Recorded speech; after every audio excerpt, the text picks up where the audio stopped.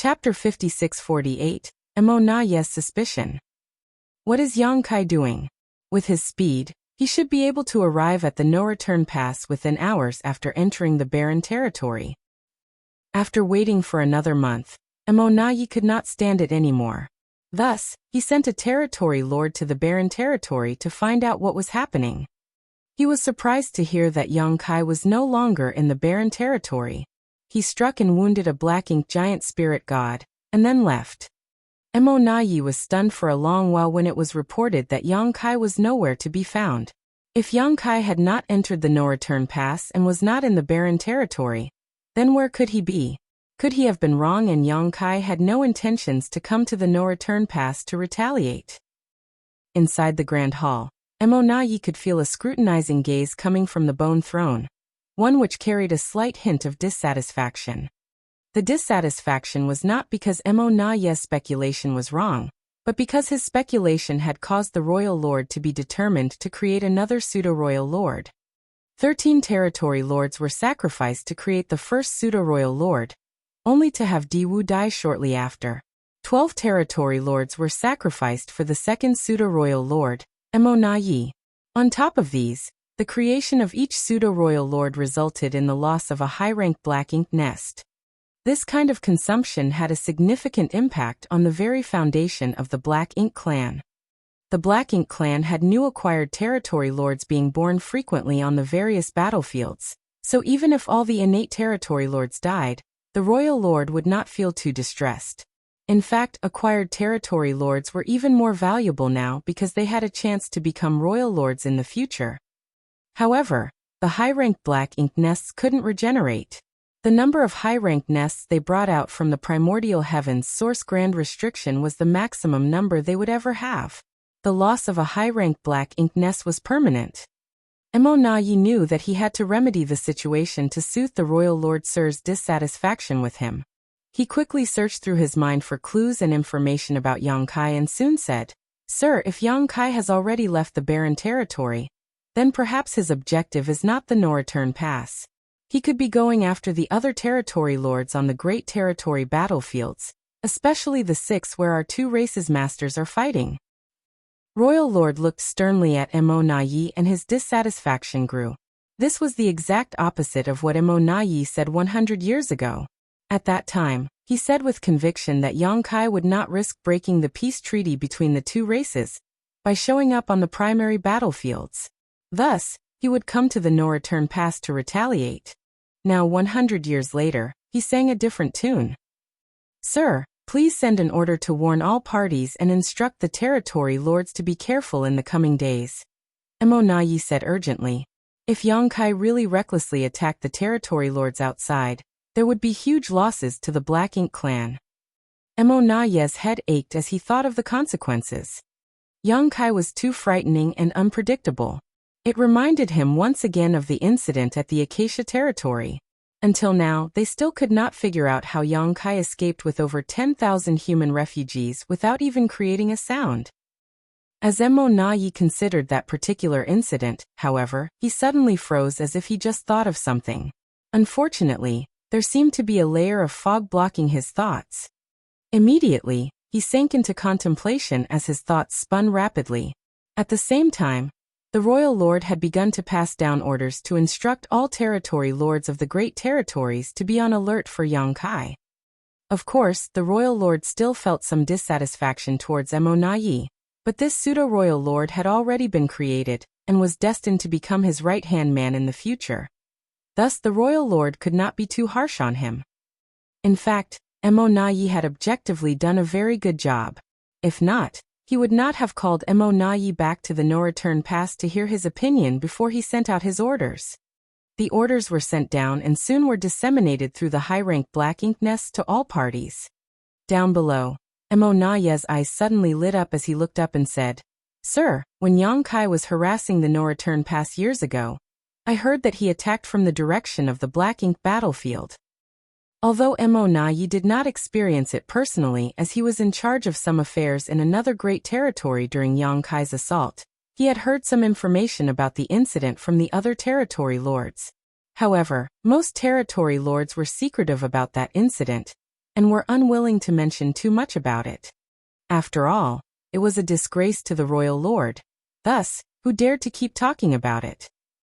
Over the years, the royal lord also never mentioned this matter, and seemed to actively want to forget those unpleasant experiences.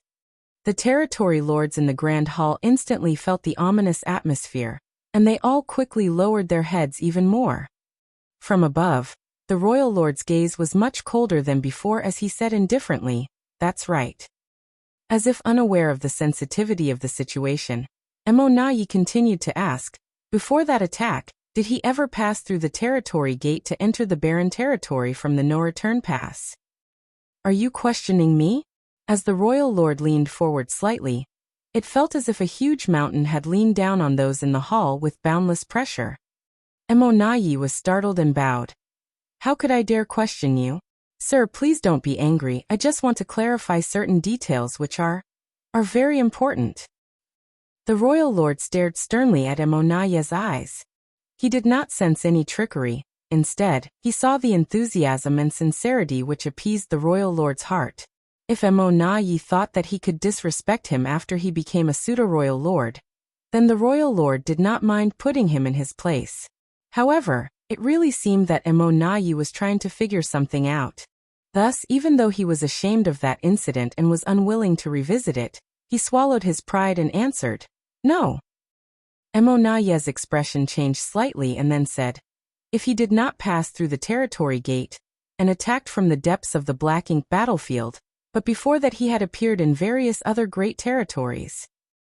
Furthermore, during the war in the Barren Territory, he led a group of remnants of the human race army to storm the no-return pass and managed to break through. However, he returned alone to rescue that dragon clansman before escaping into the depths of the Black Ink battlefield. Some years later, he reappeared in the 3,000 Worlds." In one sentence, Emonayi seemed to be explaining and also muttering to himself. The layer of fog in Emonayi's mind quickly dissipated as he looked up and said eagerly, "Sir, Yongkai must have discovered a passage from somewhere within the 3,000 Worlds to the Black Ink battlefield other than the one here at the no-return pass." The royal lord raised his eyebrows and asked curiously, "How are you so certain?" Most of the territory lords were also confused, with only a few of them actively trying to figure it out for themselves. Emonayi was flabbergasted. He had already made it so clear, so why was everyone here unable to figure it out? He suddenly began to worry about their intelligence. However, this was the sad reality of creations like the Black Ink clan, which were not regular living beings, and had instead been spawned by Black Ink strength. Black Ink's strength was unparalleled when it came to the ability to corrupt things, and the Black Ink clan could reproduce at speeds unmatched by other races. However, nothing was perfect. Perhaps creation through means not deemed natural by the heavenly way caused their intelligence to suffer. Emonayi seemed to be a unique case in the whole Black Ink clan. At this moment, Emonayi could only explain patiently, "Sir, Yongkai did not pass through the territory gate connected to the Barren Territory back when he attacked the no-return pass. Yet he launched that attack from the direction of Black Ink battlefield when he should be completely isolated from the 3,000 Worlds. Doesn't that explain everything?" The royal lord pondered for a moment, and then responded, "You're right. You didn't notice this until now?" Emonayi sighed in his heart. If he had known this information earlier, he would have deduced what Yongkai was planning by now. "Where is this passage then?" the royal lord asked, then remembered something. Could it be in the Acacia territory? The last time Yongkai disappeared was in Acacia territory. It would make sense if the second passage was in the Acacia territory. For a moment, the royal lord praised himself for his wisdom before frowning and rejecting this idea. If the passage was in Acacia territory, he could have entered the Black Ink battlefield from Acacia territory, but how could he return without being spotted? According to the information reported by the Black Ink disciple, after he disappeared from the Acacia territory, he went straight back to High Heaven territory. At this time, a territory lord boldly interjected, "This human is proficient in the Tao of space, and not only do we have no understanding of the Tao of space, but the vast majority of human masters are also ignorant of it. Perhaps his mastery over the Tao of space has reached a height where he discovered some means that allow him to travel freely through the boundary walls? Emonayi gave an approving look to that territory lord and replied, "It is possible." Both the human race and the Black Ink clan were able to speculate and imagine, like how Yang Kai managed to deduce the process of creating pseudo-royal lords. Although he did not know all the details, by analyzing the available facts, he could arrive at a hypothesis that was quite close to the truth. Likewise, the Black Ink clan might not be the most intelligent, but they weren't fools and could come up with reasonable theories once pushed hard enough. In truth, Yang Kai's mastery over the Tao of space, no matter how profound, was still far from allowing him to freely traverse through all of space under the heavens. He could only do what he did because he had the help of the world tree, which was connected to all universe worlds with intact grand Daos. Each such universe world was represented by a world fruit on the world tree. Yang Kai was able to establish a very close relationship with the world tree, and he was able to use it and his mastery of the Tao of space to arrive at the grand ancient ruins boundary from anywhere in the 3,000 worlds, then from their head to any living universe world. If it was a dead universe world, then Yang Kai was helpless, as when a universe world died, its world fruit would wither and die. Hence, he could not use dead universe worlds to move around. If that's the case, then it's not just the territory lords of the great territory battlefields who need to guard against Yang Kai, but also the no-return pass, Emonayi slowly murmured. Before he finished his sentence, he turned his head and looked in a direction where a powerful aura was approaching at an extremely terrifying speed. Yang Kai, the royal lord, stood up from his bone throne. With a flicker of his figure, he rushed out of the grand hall and headed straight towards the approaching aura. Emonayi hurriedly did his best to control his aura while heading to the nearest high-rank Black Ink nest, so as not to reveal his existence. Yang Kai should not know that there was another pseudo-royal lord here at the no-return pass, so he could use this to his advantage, and may have an opportunity to trap Yang Kai completely. A few moments ago, Yang Kai lurked in the void at a place 1,000,000 kilometers outside of the no-return pass, staring at it as a sense of unease in his heart grew stronger. Chapter 5649, Yang Kai's Attack. The no-return pass was now in the hands of the Black Ink clan, so how could he just barge through the territory gate? It was different now compared to previous years. During the battle between the human race and the Black Ink clan in the barren territory, the corpse of the old ancestor of Azure Void Pass was distracting the royal lord's attention. The Black Ink clan never expected that Yang Kai would return from the barren territory to rescue the captured Ji Lao San. The situation between the two races appeared stable, and the Black Ink clan's control over the no-return pass was far stronger than before.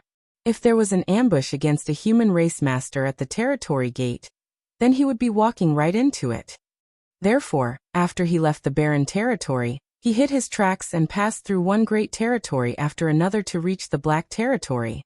Thereafter, he entered Black Ink battlefield silently from the Black territory.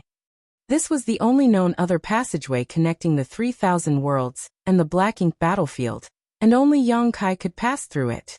Every time he passed through it, he would block the way back and seal it up.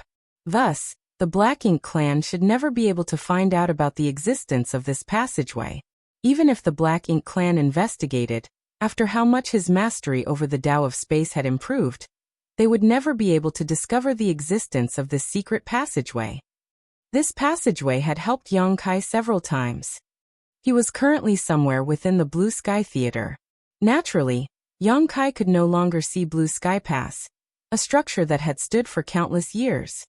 On the way, he encountered some Black Ink clan mining teams, but Yang Kai did not pay any attention to them, and it only took him 2 to 3 months to reach the periphery of the no-return pass.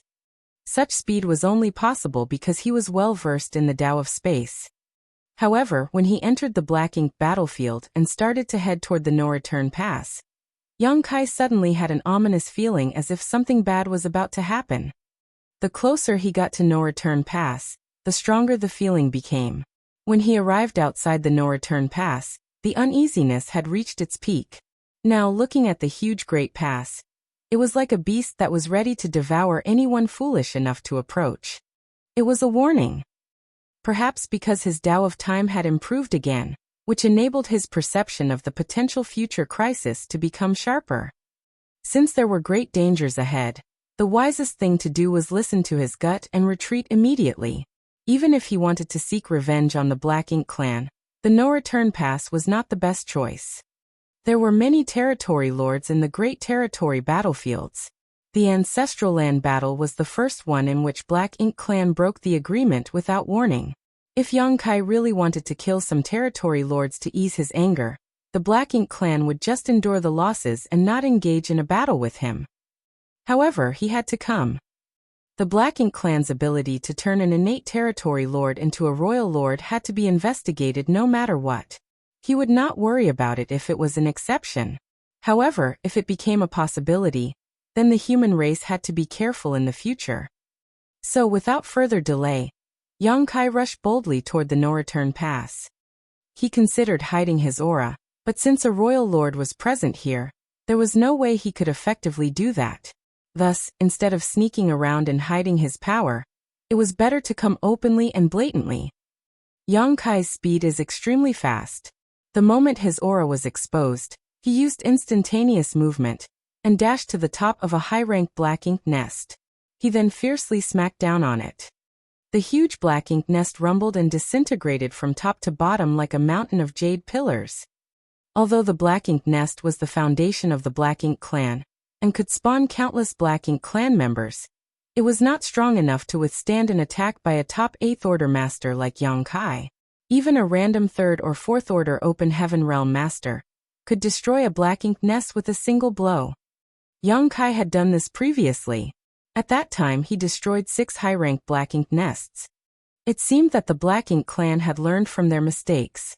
After he destroyed one, there were no more signs of high-ranked Black Ink nests nearby. The high-ranked Black Ink nests were now positioned far away from each other. Thus, even if Yongkai could destroy one of them, he would need time to destroy the second one. The moment the high-ranked Black Ink nest was destroyed, a figure emerged from the ruins, but it was a territory lord. After feeling Yongkai's murderous intent, he turned his head and exclaimed, "Yongkai!" Yongkai's reputation was evident when he was immediately recognized by a random territory lord. The territory lord was terrified and had no intention of fighting with Yongkai. He turned around to run away, but the void suddenly froze and his vision dimmed. When he looked up, he saw a huge palm descending from the sky to slap his head down. The territory lord was using Black Ink's strength like mad, but it was difficult for him to resist the terrifying power of this palm, and was directly slapped. Yongkai withdrew his hand. He was slightly stunned that this territory lord was far too weak. It soon dawned upon him that this was not an innate territory lord, but an acquired territory lord. He had been hiding in the Black Ink nest to cultivate, but had suffered an untimely death. Killing the innate territory lord or the acquired territory lord did not make much difference to Yongkai. But if he had to choose, he would rather kill the acquired territory lord. This was not because the acquired territory lords were weaker and easier to kill, but because acquired territory lords had the potential to become royal lords. By killing more acquired territory lords, he could prevent them from ever becoming royal lords. Exterminating the Black Ink nests and killing the territory lords seemed to be tedious, but in fact it was extremely fast. However, at that moment he sensed a powerful aura. "The royal lord is here." Yongkai was not surprised. The royal lord was always here at No Return Pass. Since he came to cause trouble, it was natural that he came out. The moment he manipulated space principles, his chi fluctuated violently, and in a flash, the void was like a lake that had a boulder thrown into it. The void rippled and Yongkai's body swayed. Although the instantaneous movement was successful, his position was vastly different from where he was supposed to be. It was too late to reposition himself.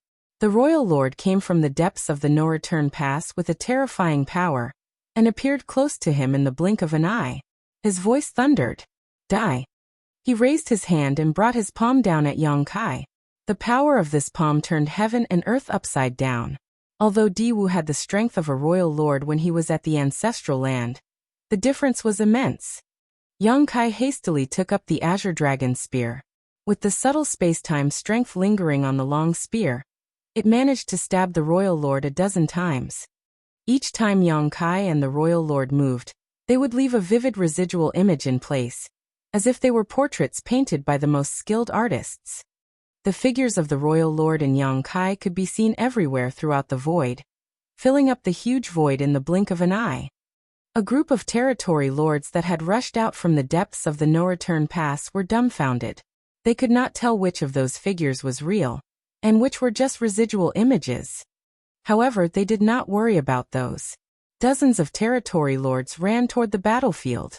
More than 10 territory lords tried to set up a formation to block heaven and earth. Those 7th-order Black Ink disciples who were good at Tao of Spirit arrays had developed the 4 Gates 8 Palaces Great Pagoda Array. Though they were saved by Yang Kai, and had now returned to the human race's side with a large number of small stone ray soldiers, they had still left behind arrays and formations that they made or shared with the Black Ink clan. Thus, although they were no longer present, the Black Ink clan could still set up the 4 Gates 8 Palaces Great Pagoda Array. The remaining territory lords formed the 4 Gates or 5 Elements formation, and were ready to go to the battlefield for support. When they arrived at the battlefield, a figure fell out of the sky. Its face was pale and a long spear lay next to its body. His chest was sunken, making him look quite miserable. It was Yang Kai. Yang Kai was satisfied with his face-to-face encounter with a royal lord, even though he was knocked away in just 3 breaths. Back then, when he was messing around at No Return Pass, he did not dare to fight with this royal lord because he would most likely fall and not be able to perform a space secret technique with his strength at that time. That would be playing with his life. Thus, when he faced the royal lord, he immediately ran. After 3,000 years, he met the royal lord again. Although he was still far from being a match for his enemy, they at least fought, which was much better than the last time. This was considered a positive development. It was difficult for a royal lord's strength to improve, but it was different for Yang Kai. He had been an 8th Order master for around 3,000 years. Now he was at the peak of the 8th Order Open Heaven realm, and might have a chance to break through and become a 9th Order master. When he reached the 9th Order, he was confident that he would be able to kill such a royal lord with ease. Even so, there was still a long way to go. Behind Yang Kai, Black Ink's strength was like a tidal wave. The royal lord's murderous intent was revealed, and he was in hot pursuit. Yang Kai manipulated space principles, and was about to leave with the instantaneous movement. However, since the last encounter with Yang Kai, the royal lord seemed to have found a way to deal with Yang Kai. Just like the royal lord who chased him out of the primordial heaven's source grand restriction. The way to deal with Yang Kai was to use his own aura to destabilize the void around Yang Kai while he was performing the instantaneous movement technique. In this way, although it could not interrupt him, it could cause the location of the teleportation to deviate. This was proven in the royal lord's previous attempt. As expected, when Yang Kai used instantaneous movement again, the royal lord used his aura to destabilize the void, and the instantaneous movement did not meet Yang Kai's expectations. Not only was the distance much shorter, but the position was not even close to 1,000 kilometers. However, Yang Kai was still more than satisfied with this. He still remembered the time when he escaped from primordial heaven's source grand restriction. When the sheep-headed royal lord chased him, every aura blast would hurt him. Now it was just his instantaneous movement that was affected. It was much better than getting hurt. Chapter 5650 Helplessness. One chased while one fled, quickly moving away from the no-return pass. It was a similar scene to the past, and this alarmed Yang Kai. Previously, he managed to lure the royal lord out of the no-return pass, and then used his space beacons to quickly wheel around and destroy several high-rank Black Ink nests. After suffering such a loss, could the royal lord really still be so gullible? He was either overwhelmed by rage, or the Black Ink clan had a backup plan. As the supposed only royal lord of the Black Ink clan, guarding the no-return pass was his biggest responsibility at the moment. How was it possible that he could let his rage control him to the point he forgot the bigger picture? The only logical conclusion was that the Black Ink clan had some way to guarantee the no-return pass's safety.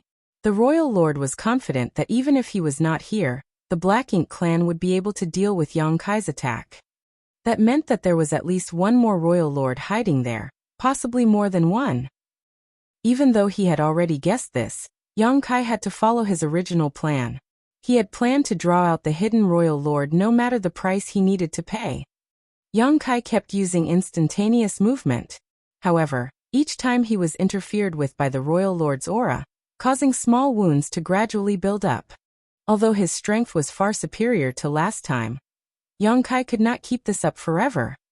The two gradually moved further away from the no-return pass. The territory lords behind wanted to chase after them, but Mo Na Yi sent an order in time to stop them. Mo Na Yi sighed slightly as he looked in the direction the royal lord disappeared. He chastised himself for not understanding the situation sooner, so that he could discuss with the royal lord about countering Yang Kai before he appeared. This situation was not what he had expected. If he had any say, Mo Na Yi would not have let the royal lord chase after Yang Kai. If he could not kill Yang Kai, then what good would it be to chase him away? As long as the no-return pass was properly set up, the Black Ink clan's numerous territory lords and 2 royal lords had a good chance of trapping Yang Kai as soon as he showed up. As long as the territory lords were able to get into position in time and seal Yang Kai off, then the 2 royal lords could join forces and slaughter him. Unfortunately, the royal lord did not give Mo Na Yi a chance to make proper arrangements, and just rushed out as soon as he noticed Yang Kai's aura. Now it was difficult to ambush Yang Kai since he was alerted to the situation. Now Mo Na Yi could only do his best to respond accordingly. He gave his orders for the territory lords to set up the area. As for himself, he did all he could to restrain his aura. In the void, the royal lord chased Yang Kai 1 billion kilometers from the no-return pass. Soon, Yang Kai felt he had led the royal lord far enough, and activated the great sun and great moon marks on the backs of his hands. A pure white light enveloped his figure. The royal lord, who was behind him, was stunned. In that instant, the aura he had locked onto Yang Kai was cut off. The purifying light has such a mysterious effect. As soon as the royal lord's aura was severed, Yang Kai's mind connected to a space beacon he had placed near the no-return pass, and he vanished as soon as his space principles surged. The royal lord chased Yang Kai to the place where he disappeared. He then coldly snorted and turned his head to look back at the no-return pass, secretly praying that Mo Na Yi would not let him down. Yang Kai must have thought that there is no strong master at the no-return pass now. With his skills and past battle records, he would definitely not take the territory lord seriously. If he is complacent enough, he might be trapped by the array. When that time comes, Mo Na Yi can engage him, and when I return, we can easily kill this menace off. With such thoughts in mind, the royal lord hurriedly dashed back towards the no-return pass. At the same time, Yang Kai appeared inside a black ink cloud some 10 million kilometers away from the no-return pass. Without stopping and without hesitation, even though he knew that the no-return pass was a lion's den, he rushed out to attack. With his own aura surging openly, the territory lords guarding the no-return pass went on high alert as they awaited their greatest enemy. As his figure flickered forward, Yang Kai pushed his time principles madly, trying to intuit where the future crisis might come from.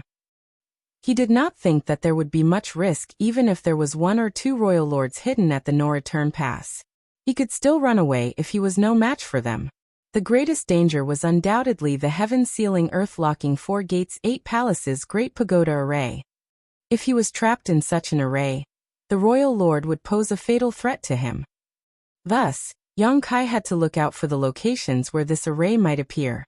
The array needed a certain number of territory lords in order to be activated, so in fact, he only needed to take note of the location of those territory lords. It was a pity that there were too many black ink nests around. Not only were there around 100 high-rank black ink nests, there also were thousands of mid-rank black ink nests. The aura of each of the black ink nests was so strong that Yang Kai could not detect any territory lord hiding inside. The only thing he could use was the faint sense of crisis he felt, but unfortunately he could not do anything about it. Thus he could only use time principles to try to peer into his future. Soon, Yang Kai closed in on the no-return pass, but instead of attacking, he began circling the perimeter. He could clearly sense the divine senses of numerous black ink clansmen probing him from the black ink nests below, which allowed him to determine which ones were occupied.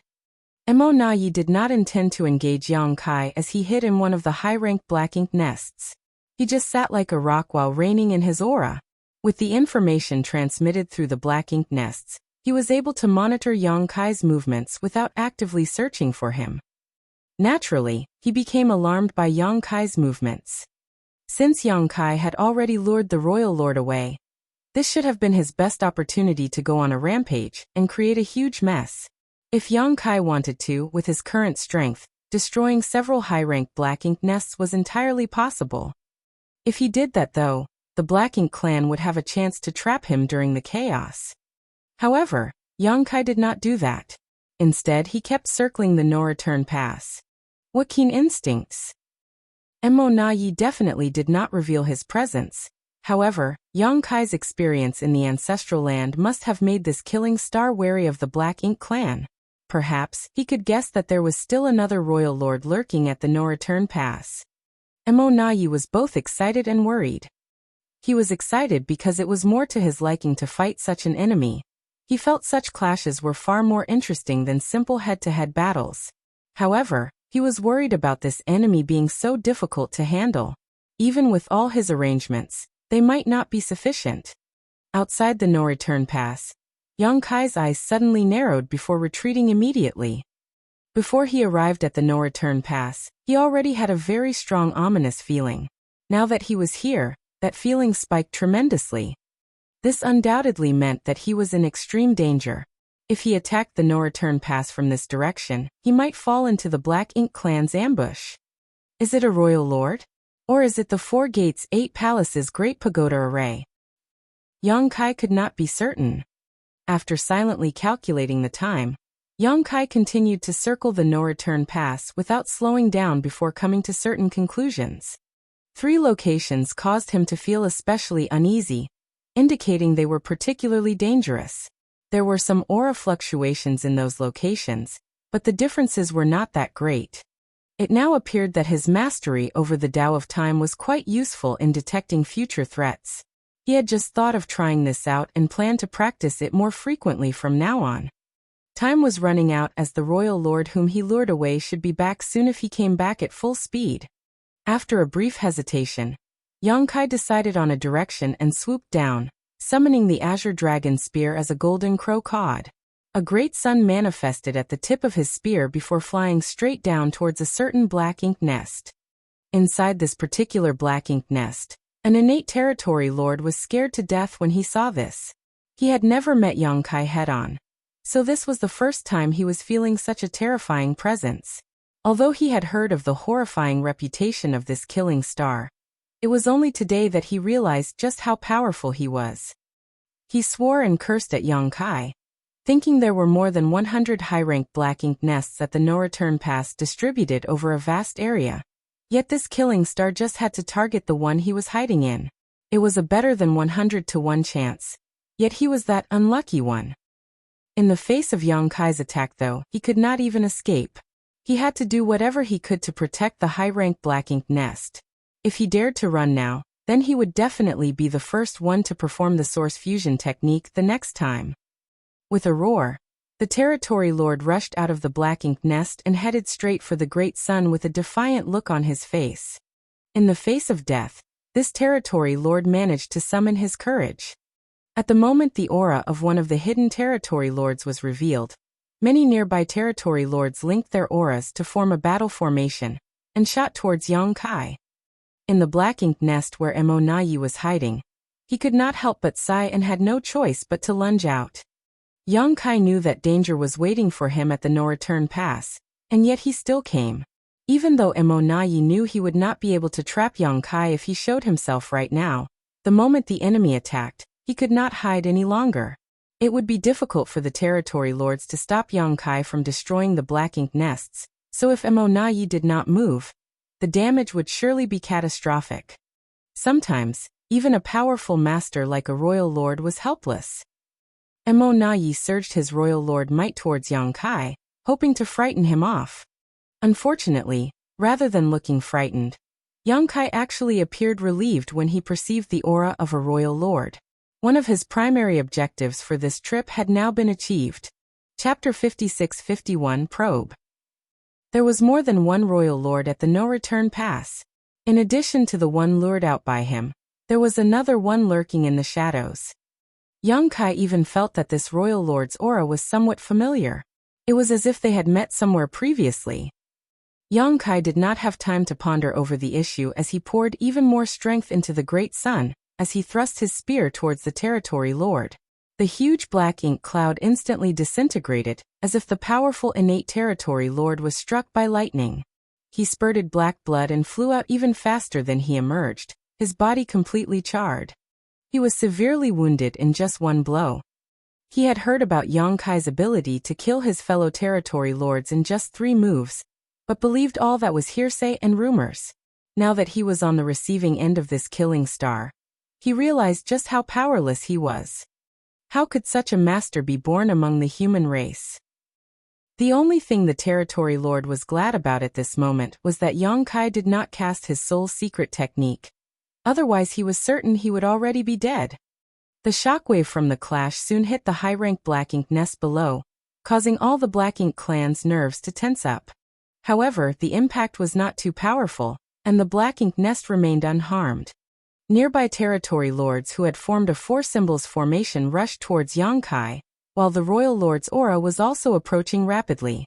He would be in grave danger if he was to engage 4 territory lords and a royal lord. Furthermore, the moment he attacked the Black Ink nest, he sensed that more than 10 territory lords were flying over from all directions, each holding an array banner in their hands. From the way they positioned themselves, it was obvious that they were going to set up the heaven-sealing earth-locking array. The Black Ink clan's response was truly swift, as if they had rehearsed it countless times. No matter which direction Yang Kai attacked from, he would be vulnerable to this trap. Yang Kai knew that this was no time to dwell on the territory lords who had formed a battle formation. He had no way to deal with them quickly unless he activated the soul-rending thorns. However, that would only damage his soul and force him to withdraw for an extended time. It would be suicidal if he lost control again, like what happened back in the ancestral land. Thus he made a quick decision and thrust his spear fiercely at the Black Ink nest below before immediately surging space principles to leave using instantaneous movement. The 4 territory lords who had formed the battle formation had already sprinted to the fight, but Yang Kai still disappeared right before their eyes. Mo Na Yi also stopped in place and stared in disbelief. The territory lords who were holding up the array banners were still getting into position, as they had yet to notice Yang Kai had already escaped. Only the territory lord who was wounded by Yang Kai's golden crow cast the sun, roared angrily. Disregarding his own serious injuries, he rammed himself at the spear shadow that Yang Kai left behind. This spear shadow would surely hit the high-rank Black Ink nest if he did not block it with his body. His heart was filled with grief and rage, but there was nothing more he could do. He barely managed to condense a Black Ink cloud before being run through. He had already absorbed a killing strike from Yang Kai, and now was forced to take a second. No territory lord was unluckier than him today, and he finally understood why it was said that innate territory lords could be killed by Yang Kai in just 3 moves. He might have lasted longer if he was in a direct fight with Yang Kai and there were no distractions, but the result would not have been much better. With such an injury, it would take him at least a few hundred years of hibernation and recuperation to recover. Stop him! Mo Na Yi suddenly roared in a certain direction. Though Yang Kai disappeared using instantaneous movement, he did not move too far away. Instead, he appeared on the opposite side of the no-return pass where another high-rank Black Ink nest lay and launched an attack.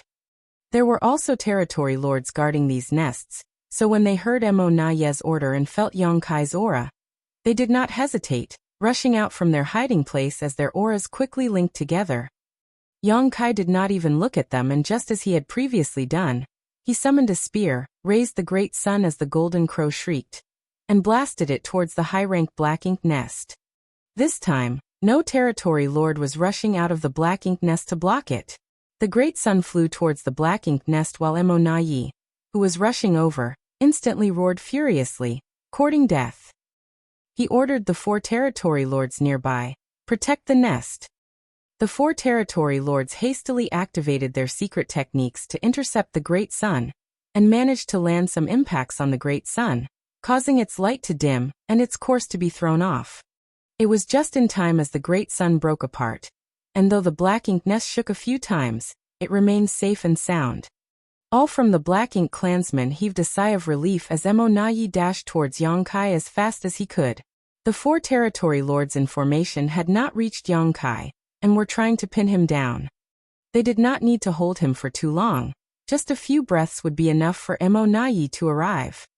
Yongkai would naturally not give them this opportunity and used space principles to disappear again, only to appear at a different location.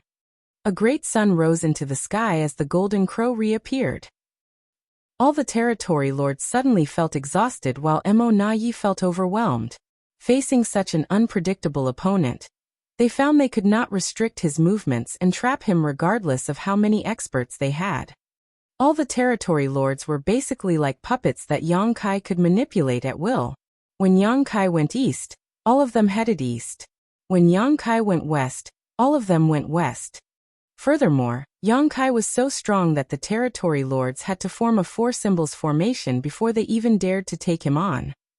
Time and time again, Yongkai flickered around the no-return pass, summoning one great sun after another, and causing huge explosions wherever he went. Each time he tried to destroy a black ink nest though, his attack would be intercepted or disrupted by the nearby territory lords. This could not be helped as there were just too many territory lords in the no-return pass.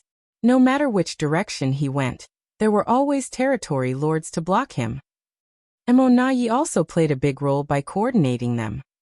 However, Yongkai's purpose had already been achieved. These multiple attempts to destroy high-rank black ink nests were not just about trying to cause damage, but were also to check if there were other royal lords hidden here. The answer was no. If there really was a third royal lord, he would not be able to resist coming out to fight Yongkai after he repeatedly attacked so many black ink nests. If there was another royal lord, when supplemented by the many territory lords, they would have a far better chance to take him down. Thus, Yongkai's previous assumptions about the Black Ink clan's creation of royal lords were not too far off. The Black Ink clan indeed had some means to create royal lords, but the price to pay was far too great. So, under normal circumstances, they would refrain from doing this unless absolutely necessary. Over the years, the Black Ink clan did not use such means and only created Diwu as Yongkai had been in a kind of trance as he cultivated in the ancestral land. Now the Black Ink clan had created another one for some reason, perhaps to guard against Yongkai causing trouble at the no-return pass. The royal lord he lured out should be returning soon, so there was no time for Yongkai to dwell on the issue. This time, Yongkai did not disappear immediately after launching his initial attack. Instead, he rushed towards a high-rank black ink nest with his spear.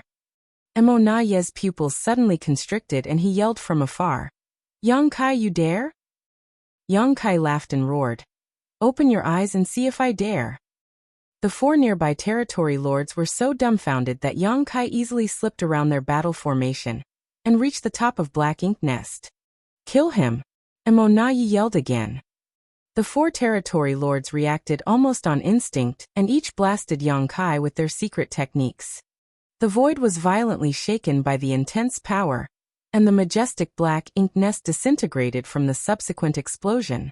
The faces of the Black Ink clansmen turned pale as they looked at the crumbling black ink nest in disbelief.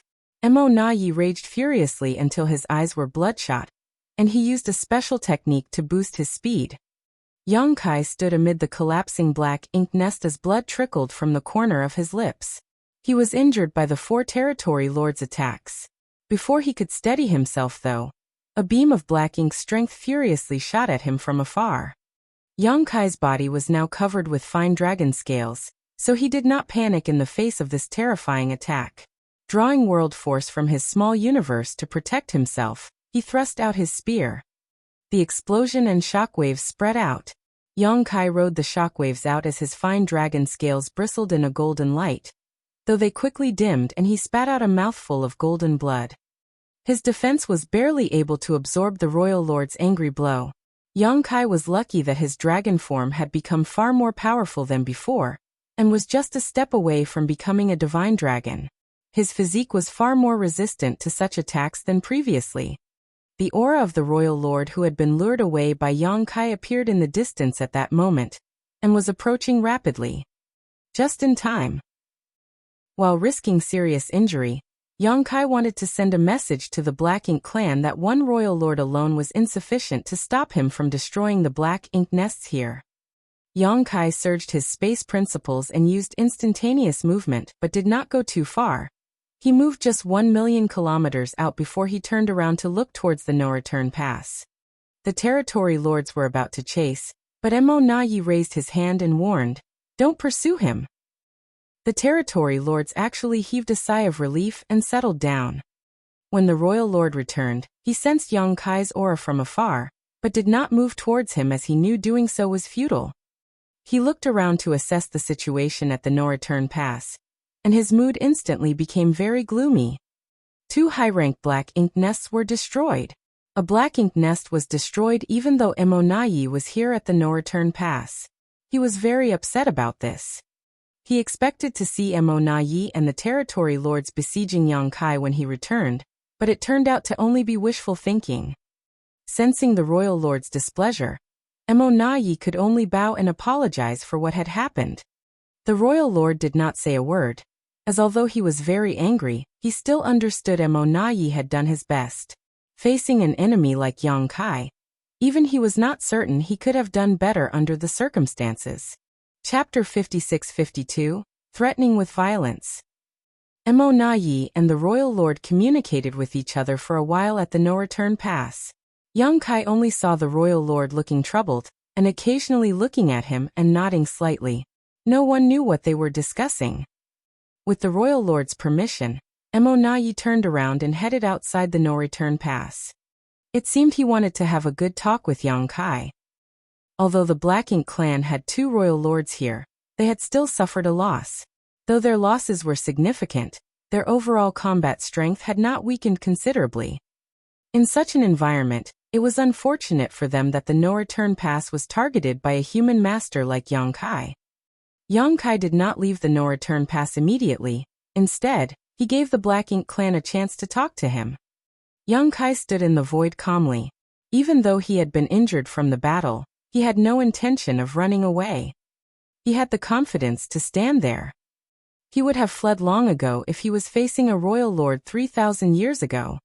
Mo Nayi did not go too far, coming to a stop at the periphery of the no-return pass. He meant to show his goodwill that he was not going to attack Yang Kai. Nonetheless, he was on guard against any surprise attack the other party might launch on the no-return pass, however unlikely the possibility. Looking at each other, Mo Nayi cupped his fist and said politely, "Sir Yang Kai, we meet again." Mo Nayi. Yang Kai greeted him and narrowed his eyes slightly. Yang Kai felt that familiar aura, and then recognized who he was. Yang Kai had dealt with this Black Ink clansman several times previously. Among all the information that the human race had on the Black Ink clan, Mo Nayi was one of the individuals that they most focused on. Not only because he was among the strongest of the innate territory lords, but also because he seemed far more intelligent than the others. Every time he was sent to a great territory battlefield to act as commander, he showed incredible aptitude in positioning troops and launching attacks.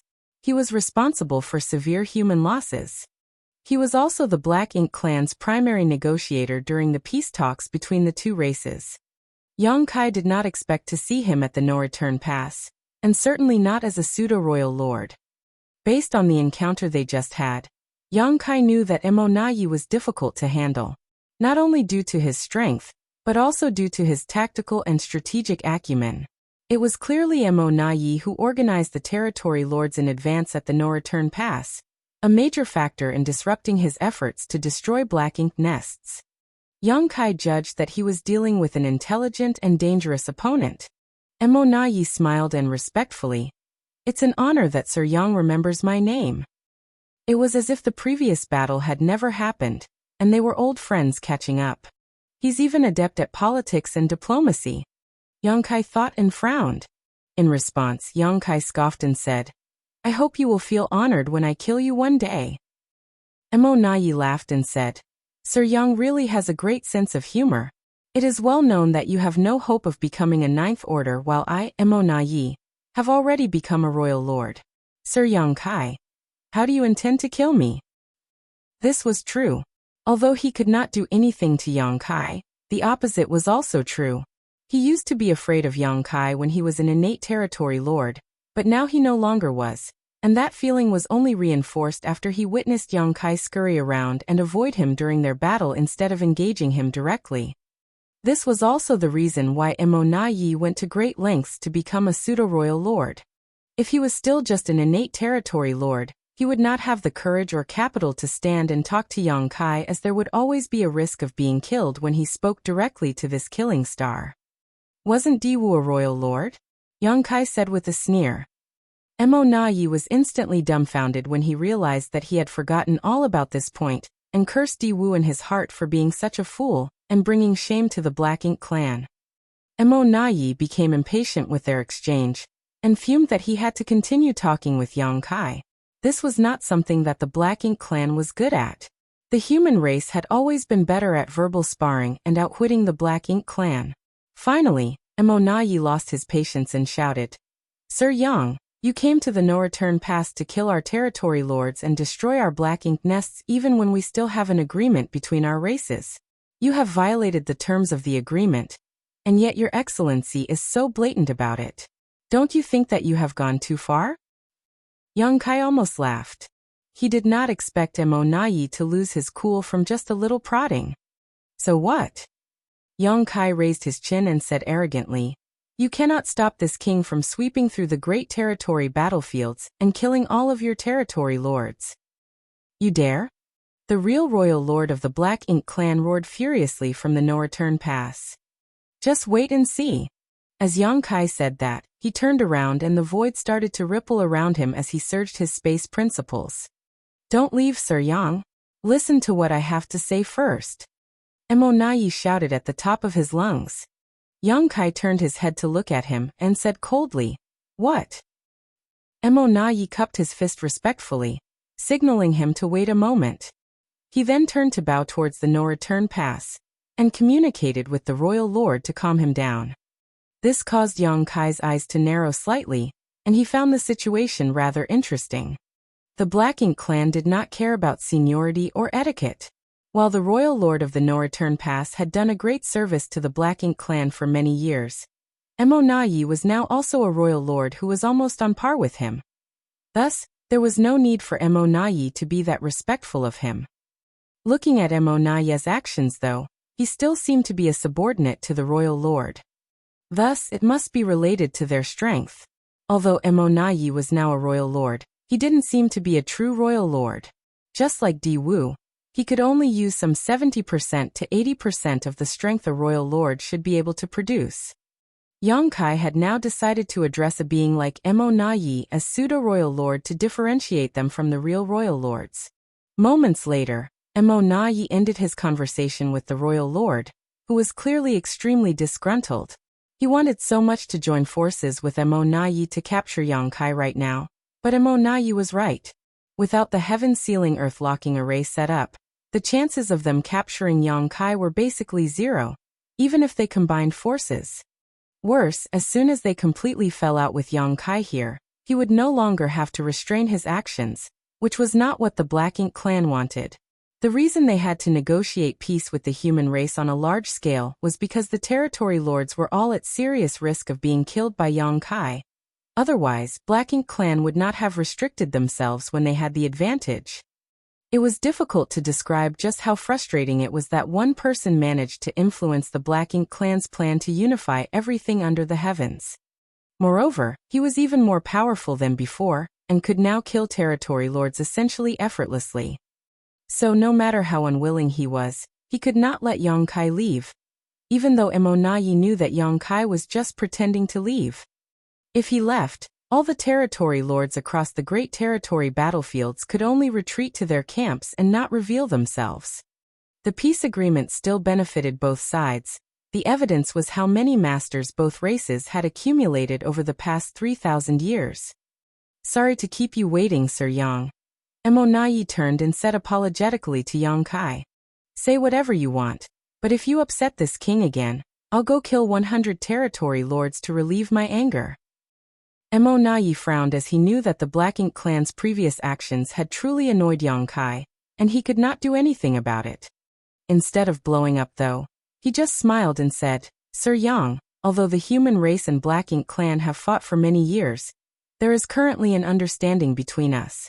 My generation has admired Sir Yang for a long time, and do not wish to fall out with you here. Yang Kai narrowed his eyes slightly when he noticed that Mo seemed humble, even apprehensive towards him. This sly and smooth-talking pseudo-royal lord would become a difficult character to deal with in the future if he was not killed soon. While bravery and strength were essential to winning a battle, knowing when to advance and retreat was essential to winning a war. So the Black Ink clan intends to get rid of this king as soon as they can? Yang Kai questioned in a deep voice. Mo immediately appeared solemn and sighed. So Sir Yang Kai is really here because of this. He looked as if he had expected this and also appeared sad. I, Mo wish to provide an explanation to Your Excellency regarding the recent unpleasantness. Go ahead. I'm all ears, Yang Kai grinned, interested to see where the conversation would lead and how Mo intended to resolve this situation. Mo continued. Earlier at the Divine Spirit Ancestral Land, a faction of my Black Ink clan saw an opportunity and acted impulsively, completely without authorization. Please believe me when I say that they were acting on their own, and not on orders of Sir Royal Lord. During that time, Sir Royal Lord was in retreat and entrusted all outside affairs to Di Wu, who was killed by you in the Divine Spirit Ancestral Land. It was always convenient to blame the dead. Yang Kai was naturally not a fool to be manipulated by Mo with such words. Unfortunately, since Di Wu was dead, the truth of the matter died with him. Mo continued. Di Wu had always been aggressive and prone to using force to solve problems, but in this case he has caused trouble and undermined the peace agreement between our two races, sullying the Black Ink clan's honor in the process. Thus his death is not worth pitying. Sir Yang has done us all a great favor by killing him. If he hadn't died in the Divine Spirit Ancestral Land, Sir Royal Lord would have taken his life as punishment for provoking the humans, and Your Excellency. Yang Kai barely contained his urge to laugh out loud. If someone uninformed heard this speech, they might have thought that the Black Ink clan was some kind of benevolent race who treated others with honesty and respect. Mo swallowed both his dignity and pride to speak with Yang Kai like this. It would be impossible to find another pseudo-royal lord who was willing to act so humbly to an 8th Order Open Heaven Realm Master. Chapter 56-53 Conditions. All this only made Yang Kai more determined to kill Mo. He had to seize any opportunity to eradicate this pseudo-royal lord as soon as possible. Mo was undoubtedly a Black Ink clansman on the inside, but on the outside he was as shameless and cunning as any human. In short, this guy was very difficult to deal with. Di Wu is now dead, and the territory lords who went to the ancestral land were also killed by you. So it is the Black Ink clan who suffered a heavy loss. Mo sighed. Yang Kai snarled in return. Why shouldn't I have killed Di Wu and those 8 territory lords? Should I have stuck out my neck to let them chop my head off instead? That's not what I meant. Mo waved his hand. I just want to say that their death isn't worth us fighting over. I just hope that their death can also calm your anger, and allow this matter to rest. What do you say? What do I say? Yang Kai turned furious and then snapped. If this is what you want to tell me, then save it. I will go back to the 3,000 worlds and kill 100 territory lords to vent my fury. Ha, very well. Mo smiled bitterly and said. If it were me, I would not let this issue rest either. We both know that the peace treaty cannot be torn up right now, so let us see if we can come to some kind of arrangement. Sir Yang is undoubtedly unrivaled on the external battlefields as my Black Ink clan does not have enough royal lords. Many territory lords would indeed die at your hands.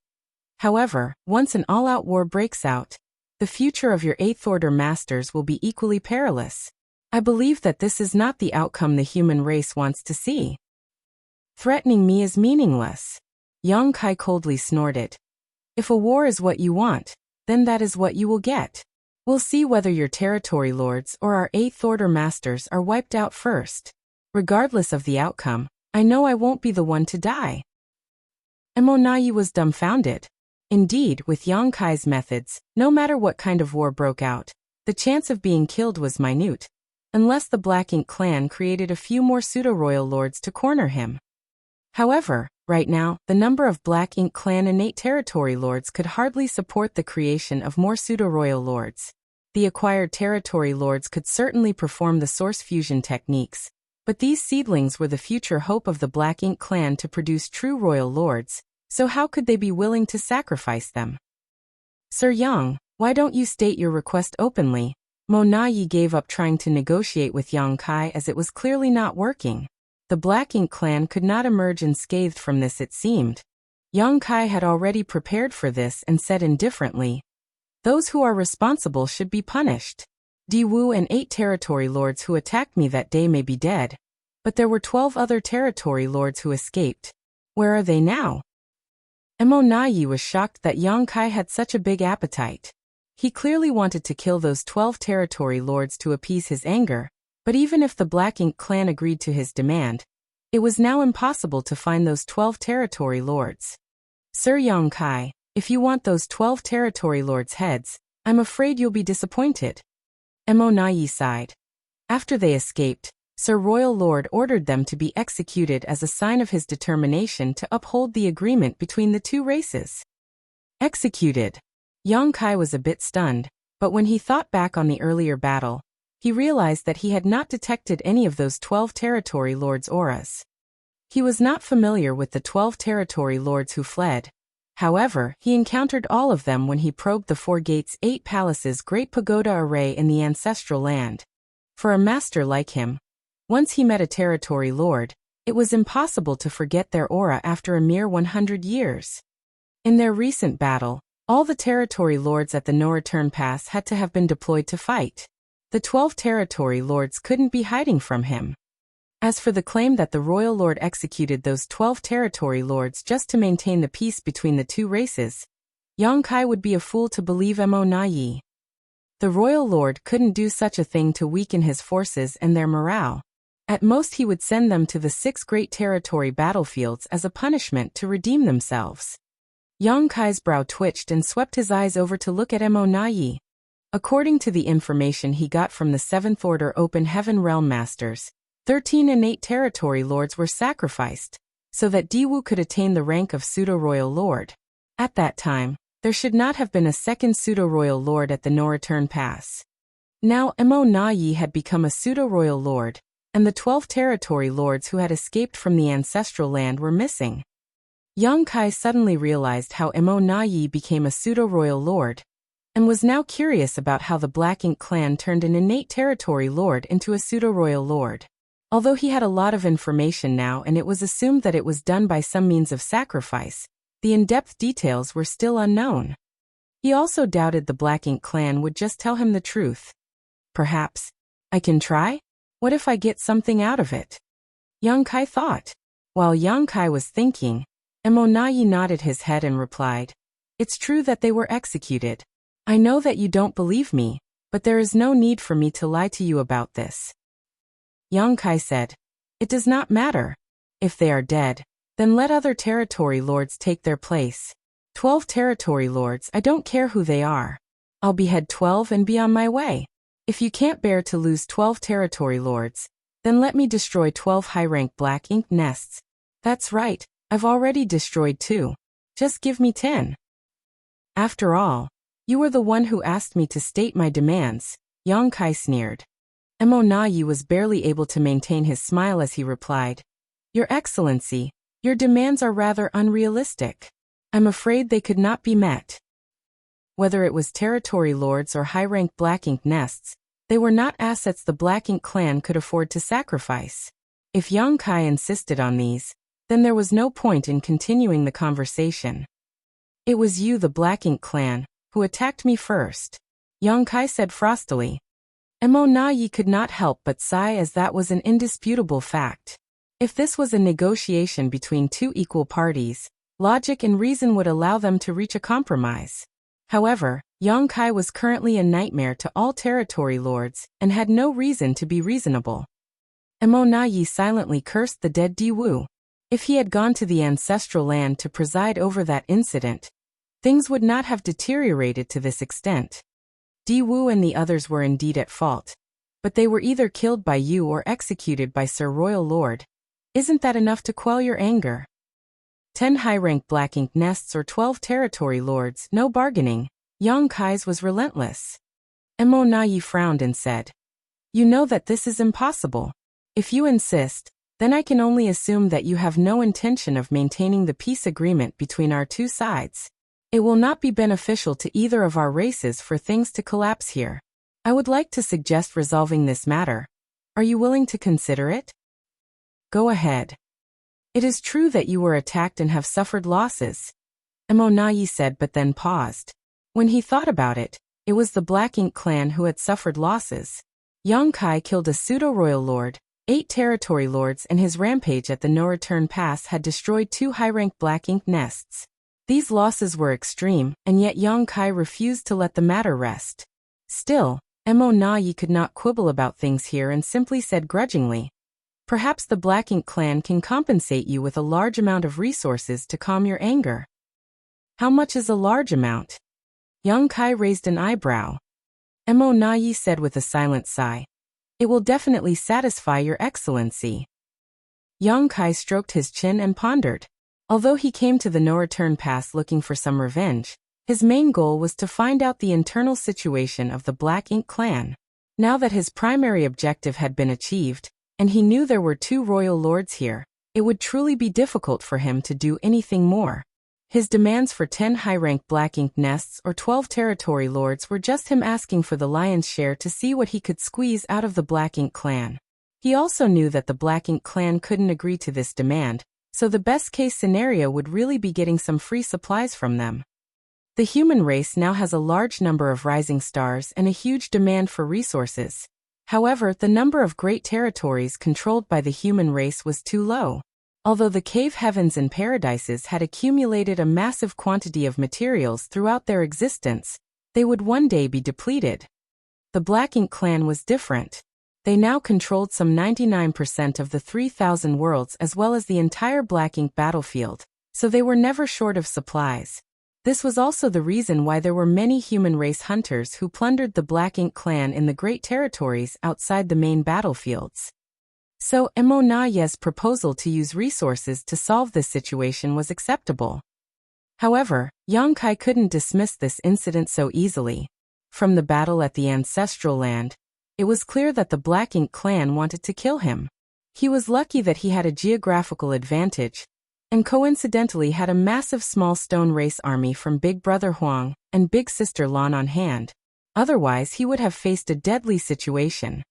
Since the Black Ink clan wanted him dead, they could not blame him for shaving off several kilos of flesh. Yang Kai said, "I have 2 conditions. If Black Ink clan can agree, then the ancestral land matter will be settled." Mo Na Yi frowned and said, "Please tell me." Although he was relieved to hear this, Mo Na Yi showed nothing on his face. As long as Yang Kai was willing to state conditions, that meant there was room for negotiation. Mo Na Yi was only afraid that Yang Kai would insist on killing 12 territory lords or destroying 10 high-rank Black Ink nests. Those conditions were simply unmanageable. First condition, Black Ink disciples. Yang Kai held up a finger. "I want 100 Black Ink disciples in exchange for each territory lord's life. 1,200 for 12 in total, of whom no fewer than 100 must be 7th order. I know that the Black Ink clan has corrupted many Black Ink disciples over the years, so 1,200 should be nothing to you." Mo Na Yi smiled bitterly and replied, 1,200 is not a small number.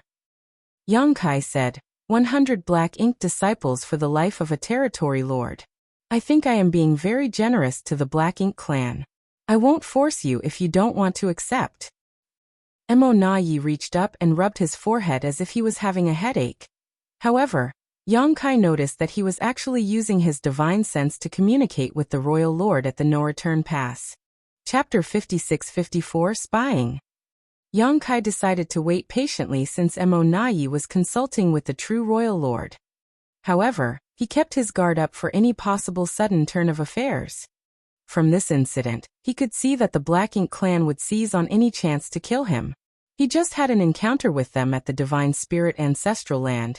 And now, the Black Ink clan gathered territory lords to set up a heaven-sealing earth-locking array to trap and exterminate him. Although there were currently many human race masters, the Black Ink clan was only really wary of Yang Kai at the moment. The Black Ink clan would no longer be constrained if he was to die. However, Yang Kai emerged unscathed from the battle in the ancestral land. The Black Ink clan was humiliated and had to negotiate for peace again, just like all those years ago when Yang Kai was terrorizing them.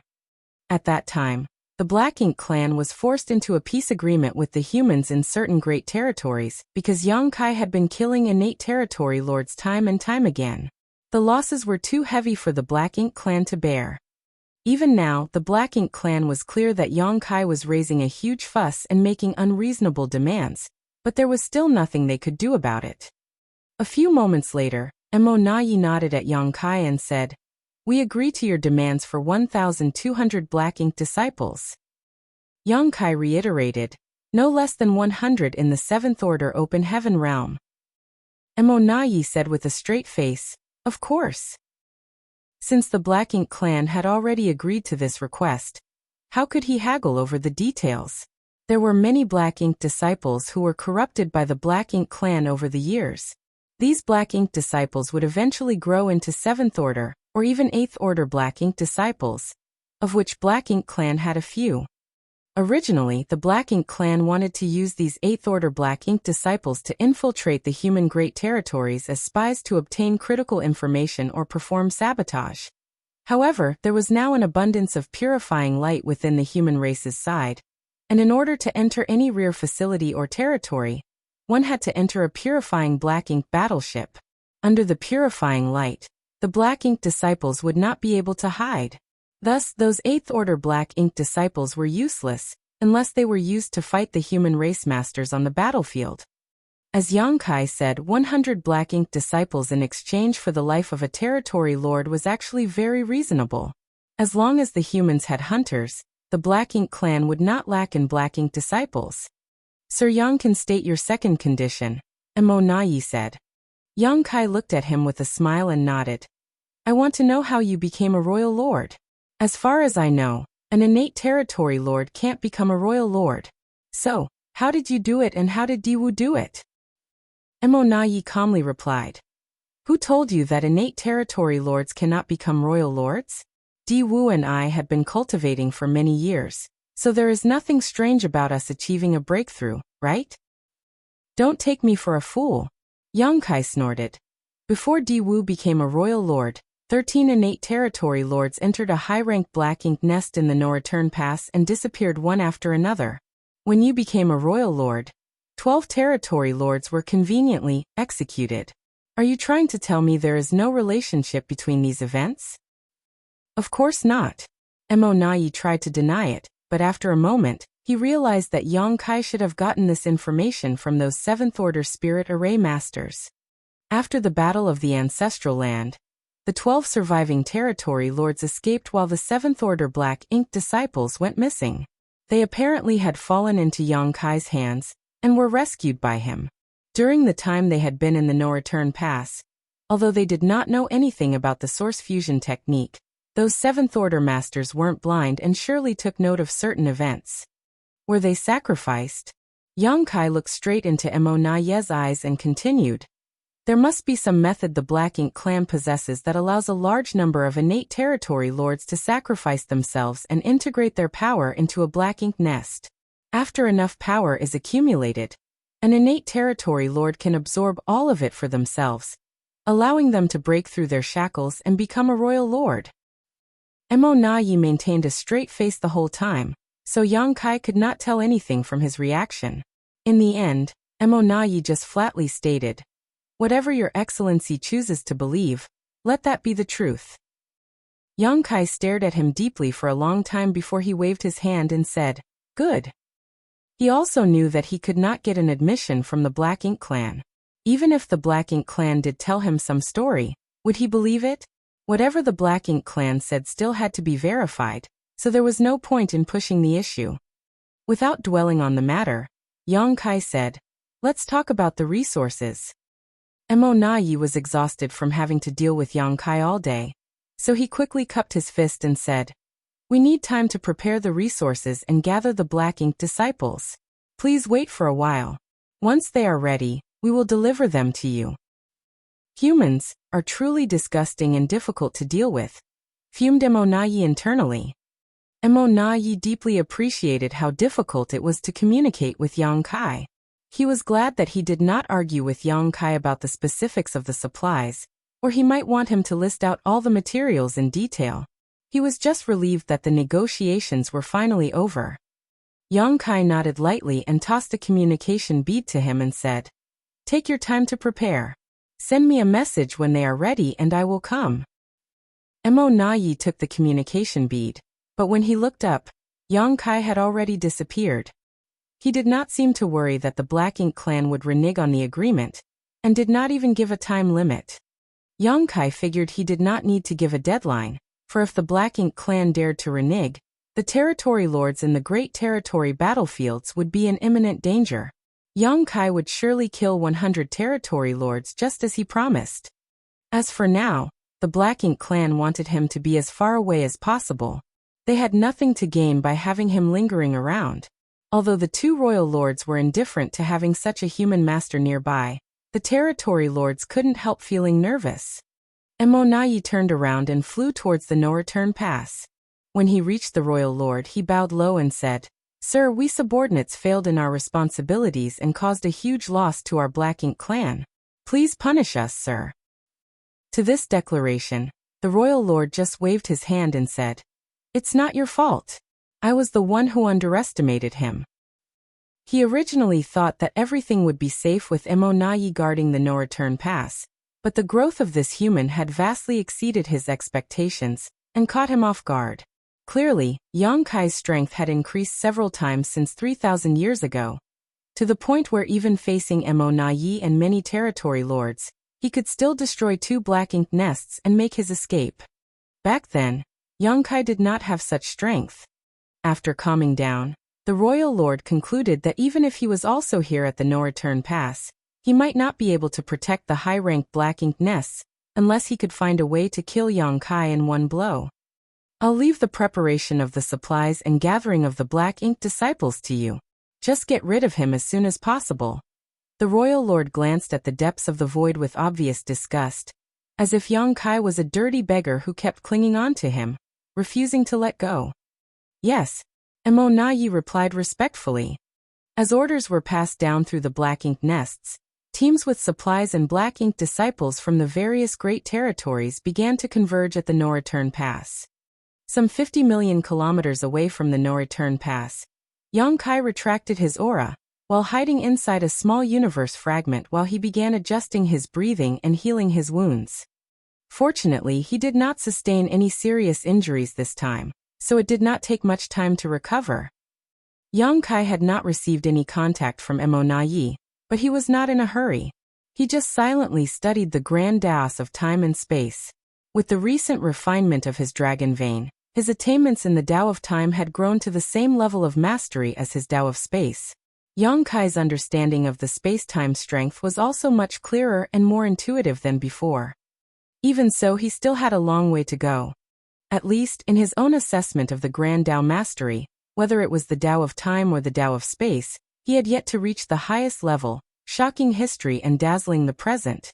Yang Kai had a feeling that if his 2 Grand Taos reached the highest level one day, his space-time strength would experience a dramatic change. Additionally, it was just about time for him to make a trip to the Primordial Heaven's Source Grand Restriction. Wu Kuang agreed to guard the Primordial Heaven's Source Grand Restriction, while Yang Kai promised to check in on him after 3,000 years. It was about time. Wu Kuang made a bold statement that 3,000 years would be enough for him to become a Ninth Order Master. Yang Kai did not know if he succeeded, but still, Wu Kuang was the reincarnation of Shi, the original creator of the heaven-devouring battle law, and the possessor of the flawless purifying golden lotus. As long as there was enough power for him to devour, Wuquang would grow at a speed that no one could match.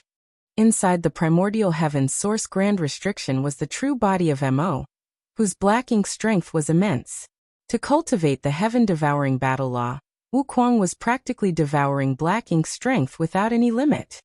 Guarding the primordial heaven's source grand restriction might have been a chore for others, even for the original Tsang and his compatriots, but it was actually a joy for Wuquang. It had been more than 3,000 years since the primordial heaven's source grand restriction war, and the collapse of the human race grand army. Mo was struck by Mu's secret technique at the last moment, and fell into a deep sleep, with no one knowing when it would wake up. Once it woke up, it would be disastrous if the human race still did not have the means to deal with it. Yang Kai felt a sense of powerlessness. The cultivation of the Eighth Order open heaven realm was still too weak in front of the rising tide of the universe. He hoped that he would not be disappointed with the three-self source reconstitution art that Wuquang had given him. 3 months later, Yang Kai, who was meditating, suddenly felt something and took out the communication bead. When he infused his divine sense to look into it, it was Mo Nayi who had sent a message that informed him that the supplies and 1,200 black ink disciples were ready for him. They were now waiting for Yang Kai to return to the no-return pass to settle the grudge over the ancestral land ambush. It seemed that the Black Ink clan had not been dragging their feet since he left that day. Yang Kai would not go to the no-return pass so easily though. That was the Black Ink clan's stronghold, with countless Black Ink clansmen gathered there. If he fell into the heaven-sealing earth-locking Saray again, then Yang Kai would be in great trouble. Thus he pondered a little and then sent a message. At the no-return pass, Mo Nayi gripped the communication bead, and was dumbfounded when he looked at it. What? The royal lord stood up and asked in a deep voice. Mo Nayi shook his head and said, "This human is very cautious. He doesn't want to come to the no-return pass to receive the supplies, so he specified another location." Just as expected. The royal lord coldly snorted. "Go on then. Do not miss this opportunity." Mo Nayi was surprised by the royal lord's persistence to kill Yang Kai. Although he did not think it was appropriate to provoke Yang Kai anymore, he had no choice but to agree. Chapter 56-55 Good deal. A full 6 months later, somewhere in the void, Mo Nayi stood, looking extremely angry and upset. Anyone who had been made to dance like a puppet on strings would feel equally moody. Behind him, several innate territory lords sensed his anger spilling over and threatening to engulf them. In order not to incur his wrath, they kept silent and stayed as far from him as possible. Behind them were 1,200 Black Ink disciples gathered in various scattered groups and areas, looking confused and disorganized. It had been half a year since Mo Nayi set off from the no-return pass with the 1,200 Black Ink disciples, and the supplies he had prepared. In this half a year, Yang Kai repeatedly changed the location for the transaction 8 times. Furthermore, there were times that he made Mo Nayi wait for dozens of days without any updates. Mo Nayi was furious, but could not do anything about it. He could understand Yang Kai being cautious and suspicious as the royal lord had already instructed Mo Nayi to seize any opportunity to kill this pest. However, with Yang Kai being so cautious, how could Black Ink clan have any chance to do anything? If Mo Nayi wanted to take action against Yang Kai, he had to first set up the 4 gates 8 palaces Great Pagoda array, so that he could trap him in place. The Black Ink clan had no way to arrange anything in advance though as Yang Kai repeatedly changed the meeting location. Thus, Mo Nayi no longer held any hope of taking Yang Kai down. The Black Ink clan was being sincere to Yang Kai, but he still treated them like vicious bandits, which frustrated Mo Nayi. He decided that if Yang Kai changed the meeting location again, he would return to the no-return pass with the Black Ink disciples and supplies. Suddenly, ripples appeared in the void and Yang Kai appeared like a ghost. Before he appeared, neither the innate territory lords nor Mo Nayi felt Yang Kai's aura. This space secret technique alone rendered the Black Ink clan somewhat powerless to deal with him. "It's been a long time," Yang Kai said as soon as he appeared. He had randomly and hastily decided to meet here, so the Black Ink clan couldn't set up the traps in advance. Additionally, He had secretly surveyed the vicinity with his demon eye of annihilation to ensure there were no hidden dangers before showing up. Sir Yang is quite cautious, Mo Na Yi replied grouchily. He could be considered mild-tempered among the Black Ink clan, but now he was thoroughly incensed by Yang Kai's behavior. Yang Kai said frostily, "What's wrong with being cautious? Enough nonsense. Where are the supplies?" Mo Na Yi kept a straight face and threw out a few space rings. Before Yang Kai caught them, he used his divine sense to check them for hidden traps and ensure that there were no problems. Each space ring was filled with resources and materials of various qualities and elements. The amount in each space ring was enough to allow a top second-class sect to sustain itself for 1,000 years. The amount and quality of the supplies was undeniably large. Yang Kai clicked his tongue and snickered. The Black Ink clan's assets are truly remarkable. This wasn't a surprise though, as the human race were stuck in just over a dozen great territories while everywhere else was fully controlled by the Black Ink clan. What's more, the Black Ink clan did not care how they mined for resources, as even destroying universe worlds meant nothing to them. The 3,000 worlds of today was being fully exploited for its resources. After mining whatever they could, the Black Ink clan simply allowed the various universe worlds to crumble into universe fragments. Here are the 1,200 Black Ink disciples. Sir Yang, please inspect them. If these are acceptable, we will leave now. Mo Na Yi urged him to accept the compensation so that he could leave and not have to deal with Yang Kai any further. They will do. Yang Kai did not bother to check, not because he trusted the Black Ink clan, but rather because he had already inspected these 1,200 Black Ink disciples before showing up. There were exactly 100 7th-order Black Ink disciples as agreed upon, while the rest were of various orders and strengths. In that case, goodbye. Mo Na Yi cupped his fist and led the territory lords, who had constantly been on guard, to leave. Yang Kai saw them off warmly. This has been a happy cooperation. I hope there will be more such cooperation in the future. Mo Na Yi paused momentarily and could not help but curse to himself. There will never be another time. If there is a next time, it will be you delivering your head to me. After Yang Kai watched the Black Ink clan masters fade into the distance, he turned to look at the 1,200 Black Ink disciples, but as soon as he did, someone shouted, "Disperse!" 1,200 people turned into 1,200 streams of light in an instant, scattering in all directions. Yang Kai entirely failed to stifle his laughter as he knew that the Black Ink clan would not be so honest. It turned out that this was what they were up to. If he were a regular 8th Order Open Heaven Realm Master, there would be nothing he could do in the face of such a situation. At best, some of these Black Ink disciples would be captured, but probably 90% of them would be able to escape. However, with Yang Kai being here, what the Black Ink clan did was pointless and doomed to fail. The moment the 1,200 streams of light shot in all directions, the void suddenly thrummed and solidified. The streams of light all faded to reveal the Black Ink disciples, who were now frozen in place, none of them able to move, each with a different expression on their face. Yang Kai stepped forward, and as soon as he walked past each of the Black Ink disciples, they would disappear.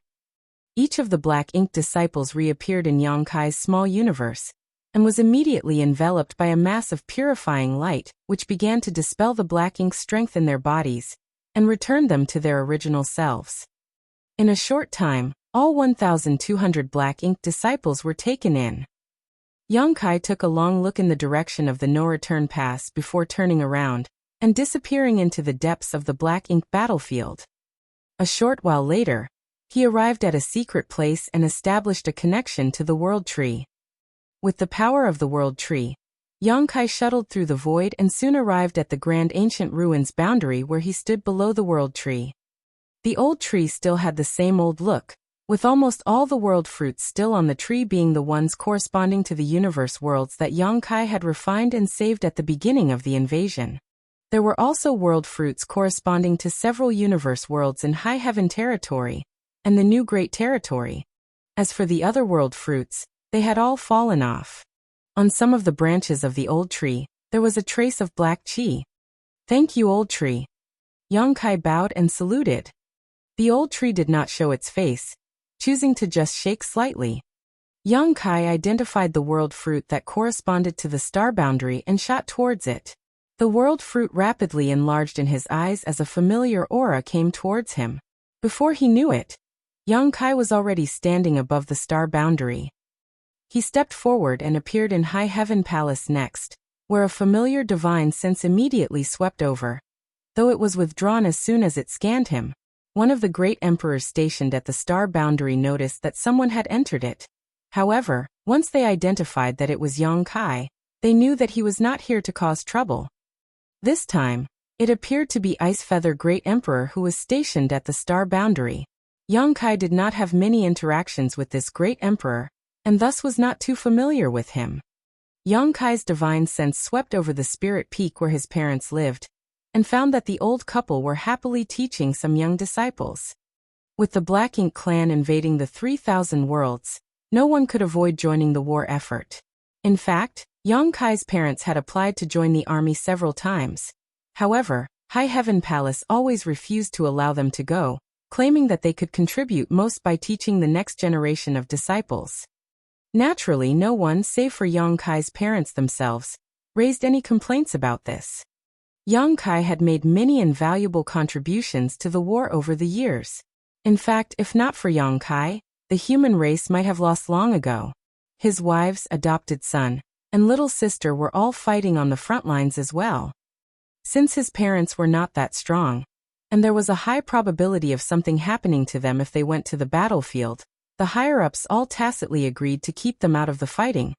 After all, how could they explain to young Kai if something happened to them? Also, who would dare to say anything if his parents remained in the star boundary?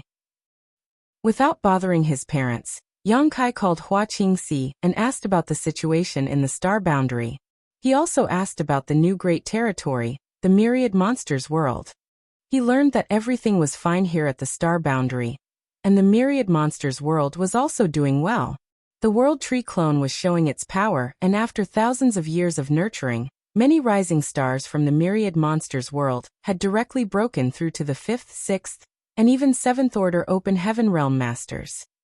A Monster King had been recognized by the Myriad Monsters world's will and been named the first Great Emperor with the title Thunder Shadow. He left the Myriad Monsters world with some human companions, and had now made a name for himself on the various battlefields.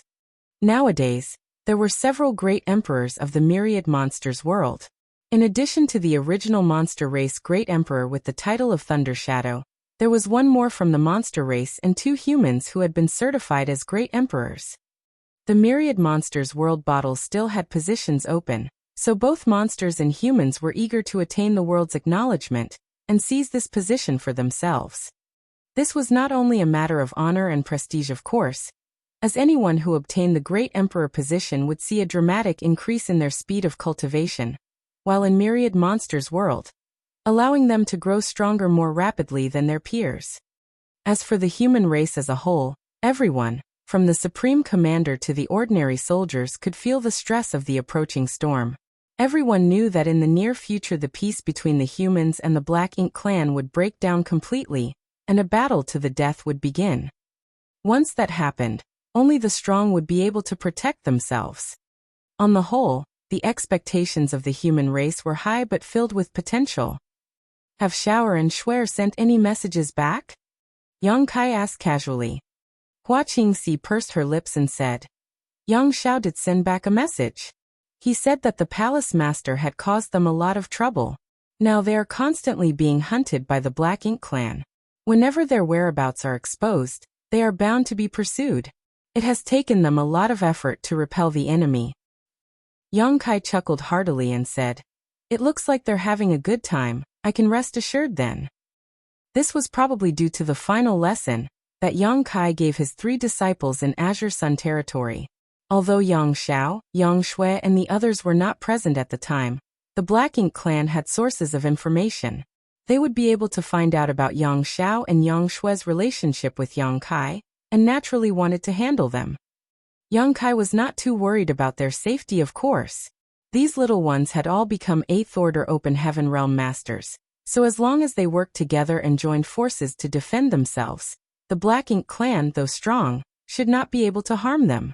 Chapter 56-56, Mi Jingluan's Speculation. Yang Kai did not stop for long at the star boundary.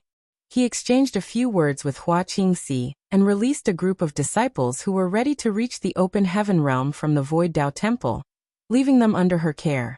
He instructed her on some matters and then left. After passing through the territory gate, he arrived at the neighboring Great Territory, which was numbered but remained unnamed. Any great territory that was only represented as a number on the universe chart was ranked as an extremely low-grade great territory. It meant that it did not have any notable great force overseeing it. A great territory such as this usually had few universe worlds and sparse resources. Generally speaking, such a great territory was isolated from the rest of the world. High Heaven Territory was like this in the past. In the whole High Heaven Territory, there were only two habitable universe worlds. One was the Star Boundary and the other was the Demon Realm. The strongest masters were the great emperors and demon saints. There were no open heaven realm masters here.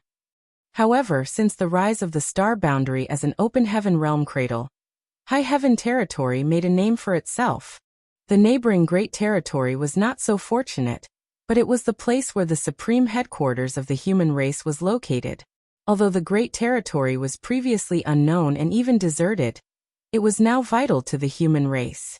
Not only because it was the Great Territory that led directly to the Star Boundary, but also because it connected to more than 10 Great Territory battlefields.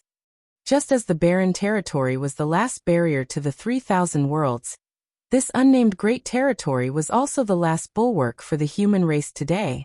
If the Black Ink clan breached this place, they would be able to push straight into the heart of human territory. When that happened, the human race would have no choice but to completely fall back to High Heaven Territory and the new Great Territory. With the supreme headquarters located here, this Great Territory was extremely bustling. No matter which battlefield the soldiers headed to or retreated from, they would transit through this place to rest and repair their equipment. Armies would be assembled here and be dispatched by the supreme headquarters as reinforcements to the Great Territory battlefields on a regular basis. Looking from afar, there were many human race soldiers coming and going in the void, and the glimmer of light from their bodies was as bright as stars. Yang Kai suppressed his aura and rushed to the universe fragment where the supreme headquarters was located. Without informing anyone, he flew straight to the main hall. Inside the main hall, Mi Jingluan was busy pointing at a territory map, and a few seventh-order open heaven realm masters who were in charge of transmitting orders nodded as they took careful notes. Yang Kai took a look and found the territory map was of Twin Poles territory. Noticing Yang Kai's arrival, Mi Jingluan looked up and gave him a light nod, signaling him to wait for a moment. Yang Kai made himself at home, found a seat, poured himself a cup of tea, and leisurely sipped it. After a little more than half an hour, the seventh-order masters were sent away. Mi Jingluan stood in place in contemplation for several moments before rubbing his forehead. He then walked over to Yang Kai, sat down, and pushed an empty teacup towards him. Yang Kai picked up the teapot and poured him a cup. Mi Jingluan heaved a long sigh and downed the tea like he was draining a bottle of wine. Yang Kai asked, "Things aren't going well in Twin Poles territory?" Mi Jingluan replied, "The Black Ink clan has intensified their attack on Twin Poles territory. They've recently gained more territory lords and deployed them there, so we are facing some difficulties." Turning his head to look at Yang Kai, he asked with a smile, "Why don't you take a trip there?" "Impossible." Yang Kai waved his hand. "I just got back from harassing the Black Ink clan at the No-Return Pass. If I go to Twin Poles territory at this time, wouldn't I be reneging on the agreement?" "What happened?" Mi Jingluan raised a brow and asked curiously. Yang Kai briefly told them about his experience at the No-Return Pass before handing Mi Jingluan the supplies he had extorted from the Black Ink clan. Mi Jingluan accepted them politely, and after a quick inspection he exclaimed, "Wow, the Black Ink clan was really generous to you." In his heart, he knew that this was due to Yang Kai's notorious reputation. If the Black Ink clan had to choose between losing territory lords or resources, they would definitely choose the latter. They could easily recoup the material losses even if they were given away. However, territory lords were all valuable assets, and it would not be beneficial to give Yang Kai an excuse to go on a killing spree. If Mi Jingluan tried to take advantage of the Black Ink clan like this, he would have been torn apart by the royal lord.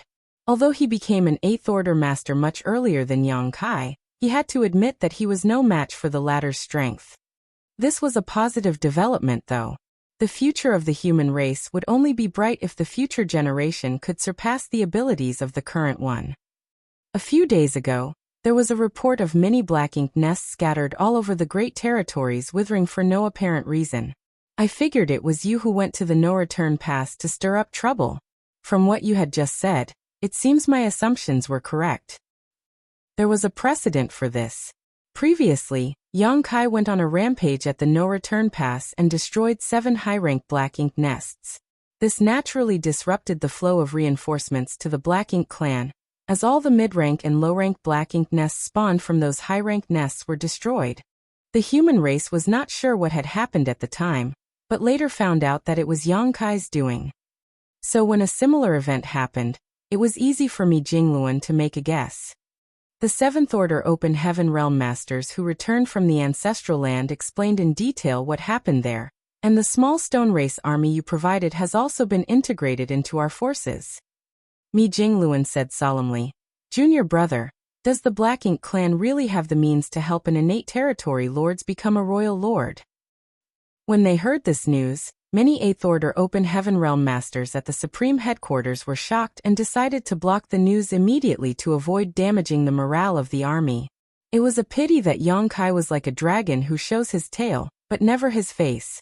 Yang Kai came over whenever he wanted to see Mi Jingluan, but the reverse essentially never happened. It was as difficult as ascending to the heavens if Mi Jingluan wanted to find Yang Kai. Yang Kai drank another cup of tea and nodded. Indeed, the pseudo-royal lord I encountered at the ancestral land named Di Wu was created in such a manner. Unfortunately for him, he was too careless and was killed by me. Pseudo-royal lord? Mi Jingluan exclaimed with his eyebrows raised. It seems senior brother isn't aware of this point. Although the Black Ink clan has the ability to forcibly raise an innate territory lord into a royal lord, there are clear flaws with the process. Such a created royal lord may have the raw power of a royal lord, but they are unable to utilize it properly. I clearly felt this when I fought Di Wu. He could only exert about 70% to 80% of what a royal lord should be able to do. Thus, I regard them as pseudo-royal lords. Mi Jingluan heaved a sigh of relief and said, "If that's the case, then there's no need to be too concerned." A pseudo-royal lord who could only exert an average of 75% of his power was not nearly as threatening to 8th Order masters as a true royal lord. It might only take a few 8th Order masters in a battle formation to resist such an enemy, though killing one was probably impossible. But there is another pseudo-royal lord at the no-return pass right now. Mi Jingluan's eyes narrowed and asked, "Who?" "Senior brother. Do you remember that innate territory lord named Mo Na Yi?" How could Mi Jingluan not know who Mo Na Yi was? Mo Na Yi was one of the innate territory lords that the human race was highly focused on. This guy was far more intelligent and cunning than other territory lords. It was definitely not a good development for the human race for this Black Ink clansman to become a pseudo-royal lord. Mi Jingluan thought about it momentarily, but decided not to dwell on it any further. Now that Mo Na Yi had become a pseudo-royal lord, it was useless to brood over it. If they really encountered him, they could only directly take him on. "Junior brother, have you found out how the Black Ink clan creates these pseudo-royal lords?" Yang Kai shook his head and replied, "Mo Na Yi was already a pseudo-royal lord when I arrived at the no-return pass. I tried to probe them about it, and it seemed like the information those 7th Order Open Heaven Realm Masters gathered at the no-return pass was accurate. Even if the Black Ink clan has a method to create pseudo-royal lords, they have to pay a huge price. At the very least, they should have to sacrifice a large number of innate territory lords. When Di Wu transformed into a pseudo-royal lord, 13 innate territory lords were sacrificed. In Mo Na Yi's case, there were at least 12. Hearing this, Mi Jingluan seemed to have suddenly thought of something before snapping his feather fan closed. He gently tapped the fan against his palm and said, "Perhaps, It also involves the sacrifice of a high-rank black ink nest. Young Kai wondered and asked, "Why do you think so?" Perhaps junior brother isn't aware of this. About 400 years ago, some low-rank and mid-rank black ink nests suddenly withered. When the numbers were tabulated, the headquarters estimated that a single high-rank black ink nest had been destroyed somehow. About 100 years ago, a similar situation occurred. Initially, I thought that it was junior brother who went on a rampage at the no-return pass and destroyed these high-rank black ink nests, but from your story just now, that seems to not be the case. 400 years ago. After a little calculating, Yang Kai realized that was the time that he had just arrived at the ancestral land to cultivate. He also killed Diwu just over 100 years ago. For the Black Ink clan, black ink nests were their foundation, so they would not be given up easily. There could only be one reason for those low-rank and mid-rank black ink nests to die all of a sudden. The high-rank black ink nest that produced them was destroyed. The timing was too coincidental, and the anomaly was equally obvious. The Black Ink clan was smart enough to hide the truth from him, but there were enough clues for the human race to make the necessary deduction. Yang Kai kept nodding his head. More than 400 years ago, when the Black Ink clan knew that he was cultivating in the ancestral land, they created Diwu, a pseudo-royal lord, and ordered him to go to the ancestral land to kill him. Unfortunately, Diwu ended up losing everything and died in the ancestral land. When they realized that Diwu had died, the Black Ink clan at the no-return pass created Mo Na Yi. They did it twice, and each time they not only sacrificed more than 10 territory lords, they also lost a high-rank black ink nest in the process. It makes sense now, Mi Jingluan's eyes flashed and continued. The Black Ink clan does have the means to transform an innate territory lord into a pseudo-royal lord, but it requires the sacrifice of a dozen or so territory lords and a high-rank black ink nest. No wonder the Black Ink clan has never used this technique before. The cost is indeed very high compared to the benefits. He looked at Yang Kai and said with a smile, "Looks like that original royal lord is willing to pay any price as long as they can kill you." Yang Kai said, "Man proposes, the heavens dispose." If he did not have an army of small stone race with him when he went to the ancestral land, there was a good chance that Diwu would have succeeded. The good thing was that this matter was considered resolved in his favor. The Black Ink clan tried to kill Yang Kai, but he managed to overcome that calamity and gained significant compensation for it. All of this was because the two races still needed to maintain the status quo. Chapter 56-57, Suppressing Black Ink Fortress. What happened at the ancestral land was considered resolved and there was no point in thinking about it further, so Yang Kai changed the topic and asked, "How are senior brother Xiang and the others?" Xiangshan had stopped appearing in public and focused on cultivating to break through to the Ninth Order. The Black Ink clan suspected that Xiangshan and the other Eighth Order masters who were expected to break through and reach the Ninth Order had already done so secretly. However, that was not the case in reality. The Ninth Order was the peak of the human race's martial Tao, and was extremely difficult to reach. Now there were not many humans who were qualified to make this breakthrough. There was indeed one person who had succeeded, but it was not Xiangshan. When Yang Kai asked, Mi Jingluan sighed and replied, "It has been 1,000 years since they entered retreat, and still there is no news from them. In fact, with Brother Xiang's talent, he should have already reached the Ninth Order if nothing went wrong." The issue was that Xiangshan's cultivation had once regressed.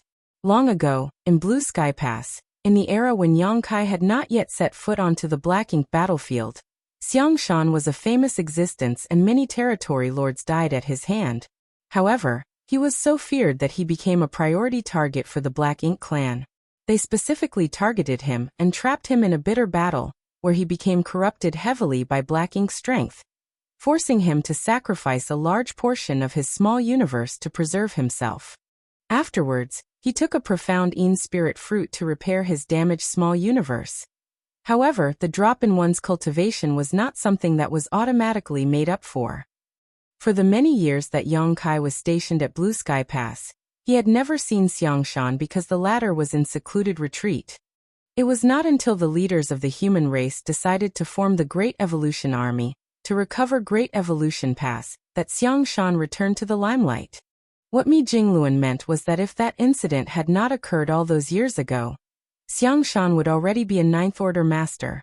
The cave heavens and paradises were filled with talented people, but throughout history, few could match the reputation of Xiang Shan.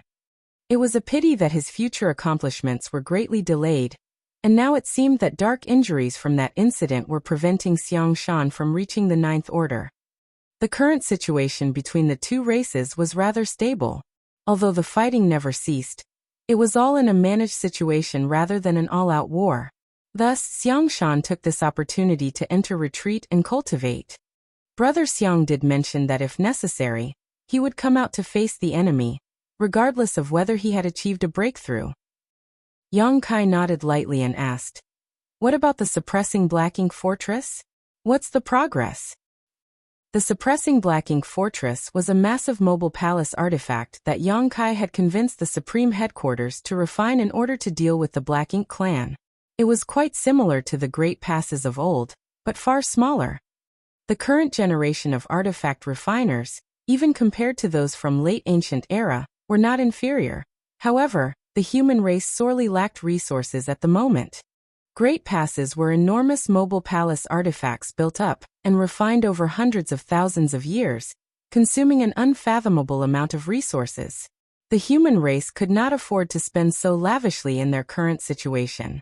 If they tried to build such an artifact now, it would likely cripple the cultivation progress of the entire race, which was a situation that absolutely could not be allowed. Thus, they could only build the suppressing Black Ink Fortress, for which Yang Kai campaigned hard some 1,000 years ago, just before he left for the Myriad Monsters world. This mobile palace artifact was not destined for the Great Territory battlefields, however. When Yang Kai asked about the suppressing Black Ink Fortress, Mi Jingluan replied, 300 years ago, the superstructure of the suppressing Black Ink Fortress was completed, and over the subsequent years, various grand arrays and artifacts have been installed. It should be almost finished now. After a pause he asked, "Do you want to see it?" Indeed, Yang Kai nodded. The two of them left the Supreme Headquarters together, and shot off into the depths of the void. The construction of the suppressing Black Ink Fortress was kept highly confidential, with only those participating in the project and the heads of the Supreme Headquarters being in the know. This giant weapon of war was located at an extremely remote place in the Great Territory, and covered with multiple arrays to conceal it. Patrolling human race masters also ensured that no one without authorization approached this region. Yang Kai and Mi Jingluan traveled for about an hour before reaching a universe world that seemed to be covered in shadows. Although this universe world was ancient, its grand Tao and will were imperfect. Thus, there was no vitality here. This was a rather common sight throughout the 3,000 worlds. Although such a universe world generally had a lot of precious cultivation resources, it was not suitable for the survival of living beings. Thus it was essentially dead. A divine sense swept over from afar, but after confirming Mi Jingluan's identity, it allowed them through. Yang Kai, led by Mi Jingluan, flew for a while around the universe world before arriving at a certain spot and heading down. They passed through a layer of thick, dark clouds before being hit in the face with an imposing aura. A huge and lofty object immediately filled their view, one that looked like a massive steel beast. This was the suppressing Black Ink Fortress. The suppressing Black Ink Fortress was undoubtedly much smaller compared to a great pass from the Black Ink battlefield, being just 10% of the size. However, it was still a massive object. The entire suppressing Black Ink Fortress looked like a small city with many structures, high walls and towers. Yang Kai could see people scurrying about inside the suppressing Black Ink Fortress, carrying materials, and working on construction projects. There were huge artifacts mounted atop of the city walls, and at a glance one could tell how extraordinary they were. There were also traces of numerous grand arrays, but none of them were currently active, so it was impossible to assess their might. The human race seemed to be in decline as it only held a dozen or so great territories because of the Black Ink clan. However, no matter how bad things were, they still had a profound heritage. When the Grand Army was defeated in the war outside the Primordial Heaven's Source Grand Restriction, the humans were forced to retreat to the No Return Pass, and then to the barren territory.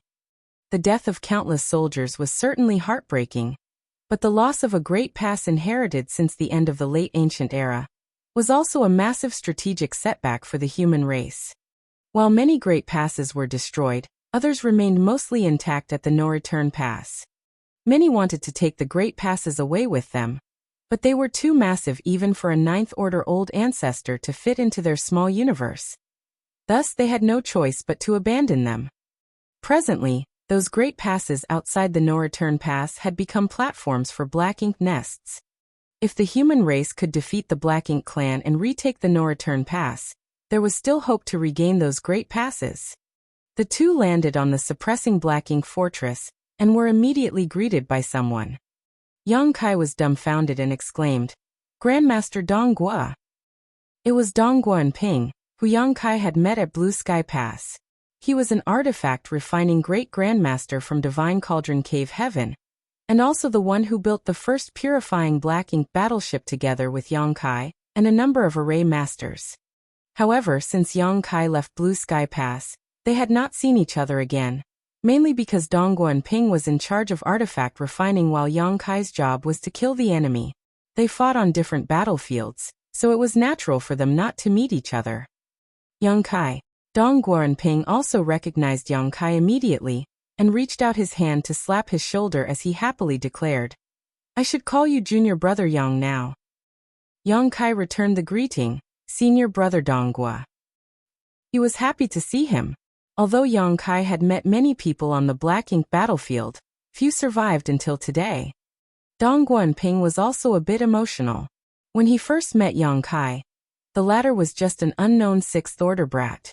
He was only valued by Blue Sky Pass leaders at the time, because he brought purifying light to the human race. Now when Dong Gua and Ping saw him again, Yang Kai was already the powerful profound Nether Army commander, and a perpetual thorn in the Black Ink clan's side. Such growth was truly immense as only 3,000 years had passed since then.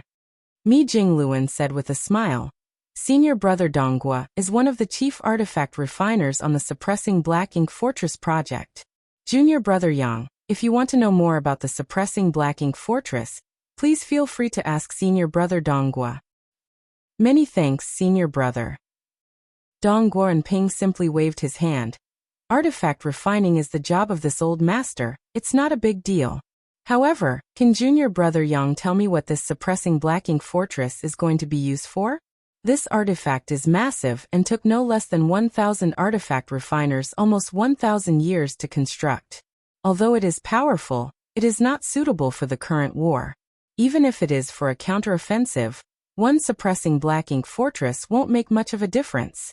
If it weren't for Supreme Headquarters special orders, this old master would not have agreed to squander so many resources and so much manpower on this. The amount of resources poured into the thing could have benefited the Great Army in many other ways." It was clear that Dong Gua and Ping had strong opinions about the Suppressing Black Ink Fortress. As he said, this thing was not very useful for the situation the human race was currently in. Unless more Suppressing Black Ink Fortresses were built, they could not be used to attack the enemy. This was certainly a very sharp weapon of war. However, its disadvantages were also very obvious. It took far too many resources and too much time to build just one, so if it did not achieve its intended purpose, then it was all just a huge waste of time and money. "Didn't senior brother Mi explain the situation?" Yang Kai was stunned. Mi Jingluan said in return, "It's better that fewer people know about this matter." Dong Gua and Ping glared at Mi Jingluan and snorted. "What nonsense is this guy sprouting? He just said that it was a secret. What can this old master do to him if he refuses to say anything?" Yang Kai smiled before quietly whispering something to Dong Gua and Ping. Dong Gua and Ping immediately turned solemn and remarked, "I see." He had his suspicions considering the situation. However, Yang Kai just confirmed his guesses. He was a veteran from Blue Sky Pass who had experienced thousands of years of war on the Black Ink battlefield. If the Suppressing Black Ink Fortress was used in that place, it was indeed the perfect tool for the job. "What are the chances of that happening?" Dong Gua and Ping asked. Yang Kai replied, "It's bound to happen, it's just a matter of time." Dong Guanping replied. Fortunately, this old master did not cut corners when I built the suppressing black ink fortress. Otherwise it would have been a big mistake. Yang Kai laughed and said, Senior brother, please take us to look around. Dong Guanping was immediately reinvigorated. Although he had some reservations about building the suppressing black ink fortress, it was also the greatest masterpiece of his life. Now that he had succeeded in building it, he naturally wanted to show it off to others. It was pointless for him to brag about it to the builders. Thus, when Mi Jingluan and Yang Kai came, he finally had an audience to lead around and introduce all the wondrous features of his creation. Chapter 56-58, Tiger Roar Cannon. When the Supreme Headquarters gave the order 1,000 years ago, Dong Guanping led several artifact refining great grandmasters and brought over 1,000 artifact refiners to this place to work. Those artifact refiners had put their all into the suppressing black ink fortress, and it represented their proudest achievement. Divine Cauldron Cave Heaven contributed a huge amount of resources to create this artifact. Although each Cave Heaven and Paradise contributed a lot to this project, Divine Cauldron Cave Heaven were the experts at artifact refining, and thus contributed the most.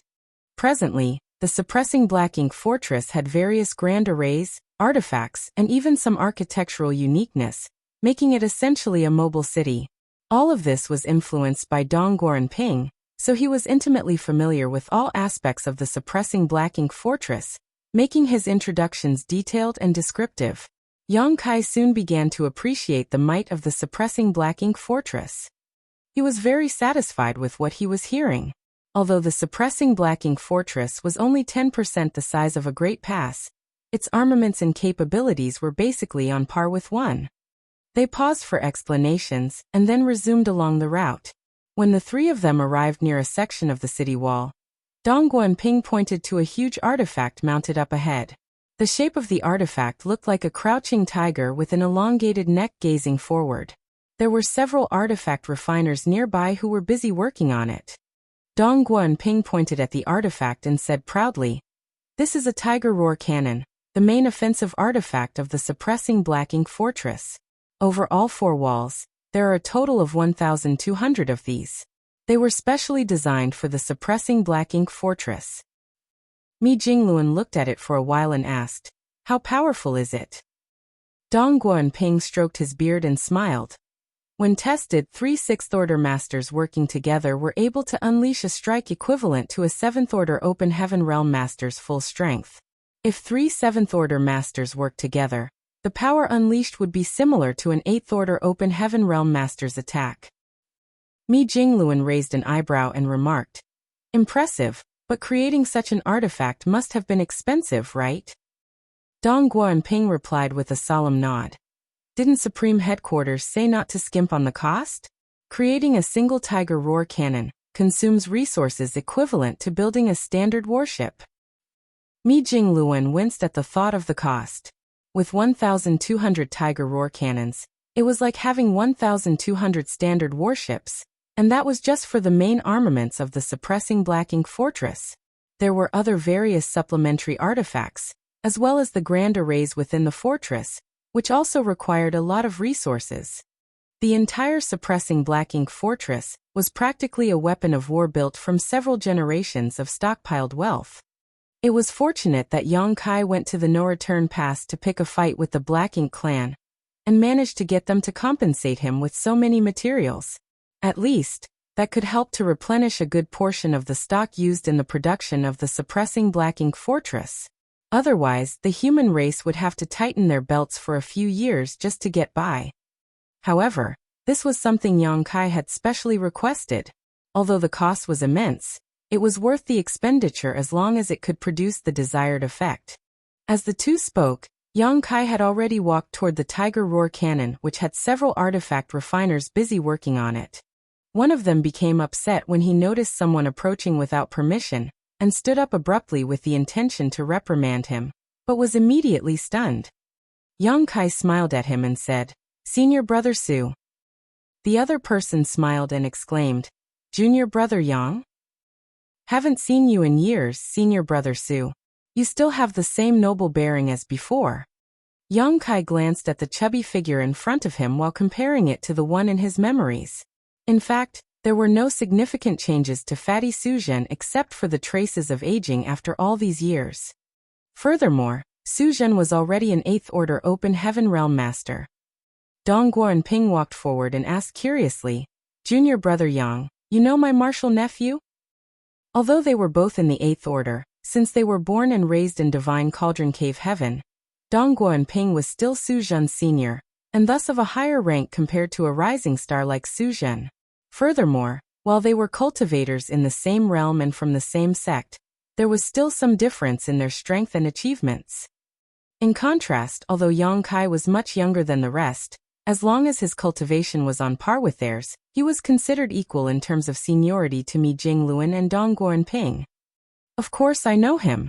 I was drawn into the Grand Ancient Ruins boundary with senior brother Su. We went through a lot of hardships together," Yang Kai explained. Dong Guoanping suddenly understood. Over the past 10,000 years, the Grand Ancient Ruins boundary only appeared once. Suzhen coincidentally got dragged into it, and apparently so did Yang Kai. Therefore, it was normal that they knew each other from the incident. Sometime later, Yang Kai and Suzhen also met in the Blood Monster Cave Heaven.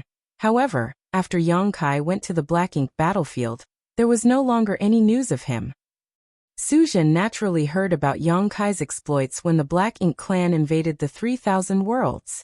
It was a pity that they could not meet until today. To construct the suppressing Black Ink fortress, Divine Cauldron Cave Heaven had deployed 30% of their sect's artifact refiners, which was why Fatty Suzhen was here. After some pleasantries, Suzhen cupped his fist and said, "Martial Uncle is here just in time. This Tiger Roar cannon has some problems linking together with the Grand Array. No matter how we tried, we just can't get it to work smoothly. Perhaps Martial Uncle can figure out the problem." Dong Guoanping, who never backed down from a challenge, stepped forward and said, "Let me take a look." He approached the Tiger Roar cannon, carefully investigated and quickly found the crux of the problem. He did not personally resolve it though and instead carefully instructed Suzhen and the others and let them do it. This was also a kind of on-the-spot education. The few artifact refiners soon became busy working on the cannon, and forgot all about Yang Kai and Mi Jingluan who were standing beside them. Yang Kai also knew something about the Tao of artifact refining, and although it was not as good as his mastery over the Taos of time, space and spear, he was still an artifact refining grandmaster, so he could more or less understand what they were discussing and was also interested in it. On the contrary, Mi Jingluan, who knew nothing about the subject, stood by the side, bored to tears. Upon realizing this, Yang Kai said, "Senior brother Mi, we have basically finished with the tour of the suppressing Black Ink fortress, but I would like to remain here and see the rest of the artifacts and spirit arrays. You should go on ahead first." Mi Jingluan nodded and said, "Good. I will make the rest of the arrangements at the Supreme Headquarters." Yang Kai made his requests without holding back.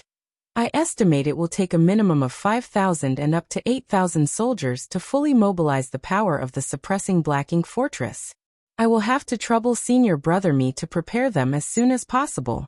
Additionally, please send the divine spirits that I brought back from the Grand Ancient Ruins boundary over here. Although they have been obedient over the years, the agreement I made with them was only for 3,000 years, and will soon be up. It will be difficult for me to extend the pact, but there just so happens to be someone over on that side who can handle them." Mi Jingluan immediately understood and replied with a smile, "That's right, under that person's watchful eye. These divine spirits have no choice but to behave obediently." Naturally, the suppressing Black Ink fortress needs a divine spirit with great sun and moon marks to be able to create purifying light to protect against the encroachment of Black Ink strength. I'll make sure everything is prepared appropriately. Mi Jingluan quickly left and went back to the Supreme Headquarters to organize the troops while Yang Kai stayed. Once the suppressing Black Ink fortress was ready for action, Yang Kai would be responsible for sending it to that place. Dong Guoanping was still instructing Suzhen and the others to solve the problem of the Tiger Roar cannon, when Yang Kai heard a soft voice in his ear. He was surprised and decided to follow the voice, leaving the suppressing Black Ink fortress, and heading towards a mountain valley some 3,000 kilometers to the west. He approached it, and was stunned by what he saw within it. The entire surrounding land was barren and silent, but this mountain valley was full of vitality, with an abundance of fragrant flowers and vegetation. However, under careful observation and inspection, he realized that all the greenery was nothing but an illusion. This was obviously an extremely profound manifestation of power. He then noticed a delicate figure sitting quietly in the middle of the sea of flowers. As Yang Kai waded through the sea of flowers, the flowers were disturbed, detached from their stems, and flew away from the branches. The flowers turned into yellow, red, and green butterflies dancing among other flowers. At that moment, the world was colorful and beautiful. Yang Kai was captivated by this beauty, even stretching out his hand and allowing a butterfly to land gently on his fingertips while flapping its wings. A few moments later he approached the figure, bowed and greeted, "Old Ancestor." This was the only human who had advanced to become a ninth-order Old Ancestor since the invasion of the 3,000 worlds. Only a select few of the upper ranks knew about this. Yang Kai was curious about where she was after she had reached the ninth order, and it was only when he heard her voice that he realized that she had been here the whole time, guarding the suppressing Black Ink Fortress. The Supreme Headquarters must have arranged for this newly promoted ninth order master to secretly guard the suppressing Black Ink Fortress, to ensure that absolutely nothing happened to it. Luo Ting, he smiled slightly, reached out her hand and spoke gently, "No need for formalities. In fact, I owe everything that I have to you." This ninth order master of Yinyang Cave Heaven was trapped in the Samsara Pavilion for 2,000 years. Many years later, Chu Huashang had entered the Samsara Pavilion vowing to live and die together with Yang Kai for 9 lifetimes or perish inside. Yang Kai managed to overcome this challenge and leave with Chu Huashang. It was through that opportunity that Luo Ting, he was also able to leave the Samsara Pavilion. If Yang Kai had not gone through the 9th reincarnation and succeeded in awakening Chu Huashang, Luo Ting, he would still be trapped in the Samsara Pavilion. She would not be where she is today. Old Ancestor is too kind. What happened that day was pure coincidence, Yang Kai said respectfully. Back then, he had no idea Luo Ting, he was trapped in the Samsara Pavilion. All he did was break Chu Huashang's heart seal and awaken her memories. It was pure coincidence that he managed to get Luo Ting he out as well. Coincidence or not, I still owe you a favor, Luo Ting, he insisted. Yang Kai could not say anything else. Luo Ting, he tilted her head and smiled as she said, "I've been thinking about how to repay you for that. I originally thought of giving you some benefits after I reached the 9th order. However, your cultivation speed is so fast that the benefits I can give you now related to that are far too limited." Chapter 56-59 Butterfly. Luo Ting, he would not be in such a tight spot if Yang Kai was only in the 6th or 7th order. All she needed to do was to give him some gifts and give him some pointers for his cultivation, which would not be difficult.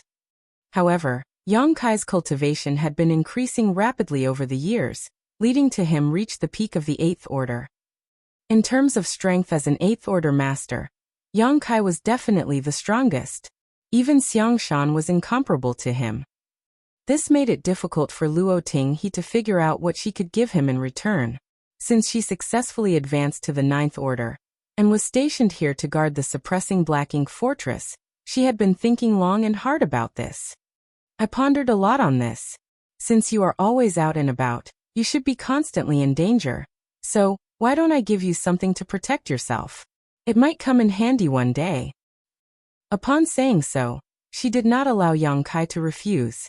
Her slender jade finger gently lifted, and the sea of flowers that blanketed the mountain valley started to detach, and turned into balls of light that converged at her fingertip. The flowing lights lingered and gathered, slowly converging into one and reconstituted into a colorful butterfly which gently flapped its wings.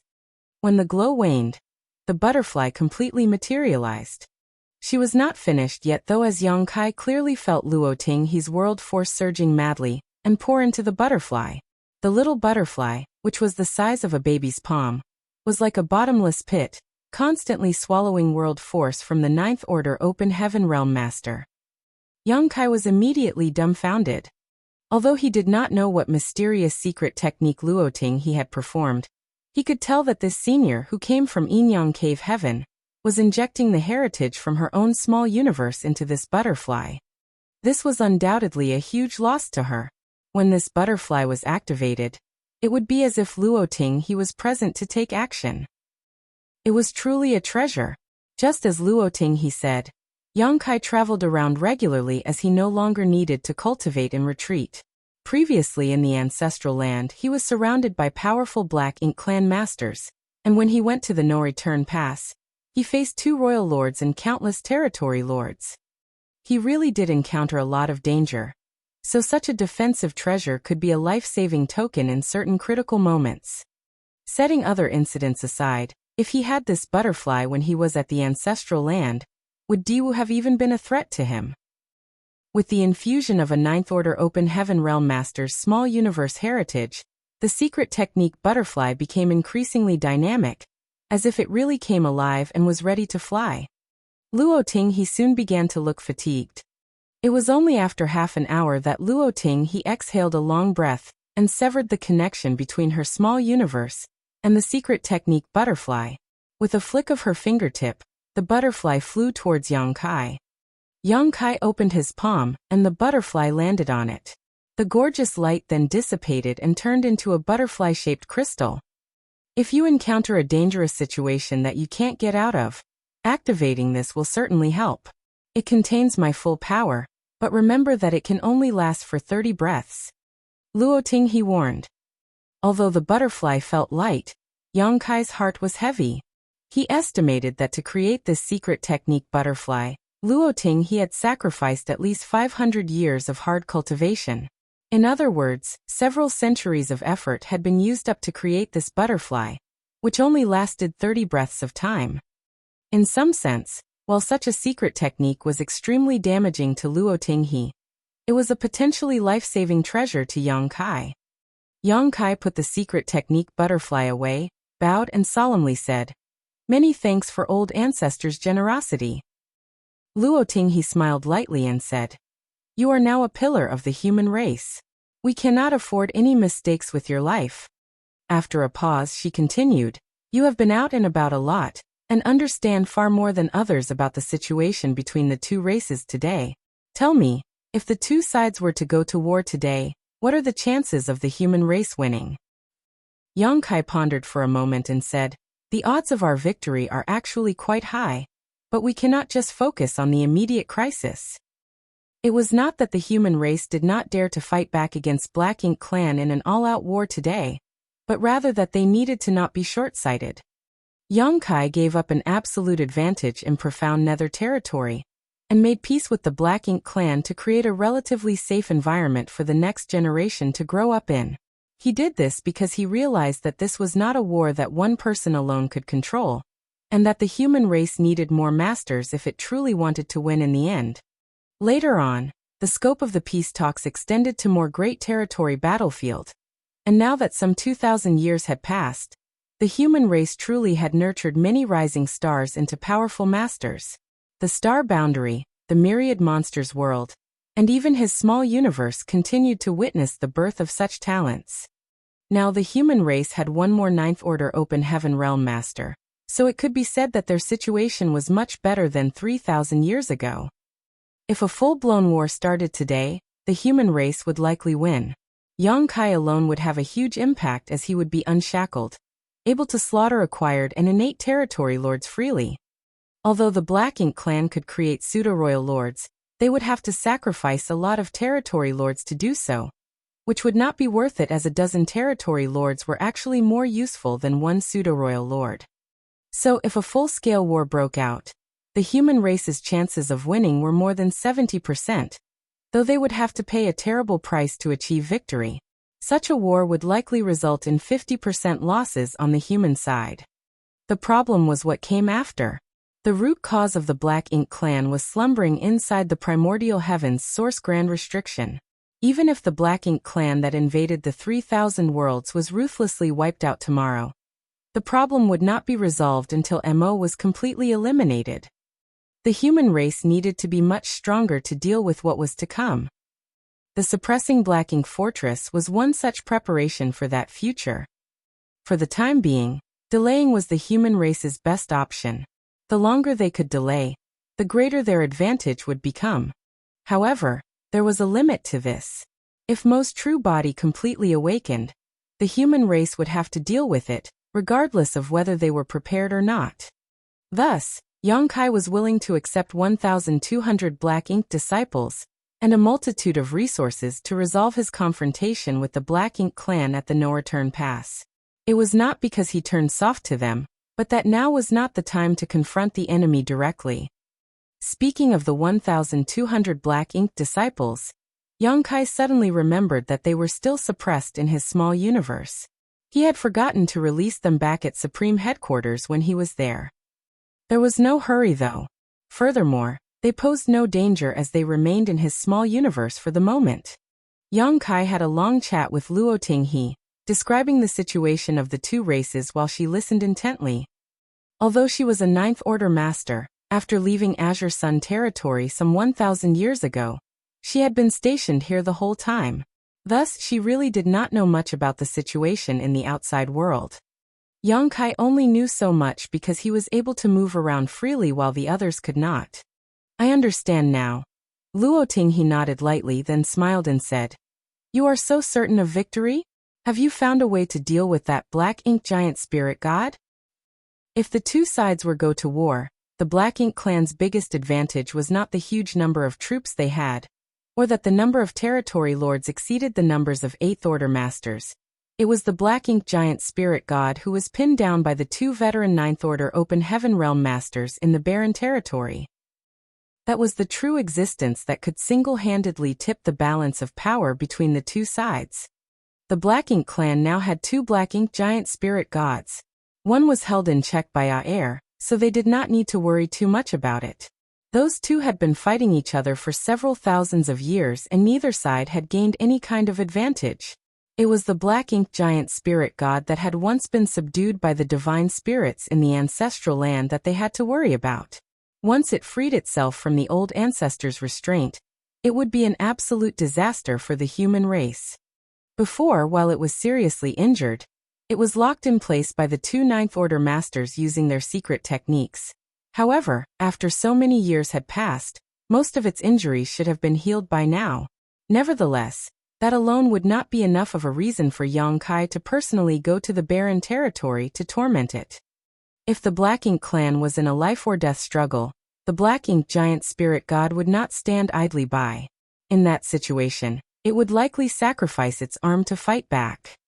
If it broke free, then it would be difficult for the human race to counter it. However, from what Luo Tinghe had heard so far, Yongkai did not seem concerned about it, so he obviously had a way to deal with it. Yongkai failed to stifle his laughter and said, "Old ancestor is truly sharp." While Luo Tinghe mentioned this, she did not ask any more questions about it. Yongkai left after some more small talk, and Luo Tinghe continued to meditate to make up for the heritage that she had just used up. Instead of returning to the suppressing Black Ink Fortress, Yongkai flew directly up into the void, where he opened up his small universe, and released the 1,200 Black Ink disciples he had received from the No Return Pass. The Black Ink strength in their bodies had already been purged by purifying light, and they were now ashamed to face Yongkai. If Yongkai had not got them back from the Black Ink clan, they would still be working for the enemy. Yongkai was not surprised by this and did not say much to them. He only gave them instructions and then provided them in the direction of the Supreme Headquarters. The 1,200 saluted in unison, turned into a stream of light, and disappeared. The Supreme Headquarters spent months mobilizing the necessary troops. It was not an easy task to gather so many Open Heaven Realm Masters. They could not draw too many from any single battlefield. Otherwise, it may affect the situation on the front lines. They also needed to balance the personnel appropriately, which was no easy task. Before the arrival of the soldiers, a group of divine spirits came to Yongkai to report.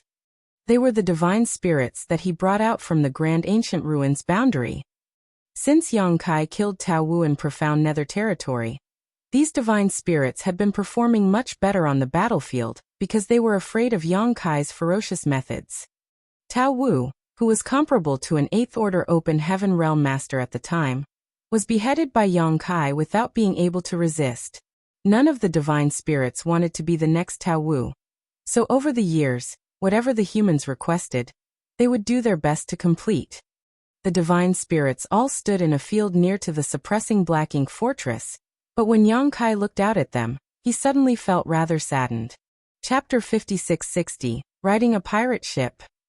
Yang Kai brought just over 100 divine spirits from the Grand Ancient Ruins boundary. However, there were only about 60 of them standing in front of him today.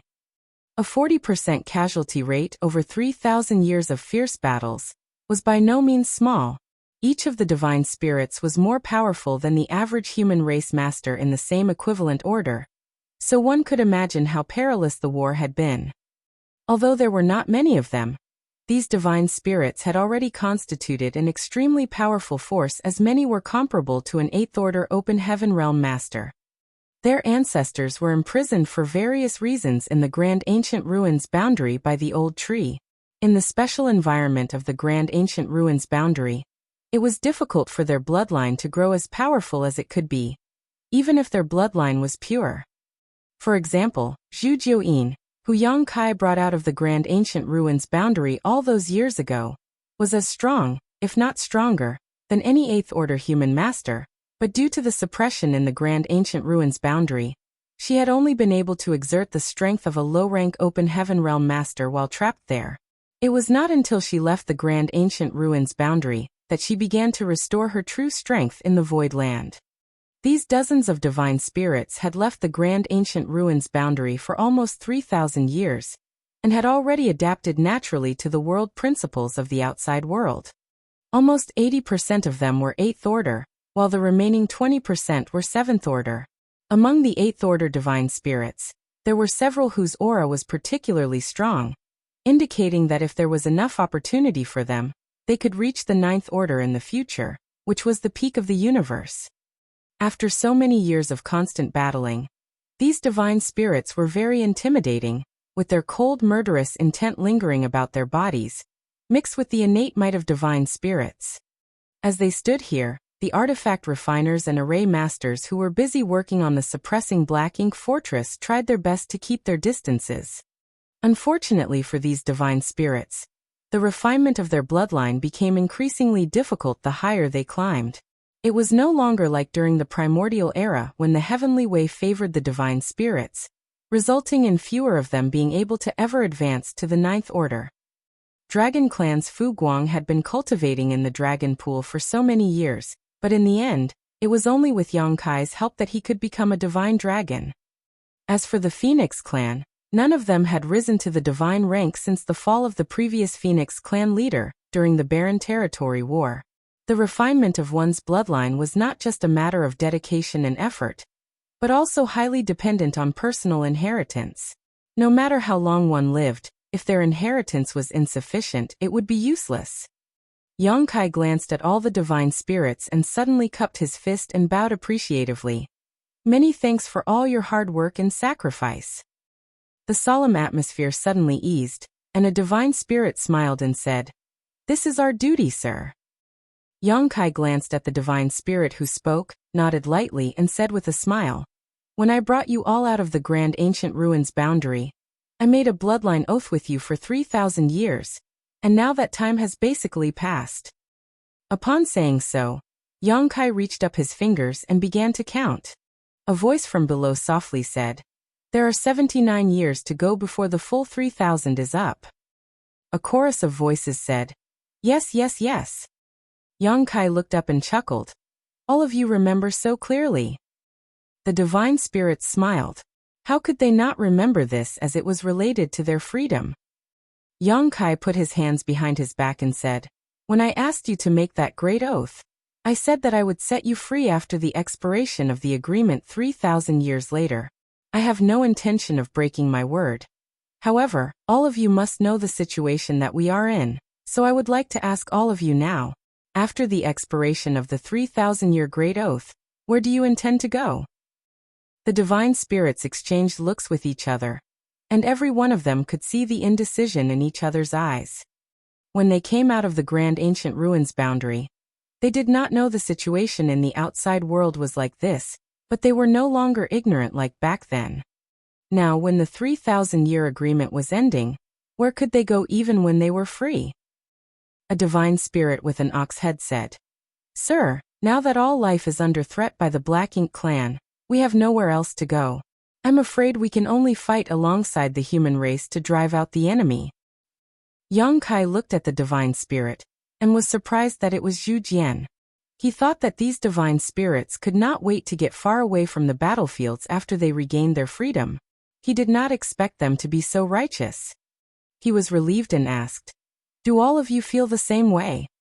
A divine spirit yelled, "We're already riding this pirate ship, how can we get off now?"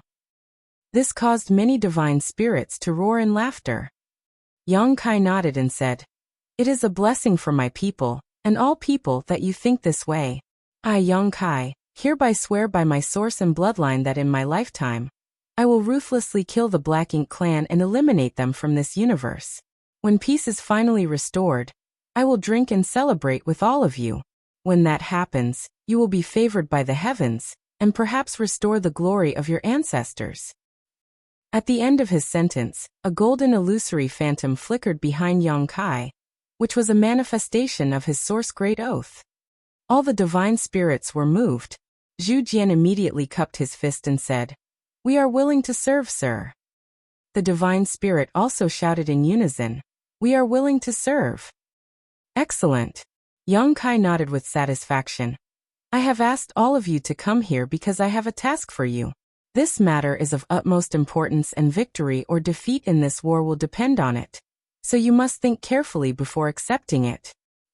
Zhu Jian immediately asked curiously, "Sir, what task is it?" Yang Kai smiled profoundly and said, "There is no hurry. We still have to wait for the human side to finish its arrangements. When the time comes, I will send you to a place. I will explain in detail when the humans are ready."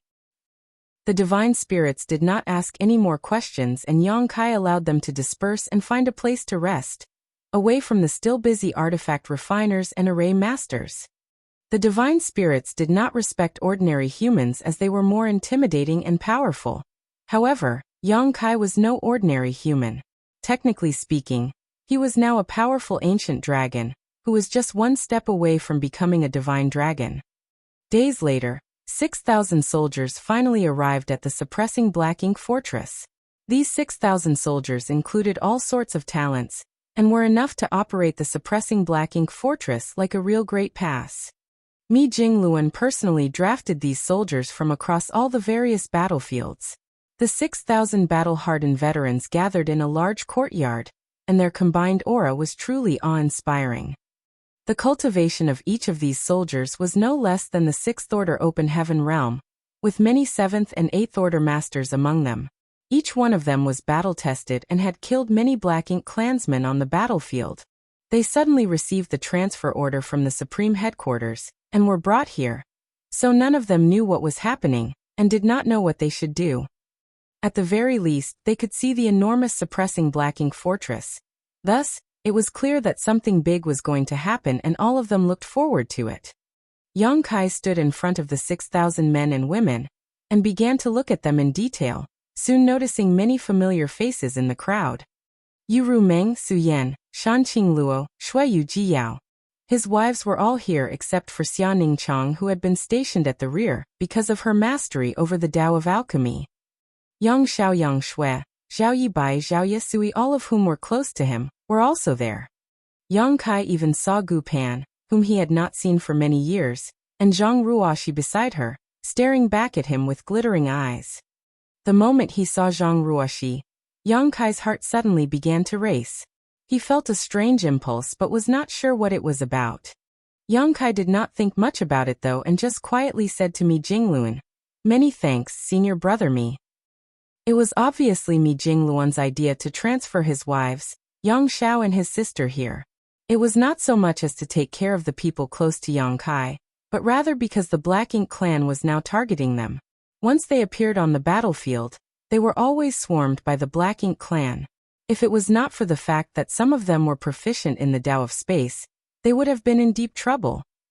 There is no need to thank me, Mi Jingluan, whose insight was exceptionally keen, knew what Yang Kai meant. They are all heroes and this is the right time for them to contribute.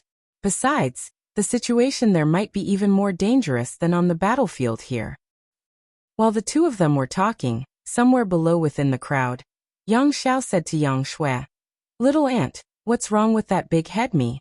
Our whole squad has been transferred over, so why did he leave Old Fong out?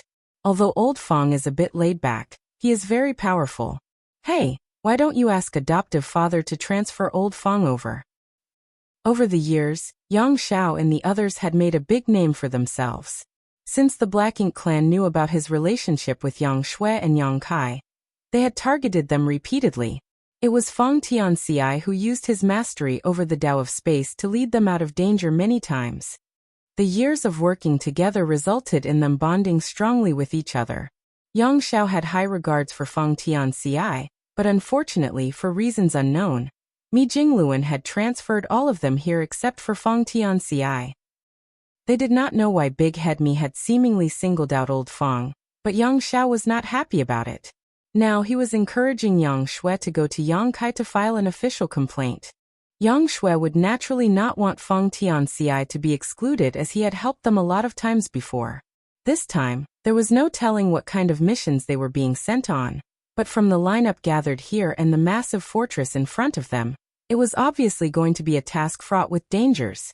They would also be much safer with Feng Tianxi by their side. Yang Shui faintly nodded and replied, "And I'll talk to Big Brother when I find a chance." In front of the square, Mi Jingluan said, "Junior brother Yang, I found an interesting person when I was making the transfers. This person was originally in the same squad as Yang Xiao and Yang Shui.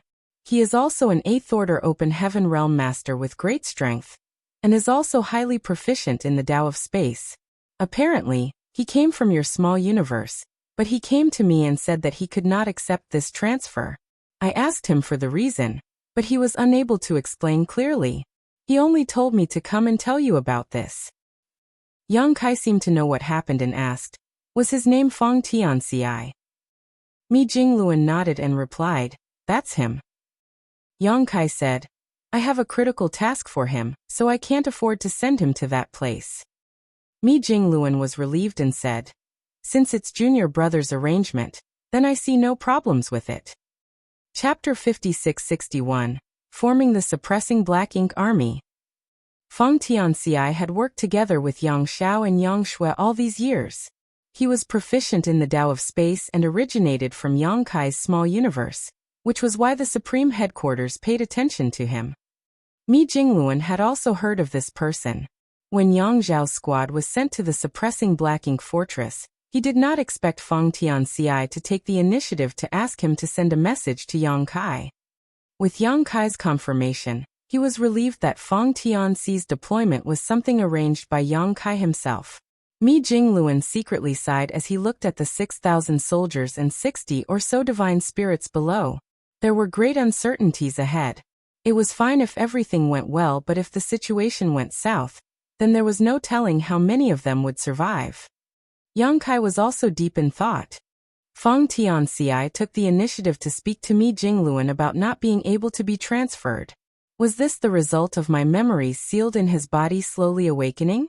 Or was it just an instinctive feeling that he could not leave the 3,000 worlds? In the future, Yang Kai would have to perform the 3 selves source reconstitution art to try to advance to the 9th Order Open Heaven Realm. If Feng Tianxi was to be appointed there, he would be unable to perform the 3 selves source reconstitution art. Thus, both Feng Tianxi and Thunder Shadow Great Emperor would have to stay in the 3,000 worlds in case of an emergency. When Yang Kai looked up, he was glad to see that Thunder Shadow had not been transferred over. Gathering all eyes on himself, Yang Kai began to speak. Thousands of years ago, the Great Passes joined forces on a crusade to the depths of the Black Ink battlefield. 3 million troops rallied under the banner of over 100 9th Order old ancestors. They marched towards the Black Ink clan's mother nest to eliminate the evil we now know as MO. It was an ambitious and gallant effort by a mighty army with the finest of arms. However, in the war outside the primordial heaven's source grand restriction, the black ink giant spirit god launched a surprise attack from our human army's rear, causing the collapse of our forces and resulting in heavy losses. The army was defeated and forced to flee from the primordial heaven's source grand restriction. Great passes were destroyed and Ninth Order old ancestors died in that battle, with we humans suffering massive casualties along the way. The remnants retreated to the no-return pass to establish a new defensive position with the assistance of the divine spirits.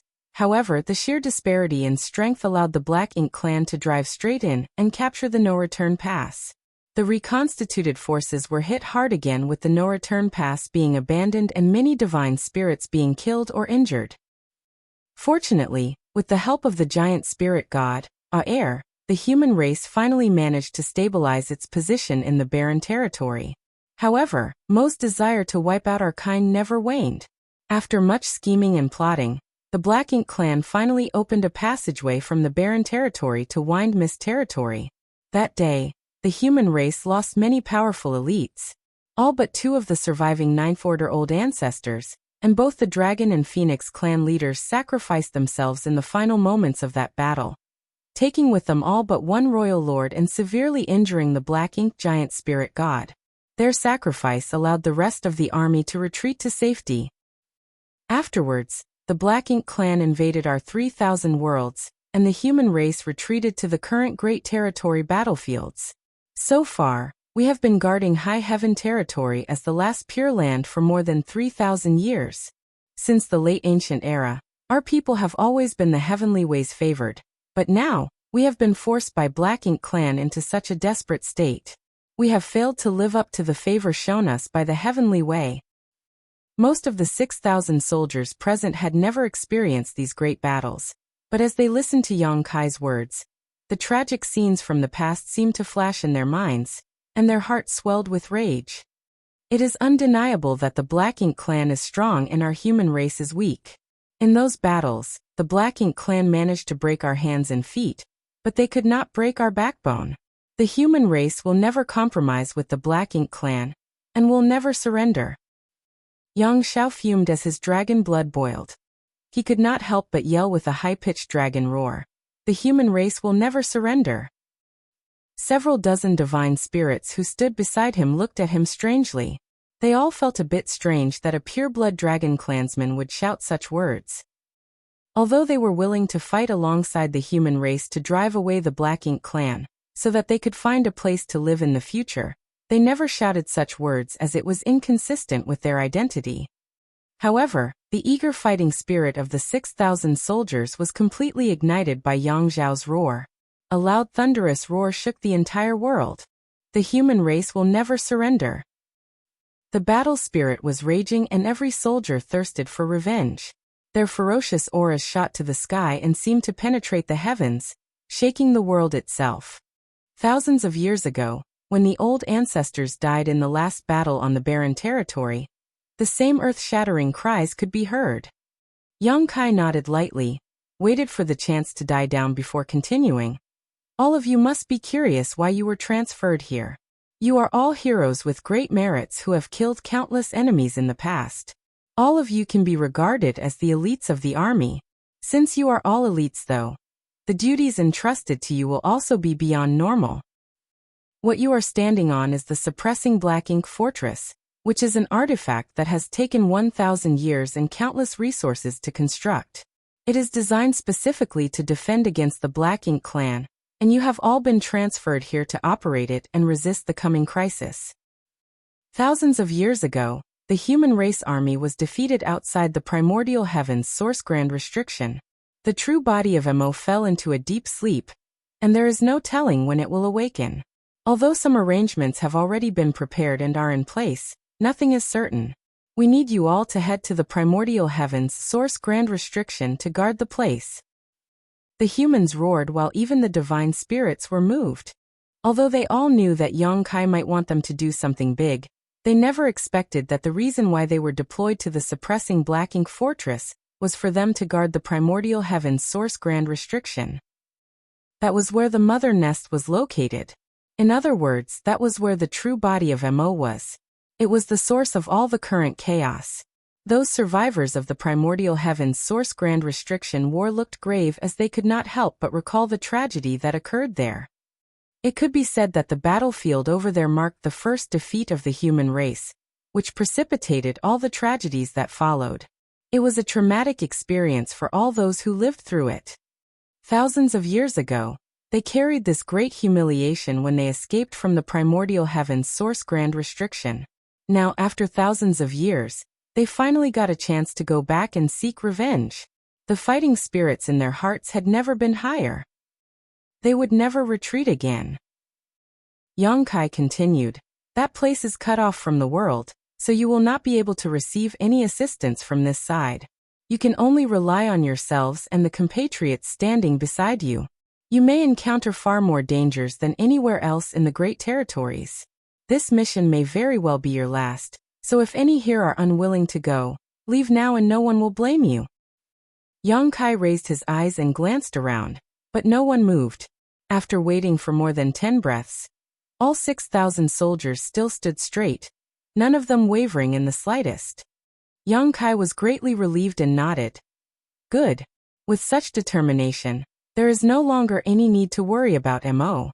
Today, I, Yongkai and Mi Jingluan, are here to form the Suppressing Black Ink Army on behalf of the supreme headquarters of the human race. I wish you all a speedy and triumphant return." When the Great Evolution Army was first established, Yongkai was just a 7th Order squad leader, like these 6,000 soldiers in front of him. Now he stood there looking at them with the majesty of an 8th Order Army commander. He could not help but feel proud. Now times had changed, and the younger generation had also begun to carry the banner of the human race, shouldering their share of responsibilities. Mi Jingluan stepped forward, took out a jade book and shouted, "Where is Su Yan?" In the crowd, Su Yan, who looked solemn and graceful, cupped her fist and shouted, "Su Yan reporting for orders." Mi Jingluan looked at her and punched out the jade book. "Today you are appointed as the division commander of Suppressing Black Ink Army's 1st Division. You will be the commander of 600 soldiers. In this jade book, you will find the names of the soldiers appointed as your subordinates. As for the squads and their squad leaders, you will be the one who decides later." Su Yan was immediately baffled. Although she had killed many enemies on various battlefields over the years, and her merits were numerous, she had not done much to be deserving of becoming a commander. When their group of women gathered together, it was always Yu Meng who led them. It was not that Yu Meng was stronger than her. In fact, the strongest of all Yongkai's wives was currently Su Yan. After all, she possessed a Phoenix clan bloodline, and was now in the 8th Order Open Heaven realm. She was naturally more powerful than the average 8th Order Open Heaven realm master. However, Yu Meng was a former demon saint from the demon realm, a leader of billions who held a high status and loft position for 10,000 years. In short, she was used to ordering people around, and was naturally better at it. So Su Yan and the others became accustomed to following her directions. Su Yan was at a loss when she was suddenly given the heavy responsibility of having 600 soldiers under her. She glanced towards Yongkai and saw him looking back at her with confidence. Steeling herself, she nodded lightly and firmly declared, "Su Yan has received the order." After receiving the jade book, she used her divine sense, and was relieved to find out that her personnel included Yu Meng. Mi Jingluan also knew about the inner workings of their group, and had naturally made some arrangements. With Yu Meng with her, she would not have any problems being a division commander. Mi Jingluan shouted again, "Where is Yang Xiao?" Yang Xiao instantly shouted with great vigor, cupped his fist with enthusiasm and shouted, "Yang Xiao reporting for orders." With what just happened to Su Yan, he naturally expected that he was going to be named a division commander. He was so happy that he smiled from ear to ear, even winking at Yongkai, as if to say that he had not disgraced him. Of course, Yongkai knew what he was thinking and couldn't help rolling his eyes to himself. This brat, he still hasn't grown up after all these years. Yongkai did not expect that Mi Jingluan would appoint Su Yan and Yang Xiao to be division commanders. The appointment of a division commander of the Suppressing Black Ink Army was a decision made by the Supreme Headquarters itself, so Yongkai was not involved in the slightest. However, it wasn't a big deal. Both Su Yan and Yang Xiao were qualified to be division commanders by virtue of having dragon and phoenix backgrounds and strengths. No one would accuse Yang Kai of nepotism because of this. Besides, it was not easy to be a division commander. Things were so unpredictable and dangerous at the primordial heavens source grand restriction that perhaps the division commanders would become the first to lead soldiers into battle, meaning they had to shoulder the greatest amount of risk. Chapter 56-62 The Elite Division. Since 600 men formed one division, 6,000 soldiers would have to be divided into 10 divisions. Mi Jingluan quickly called out the names of the 10, and each of them received their orders. Among these 10 divisions, only 5,000 were combatants, with the remaining 1,000 taking care of logistics, such as maintaining the suppressing Black Ink Army's spirit arrays, artifacts, and even medical treatment. These soldiers were no less important, and those who fought on the front lines, but were also at least in the Sixth Order Open Heaven realm. Even though these support personnel were not good at fighting, in a critical moment, they were also able to contribute to the battle. It was just that they were less powerful than those who spent their time on the battlefield. After appointing the 10 division commanders, Mi Jingluan took a step backwards, turned to Yang Kai, and left the rest to him. Yang Kai nodded, looked down and asked, "Does anyone have any questions? If not, we will proceed."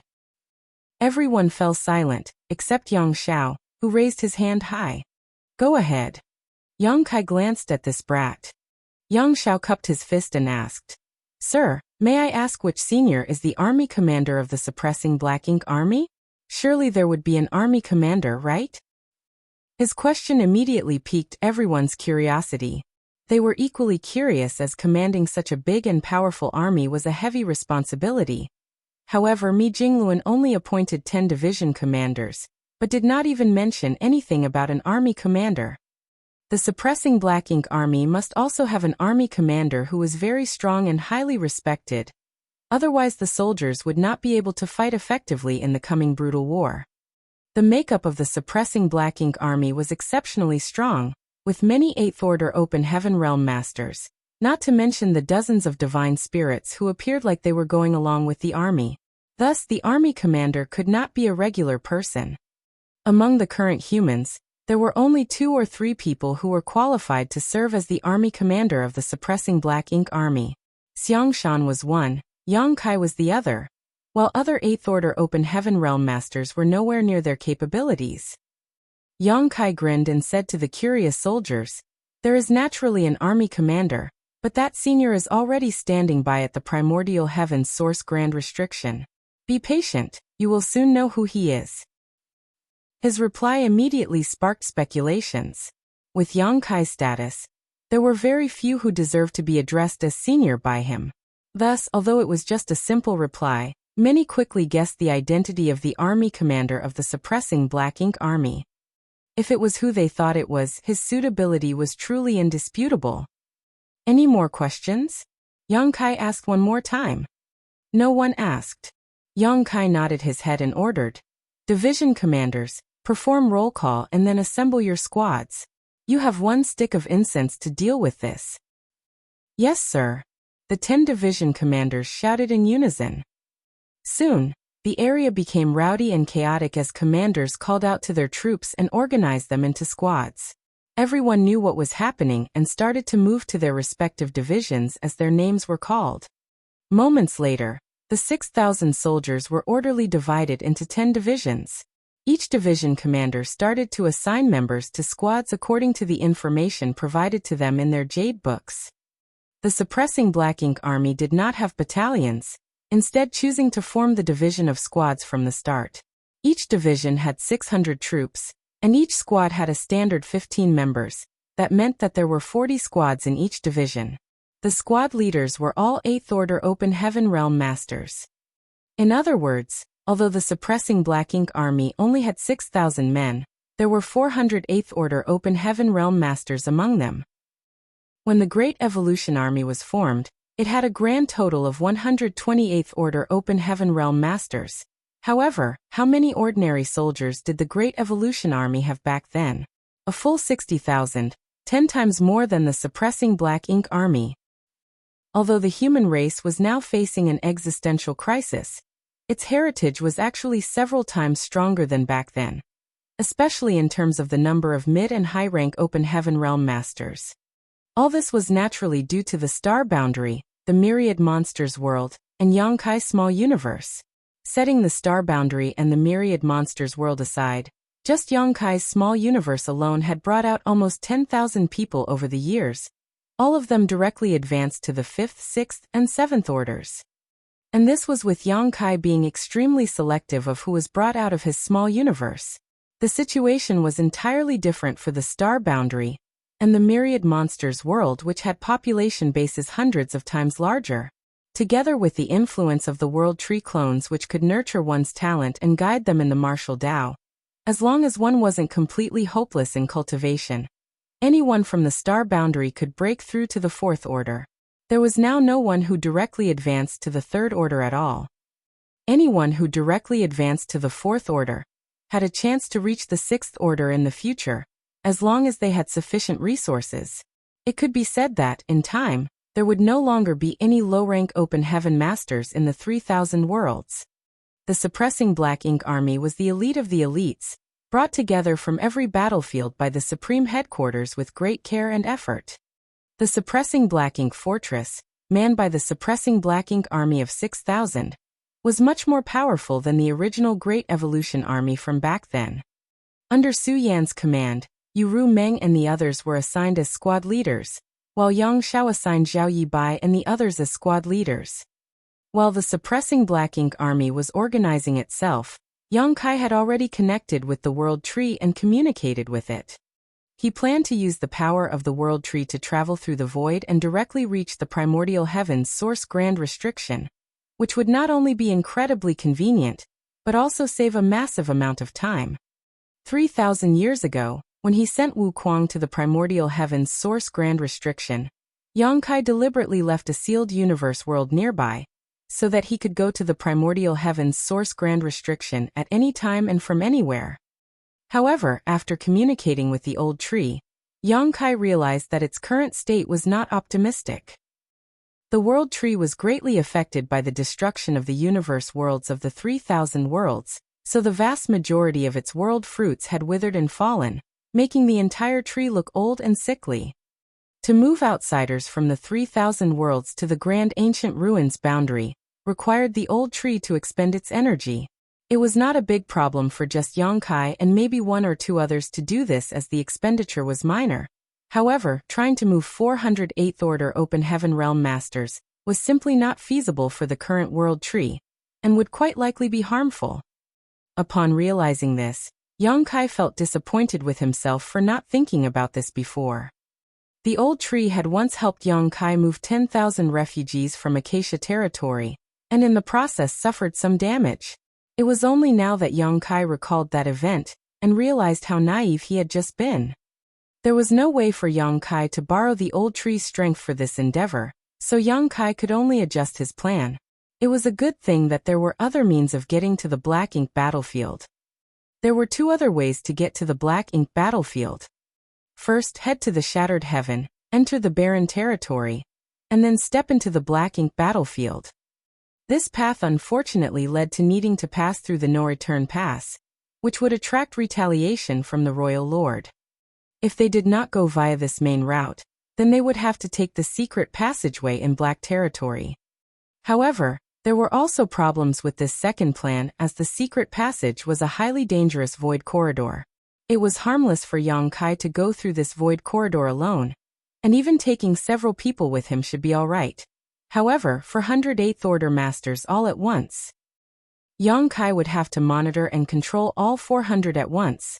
After all, in order for him to avoid the 8th Order Open Heaven Realm Masters getting lost in the void, he would also need to use space principles to keep them together. Even for Zhao Yibai and the others who practiced the Tao of space, their safety was not guaranteed. Thinking it over, it seemed they could only travel via the No-Return Pass. The Black Ink clan at the No-Return Pass had just suffered quite a big loss at Yonkai's hands recently, and would not dare to make things difficult for him again. Furthermore, they were just passing through. Yonkai thus made up his mind. The suppressing Black Ink army had already finished their organization and had lined up quietly to await his next orders. Yang Kai scanned the troops and was satisfied. They were worthy of being the elites drawn from the major battlefields. He then shouted, "All 8th Order Open Heaven Realm Masters, open your small universes and take in the soldiers of your respective squads." All the 8th Orders received the order, and the aura of World Force instantly surged as portals to their small universes were opened. Those in the 7th Order and below soon poured inside. An 8th Order Master's small universe was large enough to accommodate a squad of 15 people. However, it would undoubtedly affect the utilization of their strength. In an instant, there were only around 400 8th Order Masters left out of the original 6,000 soldiers. If possible, Yang Kai would rather take these 8th Order Open Heaven Realm Masters into his small universe. However, he was only an 8th Order Open Heaven Realm Master, and although his small universe was different from normal, it was difficult to break the shackles and take in other 8th Order Masters. Regardless, he needed to reach the 9th Order Open Heaven Realm as soon as possible. Otherwise, traveling around would be extremely troublesome. He could ask Luo Tinghe, who was not too far away, for help. However, she had just reached the 9th Order Open Heaven Realm, and could not accommodate so many 8th Order Open Heaven Realm Masters. Furthermore, she was one of the hidden trump cards of the human race, and it was not the time to reveal her existence. Next, Mi Jingluan presided over the dispersion of the unrelated people. There were a number of those who were involved in building the suppressing Black Ink fortress. The artifact refiners and array masters numbered quite a lot. Only a small number of them went with the army while the rest returned to the major armies on the various battlefields.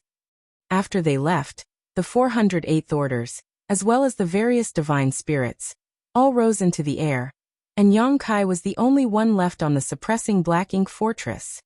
Even Mi Jingluan was nervous as numerous pairs of eyes watched curiously. The suppressing Black Ink army was a mighty army with the finest of arms and a lot of elite soldiers. So naturally the suppressing Black Ink fortress, which took 1,000 years and countless materials to build, must also be taken with them. This was the foundation of the suppressing Black Ink army, and the weapon they would rely on to fight the Black Ink clan. Without the suppressing Black Ink fortress, these 6,000 soldiers alone would not be able to do much at the primordial heavens source grand restriction. However, the suppressing Black Ink fortress was not that easy to take away.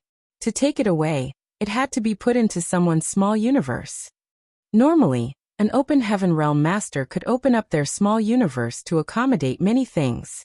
This was not a big deal, as long as the portal opened was not too big. However, if the portal opened was too large, their heritage could easily leak out from the portal, or worse, crack under the strain, which would result in a disaster. Chapter 56-63 Mighty. Mi Jingluan knew his own limits. With his abilities, there was no way he could open such a large portal and take the suppressing Black Ink fortress into his small universe. The reason why the 9th Order Old Ancestors gave up on those great passes outside of the no-return pass was not because their small universes couldn't bear the volume of a great pass. Rather, they could not open a large enough and stable enough portal to receive something so massive. Trying to force such a heavy object into their small universe would be very damaging even to an old ancestor. At that time, the human race was in a critical situation, and every bit of an old ancestor's strength was precious. Thus, although the great passes were precious, they had to abandon them at the no-return pass, benefiting the Black Ink clan. Although the great passes were abandoned, each of their cores was removed. The core used to build the suppressing Black Ink fortress was one of the cores brought back from the no-return pass. Mi Jingluan was now curious as to what Yang Kai would do to bring the suppressing Black Ink fortress away. Not only was he curious, but all the 8th Order Open Heaven Realm Masters of the suppressing Black Ink army were exchanging puzzled looks. They knew that Yang Kai was powerful and the heritage of his small universe was much deeper than the average 8th Order Open Heaven Realm Master. However, no one knew how much more powerful he was exactly. This time may be an opportunity for them to gain some new insight.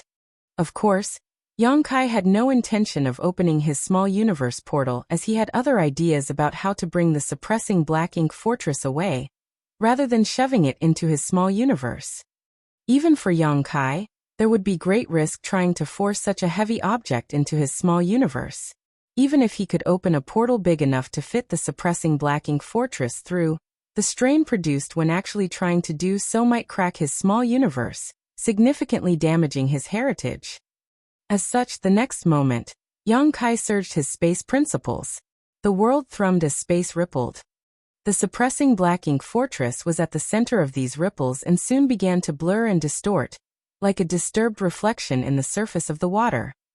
It became increasingly blurred with time, until even the Eighth Order masters could not make out the original appearance of the suppressing black ink fortress. It felt as though the layers of the void were warping around it, obscuring their vision.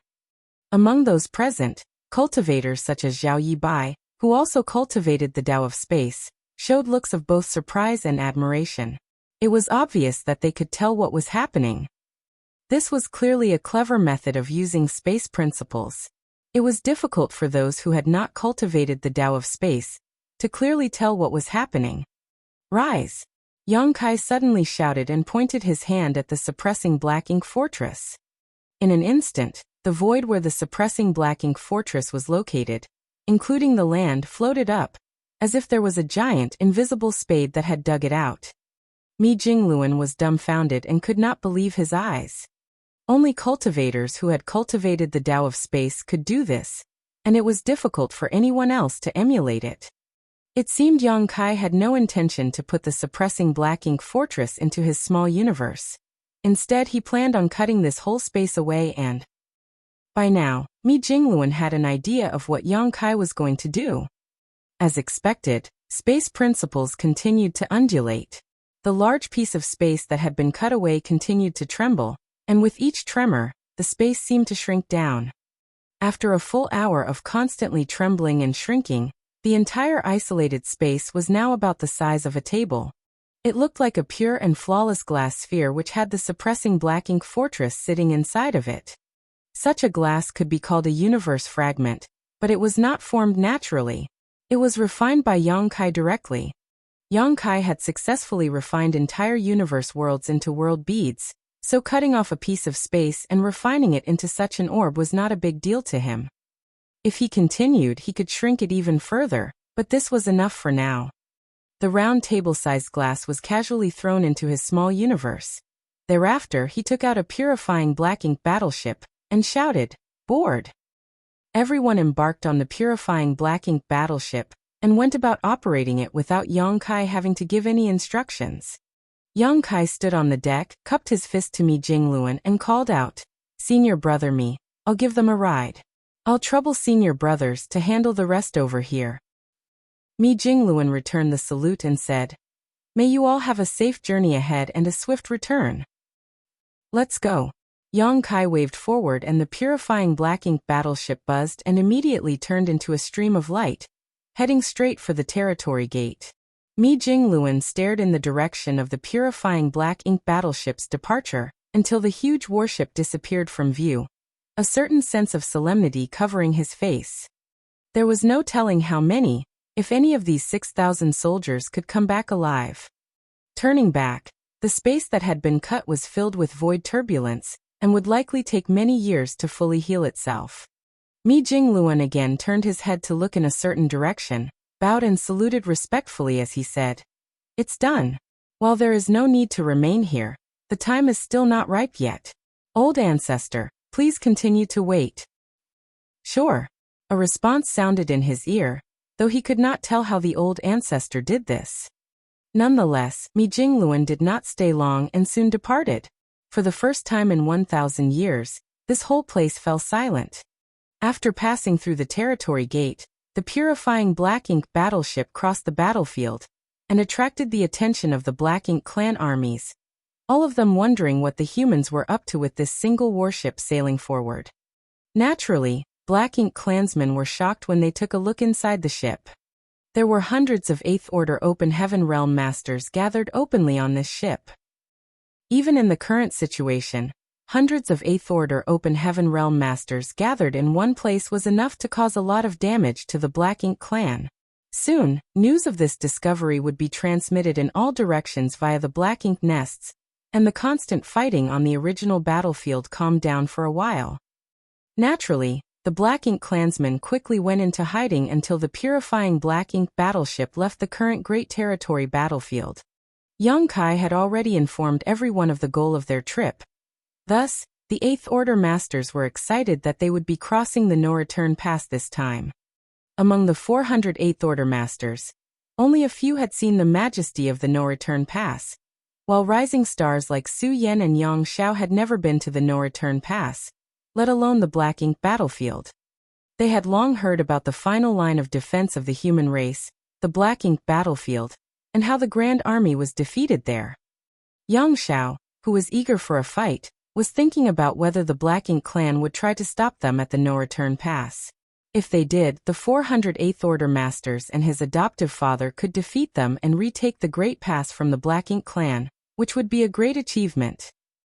It was a pity that Old Fong was not with them, otherwise he could experience the excitement of this journey. The purifying Black Ink battleship crossed one great territory after another, with the Black Ink clan keeping a watchful eye on it from afar as Yang Kai and the others could not hide their movements from the Black Ink clan. Meanwhile, the no-return pass went on high alert, because the route of this purifying Black Ink battleship seemed to be heading straight for them. It was not the hundreds of Eighth Order Masters who they were worried about though. They were most concerned with the presence of the killing star on the purifying Black Ink battleship, Yang Kai. Both the Royal Lord and Mo Na Yi were particularly concerned by his presence. The Royal Lord was still fuming about what happened when Yang Kai was here previously. Although the loss of a large amount of supplies and 1,200 Black Ink disciples were nothing to the Black Ink clan, the loss of face was difficult for him to stomach. Now Yang Kai was leading so many Eighth Order Open Heaven Realm Masters in the direction of the no-return pass. Does that bastard have no regard for me at all? In the main conference hall, Mo Na Yi remained silent as he listened to the Royal Lord's rantings. After finally calming down a bit, the Royal Lord asked, Mo Na Yi, what do you think Yang Kai is up to? Mo Na Yi deliberated for a moment before saying, judging from the route of that purifying Black Ink battleship, it is indeed heading towards the no-return pass. From the reports of our scouts, they have already reached the Shattered Heaven, and will soon enter the Barren Territory. The Royal Lord snarled furiously. Yang Kai is really asking for it now.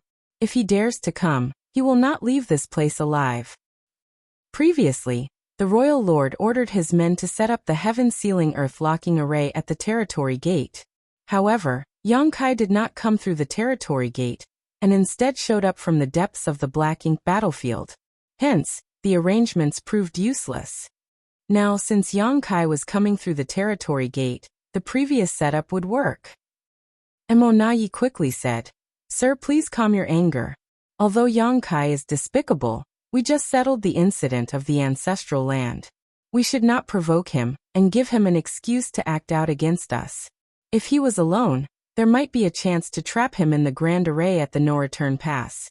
However, with hundreds of Eighth Order Masters accompanying him, even if we can trap him with the Grand Arrays, he would immediately be able to break out with so many strong helpers. The Royal Lord was filled with anger, but he had to admit that Mo Na Yi had a point. Even he could not take lightly the presence of hundreds of Eighth Order Open Heaven Realm Masters. And there was certainly no way the Grand Array could not trap so many powerhouses. Then, what should we do?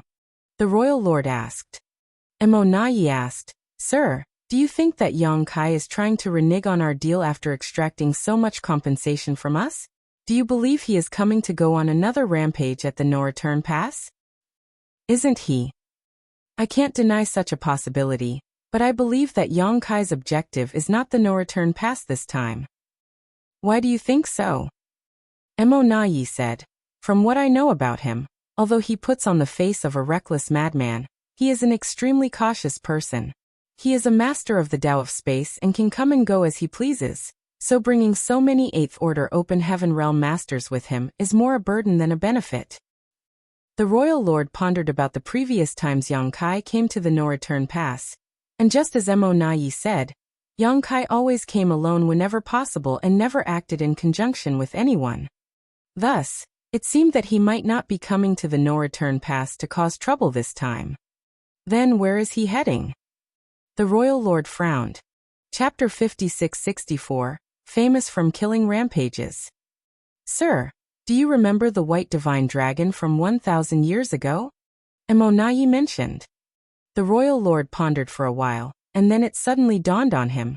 You mean? Emonayi said, if I'm not mistaken, their destination should be the source domain. How dare he? The royal lord was furious and slapped the armrest of the bone throne, his black ink strength radiating through the hall like a tsunami.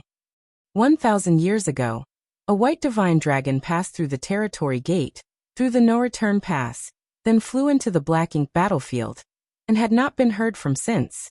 At that time, the royal lord felt the intense dragon pressure and was reluctant to start any conflict with the divine dragon. Thus, he helplessly watched as it soared through the no-return pass and strutted away. It was a good thing that the divine dragon was not interested in the Black Ink clan, and was just passing by. At that time, he didn't know what the white divine dragon was going to do, but later, he realized that the only thing in Black Ink battlefield that a divine dragon would care about was the primordial heaven's source grand restriction. The divine dragon was probably rushing to the primordial heaven's source grand restriction to monitor the situation there. In this regard, the Black Ink clan could not do anything. Now, after more than 1,000 years, Yang Kai led hundreds of 8th Order masters aboard a purifying Black Ink battleship towards the no-return pass. The royal lord thought that Yang Kai was going to create trouble at the no-return pass, but Emonayi saw his real objective with a glance. Thus human force was most likely heading to the primordial heaven's source grand restriction. The mother nest was the root of the Black Ink clan, and it was also the place that the human race feared the most. How could they not pay more attention to it? If a divine dragon wanted to go to the primordial heaven's source grand restriction, no one in the current Black Ink clan could stop it, but if Yang Kai and these 8th Order masters wanted to follow, how could the royal lord allow them to do so? If they had any ill intentions towards the mother nest, it would have a great impact on the entire Black Ink clan. Thinking this, he shouted immediately, Emonayi, quickly recall the territory lords who can fight. Those humans must not leave here alive. Emonayi, however, shook his head. Sir, it's too late to recall the territory lords. The purifying Black Ink battleship should have reached the barren territory by now, and would soon arrive at the no-return pass. There was no time to recall the other territory lords. The royal lord got up and paced back and forth several steps, before declaring with determination, if that's the case, then let's gather all our strength and fight. Emonayi exclaimed, no. The royal lord turned and glared at Emonayi angrily, as he was displeased that he had opposed his order. He suppressed Emonayi so forcefully with his pressure that the latter quickly bowed and explained, Sir, if a war breaks out at the no-return pass, countless Black Ink nests will be destroyed regardless of who wins. There were hundreds of territory lords stationed here, many of them healing in the Black Ink nests at the no-return pass. Together with a true royal lord, a pseudo-royal lord, advantageous terrain, and a huge Black Ink clan army, they could certainly put up a good fight with the incoming humans. However, as Emonayi said, once the fighting started, the Black Ink clan would incur enormous losses. Furthermore, many Black Ink nests would be lost. The Black Ink nests were critical to the Black Ink clan as without them, they could sustain themselves. What Emonayi said immediately dampened the royal lord's anger. He took a deep breath, sighed and frowned for several moments, before sitting back down on the bone throne.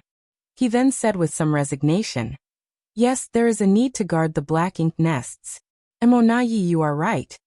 Emonayi understood the royal lord's near depression well. In some sense, it was torture for a powerful being like the royal lord to be sitting here at the no-return pass for thousands of years, unable to do anything. The Black Ink nests were the foundation of the Black Ink clan, but they were also an invisible shackle that bound the only royal lord here. In the battle at the barren territory, almost all of the 9th Order Open Heaven Realm Masters were killed, including the Dragon and Phoenix clan leaders. That final battle was a huge victory for the humans as they killed almost all the royal lords and even managed to seriously hurt the Black Ink giant spirit god. The battle that took place over 3,000 years ago and had a profound impact on both sides to this day. In fact, the impact of that battle would continue on for many years into the future. Perhaps only when the number of Ninth Order Open Heaven Realm Masters and Royal Lords recovered would a new era begin. After a moment of deliberation, Emonayi asked, "Sir, is there any news from the Mother Nest?" The Royal Lord slowly shook his head and replied, "There has been no news since the Supreme One fell into deep sleep. Obviously, it is not time for the Supreme One to awaken." Emonayi nodded and said, "Sir, there is no need to worry too much about the Mother Nest and the Supreme One's situation. Since it has been the same for so many years, obviously there would be no changes in the short term regardless of what the humans attempt. What can a mere divine dragon do to the Supreme One other than monitor it?" The Royal Lord suddenly snorted coldly. "A lone divine dragon? If it dares to penetrate the primordial heaven's source grand restriction, then I have to thank it for contributing to the war effort." Though they could not do anything to a divine dragon, the Supreme One was different. If the Supreme One was awakened, even a divine dragon could be corrupted by black ink strength. If that dragon dared to go deeper into the primordial heaven's source grand restriction, he would definitely make a fool of himself. "That's right," Emonayi agreed. "If that is the case for the divine dragon, then it would be the same for Yongkai and the others." The Royal Lord suddenly understood what Emonayi meant, looked at him and asked, "You suggest we just let them go?" Emonayi calmed down and was secretly relieved that the Royal Lord was convinced by him. At least his efforts were not in vain. As such, he nodded and said, "If they are just passing through the no-return pass, then we should let them go. This can also take some pressure off the battlefield." The intel mentioned that the number of 8th Order Masters with Yongkai numbered in the hundreds.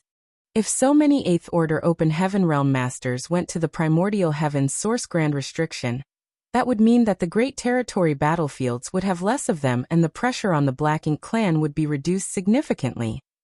"But we can't let our guard down," Emonayi added. "We should still make some preparations in case Yongkai decides to attack the no-return pass. If that happens, we will need Sir to deal with him personally."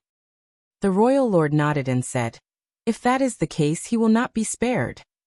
Sir is the only Royal Lord left and represents the face of the Black Ink clan." Before Emonayi could finish his sentence, the Royal Lord responded, "I know, I will enter a Black Ink nest later to heal my old wounds." Emonayi shouted, "Sir is wise." The purifying Black Ink battleship swiftly flew across the barren territory. Powerful divine senses spread out from inside the ship. They could see two giant spirit gods from afar, continuing their 3,000-year-long battle. In another direction of the void, another Black Ink giant spirit god was sitting cross-legged with one of his arms stuck through the boundary wall. The rising stars who saw the giant spirit gods for the first time were awed by their sheer size. Even those who had encountered the giant spirit gods before were just as unsettled as when they first saw them. No one could help but wonder how there could be such huge beings in this universe. If such a huge being was to sneeze in their direction, the ship full of 8th Order Open Heaven Realm Masters would be smashed and many would undoubtedly die. Their forefathers and the 9th Order old ancestors who died in the barren territory thousands of years ago had faced such frightening figures. To think that they had launched such a brave attack on such a powerful foe and managed to seriously wound it. If the Black Ink giant spirit god was so powerful, then what about Mo, the being who created them? Was this an enemy that could be defeated? There was an ominous feeling all around. Yongkai remained silent and had no intention of encouraging the ship full of 8th Order Open Heaven Realm Masters. After so many years of cultivating, if they gave up their will to fight just after a glance at the enemy, then the human race was doomed no matter what he said. Naturally, those who had reached the 8th Order had strong wills. In fact, if Yongkai wanted to, he could have activated the purifying Black Ink battleship's defensive arrays to prevent them from looking outside so that they would not be intimidated by the Black Ink giant spirit god. However, he did not do so. He wanted them to realize how powerful the enemy really was, and to let them know that the road ahead was long and arduous. Their 8th Order cultivation was far from enough.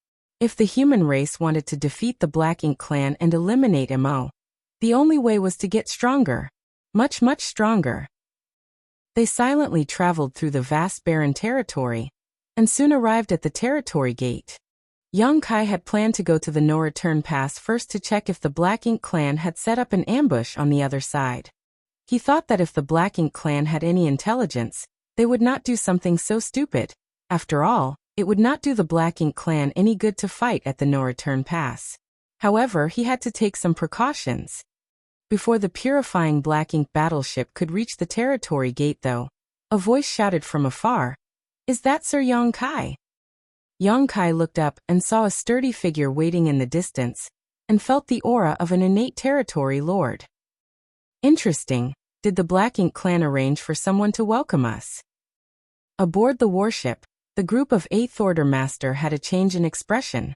Most of them had already fought against territory lords on the battlefields, but they hardly spoke with one another, and instead just fought to the death. It was also the first time they heard a human addressed as Sir by a territory lord. Yang Xiao whispered to Yang Shui, "Little aunt, adoptive father is so powerful. Even before we arrived, a territory lord came from afar to welcome him. His fame from all his killing rampages must be truly remarkable." Yang Shui lightly pursed her lips and smiled. There is no need to envy him. The Dragon Clan is not bad either. Yang Xiao sighed and said, "It's not the same. I'm afraid I can only look up to my adoptive father in my entire life. However, Old Fong still has some hope."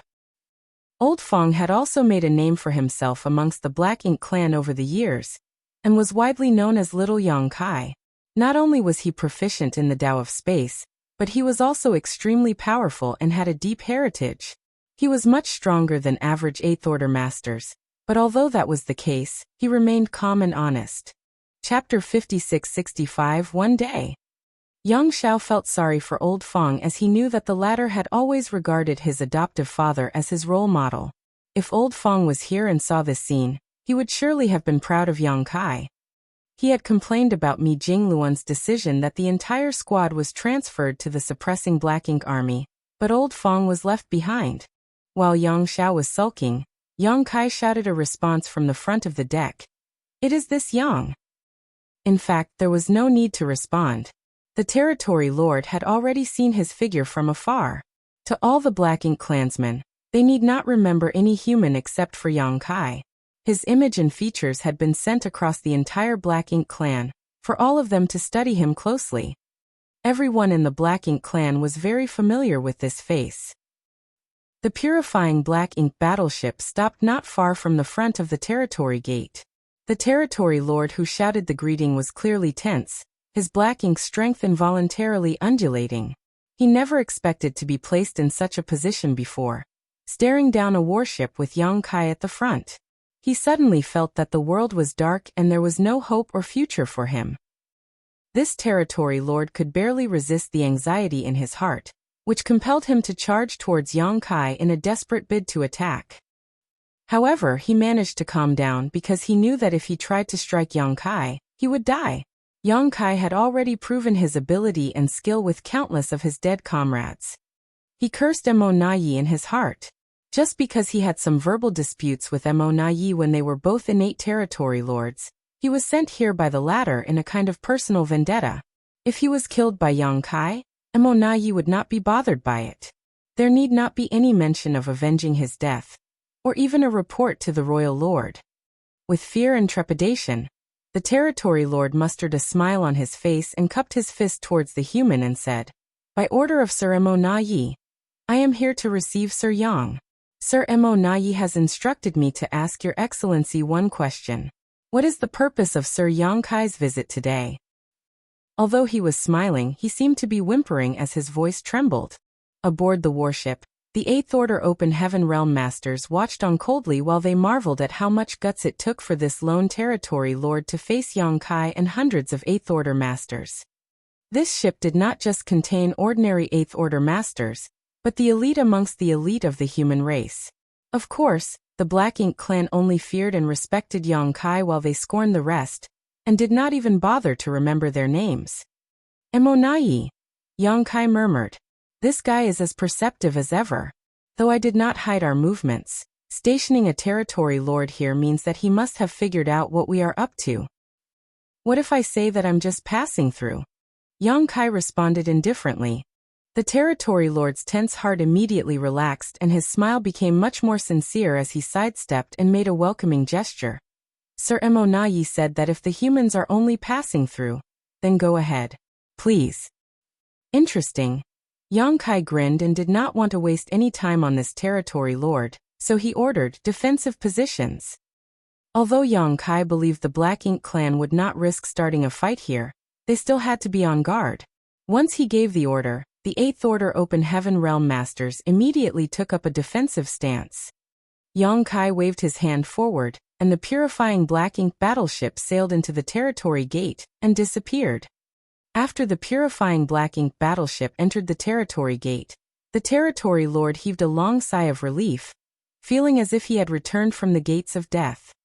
At the no-return pass, the purifying Black Ink battleship emerged from the territory gate. Yang Kai stood alone at the front of the deck, straight as a post, and saw a gathering of powerful foes ahead.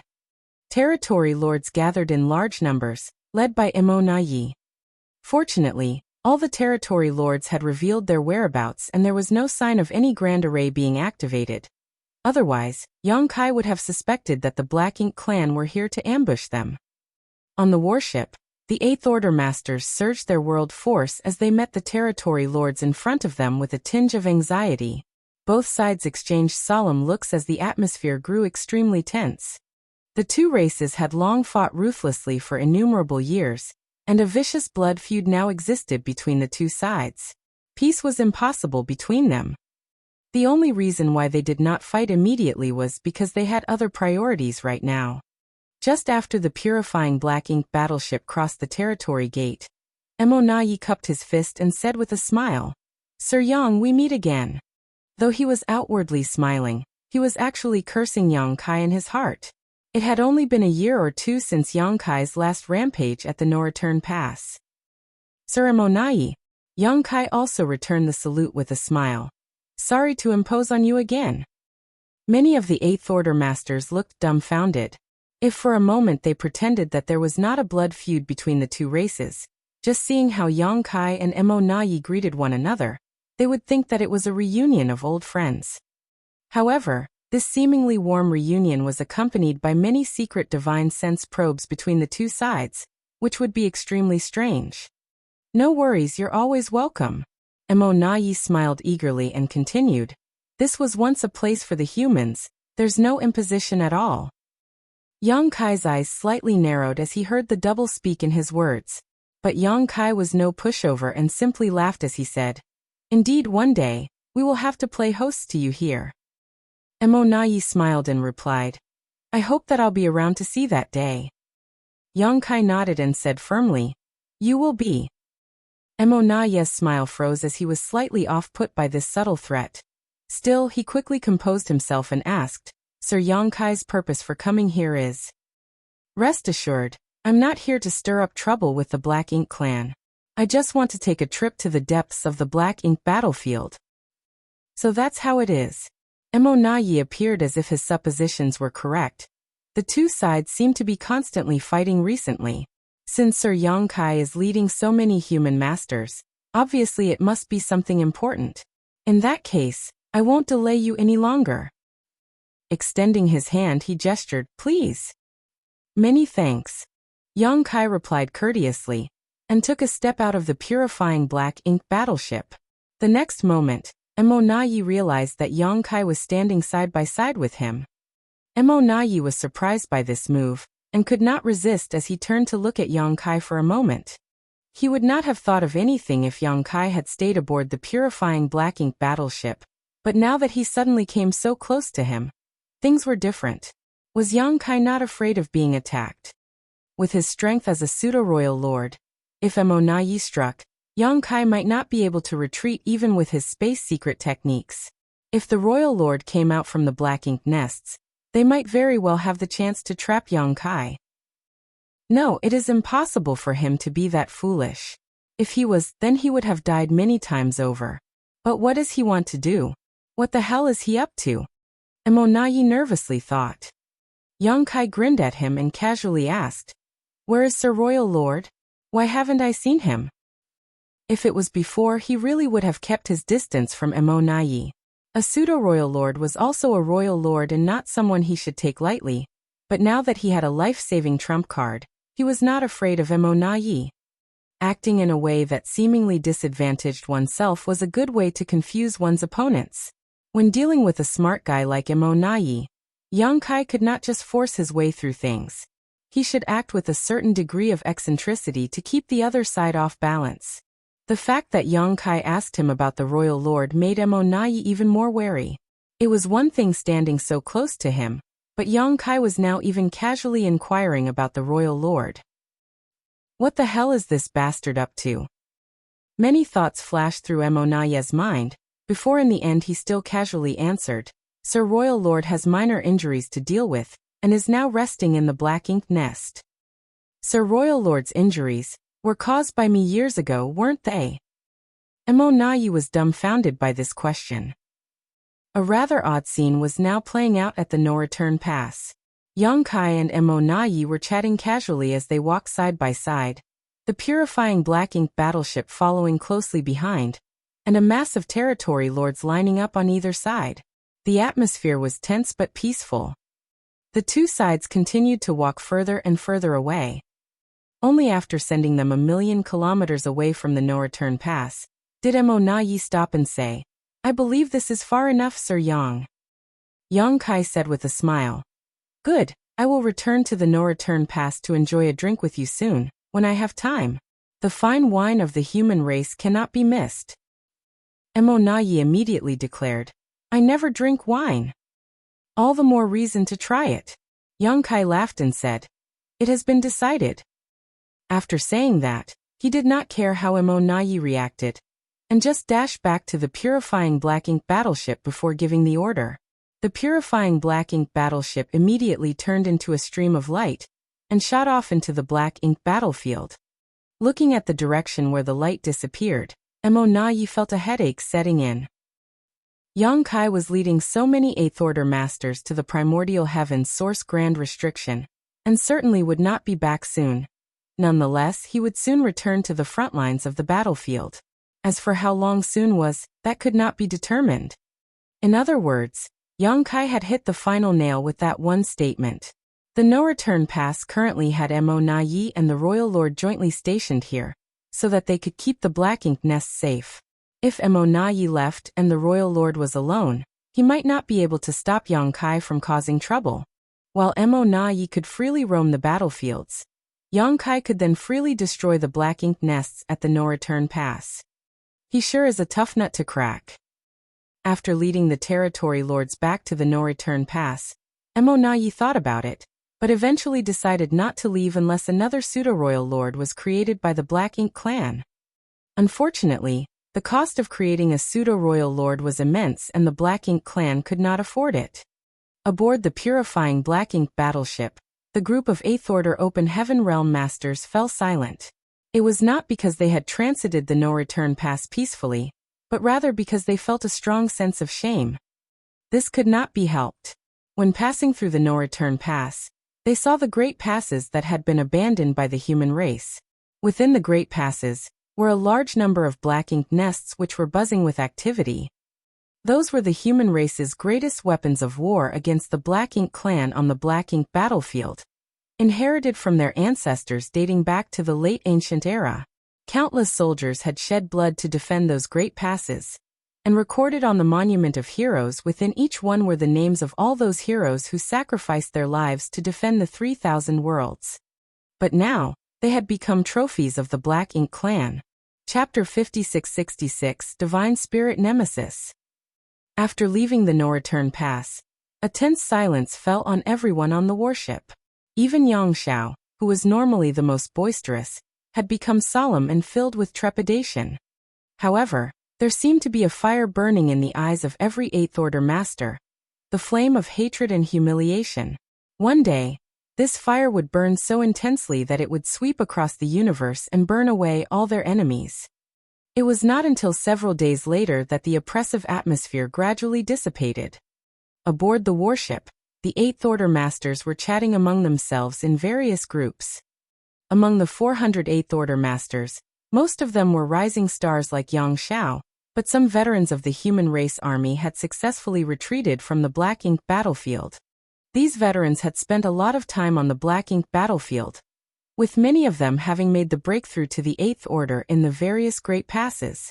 Unfortunately, the human race crusade was defeated, lost the Black Ink battlefield, and had to retreat with its remnants to the 3,000 worlds. After thousands of years, they finally returned to this place. Those rising stars who had never set foot onto the Black Ink battlefield were naturally eager to ask these veterans for some advice about this place. All of them wanted to hear stories about the human race army of the past and the majestic Great Passes. The Great Passes were all either broken or abandoned now. Many were around the no-return pass while the rest were scattered about. It was hard to imagine what it was like in the past. Yang Kai was standing at the front of the deck, keeping watch, and at the same time guiding the purifying Black Ink battleship forward. The journey to the primordial heaven's source grand restriction would take at least 10 years at the warship's cruising speed. So if there was even a slight deviation from the proper course, they would be thrown off by millions of kilometers and delayed for a significant amount of time. Yang Kai did not dare to be careless.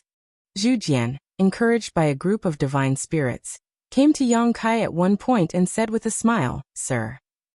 Yang Kai asked, "What is it?" On the warship, the divine spirits and the Eighth Order Masters rarely interacted. It was not that the Eighth Order Masters did not want to socialize with them, but rather that these divine spirits from the grand ancient ruins boundary still held on to their aloof arrogance that made it hard to interact with them. If not for their abrasive personalities, Yang Kai would not have thought of bringing them to the primordial heaven's source grand restriction. These divine spirits could only be subdued by two people, so until Yang Kai could pass that responsibility onto the other individual, keeping an eye on them personally was really the only choice he had. Zhu Jian scratched his head and said, "Sir, that chap, Fei Yi, asked me to ask you about the situation in the ancestral land." On hearing this, Fei Yi could not help but roll his eyes and curse this bastard for tossing the responsibility onto his head. The divine spirits were naturally concerned about the ancestral land, which was their birthplace. When a divine spirit reached adulthood, they would feel a bloodline calling and be able to sense the existence of the ancestral land. They also knew that living in the ancestral land would be extremely beneficial to their cultivation. Nowadays, most of these divine spirits had reached the equivalent of the Eighth Order. If they wanted to improve and refine their bloodline further, the ancestral land was their only hope. It was a pity that although they came out from the grand ancient ruins boundary 3,000 years ago, they had not been to the ancestral land as they had been busy fighting this whole time. The Black Ink clan had spread everywhere, and the ancestral land had been abandoned by the divine spirits who originally lived there, so no one knew how things were over there now. Perhaps only Yang Kai knew. He was the only one who had been running around over these years, so he had the most comprehensive understanding of the outside world. On hearing Zhu Jian's question, Yang Kai more or less knew what was on their minds. He knew that he had to assure them if he wanted their continued support for this venture, so he casually explained, "Don't worry, the ancestral land is fine. I just returned from there a year ago. However, I'm afraid it will take some time for it to restore its ancestral strength." Zhu Jian ignored the second half of the sentence and said excitedly, "Just as I thought. The ancestral land is a holy land. How could it possibly suffer anything untoward? That fool Fei Yi even said that the Black Ink clan had irreparably ravaged the ancestral land." Yang Kai chuckled and said, "Rest assured that the ancestral land is very special. Even if the whole universe falls apart and crumbles, the ancestral land will not be broken." Yang Kai witnessed the birth of the ancestral land when he watched its history in reverse. Thus, he was more qualified than anyone else to come to this conclusion. The battle between him and Di Wu in the ancestral land was fierce enough to destroy countless universe worlds, but the ancestral land remained unscathed. A long time ago, the battle between the Dragon Emperor, Phoenix Empress, and the Black Ink giant spirit god raged across the entire ancestral land, But even that was not enough to break it. The ancestral land would have been destroyed long ago if it had been as fragile as an ordinary universe world. If the Black Ink clan problem is eliminated, you and the others can return to ancestral land to cultivate, Yang Kai said, reassuring them. Zhu Jian's eyes lit up and nodded firmly. I'm certain that day will come. In the past, these divine spirits who came out of the Grand Ancient Ruins boundary were bound by their bloodline oath and participated in the war between the human race and the Black Ink clan. Now the time of the Great Oath was coming to an end, so it was important to provide them with some hope so that they would still give their best efforts. The ancestral land was where their hope lay. Yang Kai asked them about the divine spirits' dealings with other divine spirits. The divine spirits who were on the side of the human race were not only the ones who came out of the Grand Ancient Ruins boundary. There were 3 groups of divine spirits in fact. One of the other groups was the Dragon and Phoenix clans, originally from the No Return Pass, while the other was from the ancestral land. These 2 groups of divine spirits were fundamentally from the same source and got along fairly well. However, they did not like Zhu Jian and the others. This could not be helped as the divine spirits from the Grand Ancient Ruins boundary were all basically imprisoned there for their ancestors' crimes. Their initial performance on the battlefield was unreliable as well. Thus, the different groups of divine spirits did not interact much with each other. Zhu Jian was also rather helpless when it came to this matter. If he ever returned to the ancestral land in the future, he would have some problems trying to get along with those divine spirits. At that moment, another person walked over, drawing Yang Kai's attention. Junior sister Gu. Senior brother Yang. Gu Pan replied with a smile. She was a core disciple of Langya Paradise from Yang Kai's generation that he had met in the Grand Ancient Ruins boundary.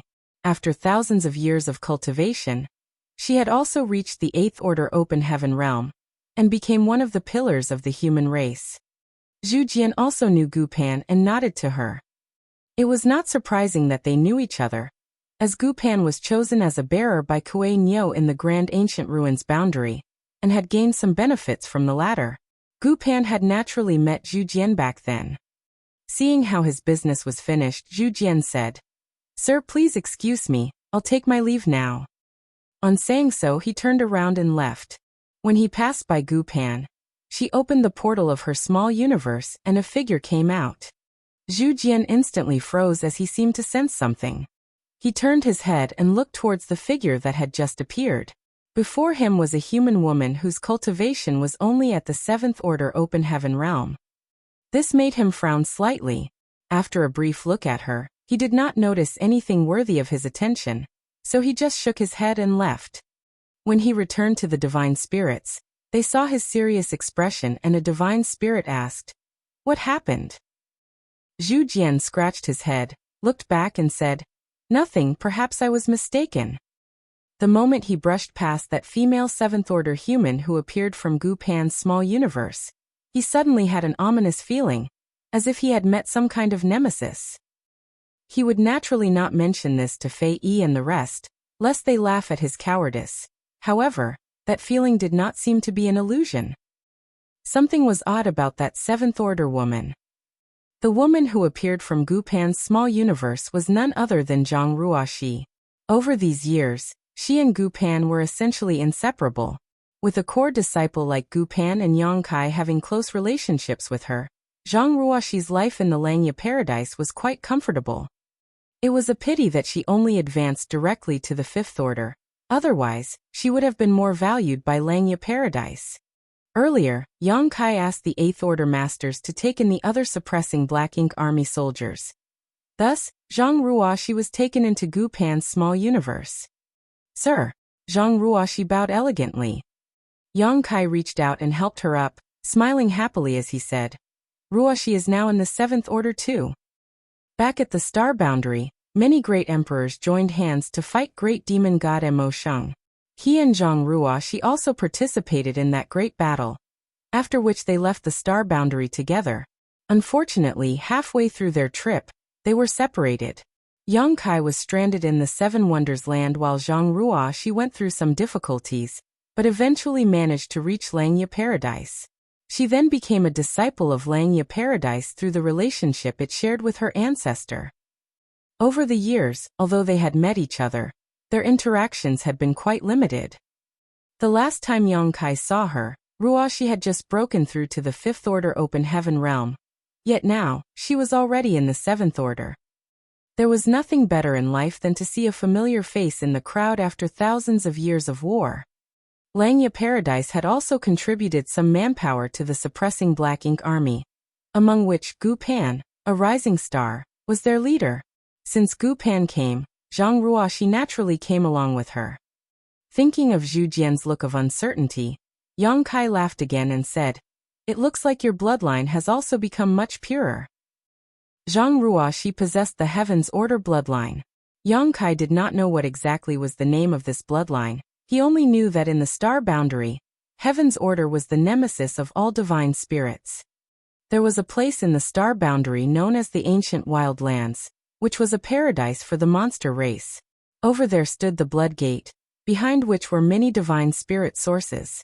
If a monster beast could obtain the appropriate source, they would have a chance to inherit the power of a divine spirit. The Blood Gate was created by Zhang Ruoxi's ancestor, the original owner of the Heaven's Order bloodline. Legend has it that when the star boundary was overrun by divine spirits, Heaven's Order took pity on the world and killed many divine spirits who were causing trouble, extracting their sources and sealing them behind the Blood Gate as punishment. Chapter 56-67, Ruoxi's Confusion. The Blood Gate was forged by Heaven's Order with her blood essence. It was the restricted area of the ancient wild lands that even the most powerful of monster race dared not approach carelessly. Only the successor of the Heaven's Order bloodline was qualified to open the Blood Gate. Unfortunately, after the death of Heaven's Order, her bloodline fell into obscurity. Her descendants were unable to revive their ancestral glory, and gradually fell into decline and risked disappearing entirely. Later, Zhang Ruoxi's bloodline was awakened and she entered the Blood Gate, taking Xiao Xiao with her. Xiao Xiao's current strength was inherited from the source of the divine spirit, Taiyu. Many monster race masters from the star boundary had benefited from the divine spirit source's inheritance from the Blood Gate, and some were still active in the Great Territory battlefields today. This included Luan Feng and Fan Wu. While they only had a trace of divine spirit bloodline in them originally, which was far from pure, when they obtained the appropriate source, they could be called true divine spirits. Afterwards, many of them even journeyed to the divine spirit ancestral land to cultivate, further purifying their bloodlines. Yang Kai suddenly looked a bit confused when he thought about this. If the divine spirits had their bloodline, then what was the Heaven's Order bloodline Zhang Ruoxi had? This kind of bloodline had a natural restraint on all divine spirits, which could be seen only from Zhu Jian's reaction just now. Just by walking by each other, a master on Zhu Jian's level felt uneasy around Zhang Ruoxi, a mere 7th Order Open Heaven Realm master. In fact, when Zhang Ruoxi stood in front of Yang Kai, even he could not help but feel an innate sense of unease coming from his dragon vein. However, due to their familiarity with each other, and knowing that Zhang Ruoxi couldn't harm him, this uneasiness was easily ignored. If it had been someone else, that feeling would be enough to trigger Yang Kai to be more cautious. Oddly, he had never felt this way in the past. Either Zhang Ruoxi's Heaven's Order bloodline had grown tremendously, or Yang Kai's dragon vein had grown so pure that it was now able to sense Ruoxi's bloodline more strongly. "Sir, you are very knowledgeable, so Ruoxi has a question for you." Zhang Ruoxi spoke softly. Gu Pan had already waved her hand and created a barrier that surrounded the three of them, separating them from the outside. Yang Kai immediately understood that what Ruoxi wanted to say must be extremely personal to her. Otherwise, Gu Pan would not have been so cautious. He immediately nodded and said, "Go ahead." Zhang Ruoxi said, "Sir, you know that after Ruoxi condensed her Dao seal, refined appropriate materials, and became a 5th Order Open Heaven Realm Master, the final realm I could reach was the 7th Order Open Heaven Realm, right?" Yang Kai nodded. He naturally knew about this matter, because he had once asked Zhang Ruoxi if she wanted to start over and refine 6th Order materials. After all, there was still a gap between the 5th Order and 6th Order. Back then, he still had some Tai soul-cleansing water on hand. As long as Ruoxi was willing to try, then she could wash away the powers accumulated in her Dao seal and begin from scratch. However, doing so involved a great deal of risk, as the Dao seal was at stake and any slight carelessness could be fatal. Ruoxi also felt that refining sixth-order materials was a bit too much for her aptitude, which was why Yang Kai did not insist on it. Now that Ruoxi is a seventh-order master and has reached the peak of her cultivation, Zhang Ruoxi then continued to explain. She followed Gu Pan around the battlefield over the years to kill countless enemies, and had accumulated countless military merits, so she was never short of cultivation resources. The current environment for the human race soldiers had a multitude of dangers as well as opportunities. As long as they dared to dedicate themselves to the war, they could use their military merits to exchange for anything they wanted. It was unlike before when all the good stuff was hoarded by the cave heavens and paradises, out of reach of ordinary cultivators. Zhang Ruoxi was very hardworking and exchanged her military merits for lots of resources. Thus, she was always cultivating, which was why it was not surprising that she could reach the peak of the seventh order. But sir, Ruoxi appeared bewildered as she looked up at Yang Kai. Ruoxi still feels that her cultivation has not reached its limits, like there are no shackles on my small universe. Yang Kai was listening attentively, and now his expression was even more intense as he asked, "Is that true?" What Zhang Ruoxi said was not that alarming initially, but her final words sent shockwaves through Yang Kai's heart. Why can she not feel the shackles on her small universe? It's too strange. The moment Yang Kai broke through the eighth order, he could already feel the shackles on his small universe, and they only became more noticeable the more he cultivated. The human open heaven realm method had a major flaw which limited one's ultimate potential, a fact that Yang Kai only recognized recently. Song and his 9 compatriots went to the World Tree to gain enlightenment regarding the open heaven realm method, so that the originally weak human race could rise up. It could be said that these martial ancestors had contributed immensely to the human race. Without the open heaven realm method, the human race would not be what it is today. It was because of these 10 martial ancestors that the future generations of the human race were able to achieve their current success, and Yang Kai was full of respect for them. However, it was undeniable that the open heaven realm method was imperfect. If it was perfect, then it would not put unbreakable limits on one's future achievements. A truly perfect method would allow one to continue treading their martial Tao as long as they were willing to put in the necessary effort. In a sense, the open heaven realm method was a dead end.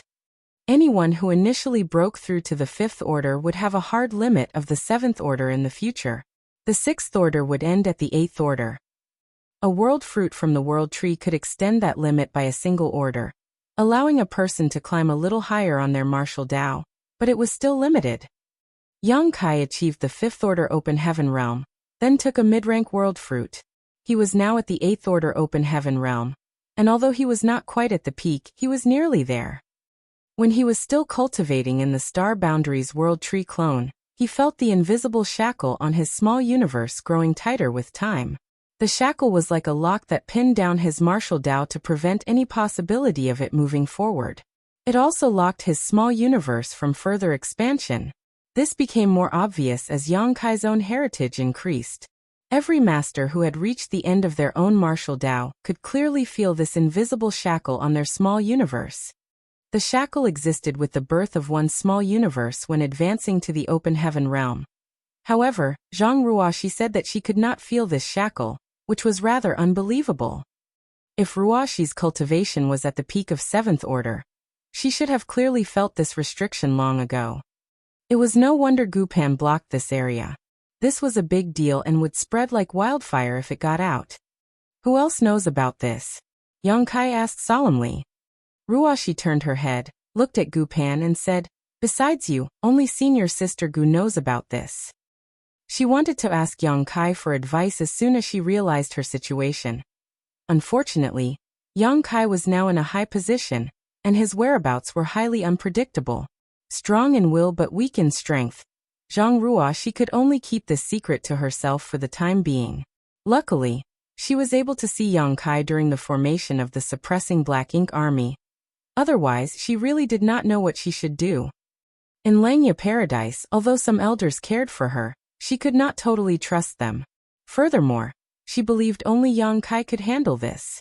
Yang Kai was the only person in the world who could make her feel totally unreserved.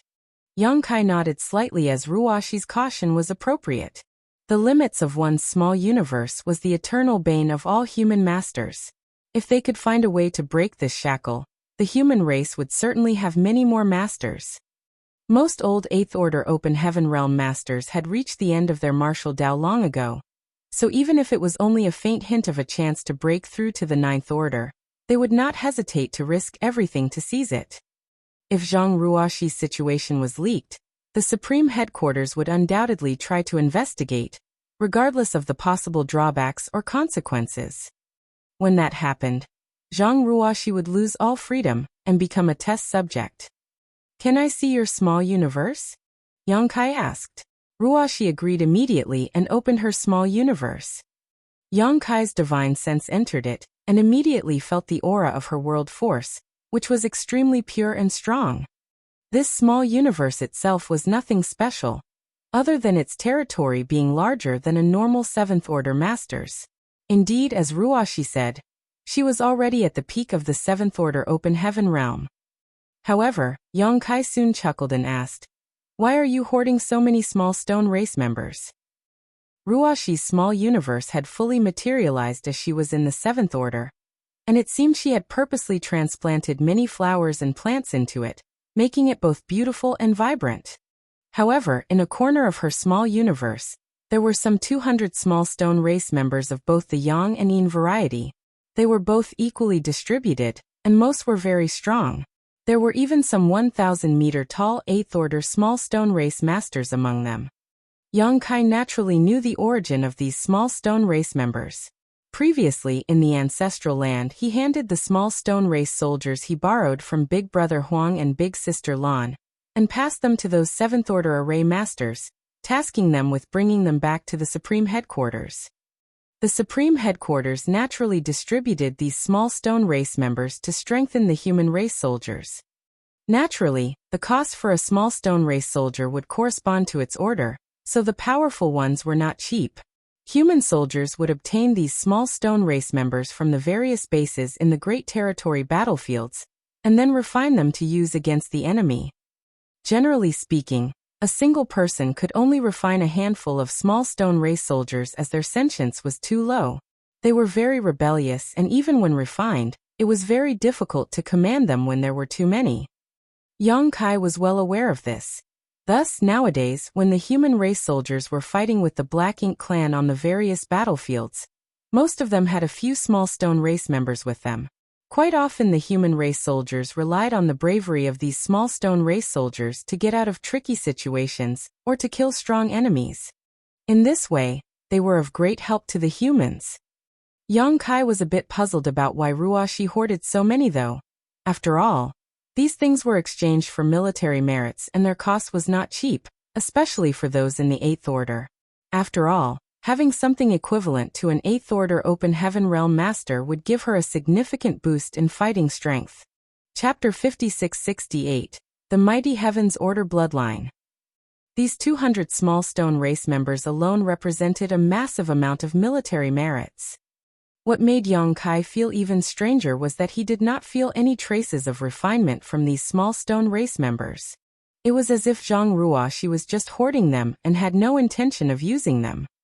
Ruoshi's voice echoed within the small universe. "Ruoshi can tell you more about this later. Actually, this is also something Ruoshi wants to consult Sir about." Yang Kai was slightly surprised. Could there be any special purpose for Ruoshi to hoard these small stone race members? However, since Ruoshi already mentioned this, he could only set aside his concerns and continue to investigate her small universe. His divine sense soon reached the edge of her small universe. The small universe of an Open Heaven Realm Master was not fundamentally different from a real universe world. The edge of it could be called the world boundary, which was both a natural protection to ensure that the world force of the small universe would not leak out, and also a shackle to limit the cultivator's growth and strength. When an Open Heaven Realm Master cultivated using materials and pills, their heritage would grow, which would result in the expansion of their small universe. For example, although a new 5th Order Open Heaven Realm Master and a veteran 5th Order Open Heaven Master were technically in the same order, there was a huge difference in the density of their world force and even the size of their small universe. The size of their small universe and the richness of their world force directly affected the strength of an Open Heaven Realm Master. Therefore, on the Black Ink battlefield, cultivators who were invaded by Black Ink's strength and had to give up a portion of their small universe to save themselves would see a drastic drop in their strength.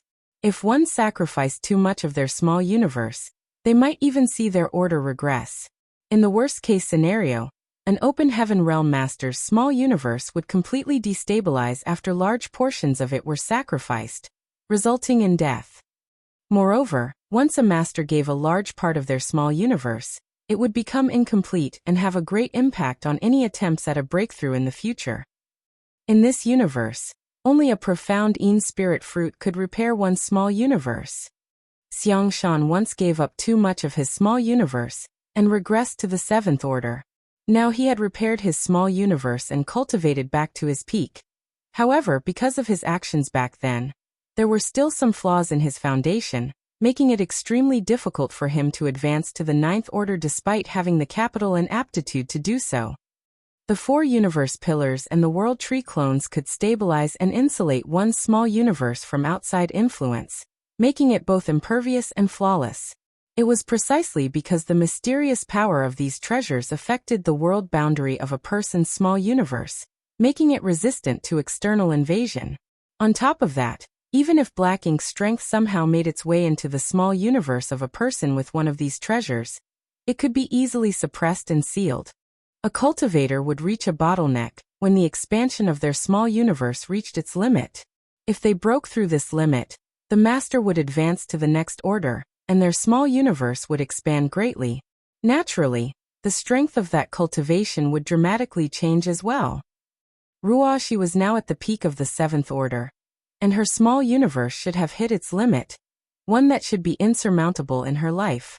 It was reasonable to say that her world boundary couldn't expand any further. Knowing this, Yang Kai conducted a small test to push the limit. In an instant, a mountain shook in the Ruoxi's small universe and the world boundary rippled.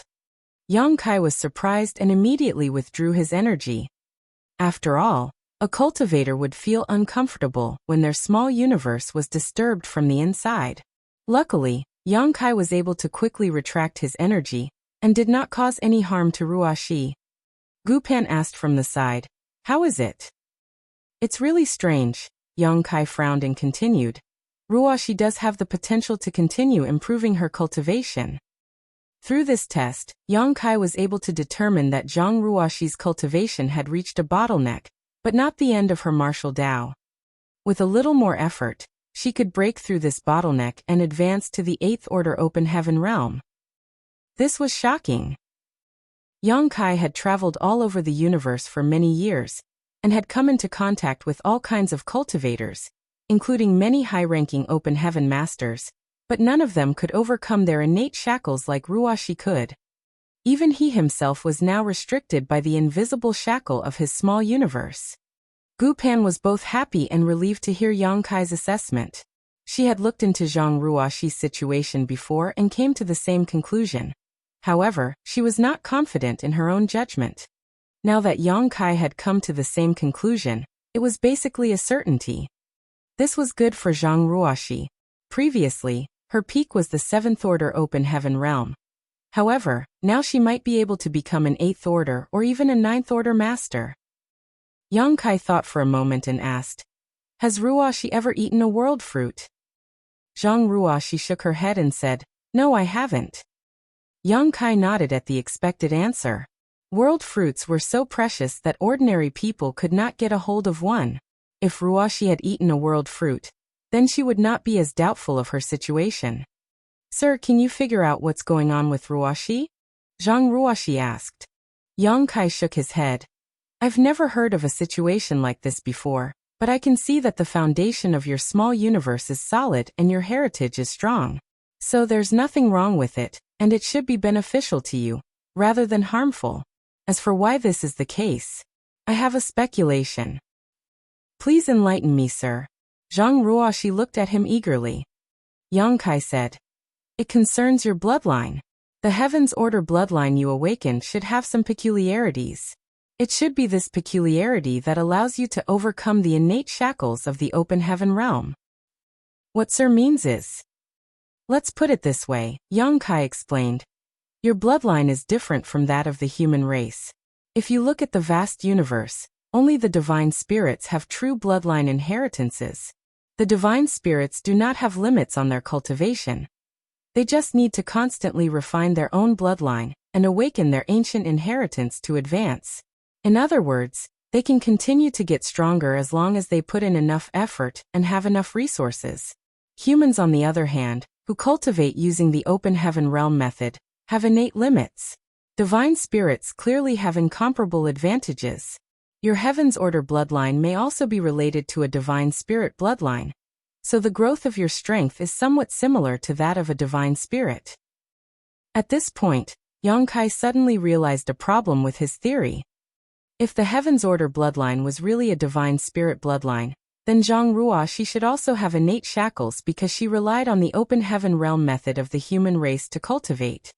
Take Yang Kai himself, he could be considered a pureblood dragon clan member now, but because he used the open heaven realm to cultivate, no matter how pure his dragon vein was, he was still limited by his innate shackles to the peak of the 8th order. Even his powerful dragon vein was restricted. It seemed he could not take that last 1-meter step to become a divine dragon, even when he cultivated in the ancestral land. Only when he reached the 9th order open heaven realm would his dragon vein naturally be able to advance to the next stage. Although Su Yan had a Phoenix clan bloodline, as long as she relied on the open heaven realm method, she would suffer from this shortcoming as well. The open heaven realm method was inherited from the 10 martial ancestors, which was in line with the heavenly way. It was certainly not perfect, but it had helped with the cultivation of the human race for countless eons. If the masters wanted to be free from the restrictions, then they should not cultivate using the open heaven realm method. However, as soon as they used it to cultivate, they would definitely be limited by it in the future. Divine spirits did not need to cultivate using the open heaven realm method. They were the first to be blessed by the heavenly way and ruled all under the heavens long before the 10 martial ancestors gained enlightenment about the open heaven realm method. They have been using their bloodline as their main way to cultivate since ancient times. The purer their bloodline, the more powerful they were. Zhang Ruoxi also used the open heaven realm method to advance to the open heaven realm though. So even if the Heaven's Order bloodline was really a kind of divine spirit bloodline, it should be limited by the restrictions of the open heaven realm method, but she was not. Unless the Heaven's Order bloodline was more powerful than any divine spirit bloodline. Such power would be sufficient to overcome the innate shackles of the open heaven realm method. Considering all these, Yang Kai could not help but feel bothered. Was the Heaven's Order bloodline much more powerful than the divine spirit bloodlines? He really had not thought about it before. However, after careful consideration, it seemed that it was possible. Back in the star boundary, Heaven's Order was the nemesis of all divine spirits. All the divine spirits that plagued the world were captured by Heaven's Order and stripped of their sources, which she then sealed in the Blood Gate for countless years. Even when Zhang Ruoxi was only in the 7th Order Open Heaven realm, an 8th Order divine spirit, like Zhu Jian, could feel a sense of suppression just being near her. Even Yang Kai felt so when she was close to him. All signs indicated that Zhang Ruoxi's Heaven's Order bloodline was much more powerful than any divine spirit bloodline. What exactly is the Heaven's Order bloodline? Yang Kai was now considered to be very knowledgeable and had seen many things. However, he had never heard of the Heaven's Order bloodline anywhere else except in Zhang Ruoxi. Yang Kai had a hunch about the truth, but he was unsure about it. Sir, Zhang Ruoxi whispered when she saw that he was lost in his thoughts. Yang Kai came back to his senses. As Sir said, my current situation is similar to the divine spirits, so can I become an 8th Order Open Heaven Realm Master? She asked excitedly. The human race was now at war for its very survival, and although a 7th Order Open Heaven Realm Master wasn't weak, Any random territory lord could easily kill them, especially the innate territory lords who were far more powerful than the acquired ones. Zhang Ruoxi had been able to stay safe and sound all these years mainly because she had been following Gu Pan around.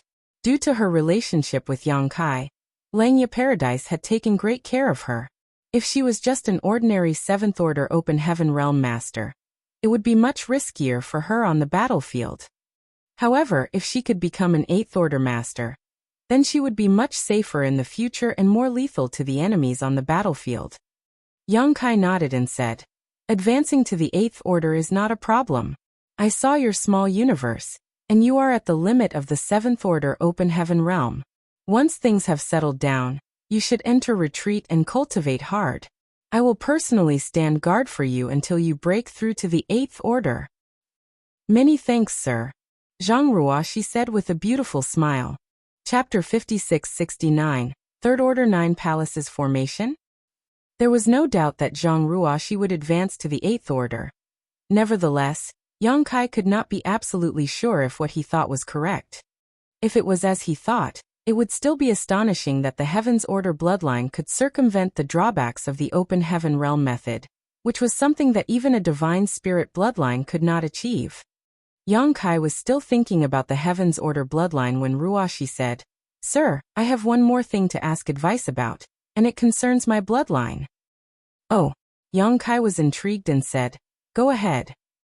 Zhang Ruoxi glanced around and then said, "It's not convenient to talk about it here. However, I can show it to you, sir. Can you please come to the void with me?" And Yang Kai nodded and sent a message to let the purifying black ink battleship continue to follow its current course before leaving a space beacon on the deck to facilitate his return. He then manipulated space principles, wrapped Zhang Ruoxi in them and darted away. After a few instantaneous movements, Yang Kai and Ruoxi were out of sight range of the purifying black ink battleship. They came to a stop and Yang Kai said, "This should be good enough."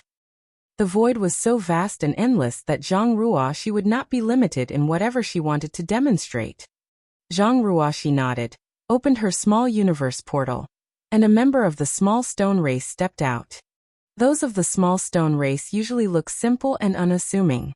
However, those who were familiar with their racial characteristics would know that their peaceful look was just an illusion as they were truly warlike. After the small stone race member appeared, it immediately made a move that made Yang Kai's jaw drop. It came to Yang Kai, cupped its fist and bowed to him. Yang Kai swore that this was the most polite small stone race member he had ever met in his life. Under normal circumstances, when humans summoned one, a small stone race soldier would definitely immediately rush towards the nearest source of black ink strength in a fit of rage. Human soldiers would have to refine them in advance to command them. Otherwise, they would definitely run off and soon become lost. When Yang Kai handed out the first batch of the small stone race soldiers, the humans had not figured out an appropriate method to control them, and ended up wasting a lot of them.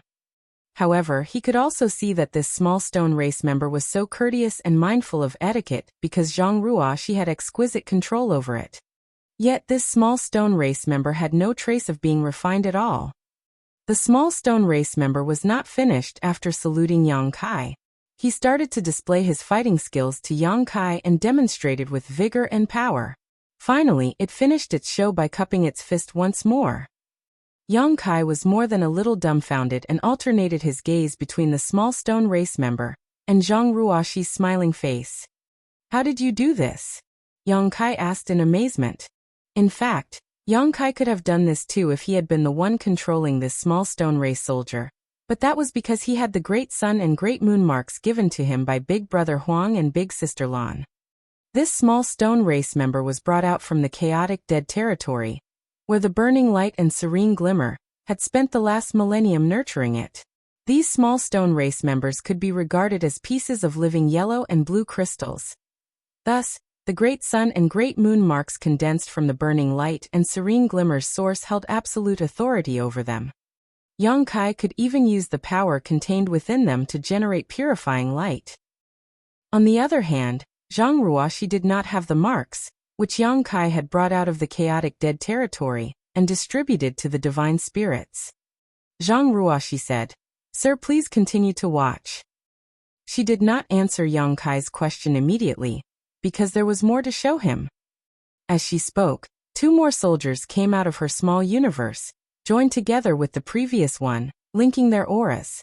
Their bodies vibrated, and then in the blink of an eye, they formed a 3 fortunes formation.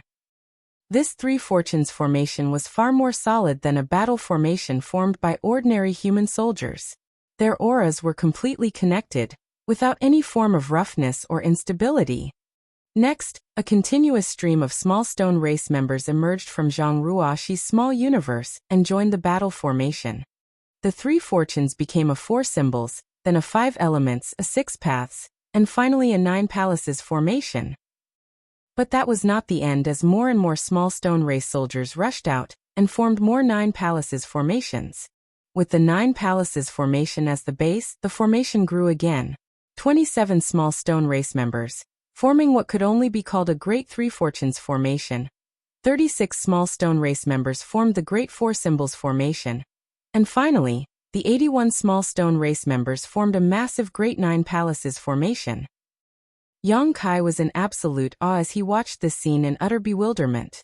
He finally understood why Zhang Ruoxi had accumulated so many small stone race members in her small universe. He thought that she was keeping them as backup for some kind of emergency. After all, they were easily killed on the battlefield, so it was prudent of her to keep more in reserve if she planned to take on powerful masters like a territory lord. However, now it seemed that this was not the case. Zhang Ruoxi was really capable of commanding and controlling this many small stone race members. Yang Kai could as well. Not to mention 81 small stone race members. He could even control an army of millions of small stone race soldiers. However, he needed to use the marks to command them in a general manner, while the scene before him was completely different. He could only give simple orders to such a small stone race army. However, it was essentially up to the individual soldiers to figure out how to carry out his commands. The 81 small stone race members controlled by Zhang Ruoxi, on the other hand, were like extensions of herself, akin to her hands and feet, completely within her ability to control. The massive 9 palaces formation before Yang Kai should only have existed in theory, and was supposedly impossible for cultivators to actually achieve. This was because each base point of this great 9 palaces formation was a first-order 9 palaces formation. 9 cultivators were needed to form the initial battle formation, and these 9 people had to adjust their auras to link with each other without clashing. Essentially, they needed to become one in both heart and mind. On a real battlefield, forming a 9 palaces formation was already the absolute limit, so trying to form this kind of great 9 palaces formation was nothing but a fantasy. Considering the small stone race members' low sentience, it was unbelievable that Zhang Ruoxi was able to control them to such a fine degree. Yang Kai had already sensed the crux of how this happened though, and remarked, "Bloodline power?" When the number of small stone race members was small, Yang Kai did not sense anything. However, with Zhang Ruoxi using 81 small stone race soldiers, he did notice that there was a faint fluctuation of bloodline power from her body. So, it was obvious she was controlling the small stone race members with her bloodline. Zhang Ruoxi nodded. This was exactly the bloodline mystery that she wanted to seek Yang Kai's advice on. It was only recently that she had discovered this ability. There were only 2 times that Yang Kai had provided the human race with small stone race soldiers. Once was 3,000 years ago when he was traveling around the great territories to refine universe worlds. When he met many great forces of the human race who were evacuating, he gave them large numbers of small stone race soldiers as escorts. However, almost all of those small stone race soldiers he sent out at that time had their own owners, and Zhang Ruoxi was not able to attain any. Recently though, Yang Kai tasked some 7th-order open heaven realm masters in the divine spirit ancestral land to bring back several million members of the small stone race. Thereafter, the Supreme Headquarters distributed them to the armies in the Great Territory battlefields. They were placed in the individual armies' war materials departments for the soldiers to exchange for military merits. Out of curiosity, Ruoxi acquired a few of them, and found that she could very easily control them. Thus, she began to exchange her military merits for more. If the army's resource department did not stop her, Her small universe would have many more small stone race members inside. At least far more than a mere 200. Yang Kai did not know about any of this, but looking at the 9 palaces formation in front of him, he was amazed that such a battle formation formed by 81 small stone race soldiers could be this powerful. The strength of the small stone race that made up this formation was not high, generally only equivalent to second or third order open heaven realm masters. However, after they assumed this formation, the aura they radiated reached the intensity of the 7th order. If these small stone race soldiers were stronger to begin with, then the power of the formation would grow even further. Can you control more? Yang Kai asked. Ruoxi nodded and replied. But I don't have enough to form another complete battle formation layer. The corners of Yang Kai's face twitched. He just asked Zhang Ruoxi if she could control more, but this little girl was even more ambitious. She actually wanted to use this Great 9 Palaces formation as the base to form an even higher order formation. Having 81 small stone race members as a base to form the simplest 3 fortunes formation would require 243 small stone race soldiers, so Zhang Ruoxi really did not have enough. But Yang Kai had them. Although he gave the human race several million small stone race soldiers, he kept a few million for his own use. With the wave of a hand, an army of small stone race soldiers flew out of his small universe, appearing both grand and majestic. Go all out. Let me see what your limit is. Zhang Ruoxi agreed readily as she also wanted to know her limits. She immediately surged her bloodline power to draw many from the army released by Yang Kai. Soon, a new 9 Palaces formation was formed using Great 9 Palaces formations as nodes. The number of small stone race soldiers involved had now reached 729. Their combined power had surpassed the 7th order and almost reached the 8th order. Yang Kai was dumbfounded by the formation in front of him. The Great 9 Palaces formation existed in theory, and was basically impossible to be formed by humans. But what about this 9 Palaces formation formed from Great 9 Palaces formation as its base be called? A third order 9 Palaces formation. If a normal 9 Palaces formation was the first order, and a Great 9 Palaces formation was the second order, then there should not be any problem calling this one third order. The bloodline power coming from Zhang Ruoxi's body became more and more intense, and Yang Kai began to feel a slight pressure that caused his dragon vein to roil and riot. This kind of pressure was somewhat similar to a dragon clan bloodline suppression. So it seemed like his suspicions were true. This Heaven's Order bloodline was more powerful than any divine spirit bloodline. All of a sudden, his thoughts became clear and he understood what was happening with Zhang Ruoxi and her bloodline. Chapter 5670, Divine Spirit Family Patriarch? After a few moments, the Third Order 9 Palaces formation had turned into the Fourth Order 9 Palaces formation. The number of small stone race soldiers who made up the formation now reached an astonishing 6,561. It was unbelievable that one person could perfectly control more than 6,000 small stone race. Although the individual strength of the small stone race participating in the formation was generally not high, the aura of the battle formation at this moment made even Yang Kai feel a lot of pressure. In other words, if he were to fight against them and did not find a way to break the battle formation, he might lose. It was an astonishing feat. With this ability alone, Zhang Ruoxi was as valuable as any 8th Order Open Heaven Realm Master. Yang Kai also saw the manifestation of the Heaven's Order bloodline power once again. Perhaps the bloodline power became too intense, so Zhang Ruoxi was now surrounded by a blood-colored haze. Suddenly, at some critical point, a huge figure of a woman emerged behind her. The figure looked extremely imposing as she looked down on the world, a great sword at the ready. As she stood quietly behind Zhang Ruoxi, the void trembled and an awe-inspiring pressure pervaded the surrounding space. Yang Kai was stunned. This figure and the memory of another extremely vague figure quickly overlapped. Although there was a difference in size, the image was too similar to ignore. Yang Kai was so happy that he had stumbled upon this great fortune. He never expected that he would stumble across such a grand discovery during this meeting with Ruoxi. He was suddenly enlightened and many uncertainties in his mind became clear.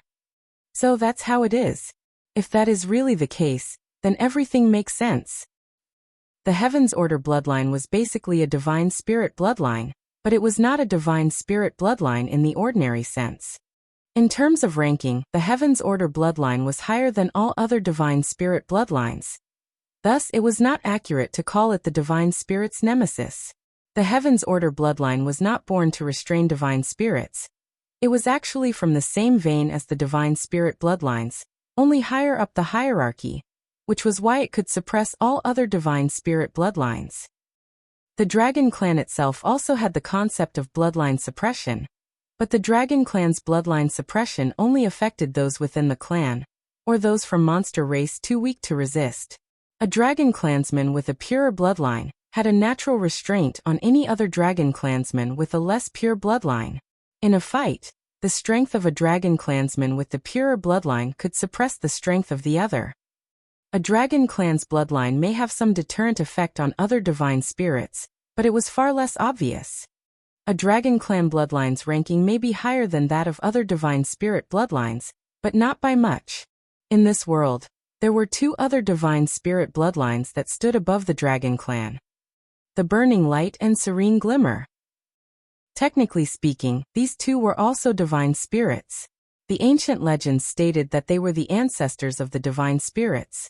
However, Yang Kai knew that that was a misrepresentation after he found out the truth about the primordial light.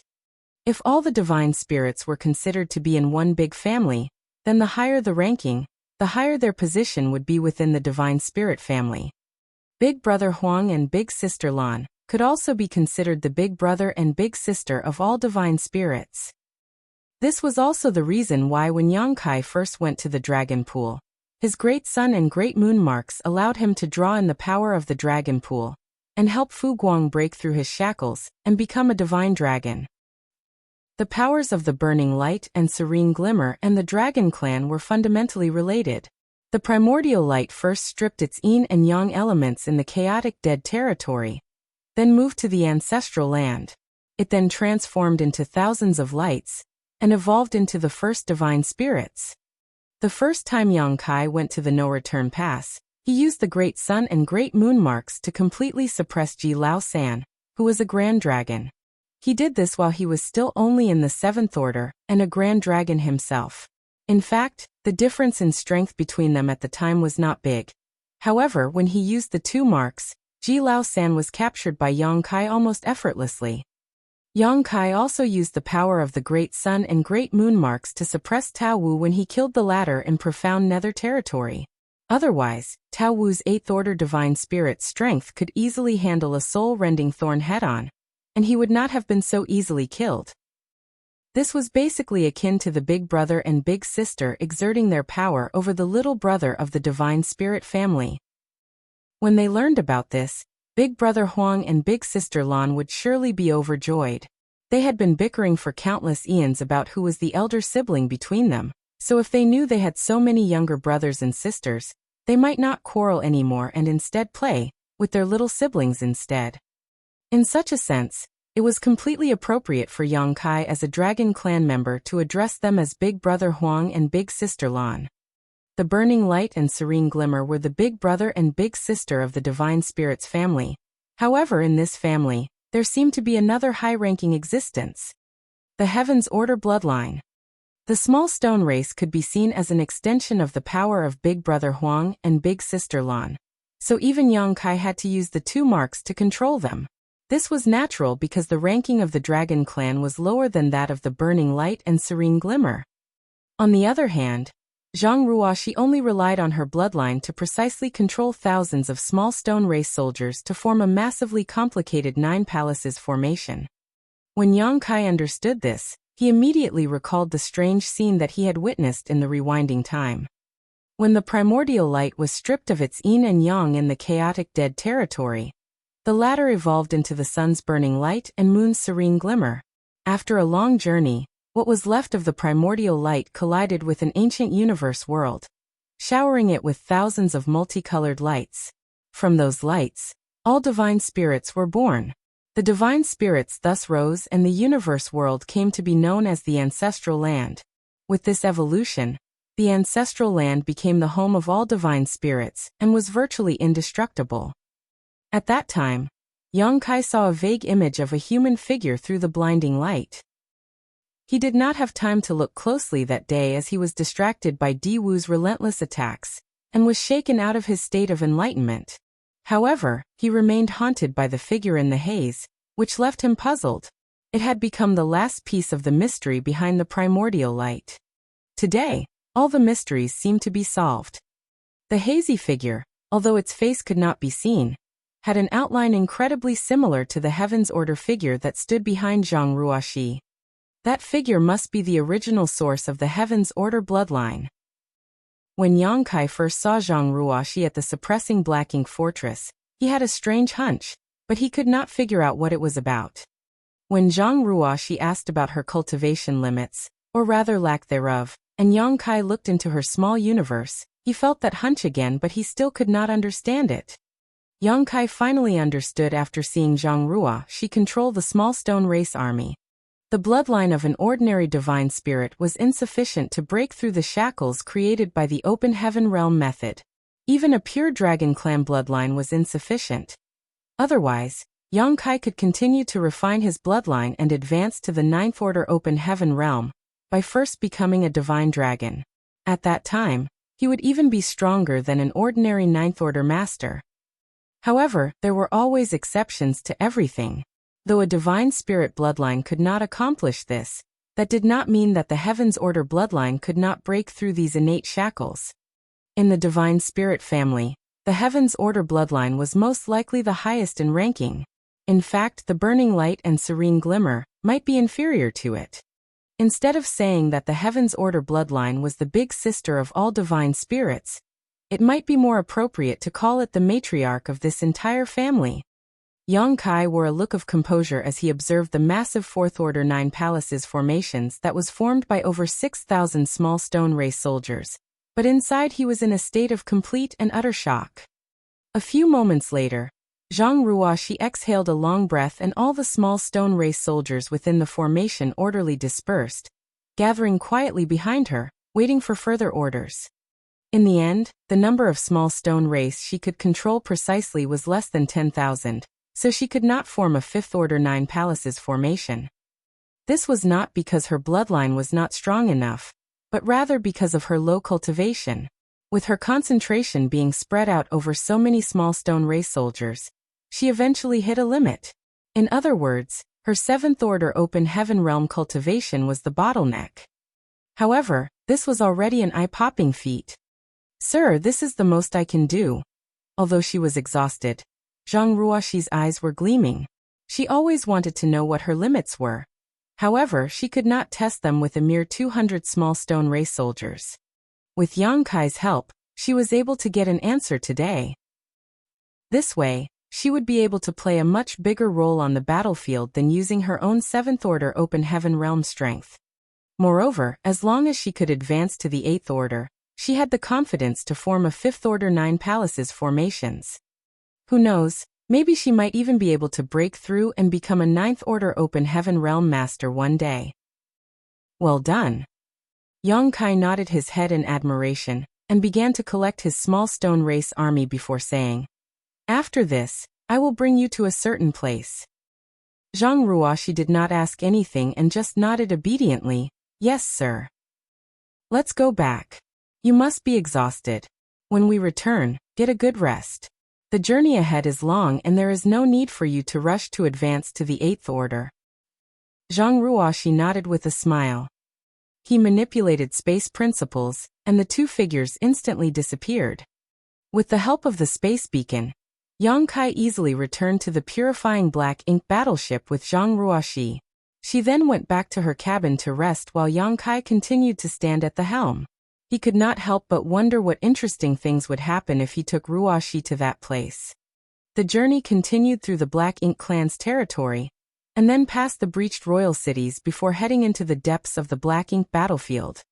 Several years later, many strange celestial phenomena appeared, bewildering and dazzling the Eighth Order open heaven realm masters. The 3,000 worlds had once been filled with these huge celestial phenomena, but almost all of them had been exhausted after millions of years of human activities. However, in the rear of the Black Ink battlefield, far away from any activity at all, these celestial phenomena had been preserved. These celestial phenomena were all left behind from the beginning of time, when heaven and earth first split apart. The large ones were the size of whole great territories, while the small ones were even smaller than universe worlds, but each celestial phenomenon contained its own mysterious power, and was extremely dangerous. Chapter 56-71, Fu Guang and Wu Kuang.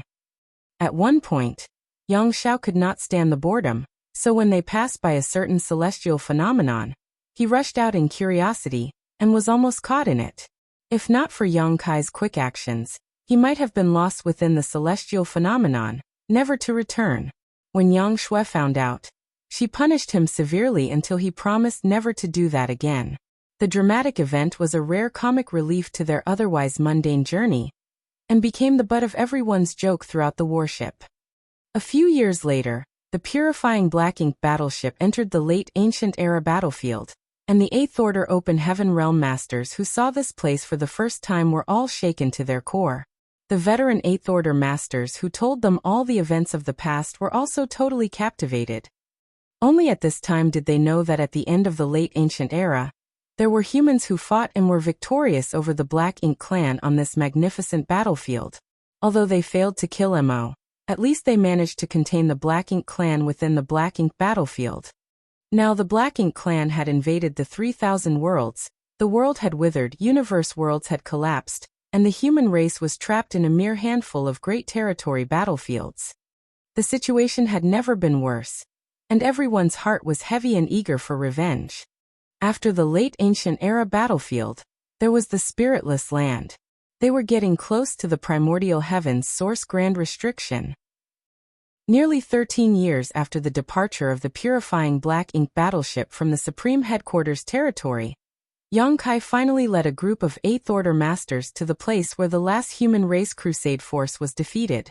This was also where the Mother Nest was located, and where the true body of Mo was sealed.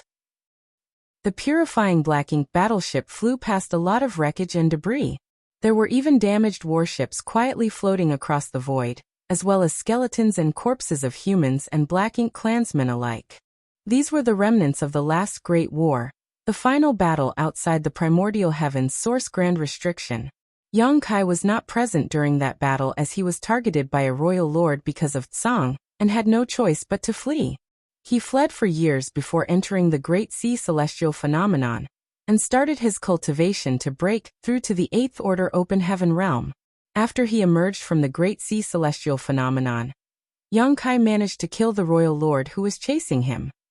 It was only after that he learned of the fierceness of this final battle. The human race should not have been defeated here.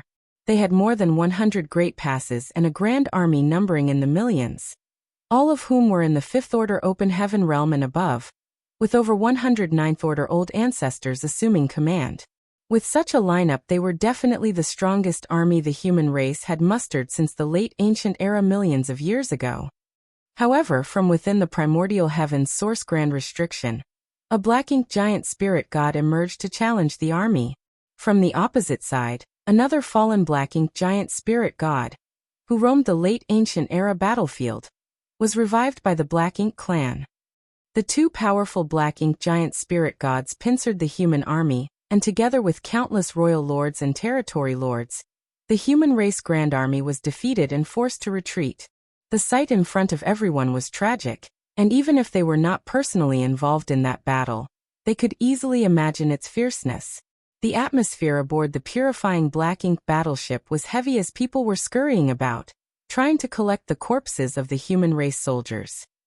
When the great army retreated back then, they did not even have the time to collect the bodies of the fallen, so the battlefield was still littered with corpses. Su Yan activated her great sun and moon marks to create purifying light to disperse the Black Ink cloud in the void. However, she soon gave up as there were far more dead Black Ink clansmen than human race soldiers, causing the residual Black Ink cloud to be too large to disperse. Although they did not lack yellow crystal and blue crystal, they should not waste them unnecessarily. A potent divine sense suddenly spread over from afar, and all the Eighth Order Masters were astonished when they felt its might. This was not the divine sense of an Eighth Order Master, but that of a Ninth Order Master. the Eighth Order Masters became excited by the possibility that there was a Ninth Order Master stationed here. A moment later, the divine sense was withdrawn after having found out the identity of Yang Kai and the others. Following the battlefield's numerous ruins, the purifying black ink battleship soon came to a huge piece of debris. It was debris that belonged to a great pass that had been destroyed. Looking at its appearance, it should be the Great Pass main square. On top of the debris stood a figure with flowing white hair and white robes, his arms folded behind his back, looking in the direction of the purifying black ink battleship. Upon seeing this person, many Eighth Order Open Heaven Realm Masters immediately realized that it was not just any Ninth Order Master here, it was him. No wonder we've not heard about this senior for so many years. He must have been stationed here by the Supreme Headquarters a long time ago. Yang Kai jumped down from the purifying black ink battleship, came to the white-haired man, and cupped his fists. "Greetings, Senior Fu Guang." This man in all white was the current Dragon Clan leader, and the only divine dragon. Yang Kai had sent Wu Kuang here a long time ago, but although the latter claimed that he would advance to the Ninth Order within 3,000 years, and that he could guard the primordial heaven's source grand restriction effectively at that point, Yang Kai had to prepare for the unexpected.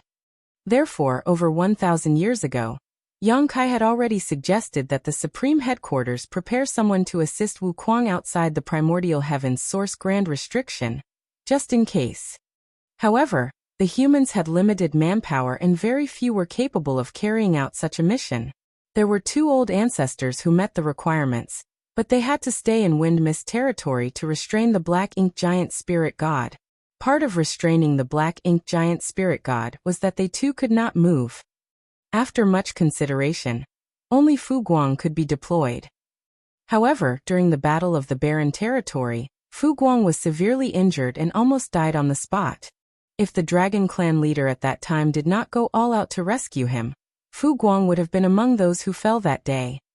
After the retreat from the Barren Territory, Fu Guang spent many years in the depths of the Dragon Pool, drawing upon its power to heal himself.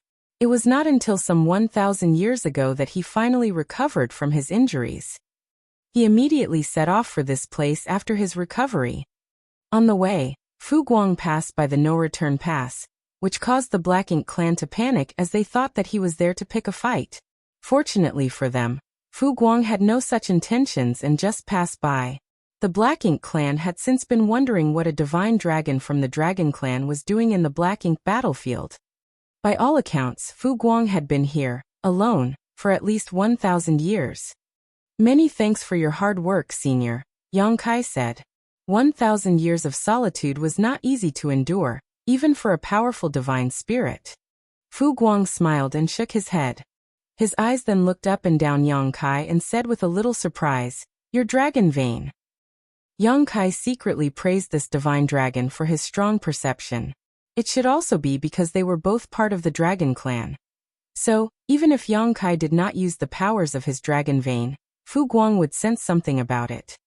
Yang Kai explained, "I obtained some gifts from the ancestral land." Fu Guang understood what he meant and replied, "That is indeed a great opportunity." He was wondering how Yang Kai's dragon vein had grown so quickly. The last time Fu Guang saw Yang Kai, the latter was just a 70,000-meter ancient dragon.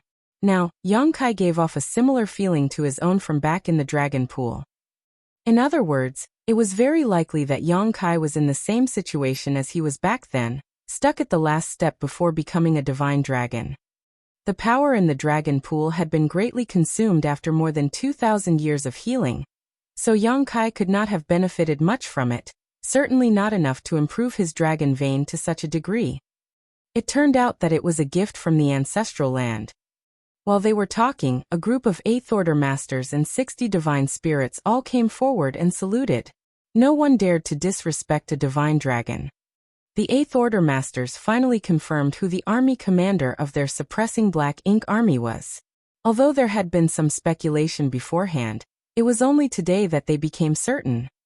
A master like Fu Guang was naturally qualified to be the army commander of the suppressing Black Ink army. Zhu Jian and the rest of the divine spirits felt increasingly ready to be part of this fight. Given the circumstances, They knew that they would still be fighting alongside the human race after the 3,000-year agreement had expired. However, now they were working under the current Dragon Clan leader, and there was no room for sloppiness. After exchanging some pleasantries, Yang Kai said, "Sir, how is the situation here?" Fu Guang replied, "Nothing unusual, except that he talks a lot." Talks a lot. Yang Kai was slightly stunned, and then realized that Fu Guang should be referring to Wu Kuang. Yang Kai could not help but chuckle, and his tense mood also relaxed a lot. It also meant that there were no problems with the primordial heaven's source grand restriction. If there really was any problem, Wu Kuang would not be able to waste his energy on chatting. At that moment, Wu Kuang's voice came from the depths of the void. "There is quite literally no one here besides the two of us, and it's been that way for over 1,000 years. Does it matter if we talk more? And don't you know that it's not a good habit to badmouth someone behind their back?" Fu Guang laughed helplessly and cupped his fist. After so many years of chatting, he also knew Wu Kuang's background. He had much respect for this late ancient-era martial ancestor. Furthermore, anyone who single-handedly guarded the primordial heaven's source grand restriction deserved the utmost respect. The Eighth Order Open Heaven Realm Masters, and even the Divine Spirits were all astonished. They were all previously focused on Fu Guang, and never expected there to be a second person here. After all, there was only endless darkness as far as they could see. The deep darkness seemed to be able to devour everything, and even their souls seemed to be sucked into it when they stared for too long. Fortunately, everyone was strong, and when they perceived the anomaly, they immediately collected the mind, which eased the discomfort. Someone said with palpitations, "Is this where the mother nest resides?" They had heard that the primordial heaven's source grand restriction had sealed the mother nest along with Mo's true body. Now they were able to see it with their own eyes. This was the source of all the chaos and the birthplace of the Black Ink clan. Even the Eighth Order Open Heaven Realm Masters could not help but feel a sense of powerlessness and defeat in their hearts at this moment. "Don't be so glum. For countless eons, your heroic ancestors spilled their blood on this battlefield to resist the Black Ink clan, all to give future generations a chance to live and grow. Now this burden has fallen on your shoulders. If you and the others fail here, then the human race and all the divine spirits will cease to exist. When that happens, everything will come to an end. The martial ancestors were able to seal this evil here. Don't you, their descendants, have the courage to fight it?" Chapter 56-72. The human race must get stronger. Fu Guang was not reprimanding, and neither was his tone intense. Though it seemed like a simple question, it caused everyone's heart to feel heavy. How could they face the true enemy if just gazing upon its shield of darkness was enough to frighten them? Yang Kai immediately cupped his fist and said respectfully, "Junior understands." Yang Kai took a step forward and said, "I'll check out the situation." He disappeared in a flash as Fu Guang looked on with his brow raised. The way Yang Kai utilized space principles was at a level no different from the late Phoenix clan leader. The Dragon clan's bloodline talent was the Tao of Time, while the Phoenix clan's was the Tao of Space. Fu Guang was surprised that Yang Kai, a Dragon clan member, was so proficient in both the Tao of Time and the Tao of Space. Amidst the great struggle between the human race and the Black Ink clans over the dominion of everything under the heavens, there was always a need for special existences to rise up. Looking at the direction Yang Kai went, Fu Guang became lost in his thoughts as he realized that he was not one of those special beings. Outside the primordial heaven's source grand restriction, a portal seemed to open up in the darkness when Yang Kai arrived. Yang Kai followed the portal, took a step inside, and saw Wu Kuang sitting cross-legged. Yang Kai swiftly activated the Great Sun and Great Moon marks. Yellow and blue rays burst out and merged into a huge beam of purifying light that rained down on Wu Kuang's head. Wu Kuang, whose body was so black that his face could barely be seen, was instantly enveloped by the purifying light, and with a piercing sound, the huge mass of black ink strength was purified. The light dissipated and Wu Kuang returned to his original appearance. He appeared grim as he asked, "What the hell are you doing?" Yang Kai replied casually, "I need to make sure that I see a human Wu Kuang, not a black ink disciple Wu Kuang." Anyone else who saw Wu Kuang's appearance would have thought he had been completely corrupted by Black Ink's strength, mainly because this guy was covered in it and looked very abnormal. What about now? Wu Kuang asked rhetorically. Yang Kai said, "It should be fine, but I'd like to check your small universe if you don't mind." Wu Kuang snorted and replied, "If I were a Black Ink disciple, I would have awakened the old thing inside and unlocked the primordial heaven's source grand restriction long ago. Who knows? The heaven-devouring great emperor is quite the schemer. Who can tell what you're up to?" Wu Kuang rolled his eyes. The rich Black Ink strength continued to be pulled in, and under heaven-devouring battle law, he seemed to have turned it into a bottomless pit. Still, he warned Yang Kai, refrain from acting out. Do you know how tricky it is to steal something from someone's home without disturbing the sleeping owner? Besides, didn't you give me a world tree clone which can stabilize and isolate my small universe? How could Black Ink strength corrupt me so easily? When he saw that Yang Kai was unconvinced, Wu Kuang immediately sneered and snarled, "You're going to get your ass kicked." As he said that, he revealed his aura threateningly. Yang Kai immediately sat cross-legged in front of him and said, "Your fist is bigger. Fine, you win." Wu Kuang had already become a 9th Order Open Heaven Realm Master. He was clearly not exaggerating when he said that he would achieve this within 3,000 years.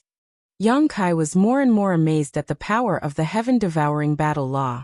Unfortunately, only Wu Kuang could truly bring out the full power of this heaven-defying cultivation technique. Wu Kuang was able to advance from the 7th Order to the 9th Order in just 3,000 years with this secret art and special environment.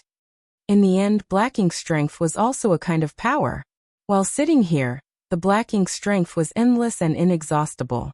With the help of the heaven-devouring battle law and the protection of flawless purifying golden lotus and a world tree clone, Wu Kuang was able to achieve the unimaginable in just 3,000 years. Without even one of these conditions, Wu Kuang would not have been able to advance to the 9th Order in such a short time. "Senior, I would like to ask you something," Yang Kai said solemnly. Wu Kuang chuckled softly. "Humph. So you call me Wu Kuang when you want and then address me as senior when you want something. Brat, you're as disrespectful as ever." Wu Kuang sneered and thought to himself scornfully. "Speak," Wu Kuang snarled. The 10 martial ancestors all must have understood the Open Heaven Realm method is flawed. How did Senior overcome the limitations of the Open Heaven Realm method to cultivate the 9th Order? Wu Kuang's current body originally belonged to Mo Sheng, the great demon god, who was killed back in the star boundary. Wu Kuang's soul took over that fallen master. Yang Kai still remembered that when he saw Wu Kuang again after leaving the star boundary, Wu Kuang was just a 5th Order Open Heaven Realm Master at that time. In other words, Wu Kuang should have been an ordinary 5th Order Open Heaven Realm Master back then. So theoretically, his limit was the 7th Order. How did he become a 9th Order Open Heaven Realm Master? You want to know? Wu Kuang grinned. You won't be able to do it. The 3 self source reconstitution art is enough to keep you busy. Yang Kai probed and asked, is it related to the secret art practiced by Senior? Back in the days when Wu Kuang was still sure, he already perceived the drawbacks of the Open Heaven Realm method, and knew that the 10 martial ancestors alone could only confine Mo, but could not completely destroy it. He needed more power and to reach a higher realm to destroy Mo. The 3 selves source reconstitution art was one of the methods Sure deduced that could potentially solve the limitations of the Open Heaven Realm method. However, this method had extreme limitations. If Wu Kuang did not know that Yang Kai had the soul-warming lotus, he would not have taught it to him. After all, the mere process of cutting one's soul in half was essentially like committing suicide if not for the supreme treasure. Since Sure had formulated the 3 selves source reconstitution art, but did not practice it, there must be another way to overcome the drawbacks of the Open Heaven Realm method. Yang Kai guessed that this should be the heaven-devouring battle law. Wu Kuang nodded. And it is related to the secret art that I practice. The heaven-devouring battle law was not only the fastest method to improve one's strength, there are other subtleties involved with it that you cannot understand right now. To avoid the limitations of the Open Heaven Realm method, the flawless purifying golden lotus is also indispensable, So only I can do this in this world. As for the others, Wu Kuang slowly shook his head and his message was self-evident. Yang Kai was silent for a moment and then he suddenly said, "Senior, I saw the primordial light." Song told the Ninth Order masters that finding the primordial light was the best and most secure way to resolve the issue of Mo and the Black Ink clan. Yang Kai overheard this when he was serving tea to them. Otherwise, he would not have known about such a secret, as he was just a Seventh Order Open Heaven Realm Master back then. However, of those Ninth Order old ancestors who were present, only 2 of them were still alive today. Wu Kuang was the reincarnation of Shi, and naturally knew more about the primordial light than anyone else. Wu Kuang was stunned for a moment before he became incomparably excited, his eyes widening as he asked, "Where is it?" He was so agitated that he even grabbed Yang Kai's shoulders and shook him. Yang Kai felt his shoulders were about to be crushed and his body shaken apart, and hastily said, "Senior, don't get so excited. I only witnessed the primordial light by chance when traveling back through millions of years of time." "You traveled back in time?" Wu Kuang gawked as this was an impossible feat as far as he knew. After his eyes stopped spinning, Yang Kai explained exactly what happened in the ancestral land, causing Wu Kuang's expression to change as he listened. After Yang Kai finished explaining, Wu Kuang's expression became extremely odd, and he could not tell whether he felt relief or not. "So that's what happened. The primordial light has long since ceased to exist." Back then, the 10 martial ancestors theorized that the only way to deal with Mo once and for all was to find the primordial light. That was naturally a source of hope for them. However, today, Yang Kai had confirmed that the primordial light had disappeared from the universe, and its remnants had evolved into the divine spirit family. Thus, this hope no longer existed. Wu Kuang couldn't help feeling some disappointment in his heart. However, he had also long expected this situation. Even if he was disappointed, he did not despair. The primordial light was certainly the safest and simplest solution to resolve the issue of Mo, but it was not necessarily the only solution. Mo was in the creation realm, so if he could break through the Ninth Order and reach the creation realm, he would be able to compete with Mo directly. Collecting himself, Wu Kuang quickly said, "Brat, since the primordial light has long since dissipated, the only hope for the human race now is to further strengthen themselves and rise above the Ninth Order as soon as possible." "Yes," Yang Kai answered, but after thinking about it, he did not say anything about Zhang Ruoxi. After all, her story was still just his own speculation. Thus, he would have to take her to that place before he could say for certain his hypothesis was the truth. After a moment of silence, Yang Kai said, "I brought some men and a powerful weapon with me this time to ease the burden on Senior. If Senior needs any help from them, just order them as needed." "There is always a need for more help," Wu Kuang said seriously. "Previously, Mo was hit by whatever Mu left behind, and has been in deep sleep ever since. Over these years, although there have been some faint mental activities, it has not awakened yet. Fortunately, I have made it to the Ninth Order Open Heaven Realm Master, and my control over the primordial heaven's source grand restriction is much stronger now. Otherwise, all hell would have broken loose already." Yang Kai was astonished and asked, "Then can Senior estimate when Mo will awaken?" Wu Kuang spread his hands helplessly and replied, "It's impossible to say. Maybe it will wake up in the next moment, or perhaps it will continue to sleep for a few thousand more years." Yang Kai's anxiety increased greatly as he asked, "If it really wakes up, can Senior suppress him?" "Perhaps for a short while, but certainly not for long.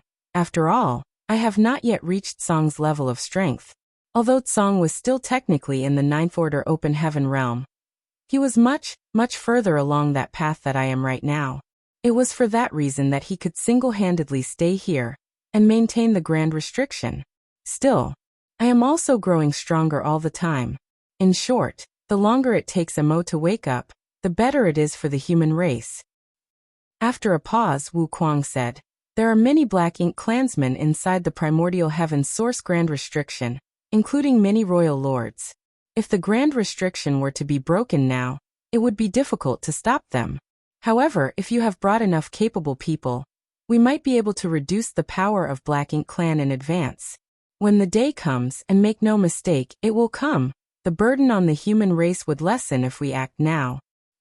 Yang Kai listened and asked eagerly, how should we go about eliminating them? Wu Kuang replied, simple, I'll create a small opening in the Grand Restriction and release some of them out in batches. You guys just need to kill them as they emerge. Chapter 56-73, Prepare for Battle. Yang Kai winced and whispered, Senior may not know, but more than 3,000 years ago when the Human Crusade Force came here, Song did what you suggested and it ended in disaster. Of course, when Song chose to open a gap, it was based on the same reasoning. Before the Human Crusade Force arrived, Song had guarded this place alone for over 100,000 years, and was approaching his limit. The primordial heaven's source Grand Restriction not only sealed Mo's true body, it also held back all of Mo's creations. Song could not bear the burden by himself, and eventually he would not be able to contain them. If the seal broke and Mo and its true body escaped, the human race would not be able to handle the subsequent catastrophe. So after the Human Crusade Force arrived, Song proposed, as Wu Kuang did now, to open a gap in the Grand Restriction, to relieve some of the pressure. Initially, everything had gone according to Song's expectations, until the appearance of a black ink giant spirit god. Unexpectedly, a black ink giant spirit god emerged from the Grand Restriction, and forcefully held the gap open. The Black Ink clan army swarmed out and overwhelmed the human race army. All the Black Ink clansmen who died in that battle left behind massive amounts of Black Ink strength, which was then absorbed by the Black Ink giant spirit god, increasing its power. In the end, Song was forced to use the last card Mu left behind and sacrificed his body to reseal and reinforce the primordial heaven's source Grand Restriction, while Mo fell into a deep slumber. However, the Black Ink giant spirit god who had been roaming in the late ancient era battlefield had been awakened and struck from the rear to rout the Crusade force. Although Yang Kai was not present for many of those events, he was at least involved up until the emergence of the first Black Ink giant spirit god. Thus, when Wu Kuang proposed this same strategy 3,000 years later, Yang Kai was naturally a little worried. Wu Kuang had obviously heard about what happened back then and chuckled. Accidents are inevitable. Yang Kai said solemnly, Is Senior certain that you can reseal the Grand Restriction at any moment? Wu Kuang said bluntly, There is no guarantee. Yang Kai's face twitched. If Wu Kuang did not dare to make this guarantee, then how could he propose such a risky plan? The hidden ace that Mu had left behind had been used up. The human race could not afford another mistake of that magnitude. However, Yang Kai soon realized what the problem was and asked, Is Senior's burden so great that you are unable to bear it? Yang Kai hit the nail on its head, so Wu Kuang could not help but sigh and reply, I just became a 9th Order Master and my strength is incomparable to Tsang. It's only a matter of time before the primordial heaven's source Grand Restriction breaks apart. Why didn't Senior just say so then? Yang Kai said with some displeasure. Listening to Wu Kuang's tone earlier, he thought this guy was having an easy time staying here at the primordial heaven's source Grand Restriction. Who would have thought that his life was hanging by a thread all this while? Wu Kuang simply replied, Don't I need some face? Yang Kai was immediately incensed and did not know how to respond. He fumed for a moment before asking, If we do as Senior said, will there be any effect on Mo's true body? Would you believe me if I said that there will be no effect? Mu left a strong gambit behind. Now we can only trust her. Then what about Black Ink giant spirit gods? Yang Kai asked again. There is no way a newly promoted 9th Order Master like me could sense what's going on inside the primordial heaven's source Grand Restriction when even Tsang, Sure, and the others could not back at their peak. Only Mu ever dove deep into the primordial heaven's source Grand Restriction. We have never done so. Unfortunately, she died after we resealed the restriction, and did not leave any clues as to what she saw inside. That is why no one knew a Black Ink giant spirit god was lurking inside. The only thing I can do now is to try to reseal the gap when I notice any anomalies, and try to avoid things getting out of hand. What Wu Kuang meant was that if there was a Black Ink giant spirit god that wanted to break out of the Grand Restriction, he would immediately close the opening. It was pointless for Yang Kai to ask if he was able to do it at this point. Wu Kuang followed up. You do not have to worry too much though. Even if Mo is already at the creation realm, there will not be many black ink giant spirit gods. How do you know? Yang Kai asked. Mo must have paid a huge price to create such a powerful being. Every black ink giant spirit god must require a part of its true essence. Although Mo is very powerful, its soul and essence cannot be divided too many times. Otherwise, it will be in great danger itself. Is Senior certain of that? Or is it just a guess? Yang Kai frowned. I have evidence this time, Wu Kuang smiled. Thousands of years ago, the Black Ink clan laid out an elaborate scheme and made many sacrifices to awaken the Black Ink giant spirit god in the divine spirit ancestral land, just like they did with the one from the late ancient era battlefield.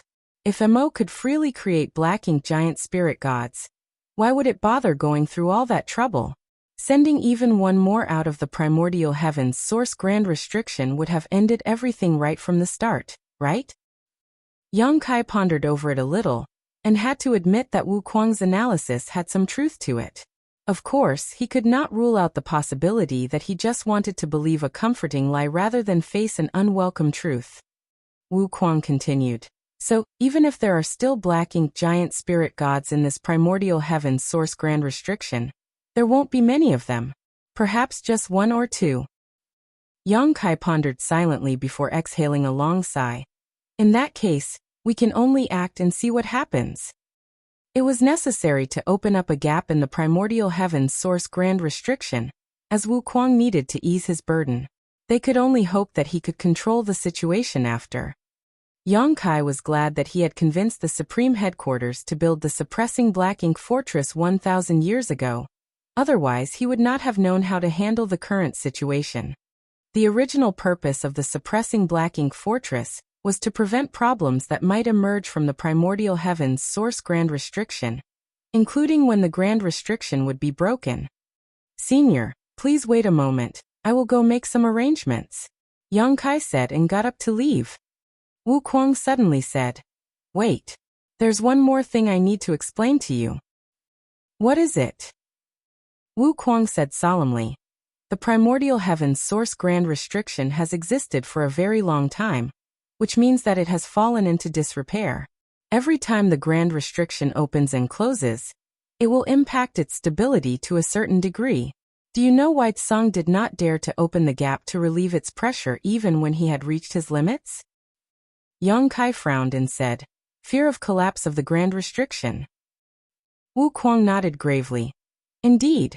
Even if there was only a 1 in a million chance, Tsang did not dare to take that risk. Thus, he kept holding on until the arrival of the human crusade force. It was only then that he took the risk as others were around to help him contain the situation. After that, the source grand restriction should have become extremely unstable.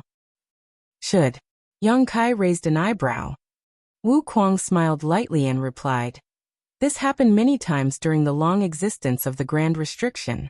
Otherwise, why do you think my old friends chose to strengthen the restriction by sacrificing themselves? Do you think they didn't cherish their lives? Yang Kai finally realized something when he heard this. The primordial heavens source grand restriction was created by us under Mu's instructions. Mo struggled violently when it was in the grand restriction. For countless years, it has struggled and attempted to break out a few times, which put a great strain on the grand restriction. As a result, whenever there are signs of collapse, someone would make the sacrifice and merge with the grand restriction. As he spoke, Wu Kuang's eyes glowed in remembrance, clearly lost in his memories of a time long past. When one of us merged with the grand restriction, it was equivalent to reinforcing it. Therefore, it has been maintained until today without collapsing. 3,000 years have passed since Tsang did just that, and today's primordial heaven source grand restriction is no longer the same as when it was first built. When I open the grand restriction, you will have to deal with all the Black Ink clansmen that leak out by yourselves. I won't close it unless a Black Ink giant spirit god is trying to break out. Yang Kai nodded lightly and replied, I understand. I will explain this to the army. He knew the reason why Wu Kuang had told him this. It was because he did not want the suppressing Black Ink Army to expect any help from him. Wu Kuang could only take care of the opening and be ready to close it at any moment. He could not provide any direct assistance to the suppressing Black Ink Army. He also wanted the suppressing Black Ink Army to be prepared for anything horrendous that may occur. After leaving the primordial heaven's source grand restriction, Yang Kai returned to the debris of the Great Pass and explained what he had discussed with Wu Kuang.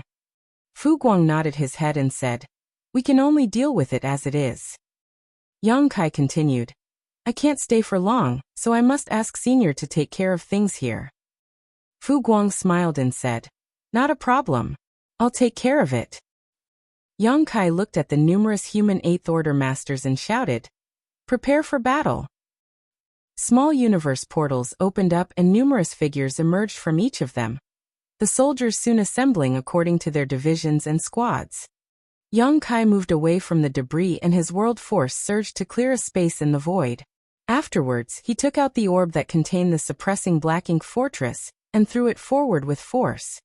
Manipulating space principles, the orb shattered and space inside expanded rapidly. In the blink of an eye, a large area of space was added to the void, causing ripples in space. Yang Kai rapidly formed a set of hand seals and surged both world force and space principles to smooth the disorder. After everything calmed down, the huge suppressing Black Ink Fortress came into view, in all its intimidating majesty. This was a true weapon of war. It sat in the void like a fierce beast, facing the primordial heaven's source grand restriction like a tiger that was watching its prey. In the square, Fu Guang raised his brow slightly when he saw this. With such a powerful platform in hand and the 6,000 elites of the suppressing Black Ink Army, they should not have any problems dealing with a few Black Ink clansmen from the primordial heaven's source grand restriction. Suppressing Black Ink Army.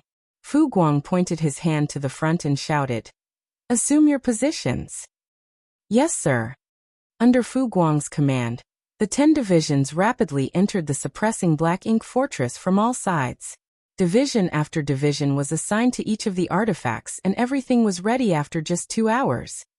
Fu Guang stood proudly in the middle of the void as this huge suppressing Black Ink Fortress came to life and prepared for war. At the suppressing Black Ink Fortress core, 10 Eighth Order Open Heaven Realm Masters sat cross-legged in a circle, ready to activate its power to provide all possible assistance to the soldiers outside. Chapter 5674, Shaving Away What's Inside. Yang Kai looked on from afar.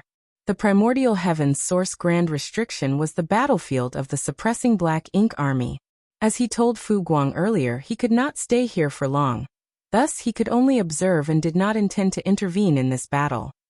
Everything would be fine if the suppressing Black Ink Army and the suppressing Black Ink Fortress could deal with the Black Ink clan army that rushed out of the primordial heaven's source grand restriction. If they could not, then there would be problems. There was another figure standing beside him at this moment. It was Zhang Ruoxi who asked, "Sir, don't I have to go and help?" She thought that she could provide a lot of assistance with her small stone race army, which could form a Fourth Order 9 Palaces formations. Even if she was facing an innate territory lord, she could put up a hard fight. Yang Kai slowly shook his head and said, "Your battlefield isn't here." If his guess was right, then Zhang Ruoxi could play a much bigger role in the future than merely controlling a Fourth Order 9 Palaces formation. Upon hearing this, Zhang Ruoxi felt a bit confused, but she listened to Yang Kai's instructions and watched quietly beside him. For the last few thousand years, she and Yang Kai had barely met, but ever since she was young, she had built an unconditional trust in Yang Kai. Even after growing up and becoming a 7th Order Open Heaven Realm Master, she would still obey any request Yang Kai made of her. Now both the suppressing Black Ink Army and the suppressing Black Ink Fortress were ready. Yang Kai looked over at Wu Kuang and said, "Senior, please do your best to control the gap and not put too much burden on the suppressing Black Ink Army." Wu Kuang said, "Rest assured, I have been considering this ever since I first began guarding this place. I will only open the gap wide enough for those weaker than royal lords to smoothly pass through. Perhaps 1 or 2 royal lords might occasionally rush out, but with that dragon here, it shouldn't be a problem." Yang Kai nodded lightly.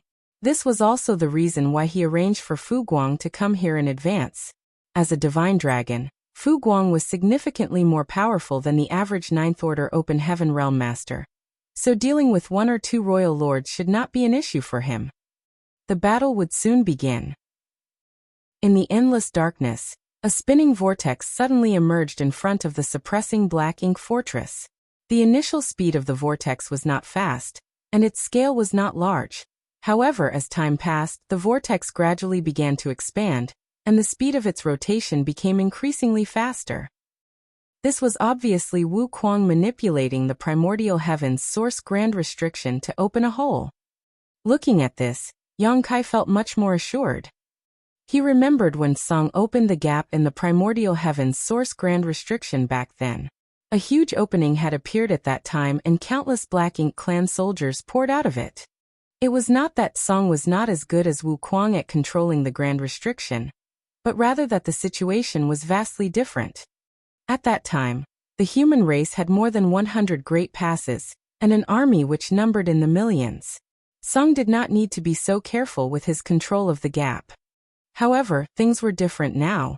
The suppressing Black Ink fortress was less than 10% the size of a great pass, and the suppressing Black Ink army was composed of only 6,000 soldiers. Although there were 400 Eighth Order masters, that was still far fewer than the initial crusade force. If Wu Kuang did the same as Song had, then the suppressing Black Ink army would be overwhelmed and wiped out in no time. Wu Kuang was undoubtedly far more cautious in his approach than Song was back then. Rich Black Ink strength escaped from the vortex, but there was no sign of the Black Ink clan, which puzzled the suppressing Black Ink army soldiers. Soon, the human race masters sensed an anomaly. From within the vortex, a powerful divine sense extended outward, spying on the situation outside. Apparently, after that event 3,000 years ago, the Black Ink clansmen inside the primordial heaven's source grand restriction became more cautious. However, even if they were more cautious, they could not resist the rare opportunity to rush out to the outside world. Thus, it did not take too long before a large number of Black Ink clansmen charged out of the vortex. These Black Ink clansmen were on average stronger than those fighting on the Great Territory battlefields. The Black Ink clan soldiers on the Great Territory battlefields were mostly cannon fodder that any Open Heaven Realm master could kill a swath of in a single blow. However, these Black Ink clansmen that rushed out from the primordial heaven's source grand restriction were all low-rank clansmen at least. In other words, they were equivalent to low-rank Open Heaven Realm masters. This was not surprising as the primordial heaven's source grand restriction has been sealed for so many years. Since these Black Ink clansmen were spawned inside and had nothing else to do, there was plenty of time for them to grow in strength. The last time the Crusade force was here, they were faced with such a situation as well. The first wave of Black Ink clansmen that emerged numbered less than 300, but everyone knew this was only the beginning. This batch of soldiers immediately rushed in the direction of the suppressing Black Ink fortress. After this first wave, more batches rushed from the vortex, each one containing a few hundred to 1,000 mixed soldiers. In the blink of an eye, tens of thousands of Black Ink clansmen had emerged from the primordial heaven's source grand restriction, with more still pouring out.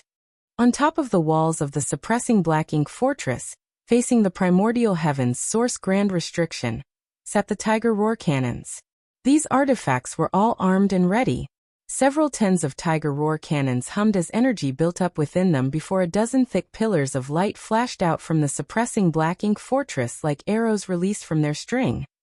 Wherever the pillars of light struck, the Black Ink clansmen would be wounded or killed. By the time the first volley of Tiger Roar cannons faded, thousands of Black Ink clansmen had been killed or injured. Immediately after, a dozen more Tiger Roar cannons spewed out dazzling columns of light. Then a dozen more. Beams of light from the suppressing Black Ink fortress shot out continuously. By the time all the Tiger Roar cannons on this side of the wall had fired, the Black Ink clan had already suffered tens of thousands of casualties, with not one of them even able to approach the suppressing Black Ink fortress. The vortex in the primordial heaven's source grand restriction expanded again, as Wu Kuang was very relieved to see the immense power of the suppressing Black Ink fortress. As time passed, More Black Ink clansmen continued to emerge from the vortex, including feudal lords and territory lords. Outside of the primordial heaven's source grand restriction, a battle that might last for many years had begun. In this battle, the Black Ink clan would constantly be attacking while the suppressing Black Ink army would be constantly defending. Each side would persist in such an environment for who knows how long. The key to this war lay in the hands of Wuxia.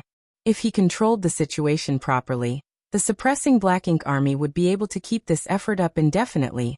However, if Wuxia did not control the situation well, it would lead to an irreversible collapse. The territory lords from the primordial heaven's source grand restriction were all innate territory lords, but although all of them were quite powerful, the moment they emerged they were greeted by tiger roar cannons from the suppressing Black Ink fortress.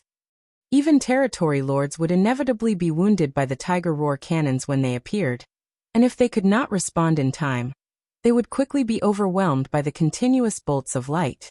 Yang Kai saw some innate territory lords coming out of the primordial heaven's source grand restriction, but as they emerged, they would all go from being lightly wounded, to seriously wounded, to dying. There were some innate territory lords who barely survived the bombardment of the tiger roar cannons, and wisely did not charge straight at the suppressing Black Ink fortress, and instead chose to flank it. However, while the suppressing Black Ink fortress was seemingly fixed in place, the suppressing Black Ink army was very mobile. Those innate territory lords who barely survived the tiger roar cannon's attack were all swiftly intercepted by 8th Order Open Heaven Realm Masters, before they could get too close. The 8th Order Masters worked in teams to take down these flanking territory lords swiftly and decisively.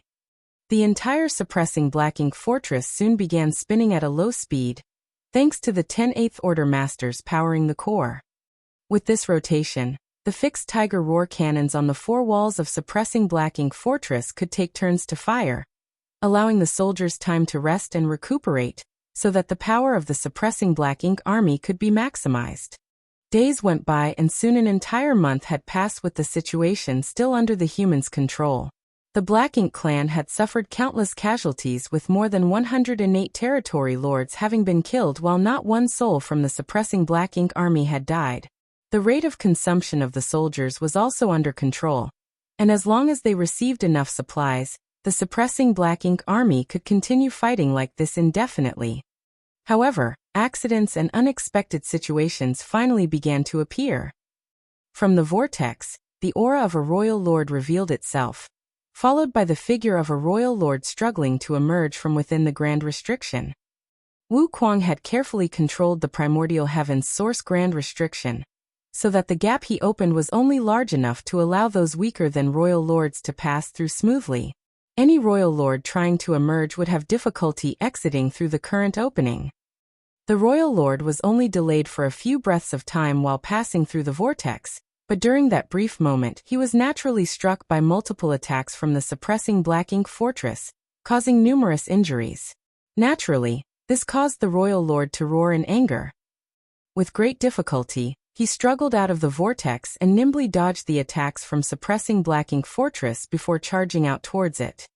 However, he was immediately met with the intense dragon aura of a divine dragon. Fu Guang, who had been waiting on the suppressing Black Ink fortress, personally intercepted the royal lord, forcing him into the nearby void to fight. The royal lord was ripped apart by Fu Guang's claws after only half an hour of fighting, his Black Ink strength exploding out like a final desperate gasp before he perished. Even in his prime, this royal lord was no match for a divine dragon, let alone after he was seriously wounded by the suppressing Black Ink army's focused barrage. The combination of the suppressing Black Ink army with the suppressing Black Ink fortress and a divine dragon proved to be a solid defense. Of course, the prerequisite was that Wuxia maintain proper control of the primordial heaven's source grand restriction, and that nothing changed within the primordial heaven's source grand restriction. Yang Kai was relieved to see this. There was no need for him to intervene in this matter. In fact, he could hardly resist the temptation to join. However, there was truly no need for him to be here since there was a divine dragon present. Looking at all the familiar faces aboard the suppressing Black Ink fortress, Yang Kai felt guilty for not participating in the fight, but he could do nothing about it. After taking Zhang Ruoxi into his small universe and transmitting a few words to Fu Guang, Yang Kai connected with the old tree and soon followed its traces to the grand ancient ruins boundary. Chapter 56-75 Guest. 3 months later, in the desolate and vast void of the chaotic dead territory, the two forces of yin and yang entwined, sparking violent explosions and shaking the universe each time they collided. Even an eighth-order open heaven realm master would not be able to withstand the fallout of such an explosion. This was a sight that had not been seen in the chaotic dead territory for many thousands of years. Such a chaotic and dangerous place certainly had a lot of opportunities, yet the dangers far outweighed those lucky chances. If it wasn't for the protection of giant spirit god Air when Yang Kai arrived here the first time, he would have already died many times over with his sixth-order open heaven realm cultivation. After the Black Ink clan invaded the 3,000 worlds, they had also set their sights on this place, but when they realized how dangerous it was, they gave up on it entirely. They couldn't hold their ground in a place this dangerous. The Royal Lord was previously worried that these two supreme beings would direct animosity towards the Black Ink clan and attack, but after so many years of observation, these two showed no signs of leaving. Subsequently, he discovered from some Black Ink disciples that, though these two had a fierce reputation, they had never left the chaotic dead territory since ancient times, allowing the Royal Lord to breathe a sigh of relief. Yang Kai arrived in this place without difficulty and soon found Big Brother Huang and Big Sister Lan, who were nurturing another small stone race army. Both Big Brother Huang and Big Sister Lan were speechless when they saw Yang Kai again. Ever since Yang Kai gave them these unique creatures, the two of them had been fixated on this type of game-like combat to establish their seniority. However, the last 2 times Yang Kai visited, nothing good happened. In addition to taking away a massive amount of yellow and blue crystals, he also took away their entire army which they had worked so hard to nurture. It was as if every time Yang Kai appeared, they would be robbed clean of all that they owned. So seeing Yang Kai appear so soon after his last visit, Big Brother Huang's head ached and he couldn't help grumbling. "Why are you here again?" Big Sister Lan later added, "You can take some yellow and blue crystals, but there are no more forces for you to take. It has only been a short time, and they haven't grown much yet." It had only been a few hundred years since the last time Yang Kai visited, so naturally they had yet to recover from the damage he caused last time. Yang Kai cupped his fist with a smile and bowed to the two in front of him. "Little brother greets Big Brother Huang and Big Sister Lan. You two seem to have some misunderstanding about this little brother." Big Brother Huang snorted sarcastically.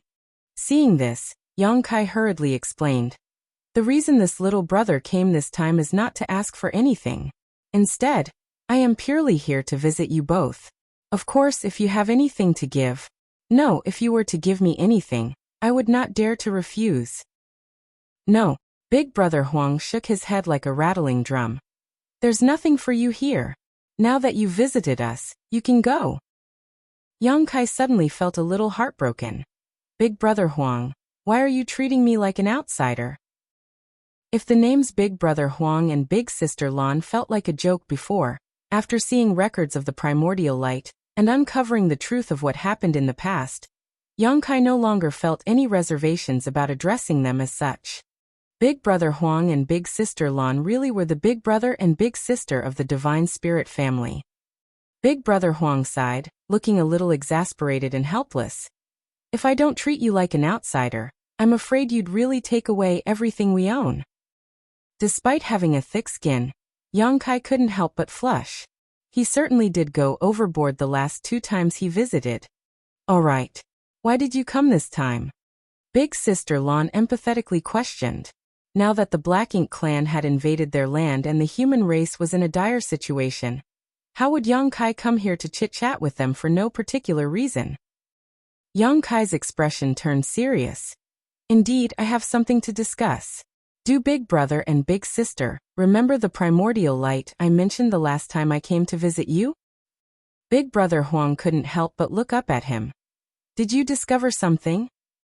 The primordial light was also related to Big Brother Huang and Big Sister Lan's origins. Thus they were naturally concerned about it. It was simply that despite having lived for so long, They had no clue about it and didn't even know where to go for information, leaving them with no choice except to place their hopes in Yang Kai.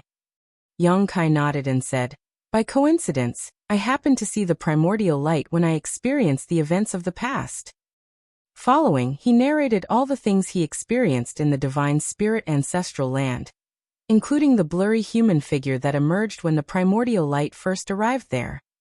"Everything I saw should be the events that occurred in the ancestral land during the primordial era, and these memories were born by the ancestral land itself.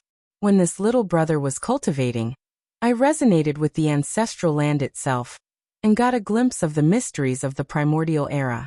But from what I saw, before the primordial light hit the ancestral land, it was not as stable and powerful as it should have been. It undoubtedly separated its yin and yang components from it. This little brother believes that before the primordial light arrived at the ancestral land, it had already separated from Big Brother and Big Sister in the chaotic dead territory. After yin and yang were separated from the primordial light, they did not immediately become Big Brother Huang and Big Sister Lan. Rather, it took many years of evolution for the pure yin and yang to become the burning light and serene glimmer of today. Big Brother Huang previously mentioned this too. In the beginning, they were muddled and only felt as though they had been abandoned somehow. It was only a long time after they gained full sentience that they realized that they were in the chaotic dead territory and had never left this place since ancient times. Big Brother Huang and Big Sister Lan exchanged glances, their expressions unreadable. Sometime later, Big Brother Huang finally murmured, "So we were really born from the primordial light?" He had this conjecture the last time Yang Kai discussed the primordial light with them, but he had no way to prove it. Now, Yang Kai's words had eliminated all his doubts. Yang Kai said with a smile, "This is no surprise. The primordial darkness of this world also awakened its sentience and became MO. So it is not strange that both of you were born from the primordial light. Besides, the primordial light not only created both of you, but all the divine spirits as well." After giving it some thought, Big Sister Lan said in a daze, "In that case, we are a family with the divine spirits. Xiao Huang and I were born first, followed by those divine spirits."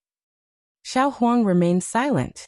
The corner of Yang Kai's brow twitched as he acted like he didn't hear this name. Big Sister Lan cheered, "Xiao Huang, this means all the divine spirits are our little brothers and sisters." She was delighted beyond belief to realize such a relationship. She had been fighting with Big Brother Huang since time immemorial about who was the elder sibling, but now, all of a sudden, they both had so many younger brothers and sisters. Big Sister Lan was filled with satisfaction. When he heard this, Big Brother Huang's eyes glistened too. He would usually be irritated if Big Sister Lan called him Xiao Huang, but at this moment he couldn't be bothered about it. Compared to all the little brothers and sisters he now had, what did it matter if he had to be called Xiao Huang for a time? He couldn't help but stand up, spread his arms akimbo, and laugh proudly. He then turned his head to look at Yang Kai again and said proudly, Come, call me Big Brother." Yang Kai cupped his fist with a smile. Little brother greets Big Brother Huang. Not forgetting Big Sister Lan, who was looking at him eagerly from the side, Yang Kai paid his respect to her as well.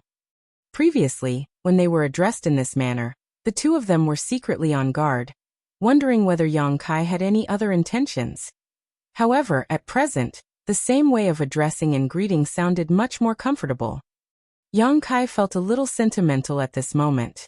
Although these two were supreme beings with great seniority and profound strength, something as simple as having little brothers and sisters actually brought them such joy, showing their innocence and cuteness, the polar opposite of how ferocious they were reputed to be outside. The only thing of concern now was how these two would react if they discovered that they still had another divine spirit, who might have higher seniority above them. Considering all this, Yang Kai quickly remarked, "Big brother and sister, little brother brought a guest for you this time." With his brows lifted, Big Brother Huang asked, "Oh, is it a divine spirit?" Yang Kai nodded. Yes. Strictly speaking, Heaven's Order could be considered a divine spirit too. However, her divine spirit bloodline wasn't exactly the same as the others. That being the case, let me see which little brother it is. He was already thinking about the greeting gift he should give to this new younger sibling. Since they all originated from the primordial light, and he and big sister Lan were the firstborn, he shouldn't be too stingy with the gift as the big brother of the family. In response, Yang Kai opened up his small universe right away, and a figure emerged. When he decided to bring Zhang Ruoxi to the chaotic dead territory to meet big brother Huang and big sister Lan, Yang Kai imagined many different ways this first contact would go, but nothing could have prepared him for what happened next. Just as Zhang Ruoxi stepped out of his small universe, she sensed a peculiar aura, and looked over at big brother Huang and big sister Lan. A different kind of smile appeared on big brother Huang's face all of a sudden as he stared straight at Zhang Ruoxi. Though it was their first time meeting each other, he felt incredibly warm and close to this person in front of him, like a long-lost child finally meeting a family member. Big sister Lan tilted her head as she gazed at Zhang Ruoxi, her eyes somewhat lost. Like big brother Huang, she felt at home with this person. This overwhelming feeling filled her with a sense of anticipation, even though she had no idea what she was anticipating. This feeling was seemingly reciprocal. Yang Kai had not told Zhang Ruoxi where they were heading or who she was about to meet. She only stayed in Yang Kai's small universe and waited for his instructions. The moment Zhang Ruoxi stepped out of the Yang Kai's small universe, she was attracted to the two tiny children in front of her.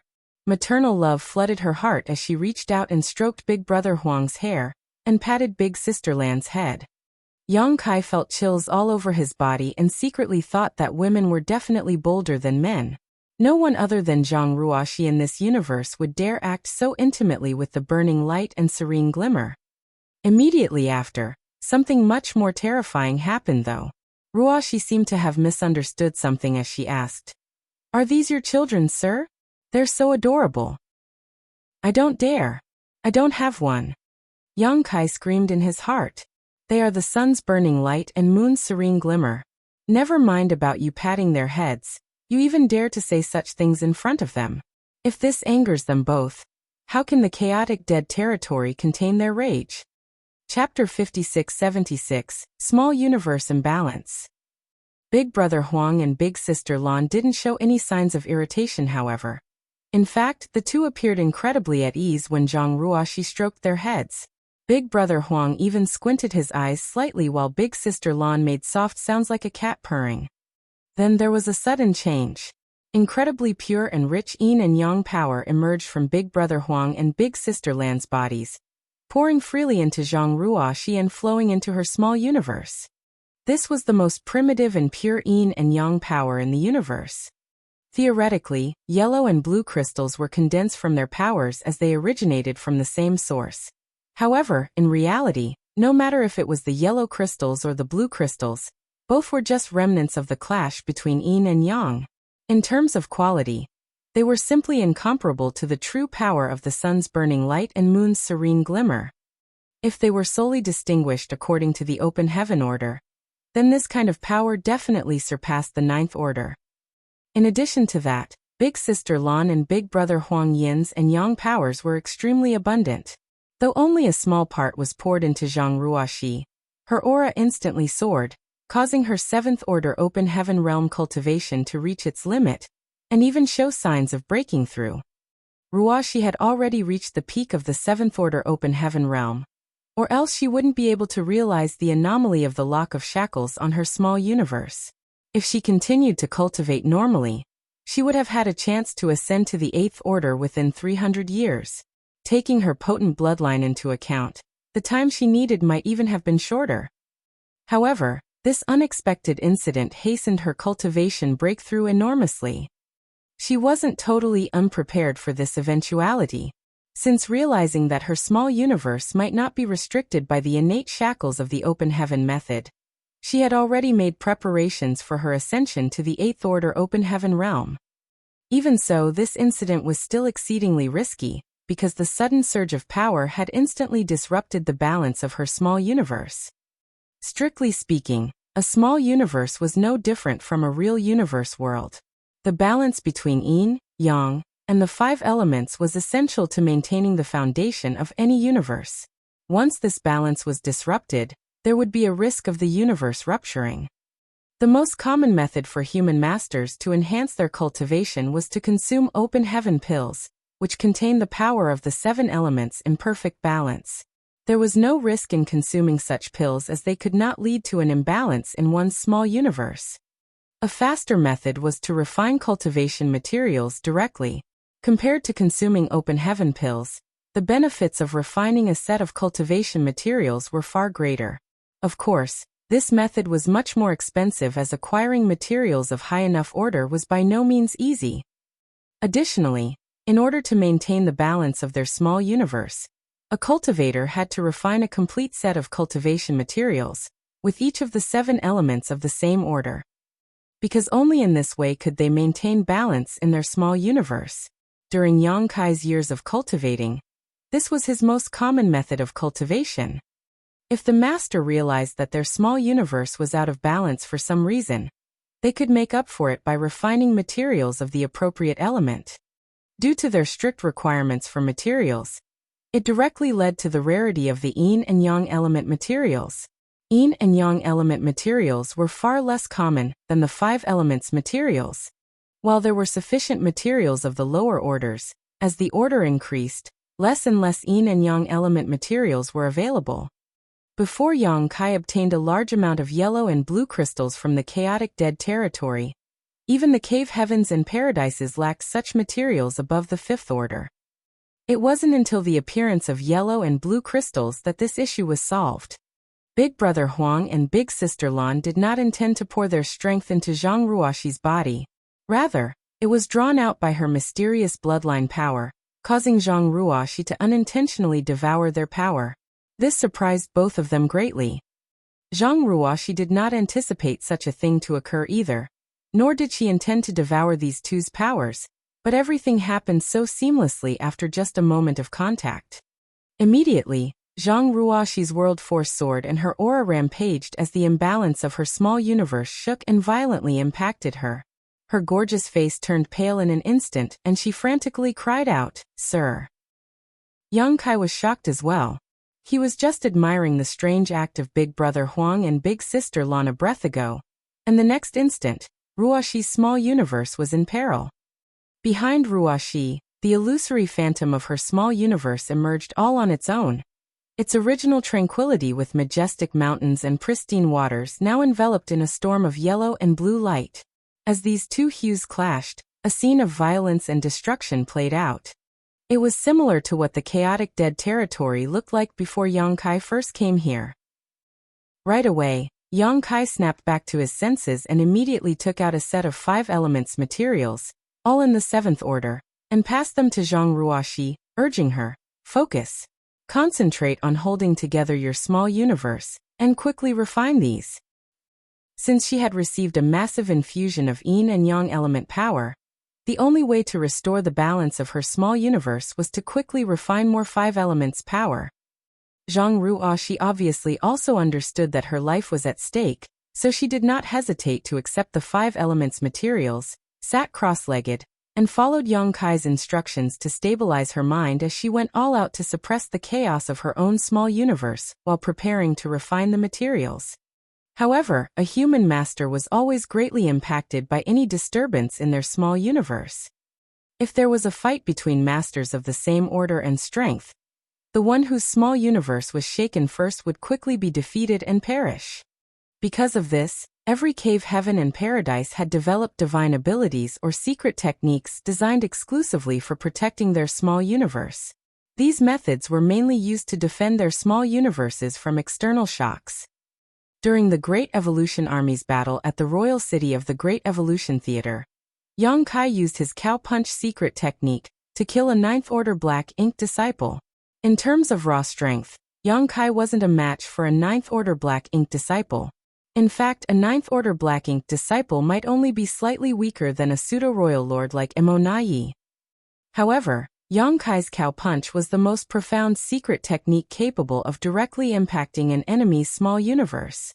Even if there was a great disparity in strength between Yang Kai and his opponent, cow punch could bypass all conventional defenses to cause massive damage. The current situation of Zhang Ruoxi, she was equivalent to her small universe being attacked by rampaging energy. Worse yet, this power was the purest essence of the burning light and serene glimmer, two supreme beings whose strength exceeded the ninth order. As someone only at the peak of the seventh order, how was Zhang Ruoxi supposed to be able to endure it? The only reason her small universe did not rupture on the spot was because only a small amount of yin and yang element power flowed into her before it was cut off. However, this disturbance in her small universe made it incredibly difficult for her to focus her mind. In such an unsteady state, let alone refining materials to balance her small universe, even suppressing the chaos in her small universe was proving all but impossible. If Zhang Ruoxi was unable to suppress the turbulence in her small universe quickly, it would only further destabilize, worsening her condition and creating a deadly feedback cycle. In a matter of breaths, Ruoxi's aura became more and more chaotic, and the illusory phantom of the small universe behind her also began to expand and contract, showing extreme signs of instability. The yellow and blue lights also became more violent as they thrashed about wildly. Young Kai felt chills all over. He thought that having Zhang Ruoxi visit Big Brother Huang and Big Sister Lan might bring about some unexpected gains, but he never imagined that things would go so awry. Racking his brain desperately, Yang Kai suddenly thought of something that might help Ruoxi, so he quickly shouted, "Open your mind!" The next moment, a seemingly illusory lotus flower covered in multicolored light flew out from Yang Kai's head and into Zhang Ruoxi's soul-warming lotus. Although this was a supreme treasure of the universe that had accompanied Yang Kai for millennia, other individuals could immediately use it without any kind of refinement as long as he passed it to them. Since he previously lent it to old ancestor Xiao Xiao to use in her battle inside the Black Ink Nest space, it meant that he could lend it to Zhang Ruoxi as well. The soul-warming lotus was the best solution to stabilize a person's shaken mind. As the seven-colored soul-warming lotus entered Zhang Ruoxi's forehead, her expression quickly calmed down. Obviously, the soul-warming lotus was helping. After her mind was calmed down, she worked hard to suppress the turbulence in her small universe before starting to refine the seventh-order materials. Only when the situation was stabilized temporarily did Yang Kai heave a sigh of relief. It had only been a short moment, yet he was already drenched in sweat. Big Brother Huang and Big Sister Lan stood to the side, completely dumbfounded by what they just experienced. Only after a long silence did Big Brother Huang murmur, How did this happen?" Although the two of them have lived for countless years and were far more powerful than any other divine spirit, due to their lack of interaction with others, they were quite innocent and naive. All they knew was the woman in front of them, who they felt quite close to, almost died because of their power. Big Sister Lan gave it a little bit more thought than Big Brother Huang before turning to Yang Kai to ask, "Who is she?" Even when she first met Yang Kai, a member of the Dragon Clan, she had never experienced the same level of closeness as she did with this mysterious woman. She was even more puzzled by the fact that this young woman had freely drawn in her and Xiao Huang's power. That was their pure yin and yang power, their innate strength. It wasn't something just anyone could devour. However, recalling when her power was being devoured, Big Sister Lan felt no sense of rejection of disharmony at all. "I'll let you both know later. Can Big Brother and Sister restrain and take back your power?" Yang Kai asked seriously. Allowing Ruoxi to refine 5 elements materials to balance her small universe was the best solution to the current problem. Yang Kai quickly discovered a problem at this moment. It was taking too long. Refining materials was not something that could be done overnight. One would require a lot of time to refine a set of 7th-order materials, let alone Zhang Ruoxi, who was only in the 7th-order open heaven realm. Furthermore, even if this set of 5 elements materials were truly refined, it still wouldn't be sufficient. In order to balance the yin and yang element power that she took in, many sets of 5 elements materials would be required. Yang Kai estimated it would take Zhang Ruoxi at least 10 years to reach a state of balance. 10 years was quite a long time. And in this kind of unstable situation, many things could go wrong, any one of which could put her in grave danger. The power from these two was akin to a pair of giant blades hanging above her head, at risk of falling at any moment. However, if Big Brother Huang and Big Sister Lan could take back their powers, then all these issues could be resolved. Chapter 56-77, Harmonizing Yin and Yang. Big Brother Huang, though somewhat uneasy, still had his sight intact. After just a glance at the situation inside Zhang Ruoxi's small universe, he shook his head and said, "No, our powers have already completely merged into her small universe. If we were to extract them, it would be akin to tearing out her heritage, causing her great harm. But having too much pure power is not a good thing either." Yang Kai thought in his heart. The powers of yin and yang from the moon's serene glimmer and the sun's burning light were the most primitive and purest in the universe. Because of their purity, they did not need much refining, so the moment they flowed into Zhang Ruoxi's small universe, they immediately merged with it, breaking the balance and leaving Big Brother Huang helpless. While they were conversing, Yang Kai watched intently. The imbalance in Ruoxi's small universe had reached a critical point, and the powers of the yin and yang were still continually surging in all directions. At this moment she could still barely suppress it, but as time passed, Ruoxi would not be able to keep it under control. Even with the soul-warming lotus protecting her mind, it would be of no use. The root of her crisis lay in her small universe, and her mind was only affected as a result. The best way to suppress and seal a small universe was with a World Tree clone. With it, Ruoxi's current crisis could be instantly resolved. Yang Kai had a clone on him, but it was integrated into his own small universe. Even if he was willing to give it to her, it would be impossible for Zhang Ruoxi to refine it in time, as the process would involve purging the pieces of Yang Kai's small universe before planting it into her own. This was not a simple or quick process, and would also require a lot of concentration which she could not spare at the moment. Is there really nothing we can do? If we don't find a way to completely suppress the powers of yin and yang inside of her, Ruoxi's life will be in danger. In his anxious state, Yang Kai suddenly had an idea and immediately advised her. Activate your bloodline power, and see if you can suppress it. If there was any other power in the world that could suppress the burning light and the serene glimmer's powers, it would only be the bloodline power of Heaven's Order. As a Seventh Order Open Heaven Realm Master, Ruoxi's cultivation allowed her to control thousands of small stone race soldiers to form a Fourth Order 9 Palaces formation. She did this by relying only on her own bloodline power. Furthermore, these small stone race soldiers could almost be considered as extensions of the powers from Burning Light and Serene Glimmer. In Yang Kai's theory, Heaven's Order was akin to the matriarch of the Divine Spirit family. The strange incident between Ruoxi and Big Brother Huang and Big Sister Lan during their first encounter suggested that this was true. Ruoxi taking in their two powers was likely due to her bloodline unconsciously guiding her. Given this, the Heaven's Order bloodline should be able to handle the current situation. Even if it couldn't completely suppress the two powers, it could at least calm things down. Just as the words left Yang Kai's mouth, Ruoxi immediately activated her bloodline power. In the illusory phantom of her small universe, a blurry female figure appeared. When this figure emerged, the powers of yin and yang, which had been rampaging and causing damage to her small universe, seemed to be drawn inexplicably towards the figure from all directions.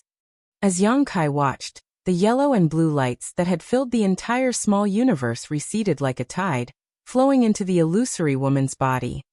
This woman, who symbolized Heaven's Order's bloodline, was just as Yang Kai remembered her from their last encounter. She hung her head low, her hair flowing freely as she held a giant greatsword in her hands.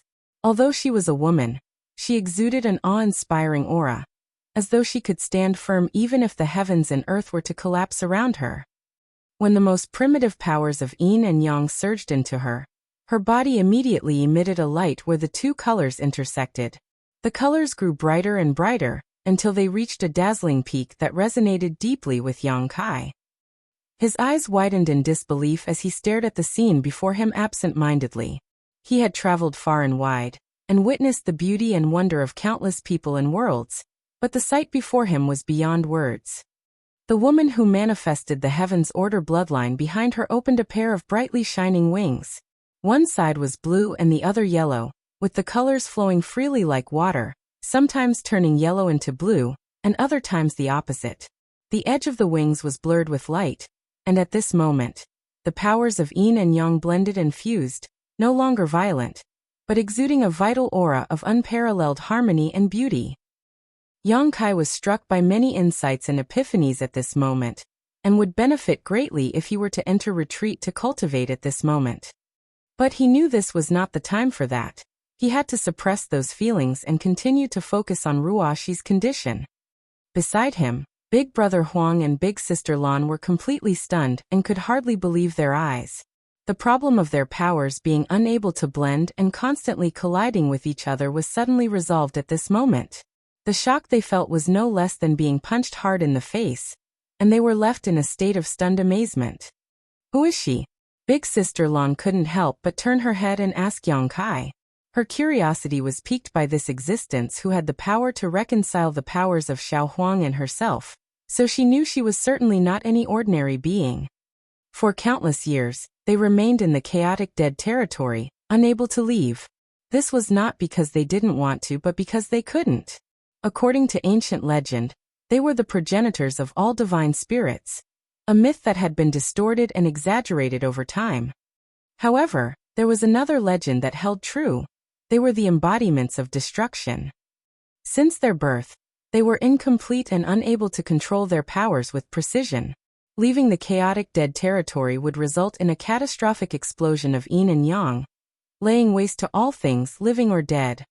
Back in the early days, the chaotic dead territory was not as vast as it was now.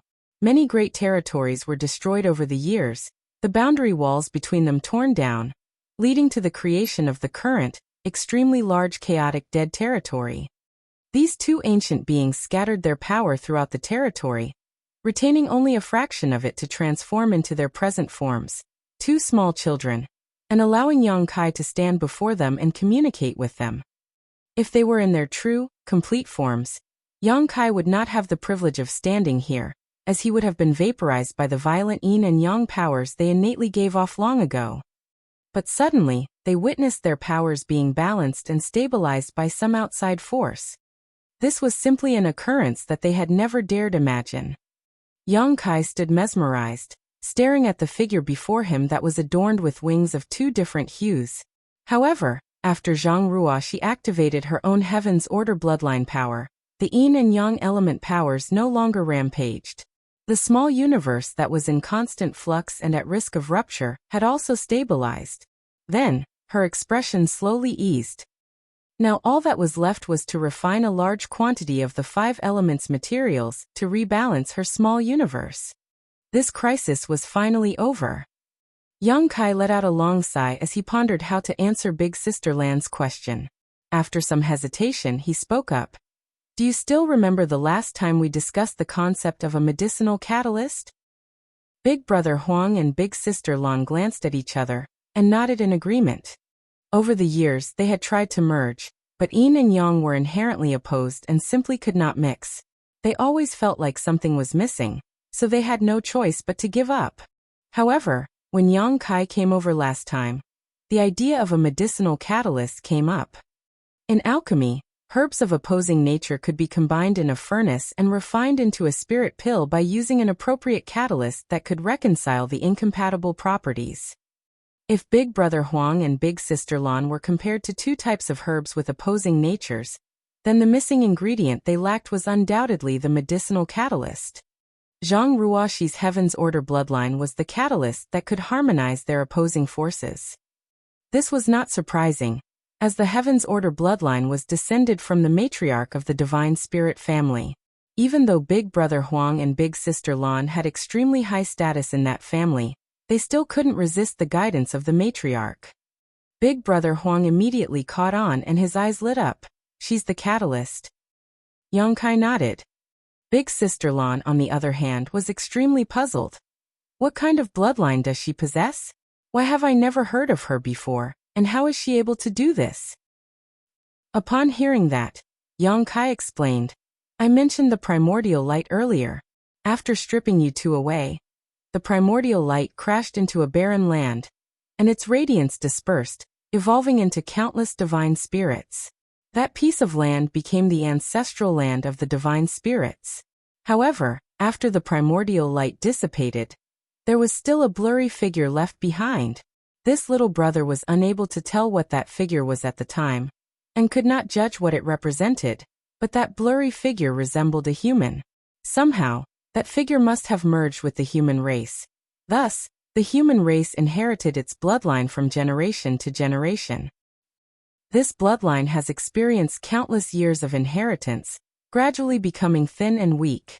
The later generations have long forgotten the glory of their ancestor, until Ruashi's generation when this bloodline began to gradually awaken. This bloodline is called the Heaven's Order bloodline, and in the primordial light, it undoubtedly holds a special position. The divine spirits were the scattered light that evolved from the collision of the primordial light with the ancestral land. Even the burning light and the serene glimmer were just the powers stripped from the primordial light at an earlier time. In comparison, the appearance of that figure after the collision with the ancestral land was no small matter. The primordial darkness of the universe gave birth to Mo, and the primordial light evolved into the divine spirits, including the burning light and serene glimmer, and even Heaven's Order. If the primordial light were to be divided into 10 parts, the divine spirits would account for 3 parts, the burning light and the serene glimmer 3 parts, and Heaven's Order 4 parts. In terms of status, that figure was second only to the true body of Mo according to this hypothesis. When Yang Kai brought Zhang Ruoxi to the chaotic dead territory to meet Big Brother Huang and Big Sister Lan, he did not expect such a significant discovery. He just thought that since the Heaven's Order bloodline was like the matriarch of the Divine Spirit family, there might be some unexpected gains after she met these two. Chapter 56-78, Ruoxi's Condition. And now their harvest was indeed huge. Though there were some minor accidents, everything turned out all right in the end. Big Brother Huang and Big Sister Lan's emotions were stirred for a long time. They had never heard about the Heaven's Order bloodline before, which was passed down through generations, and had the remarkable ability to harmonize the opposing yin and yang element powers. It was no wonder when they laid eyes on this woman. An involuntary sense of awe and warmth washed over them, stronger than when facing Yang Kai, a member of the Dragon Clan. It appeared that Yang Kai was right. Although they were all born from the primordial light, the Heaven's Order bloodline must hold a unique position. This was what caused the two supreme beings of the primordial era to feel differently about Zhang Ruoxi. If that was the case, there might be a chance to resolve the issue that had plagued them for countless eons. Big Brother Huang and Big Sister Lan exchanged glances, understanding each other's thoughts. Meanwhile, Yang Kai observed Zhang Ruoxi's condition in silence. She had already reached the peak of the Seventh Order Open Heaven realm, and now she unintentionally absorbed a massive amount of yin and yang element power. This could be her chance for a breakthrough. Though it was a perilous accident, it was also an opportunity for Zhang Ruoxi after it was resolved. Thanks to her bloodline power, her refining speed became incredibly swift, rivaling even Yang Kai's. Yang Kai's speed was partly due to his solid foundation, but also due to his small universe having a World Tree clone, which greatly assisted Open Heaven realm masters like him when they cultivated. However, each World Tree clone had to come from the World Tree itself, and each one required a portion of the World Tree's source. Likewise, they were supported by the fortune of numerous universe worlds. Thus, they were not something that could be obtained in large quantities from the old tree. If every master had access to one, it would substantially reduce their cultivation time, and hasten their advancement to the Ninth Order Open Heaven realm.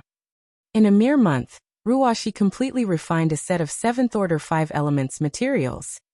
Before the Black Ink clan's invasion, such a set of materials would have cost at least 750 million Open Heaven pills, if one could even buy them at all.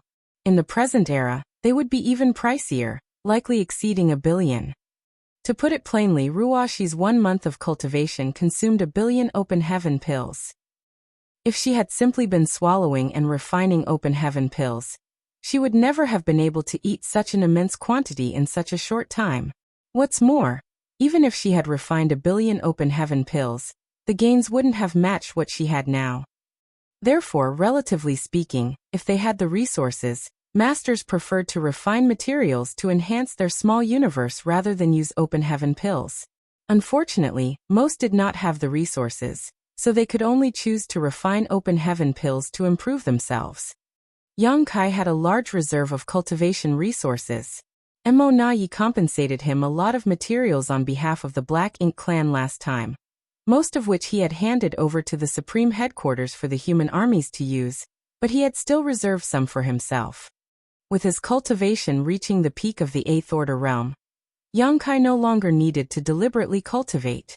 Technically, these resources were useless in his hands right now, so he was more than willing to use them to resolve Ruashi's current crisis.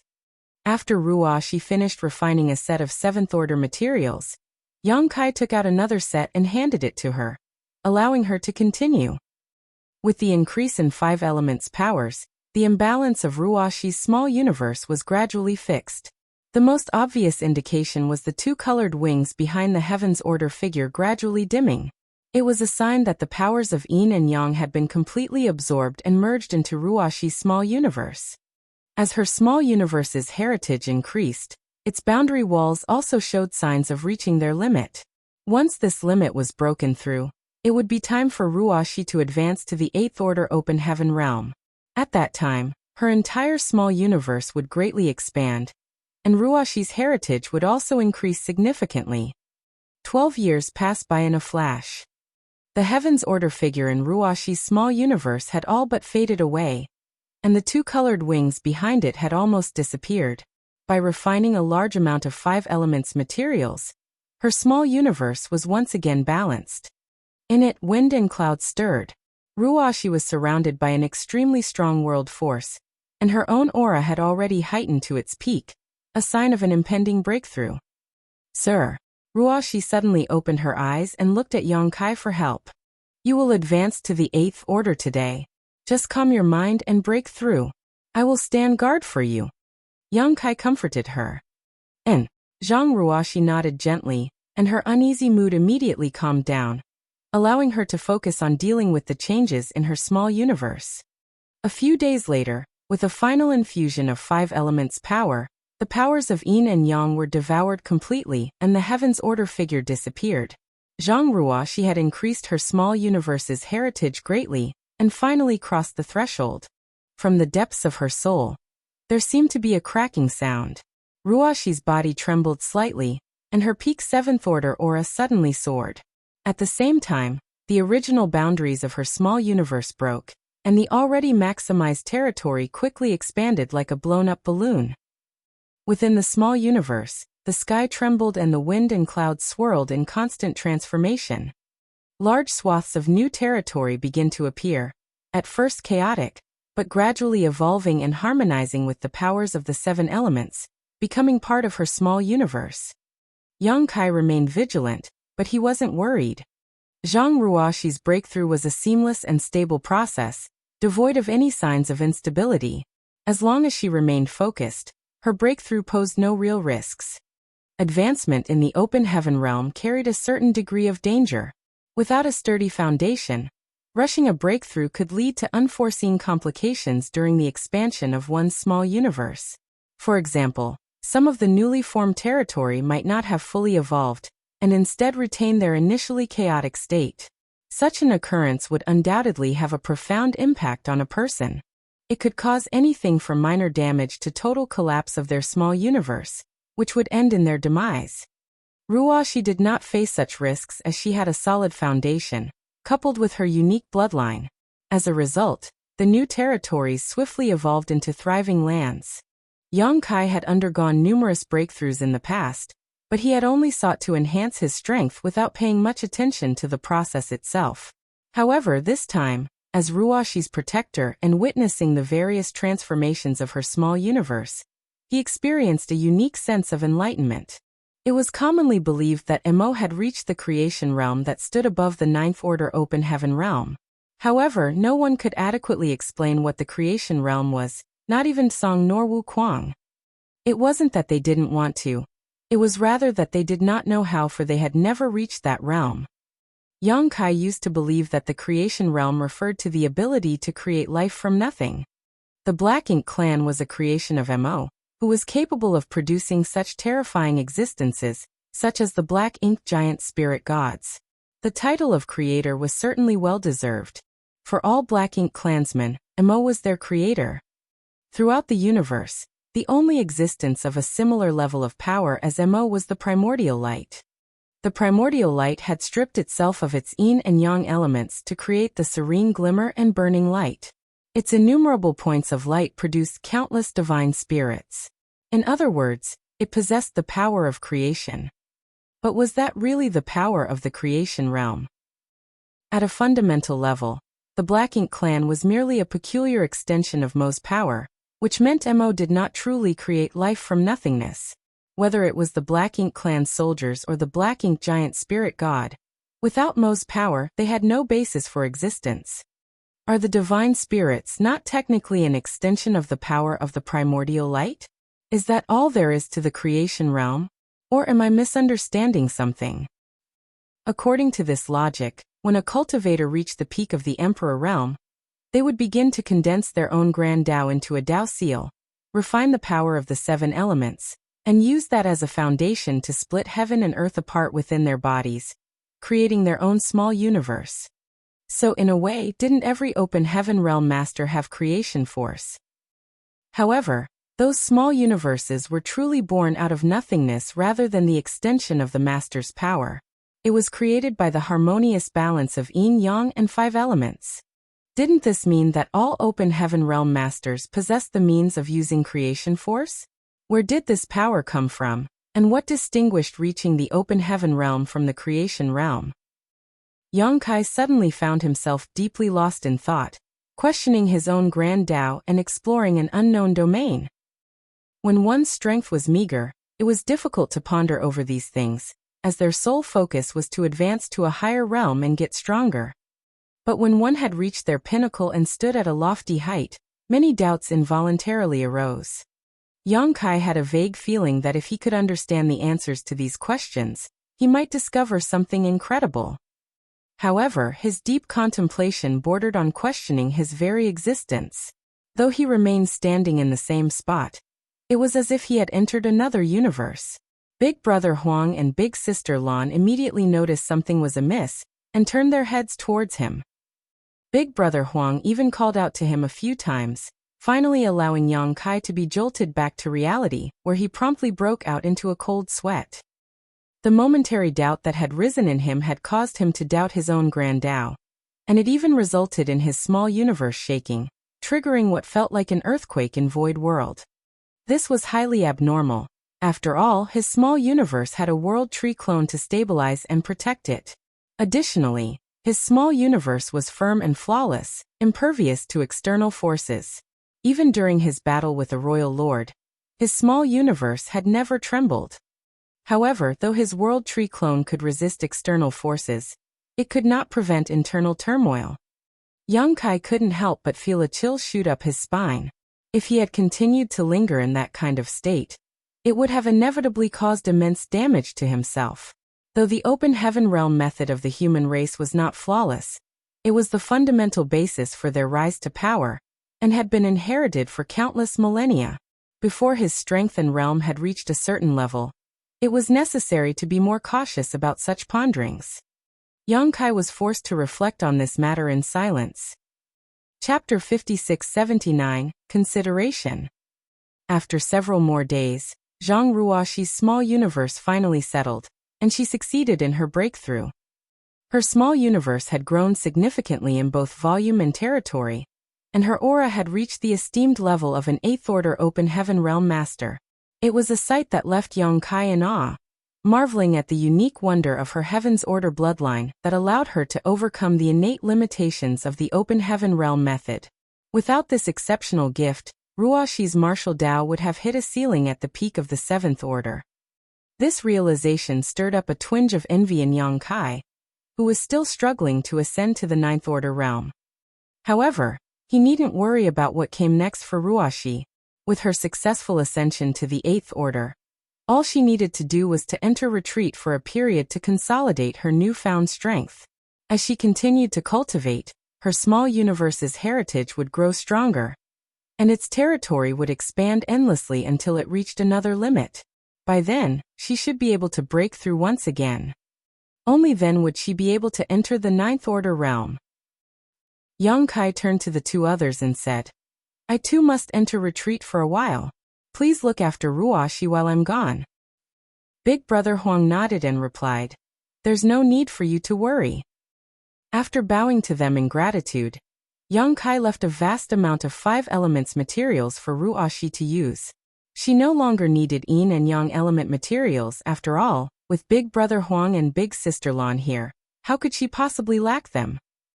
After settling everything with Ruoxi, Yang Kai manipulated space principles and left to find a broken universe fragment in the void far away, where he sat cross-legged and began to meditate.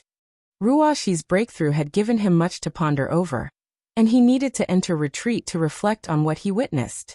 But with the lesson from before, he had to pay more attention and care to himself.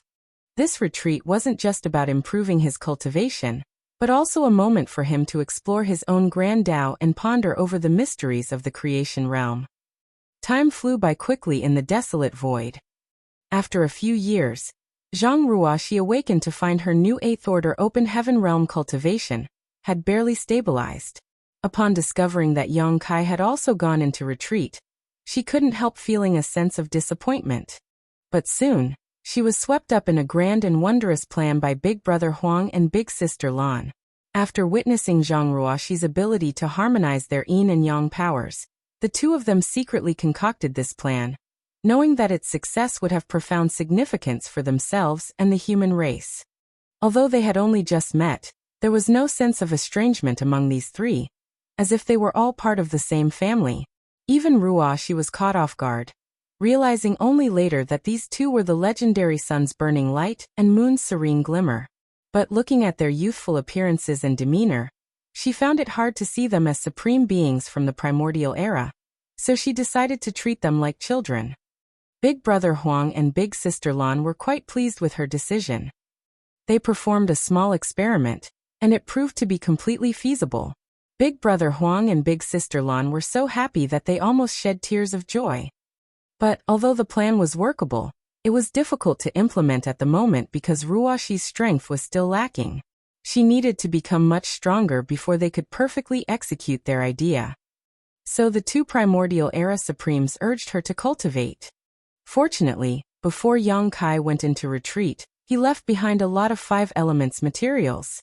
Ruoxi had some reserves of her own as well, which prevented her from being in the embarrassing situation of not having enough resources.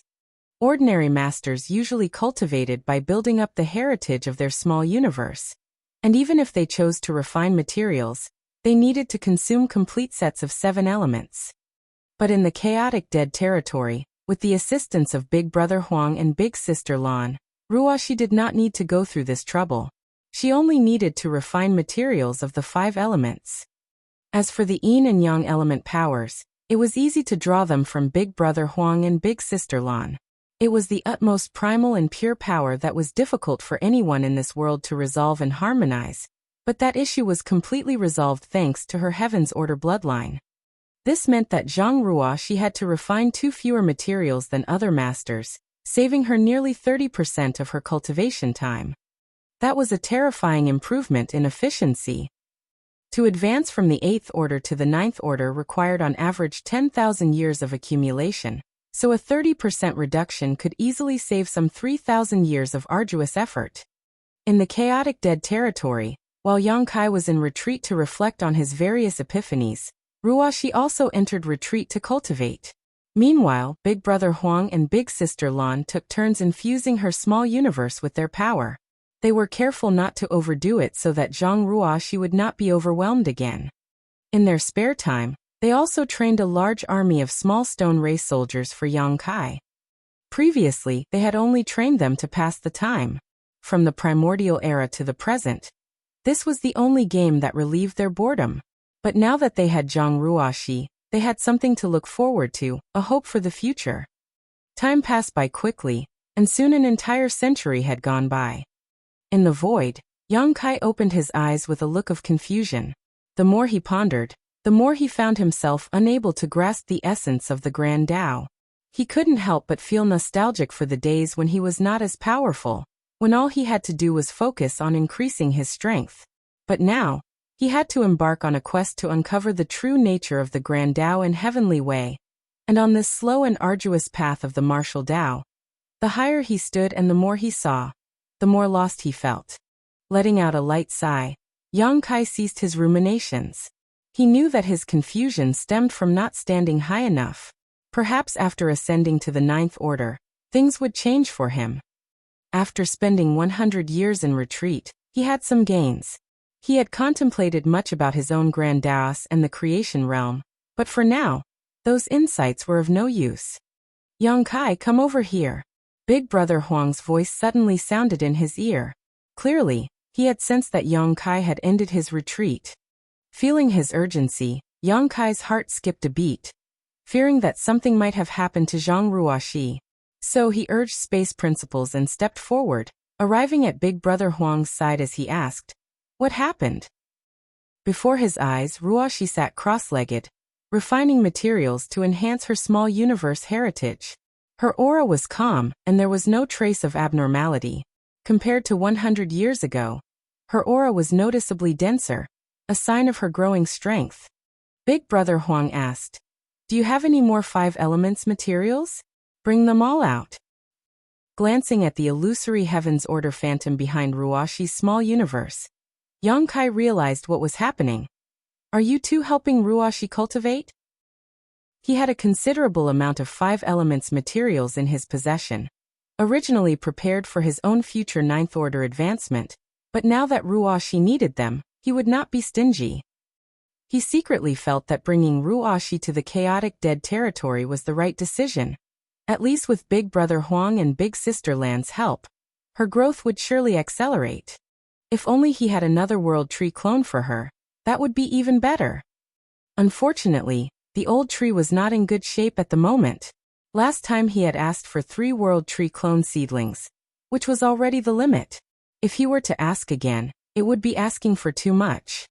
Given all the 5 elements materials he had, it would be enough for Ruoxi to cultivate for thousands of years, so Yang Kai handed them all to Big Brother Huang, saying, "I'll figure out a way to get some more and send them over later." Big Brother Huang nodded in acceptance. Yang Kai glanced at Ruoxi once more and said, "I'll leave Ruoxi to Big Brother and Big Sister. I still need to look after the human race and cannot stay here for long. Farewell." Big Sister Lan reassured him, "Rest assured, she will be safe here."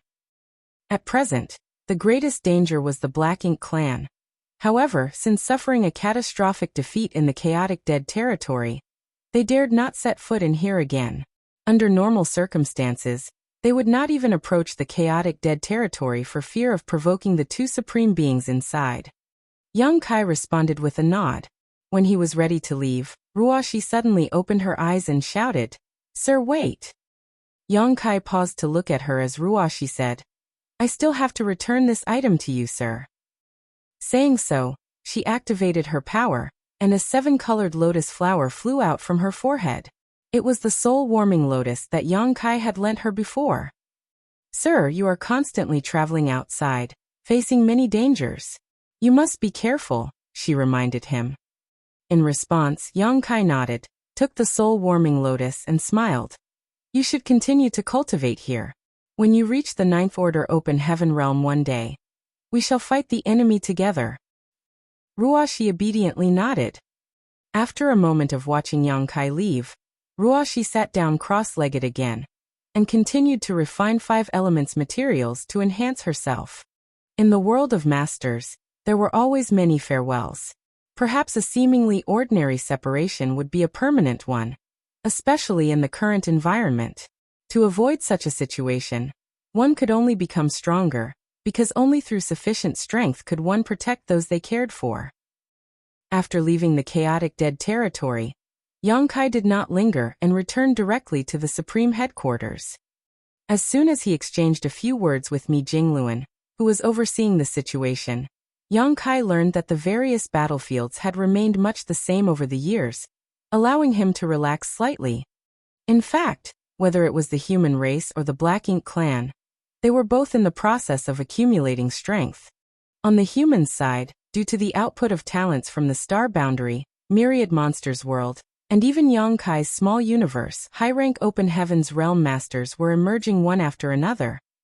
This was especially so for rising stars who directly ascended to the Seventh Order Open Heaven realm during these past years.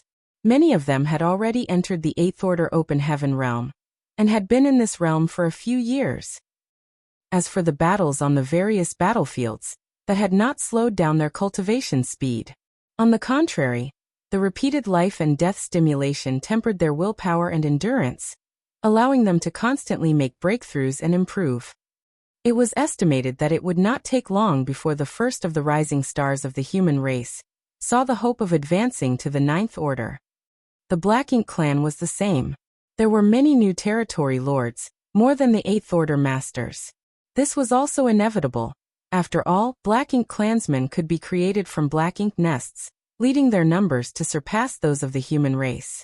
Among the billions of Black Ink clansmen, there would always be some lucky ones whose strength improved rapidly. A tacit understanding between the two races had been achieved. Now it only remained to be seen which side could outpace the other, allowing them to seize the initiative. According to the statistics of the Supreme Headquarters, the human race did not have much of an advantage. Overall, it was easier for the Black Ink clan to cultivate than the humans. In the future, the Black Ink clan might be able to create royal lords earlier than the human race. The only advantage of the human race lay in their greater individual strength, their intelligence, and their will to resist.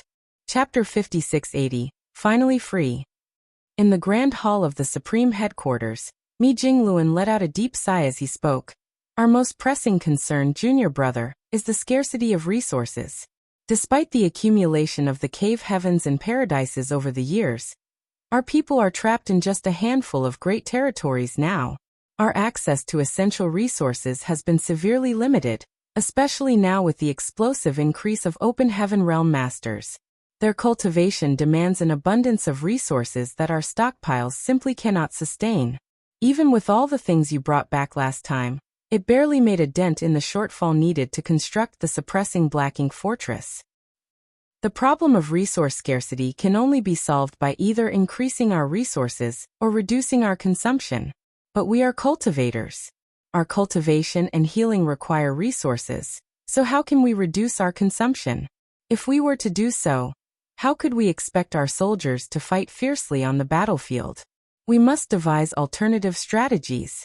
Over the years, the military merits required by the Army's supply department to exchange for resources have been increasing every year. Take the simplest fourth-order materials, for example.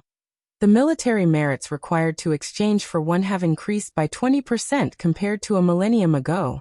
To make matters worse, some ignorant fools, the managers and commanders, are unaware of the high cost of goods and come to me, their senior brother, at the Supreme Headquarters to clamor for a reduction in price for them? Yang Lai was the one he was referring to, and Yang Kai knew about this matter as well. Yang Lai even sent someone to relay a message to him, saying that the prices for resources in the Army Supply Department were abnormal, and requested that he talk to Mi Jingluan about it.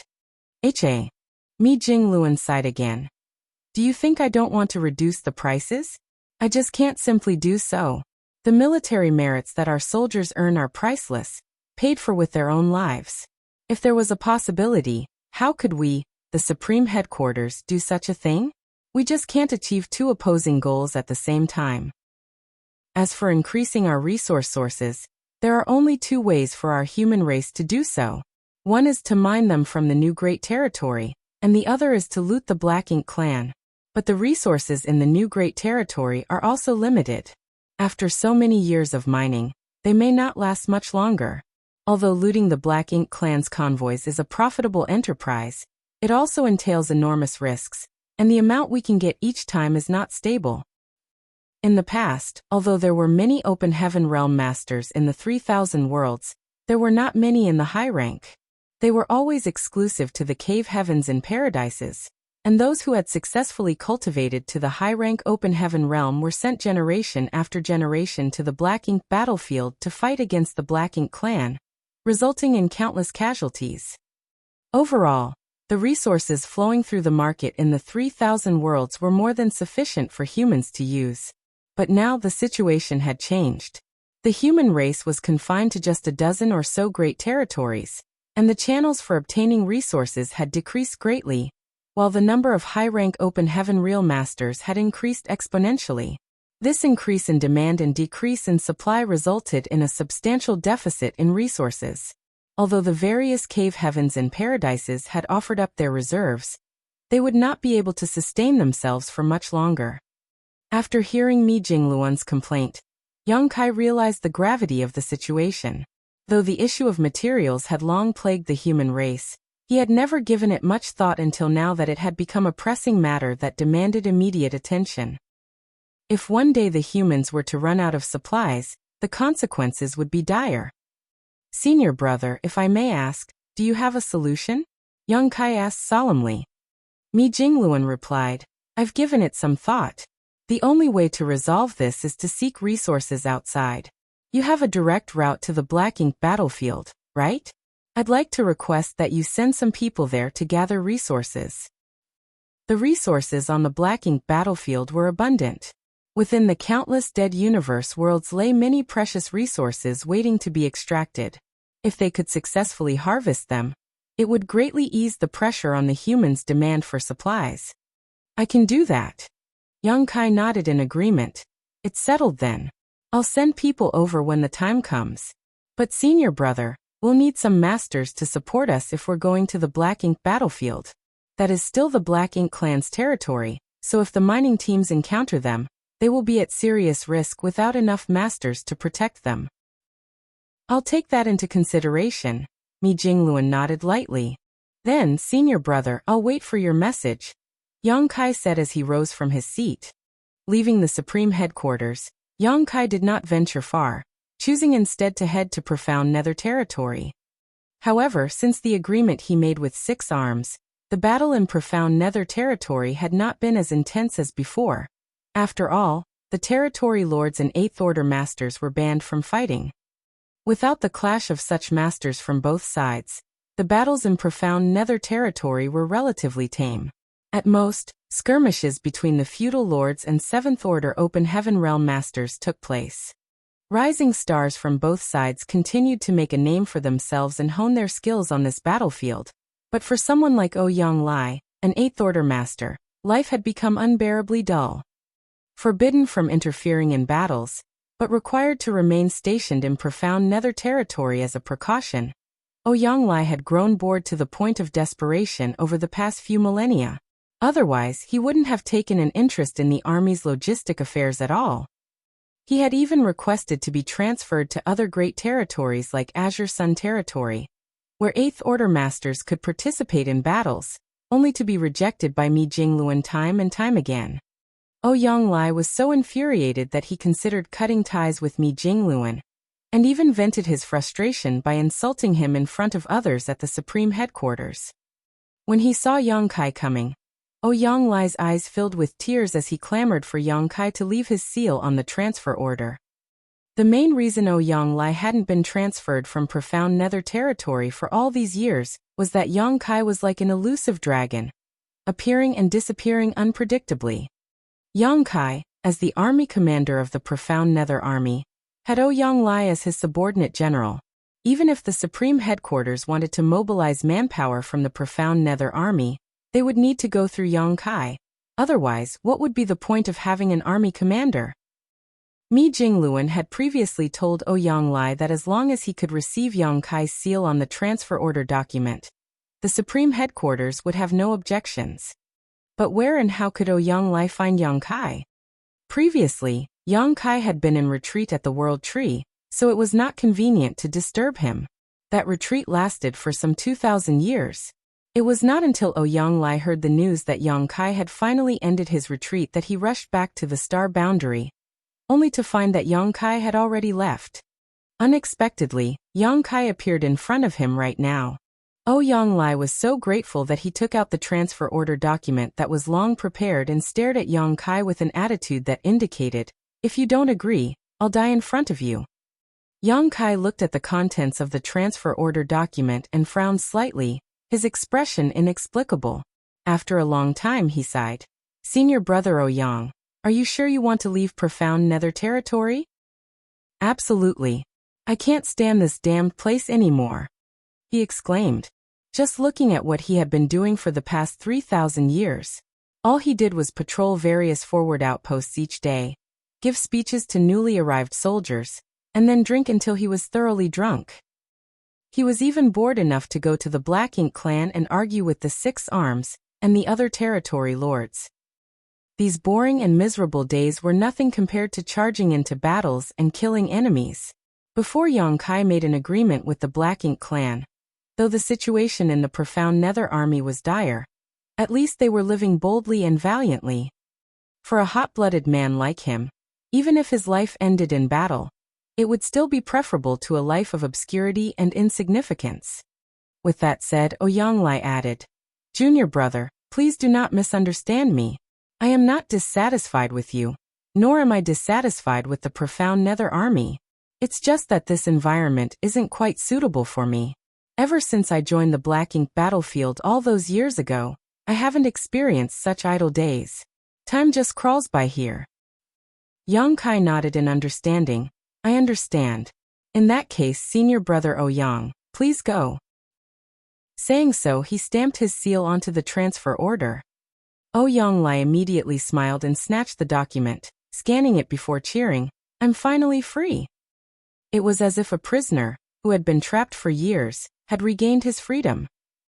Oyanglai pocketed the document and cupped his fist to Yang Kai. "Junior brother, I'll be reporting to the Supreme Headquarters now. Take care of yourself. I'm sure we'll fight together again someday." Yang Kai nodded lightly. Oyanglai couldn't wait to turn and leave. He didn't want to spend another moment in Profound Nether territory.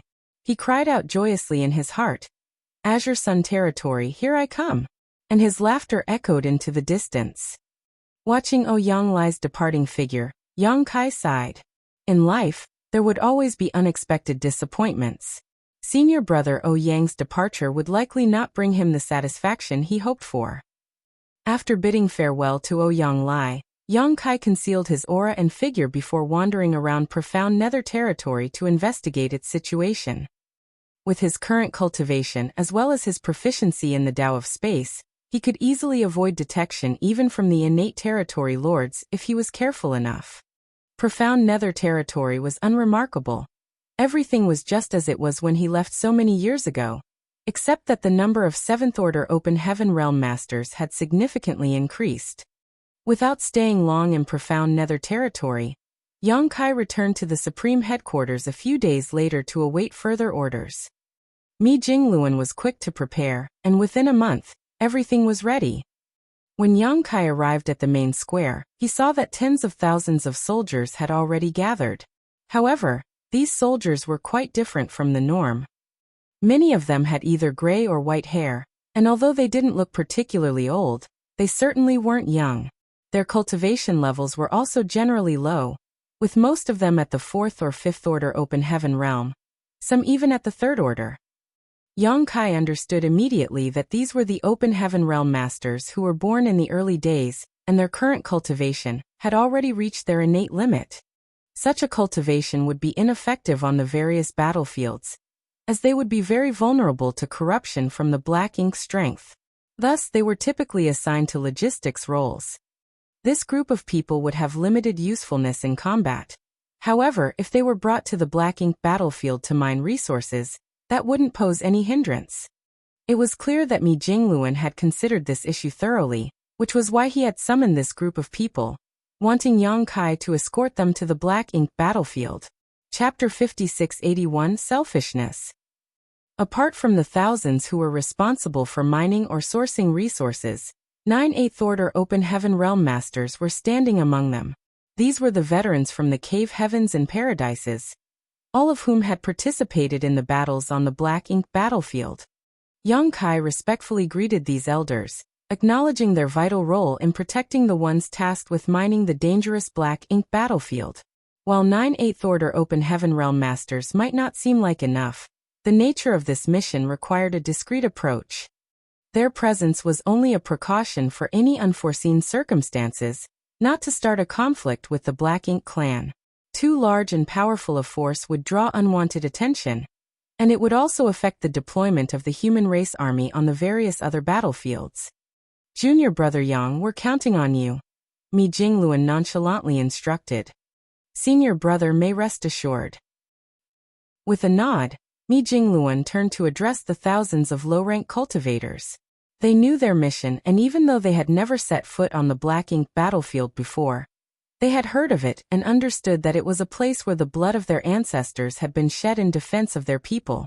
While this was not a crusade, how successful they were in amassing resources would play a big role in determining the fate of the human race. Thus, there was no killing intent, but there was still a heavy solemnity in the air. In a sense, going to the black ink battlefield to gather resources was another kind of battle, and the stakes were just as high. Soon enough, Yang Kai and the 9 Eighth Order veterans opened their small universes, allowing the thousands of cultivators to enter in an orderly fashion. As the preparations were finalized, Mi Jingluan quietly informed Yang Kai of a separate mission. Junior brother, Brother Ouyang has already gone ahead to the Black Prison. When you meet him there, you don't have to say too much, just take him to Black Ink Battlefield, and the others will explain the situation to him. Yang Kai was taken aback as he commented, I thought senior brother Ouyang had already gone to Azure Sun territory. He hadn't seen Ouyang lie in the square just now, but it seemed his guess from before was wrong. Mi Jingluan had obviously arranged for Ouyang Lai to be part of this operation without giving the latter any prior information. Of course, if Ouyang Lai knew about the mission beforehand, he probably would have refused. He had left the profound Nether Army because he was tired of the dull and boring days, and he craved excitement and battle. Guarding profound Nether territory was not fundamentally different from watching over the teams extracting resources on the Black Ink battlefield. The former was influenced by the agreement between the two races, which forbade the Eighth Order Open Heaven Masters from interfering in battles, except in 6 Great Territory battlefields. As for the latter, success depended highly on stealth and evading detection from the Black Ink clan. Comparing the two, life would possibly be even harder for Ouyang Lai on the Black Ink battlefield than in profound Nether territory. Mi Jingluan let out a sigh. I know what his thoughts are, but after thousands of life and death battles, he has accumulated too many dark injuries that can't be healed. If he could advance to the Ninth Order, it would be all right, but he has no hope of doing so in this lifetime. Those hidden wounds are constantly sapping away his vitality, so he shouldn't participate in fights against the masters of the Black Ink clan anymore. Yang Kai fell silent for a moment before saying, Senior brother Ouyang will definitely blame you later. In response, Mi Jingluan smiled wryly. Let him blame me all he wants. It's just my own selfishness. So many of our old friends are gone forever, with more leaving us every day. Someone needs to stay alive to witness the day when the human race triumphs. Yang Kai said, Rest assured, senior brother Mi. The younger generation has risen to the challenge and can take over the banner from the seniors to resist the Black Ink clan. As for that day, it will come sooner or later. He turned around and bowed, continuing, Take care, senior brother Mi. I hope you and senior brother Ouyang can witness that glorious moment together. Good. Mi Jingluan smiled. Farewell. Yang Kai cupped his fist, turned around and flew away, followed closely by the 9 Eighth Order Masters. Under Yang Kai's guidance, they passed through various great territories, each using their own secret techniques to conceal their auras. This time, they were going to the Black Ink battlefield to mine resources, unlike the last time when they went to the Primordial Heaven's Source Grand Restriction. There were too many Eighth Order Masters on that occasion, nearly 400, so Yang Kai couldn't protect them all when traveling through the Hidden Void corridor. As a result, they had to transit through the No-Return Pass, and could not conceal their movements. However, this time they had to be as stealthy as possible. Otherwise, if the Black Ink clan discovered their movements, it was highly likely that something unexpected might occur. On the way, they encountered some Black Ink clansmen, but there were no elite combatants around guarding them, making it impossible for the enemy to detect Yang Kai and the others' movements. They hurried all the way to Black Territory. Currently, apart from High Heaven Territory controlled by the human race, the New Great Territory, and the Great Territory where the Supreme Headquarters was located, there were Black Ink clansmen in essentially every other Great Territory in the 3,000 worlds. However, there were 2 exceptions, one of which was the chaotic Dead Territory. After the Black Ink clan suffered a huge loss at the hands of the Burning Light and Serene Glimmer, they declared the chaotic Dead Territory as a forbidden zone, where even the royal lord dared not venture. The second exception was Black Territory, which was once abundant with stars, each containing rich cultivation materials. However, to break the early ancient era's superarray and kill the royal lord that was suppressed and sealed there, the masters of the cave heavens and paradises, along with their countless disciples, joined forces and mine out the entire Black Territory, harvesting all the resources there and simultaneously breaking the Grand Array. Now Black Territory was empty, with nothing left but broken rubble. Although the Black Ink clan had explored the area before, they found nothing but a barren land, thus they did not bother deploying any forces here. But this worked out well for Yang Kai and his companions. Once they entered Black Territory, they no longer needed to hide. Under Yang Kai's lead, they rushed towards the entrance of the secret passage. Finally, after a couple of days, they arrived at their destination. Yang Kai scanned his surroundings with his divine sense and spotted an asteroid floating nearby before calling out, "Senior brother Ouyang." Ouyang Lai leaped out from behind the asteroid and approached Yang Kai with a grin. "You've got sharp eyes, brat. I thought I had hidden well, but you still found me." He was clearly in a good mood. Ever since he left profound Nether Territory with his transfer order in hand, he had been feeling quite content. When he noticed the 9 Eighth Order Masters behind Yang Kai, Ouyang Lai's eyes lit up as he greeted them warmly. They were all old acquaintances who had fought alongside each other on the Black Ink battlefield against the Black Ink clan. Their friendship stretched back to the days when they were cultivating in their respective sects. After some heartfelt conversation, Ouyang Lai eagerly asked Yang Kai, "Junior brother, why are we going to the Black Ink battlefield this time? Are we going to attack the No Return Pass?" Having arrived here at Mi Jing Luan's instruction, and seeing Yang Kai lead 9 veteran 8th Order Masters over, Ouyang Lai guessed they were up to something big. This stirred up his battle instincts that had been dormant for over 2,000 years. "I have no issue if we were to attack the No Return Pass, but it seems like we are short on manpower." Ouyang Lai began to worry. A royal lord was guarding at the No Return Pass, along with a pseudo-royal lord and many territory lords. It was going to be difficult for them to make any headway with just these few people. However, considering Yang Kai's many achievements in the past, the situation suddenly became clear to him. "I know. We're going to launch a quick raid to destroy those Black Ink nests." He was obviously excited and had a lot to say. Yang Kai did not know how to explain the situation to Ouyang Lai, but luckily, an old veteran who had a close relationship with Ouyang Lai pulled him aside and said, "Ouyang, don't ask too much. You'll know when we get there." Ouyang Lai nodded vigorously like a chicken pecking rice. Good. Let's go." Yang Kai nodded and looked around. "Please connect your auras to mine for this journey. I will do my best to protect all of you. However, this void corridor is highly turbulent. If we get separated, please don't panic, senior brothers. Just hold your ground and wait for me to find you while ensuring your own safety." All the 8th Order Open Heaven Realm Masters nodded. "Good." Yang Kai shouted and space principles surged out, causing ripples to spread in front of them like a calm lake that had been disturbed by a stone. Everyone was amazed as they watched. All of them were 8th Order Open Heaven Masters, and were capable of breaking the void when they exerted all their might. But none of them could manipulate it skillfully like Yang Kai did. This was the ability of someone who was proficient in the Tao of space. As the ripples spread, a noticeable difference in the void appeared ahead. With Yang Kai's continuous manipulation of space principles, a certain spot ahead of them slowly revealed the illusory phantom of a portal. Looking up, the portal looked like an abyss, chaotic and terrifying. "Stay close to me," Yang Kai urged while taking the lead to step into the portal. Following him were the 10 8th Order Open Heaven Realm Masters, steadily connecting their auras with Yang Kai's. In the passageway ahead, Yang Kai broke through the barrier he had set during his previous transit while also forming a new one behind the last person of their group.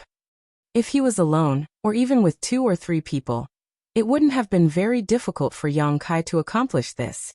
However, with 10 people at once, it was a bit taxing. Fortunately, everything was still within his limits, though it was much more time-consuming than previous trips through this void corridor. Ouyang Lai and the others all had high cultivation and extensive experience, but walking through this kind of void corridor was a first for them. Still, they didn't dare to look around carelessly for fear of triggering any unnecessary accidents. By sensing their surroundings, they only perceived the chaotic void turbulence and the surging power of chaos filling the surroundings of this mysterious and unpredictable place. Even for 8th Order Open Heaven Realm masters like themselves, getting lost in such a place would likely not have a good outcome. If they were lucky, they might one day find a way out, but if luck wasn't on their side, they could be trapped here for the rest of their lives. That was why they became increasingly cautious as they proceeded forward.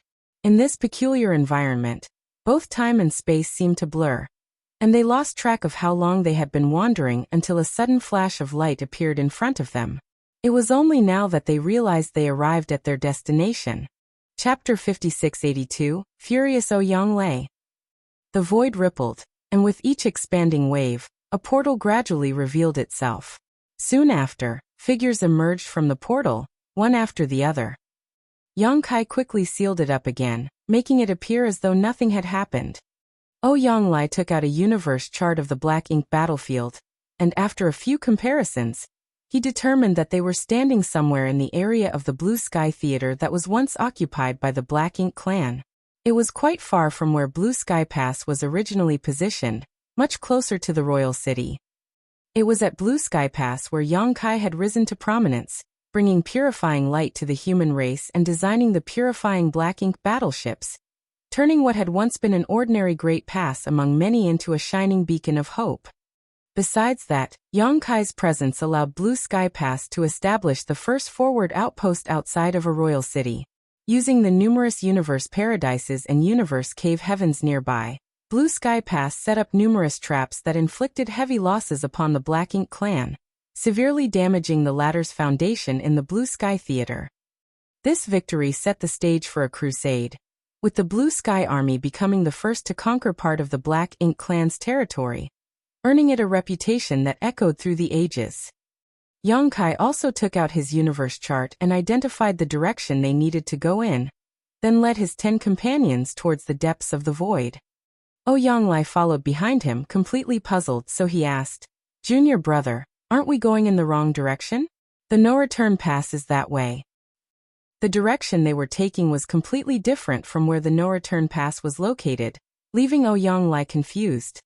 Although Yang Kai was tempted to explain everything to him, he chose to hold his tongue, fearing the consequences. "Senior brother, please be patient. I'll explain everything once we arrive." Upon hearing that, Ouyang Lai suppressed his doubts and followed silently.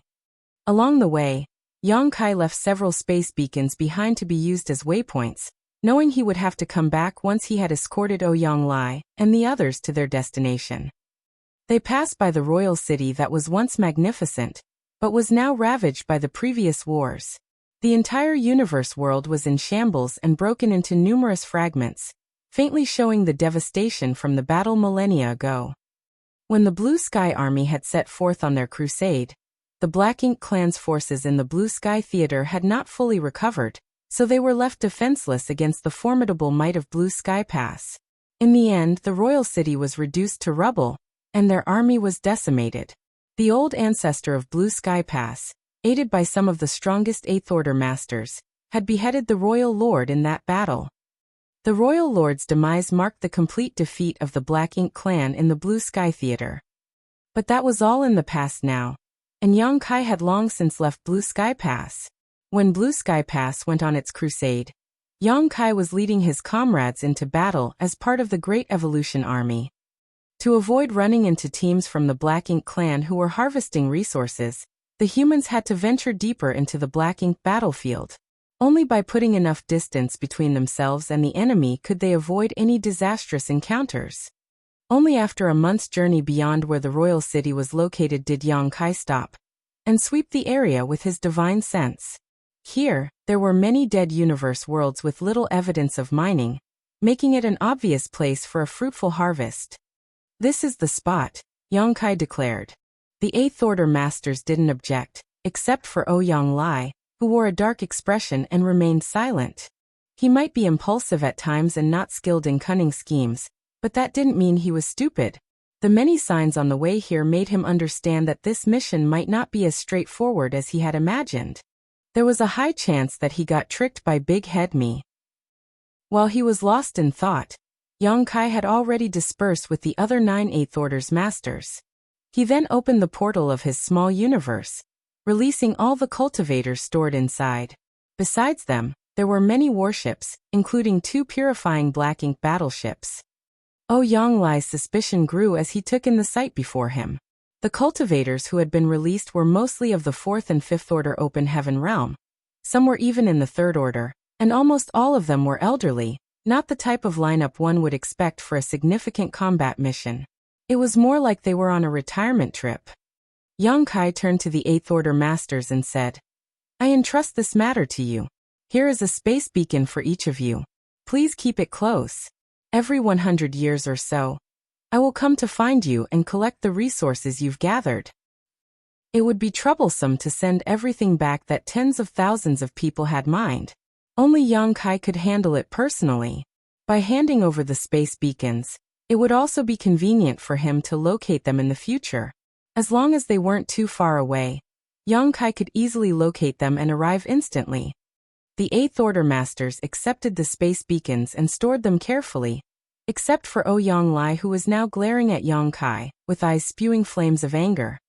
With a wry smile, Yongkai grabbed his arm and slapped a space beacon into his hand, apologizing.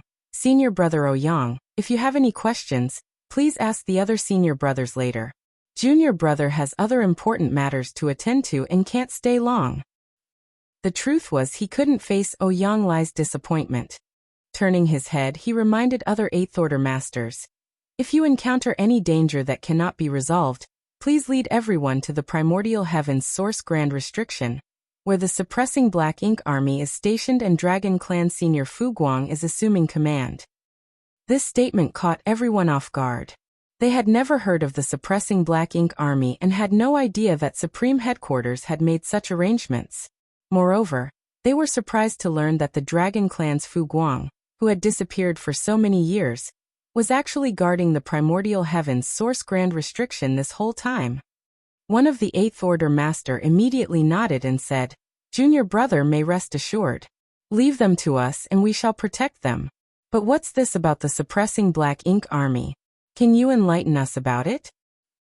Everything regarding the Suppressing Black Ink Army had been done in secrecy previously to prevent news from spreading and affecting the morale of the human race, but there was no harm in sharing this information with these veteran Eighth Order Masters. Yongkai thus briefly explained the situation with the Suppressing Black Ink Fortress and Army. An Eighth Order veteran suddenly realized, no wonder so many elites were reassigned from the various battlefields by the Supreme Headquarters 130 years ago. It was all to form the Suppressing Black Ink Army. Another master asked with concern, is the situation at the Primordial Heaven's Source Grand Restriction serious? It's still within a controllable range, and Senior Fu Guang is personally guarding that place, so there's no need to worry, Yongkai replied. With these words, everyone was relieved. Apart from Giant Spirit God Aer, who was still fighting the Black Ink Giant Spirit God in the Barren Territory, Divine Dragon Fu Guang was currently the strongest master on the human race's side. Having such a master guarding the Primordial Heaven's Source Grand Restriction was indeed reassuring. A moment later, under the gaze of the Eighth Order Masters, Yongkai took a step forward, and his figure gradually faded away. Ouyang Lai didn't stop him, but turned to the other Eighth Order Masters and asked through gritted teeth, shouldn't you all give me an explanation now? One of the Eighth Order Masters who had a good relationship with Ouyang Lai sighed, and stepped forward to explain the mission they were tasked with. Learning that this trip was not for any major battle, but just to oversee the gathering of resources, Ouyang Lai furiously exclaimed, Big Head Me, I curse you and your ancestors. The master quickly advised, Junior Brother Ouyang, calm down. Although there is no war here, this place is still of great significance to the human race. Our soldiers need resources for cultivation and healing, And with the current shortage, we can only resort to such measures. Even compared to killing enemies on the battlefield, our mission is no less important. We are all working for the future of the human race. Right, right. Another master went along. Right, my foot.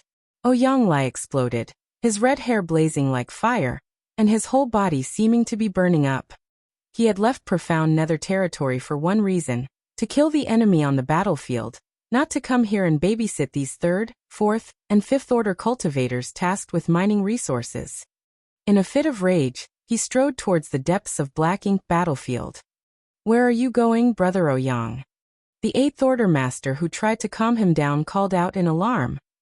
I'm going to primordial heaven's source grand restriction. I'm joining the suppressing black ink army to kill the enemy. His voice echoed as he flew off into the distance.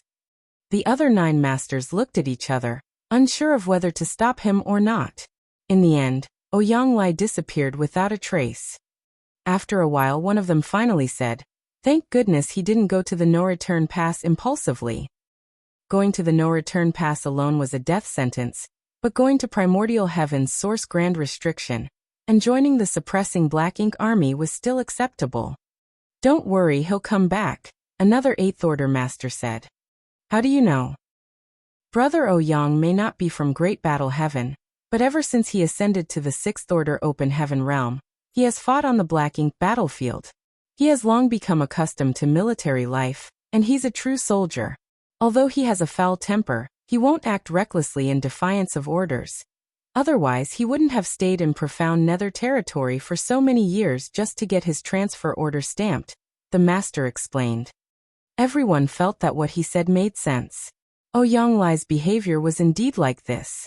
If he was someone who truly acted on impulse, he wouldn't have stayed in profound nether territory for so long. As expected, half a day later, Ouyang appeared from the depths of the void, still a little mad, but his fury somewhat subsided. An 8th order master welcomed him back personally, patted his shoulder and laughed. "Ouyang, just accept it. Isn't this Mi Jingluan's favor to us old friends?" Everyone understood why they were sent here to look after the mining team. Each of them had experienced countless life and death crises, and each had accumulated many hidden injuries. As they got older, their conditions deteriorated, and some of them had already fallen from their peak state. They all had great passion for protecting and serving the human race, but if the day came when the human race defeated the Black Ink clan, cleared the ashes of war, and rebuilt order, the experience of the older generation would be an indispensable guide for the new generation. Sending them here to look after this resource-gathering team was not only Mi Jingluan's favor, but also for the future of the human race. Ouyang immediately snorted. "Do I need him to take care of me? I'm still strong, and age has only made me tougher. If we're going to fight the Black Ink clan, what are we old guys good for if we don't lead the way and instead shove all the heavy burdens onto those young brats?" Chapter 5683 The Black Ink Clan's Good News. Indeed, we old fogies are still as sharp as ever, but those little brats still have much room to grow. We need to give them a chance to shine. The 8th Order Open Heaven Realm Master knew well that Ouyang was a stubborn mule and wouldn't challenge him. Ouyang remained silent for a long time, then finally spoke with a harsh tone. "When I return home someday, I'll twist Big Head Me's head off and use it as a chamber pot." He then thought of Yang Kai and added, "And that young boy, he's not a good thing either. He dared to trick me like this. I'll give him a beating when I see him." "Good. Us fellow brothers will help you," the 8th Order Master responded with a big smile. "With our combined strength, that brat won't stand a chance." Ouyang looked at him and sighed heavily, his face full of sadness. It had come to this, and there was nothing he could do about it. Soon, tens of thousands were dispersed by the 8th Order Masters to explore the area nearby for resources. Meanwhile, Yang Kai had already used the space beacons to return to the Blue Sky Theater, still feeling guilty. He could understand Ouyang mood, but this was Mi Jingluan's arrangement, so he could not intervene. Moreover, he hoped from the bottom of his heart that veterans like Ouyang could retire from the battlefield. The number of 8th Order Open Heaven Realm Masters was now significant, and many rising stars were active on various battlefields. It was no longer a time when veteran warriors with countless scars had to bear the brunt of the harsh conditions.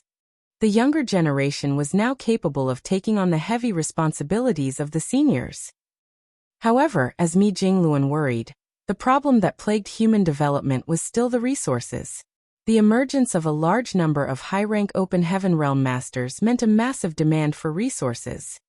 Sending some manpower to the Black Ink battlefield to mine resources was one way to solve the problem, but exploration and extraction always took time, so Yang Kai planned to look for solutions elsewhere.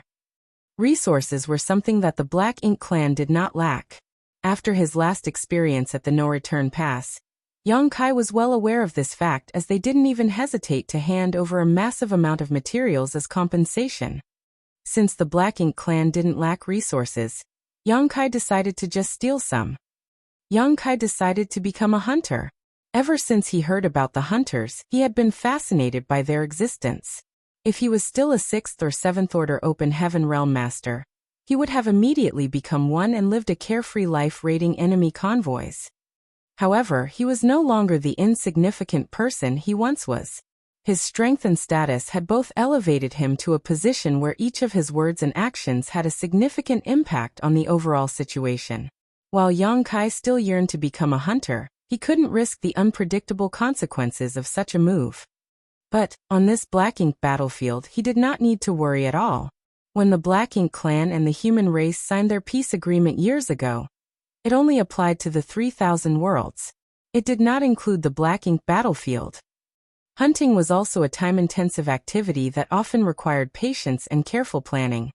But since Yang Kai had nothing else to do, and was free from the need to cultivate, he could use this time to accumulate resources for the human race.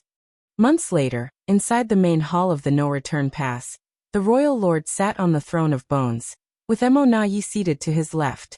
Territory lords lined both sides of the hall, with their eyes fixed on the Royal Lord. They were all confused, and even Emo Nayi was puzzled as well.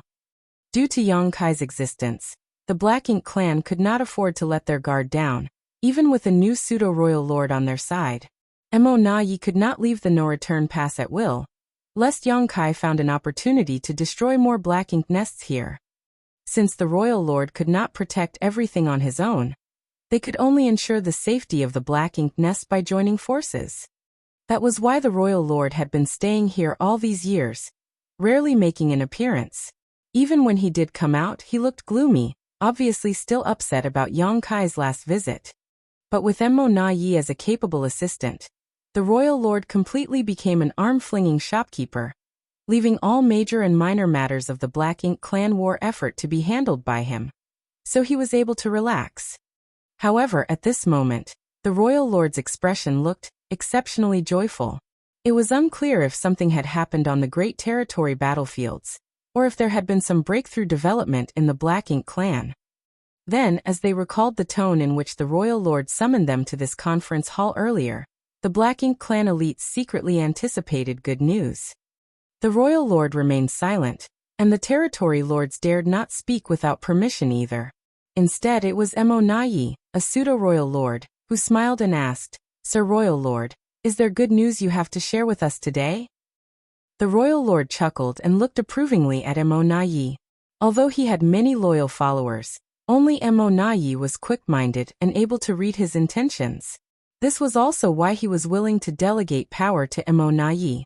There was no possibility of a power struggle in the Black Ink clan, as Emo Nayi's pseudo-royal lord status meant that he could never surpass the real royal lord's authority. So there was no concern over infighting even if so much power was given to Emo Nayi. After nodding in approval at him, the royal lord announced the great news. There is news from the primordial heavens source grand restriction. With that announcement, the room erupted in surprise. The territory lords widened their eyes in excitement, while Emo Nayi jumped up from his seat, exclaiming, "Sir, has the primordial heavens source grand restriction been broken?" Since the battle outside the primordial heavens source grand restriction, and its subsequent sealing and Mo's slumber, the Black Ink clan had been unable to contact them. However, now the royal lord claimed that there was news from the primordial heavens source grand restriction, indicating that the Supreme One had awakened, and the grand restriction had been broken. If this was true, the day when the Black Ink clan would rule all under the heavens would soon arrive. Even Mo Nai, who was usually calm and composed, was overcome with excitement and could not help but shed tears. But the royal lord waved his hand and said, "It's not what you think.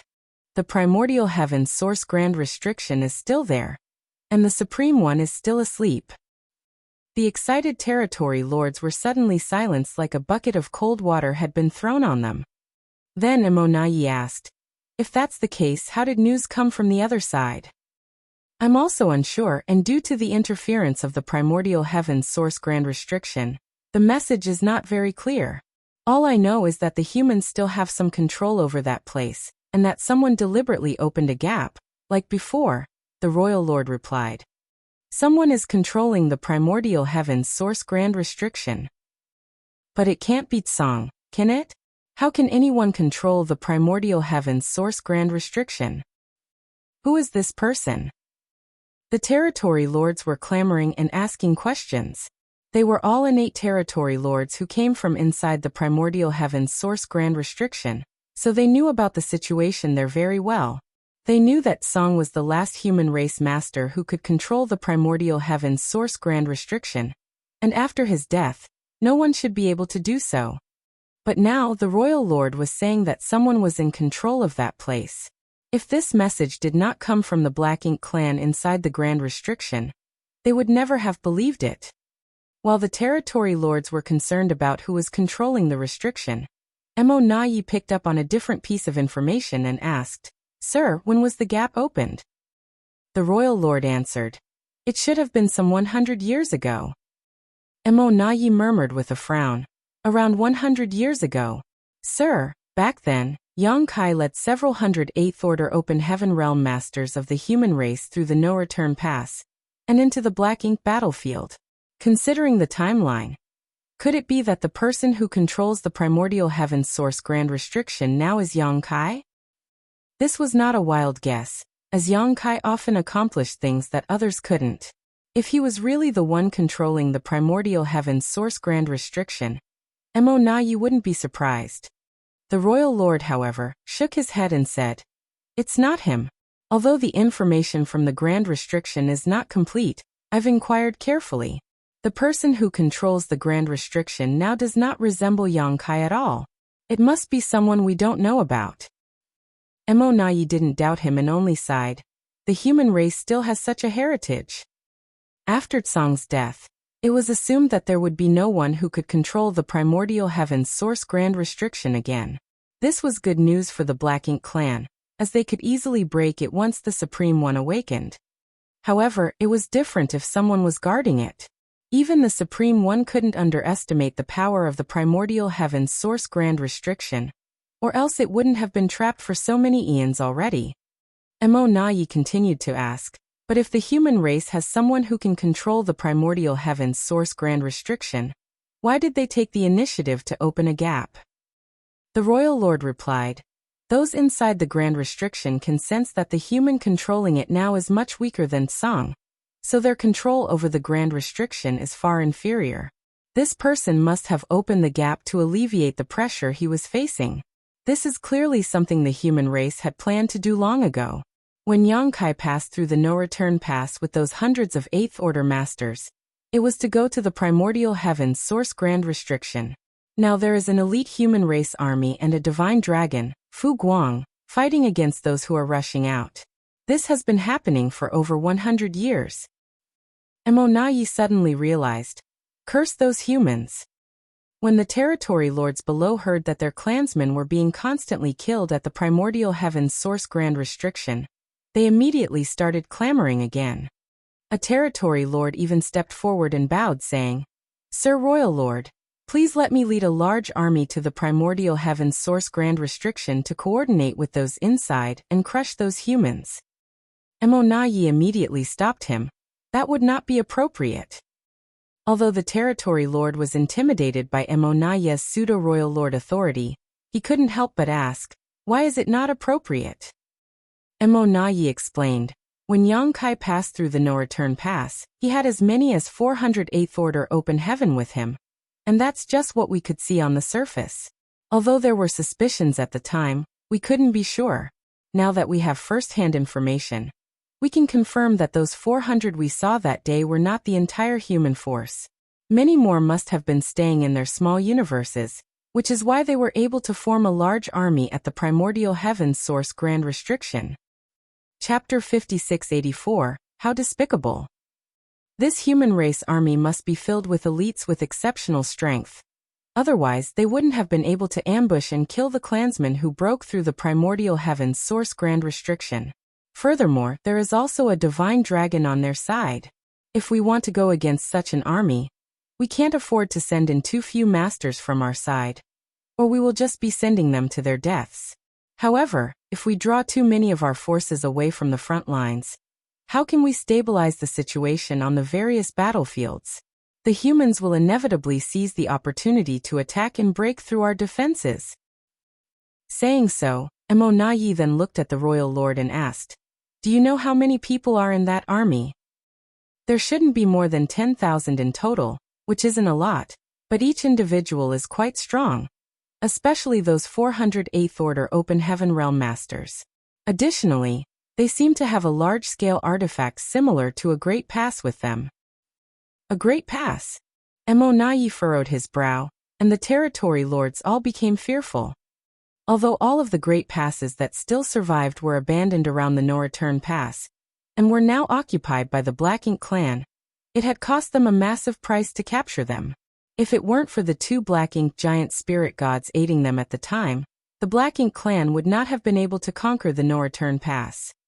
Now, with an elite army stationed at the primordial heavens source Grand Restriction, and a Great Pass-like artifact assisting them, it was no wonder they had the confidence to open a gap in the Grand Restriction to alleviate the pressure. Mo couldn't help but sigh deeply. The human's heritage remains as powerful as ever. Just from the fact that the humans were able to withdraw so many elites to the primordial heavens source Grand Restriction without any impact on the situation in the various battlefields was enough to prove that the human race of today was not the same as the one from 3,000 years ago. After the war in the Barren Territory, the human race had sunk to its lowest point. The Great Territory battlefields were all in a passive state of defense, and Profound Nether Territory was almost conquered by the Black Ink clan. If it weren't for Yongkai's sudden appearance at the critical moment, Profound Nether Territory would have fallen into the hands of the Black Ink clan. Yes, it was all because of Yongkai. Since Yongkai appeared in Profound Nether Territory, the human race's plight had gradually been reversed. How did he even manage to accomplish such things? After careful observation, Mo realized that Yongkai didn't do much. Although he had killed many innate territory lords, it hadn't significantly impacted the balance of power between the two races. No matter how powerful he was just a single individual, and could not wipe out the entire Black Ink clan. The true root of the matter lay in the peace agreement between the two races. The constraints of the peace treaty had provided a relatively safe training space for the younger generation of the human race. While this alone might not seem significant, what was crucial was that the human race had the Star Boundary and the Myriad Monsters World, two open heaven realm cradles. The combination of such a relatively stable cultivation environment and a continuous influx of talented successors had shaped the human race's formidable heritage over thousands of years. It was a pity that when Yongkai's reputation was at its peak, and all the innate territory lords trembled at the mere mention of his name, he proposed the peace agreement. Who would dare to reject him at that time? Looking at the current situation, this was all Yongkai's cunning plan. Even if the Black Ink clan had seen through it at the time though, they could only accept it. Mo also caught on at this point. He thus grew more afraid of and suspicious of Yongkai since he not only possessed incredible combat power, but also had a far-seeing perspective. He was a great threat to the Black Ink clan. The Black Ink clan had naturally thought about how to deal with this issue, and concluded that the best course of action would be to destroy the Star Boundary and the Myriad Monsters World, the places that contributed to the continuous enhancement of the human race's heritage. They were just two trivial universe worlds. If given the chance, any territory lord or 8th Order Black Ink disciple could easily deal with them. However, the Black Ink clan simply could not find the opportunity to do so, as every soldier that had been recalled from the front lines had to pass through a grand array filled with purifying light.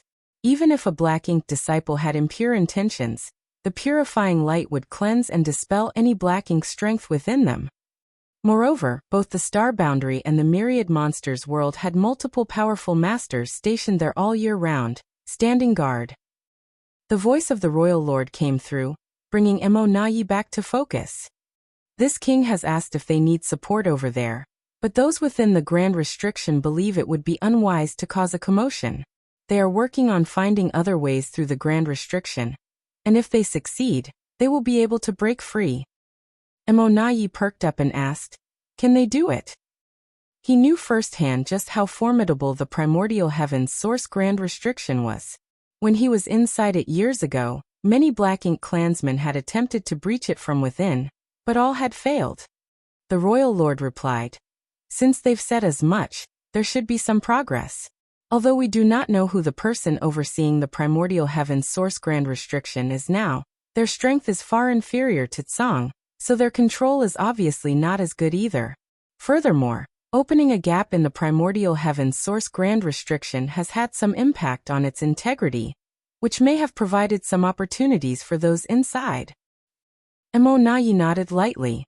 The Primordial Heaven's Source Grand Restriction was extremely ancient, and had been operating constantly for millions of years. The new human race master overseeing it was not like the legendary Tsang, a powerful monster with unfathomable experience. They couldn't be fully prepared, and as long as there was even the slightest flaw, those within the Grand Restriction would not miss that chance. Today, the Royal Lord summoned many of his territory lords to share the good news. He wasn't worried about any territory lord leaking the information because the Black Ink clan was not the same as the human race. If a human was corrupted by Black Ink's strength, they would tell everything they knew to the Black Ink clan. But the Black Ink clan would never leak critical information to the humans. After a while, the Royal Lord left, and the rest quickly dispersed as well while Mo walked away, frowning deep in thought. He was thinking about none other than Yang Kai. Over 100 years ago, Yang Kai led a group of 8th Order Open Heaven Realm Masters through the No-Return Pass, and into the depths of the Black Ink battlefield. There had been no news about him for all this time, and no one knew where he had gone or what he was up to. If it were an ordinary 8th Order Master, Mo wouldn't have cared, but Yang Kai was different. Whatever the circumstances, Yang Kai had even killed a pseudo-royal lord, which was enough to make Mo take him seriously. After thinking for a while, Mo couldn't come to a conclusion. Yang Kai's whereabouts had always been elusive, and it seemed that even the human side had difficulty keeping track of him. He was once again relieved when he thought about how Yang Kai had no hope of reaching the 9th Order Open Heaven Realm. If this headache-inducing menace had a chance to ascend to the 9th Order Open Heaven Realm, how could they handle him? "Sir Mo a territory lord approached suddenly. Mo turned his head and saw one of his territory lords in charge of logistics. He nodded and asked, "What's the matter?" The territory lord replied, "Sir, several squads that were supposed to return with resources have not returned yet." This wasn't a big deal, but since Mo was in charge of everything related to the no-return pass by the Royal Lord's orders, he still had to investigate all abnormal occurrences. The territory lords had also become accustomed to his meticulous style, so they would come to him with any matter, big or small. "How long are they overdue?" Mo frowned, feeling that something was off. The territory lord replied, "The earliest squad was supposed to have returned a month ago, while the latest should have arrived at the no-return pass 5 days ago." "Have you sent anyone to investigate?" "Yes, a team has been sent and we should receive a report in a few days."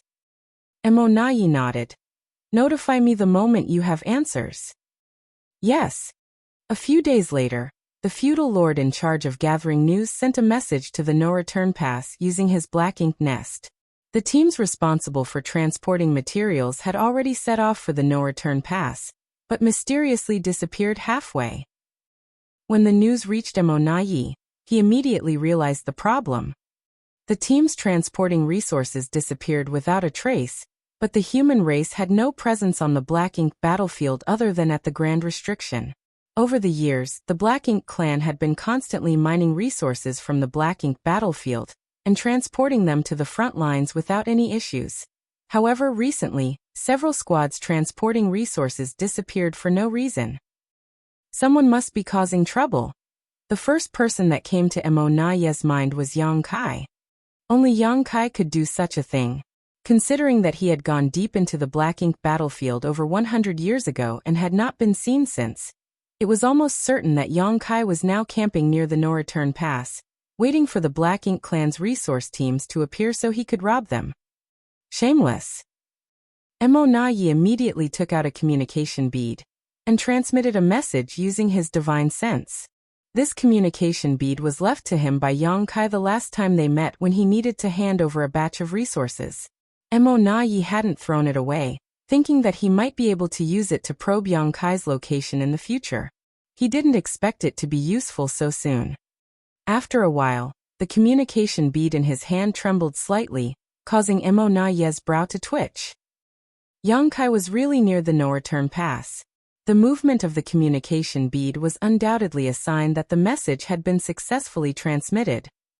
10 million kilometers outside of the no-return pass, on a lone universe fragment, Yang Kai hid his figure and surveyed the surroundings with his divine sense. His current divine sense was incredibly powerful, and from this location he could monitor the movements of all Black Ink clan squads returning from the Black Ink battlefield. Over the last month or so, he had raided 5 Black Ink clan teams, seized their resources, and made a great deal of profit. He didn't raid all the Black Ink clan squads, but selectively chose a few. After all, he was doing business without investment, so he couldn't be too excessive. To continue this venture for a long time, he needed to take a steady approach. Otherwise, the Black Ink clan would probably act out in rage, damaging his future prospects. As he was monitoring the movements of the void around him, Yang Kai suddenly felt something and took out a communication bead. With his divine sense, he probed it and couldn't help but praise Mo Naye's quick thinking. He knew that he couldn't hide his actions for long, so Yang Kai deliberately wore this communication bead on his body. He just didn't expect Mo Naye to contact him so quickly. The message in the communication bead was very simple, with only one sentence: "Sir Yang, can we meet?" It was obvious that Mo Naye had already concluded that Yang Kai was involved in the disappearance of the teams transporting resources. Chapter 5685, Wanting the Lion's Share. On the universe fragment, Yang Kai hesitated for a moment upon receiving Mo Naye's message, originally intending to ignore it. But after giving it some thought, he realized that there was no point in being sneaky about things, and decided to confront Mo Naye directly. So he immediately surged his divine sense and sent a message through the communication bead. At the same time, inside the no-return pass, Mo Naye's communication bead trembled once again. He quickly immersed his mind in it to investigate, and in the next moment, boundless anger surged within him, almost causing his lungs to explode. The message in the communication bead was straightforward, consisting of only 2 words: 50%. Although it seemed incomprehensible at first glance, Mo Naye instantly understood Yang Kai's intention. This bastard was clearly demanding 50% of the resources excavated by the Black Ink clan on the Black Ink battlefield. His appetite was simply outrageous. These resources were mined by the Black Ink clan, and were intended to be transported to the frontline battlefields to enhance the Black Ink clan's strength. It was all meant to be used against the human race, but now, without any effort on their part, the humans wanted to take away 50% of them. Moreover, if the human race were to use these resources to enhance their own strength, it would inevitably harm Black Ink clan. Mo Naye would never agree to such an act of aiding the enemy. If he did, he would forever become a criminal in the eyes of the Black Ink clan. The more Mo Naye interacted with Yang Kai, the more he found the latter to be difficult to deal with. At this moment, he had formed a new evaluation of him. Yang Kai was shameless beyond all imagination, able to make such outrageous demands without any scruples. It was simply unbelievable. Suppressing the anger in his heart, Mo Naye sent a message to the territory lord in charge of the resource affairs, asking him to come over. At the same time, he feigned ignorance and replied, Sir Yang, what do you mean? Please explain in detail. The communication bead quickly trembled, and Yang Kai replied with only 2 words, Haha. Mo Na Ye's brow twitched, and Yang Kai's annoying face inexplicably appeared in his mind, causing the anger he had just suppressed to surge up again. Sir Mo Na Ye. The summoned territory lord quickly arrived and bowed respectfully. Mo Na Ye looked up and asked, How many teams are overdue from the past month? 5, sir, replied the territory lord. And how many have returned? Also 5. 5 teams had disappeared, and 5 had returned. This was precisely 50%. Mo Na Ye knew that this was no coincidence, but rather Yang Kai's intentional doing. His meaning was evident. The Black Ink clan could refuse his offer, but he would still be able to take 50%. In fact, if Yang Kai wanted to, there was a good chance he could take the other 50% as well. This was open bullying.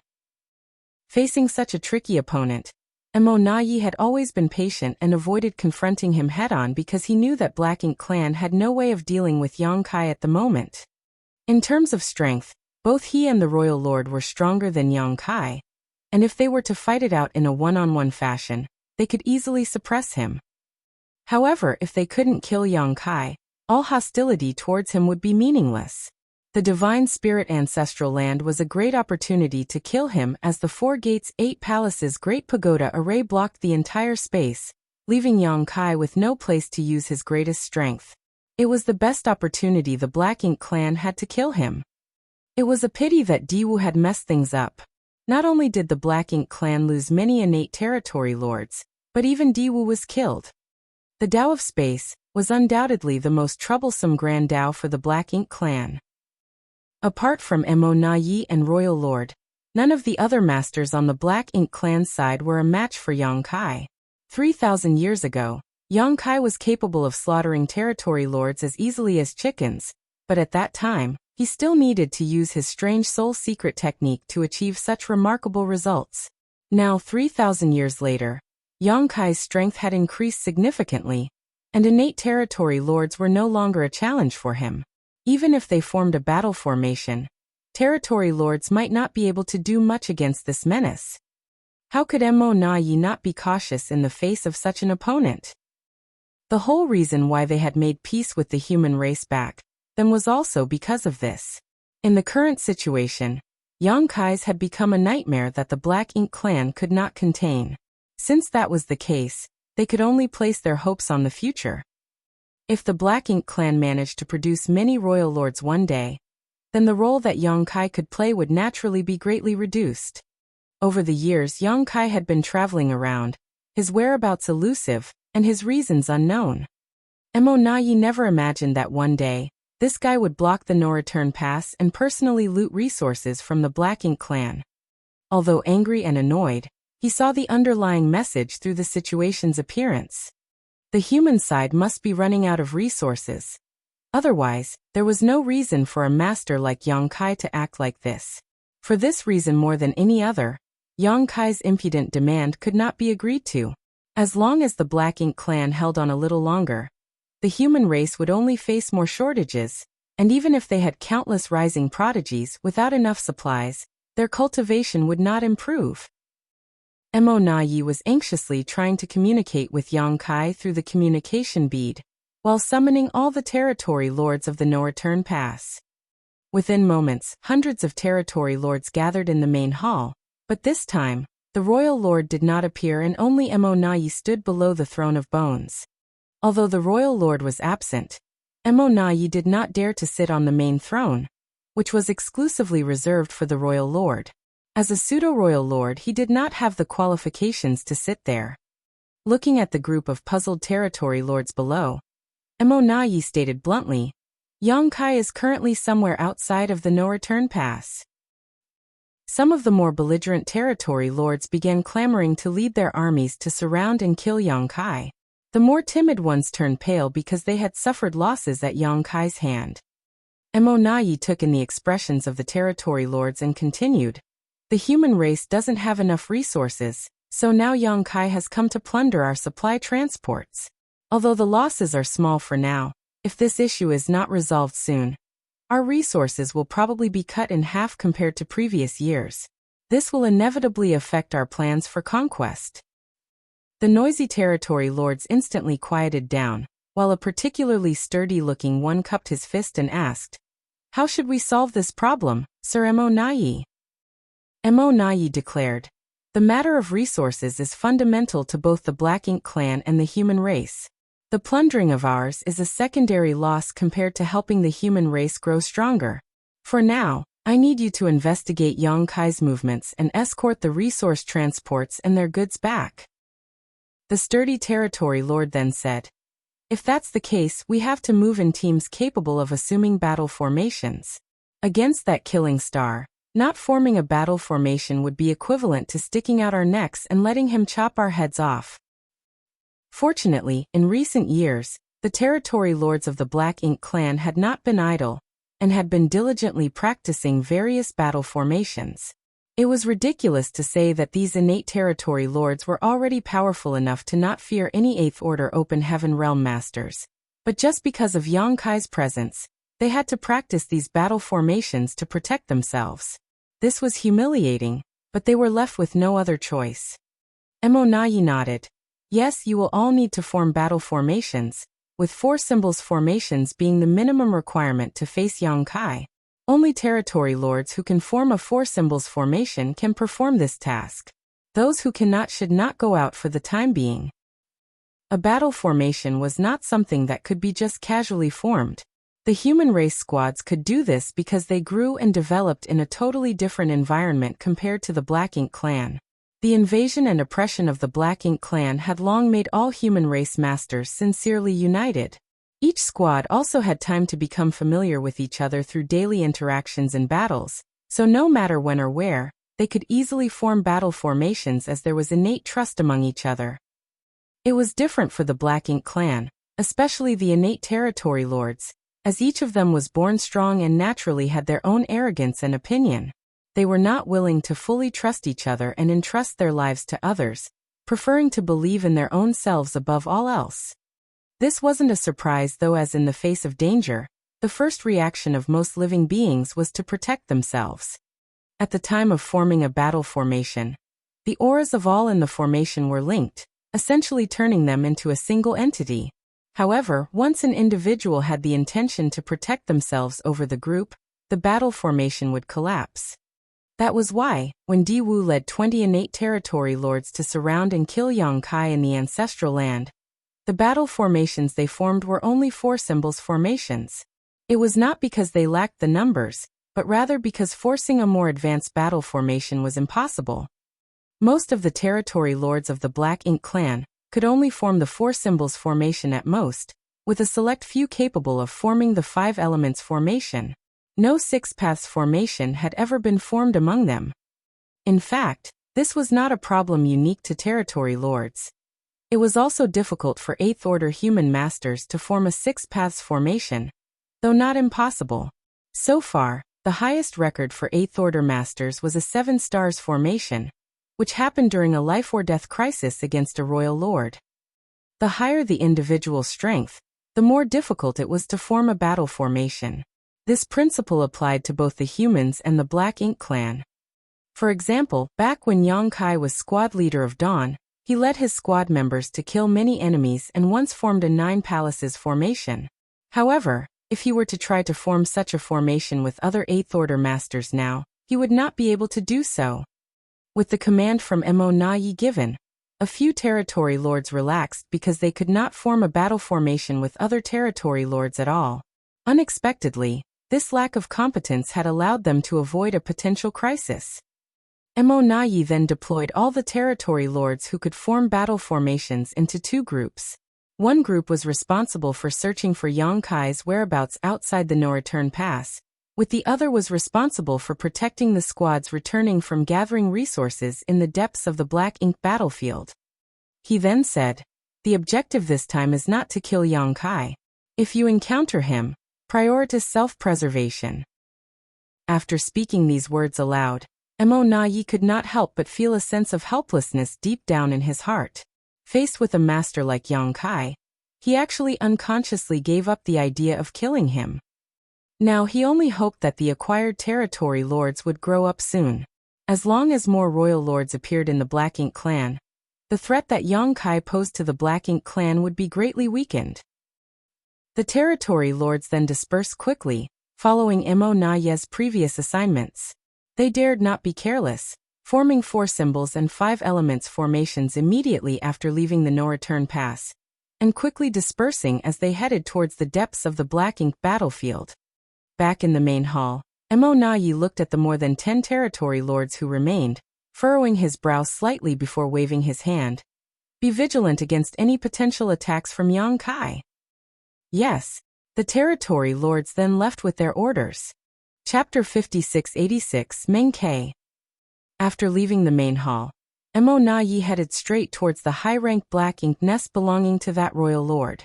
Ever since Mo Na Ye had been entrusted with the affairs of the no-return pass and the entire Black Ink clan after his ascension to the rank of pseudo-royal lord, the royal lord frequently stayed inside this Black Ink nest and rarely ventured out. It was only because he had received the news from the clansmen inside the primordial heavens source grand restriction a few days ago that the royal lord made an appearance to deliver good news to the many territory lords. Standing before the Black Ink nest, Mo Na Ye sighed inwardly. Despite having arranged for clansmen to track Yang Kai's movements and protect the teams carrying resources, their enemy was Yang Kai. No matter how meticulous the arrangements were, they were simply not secure enough.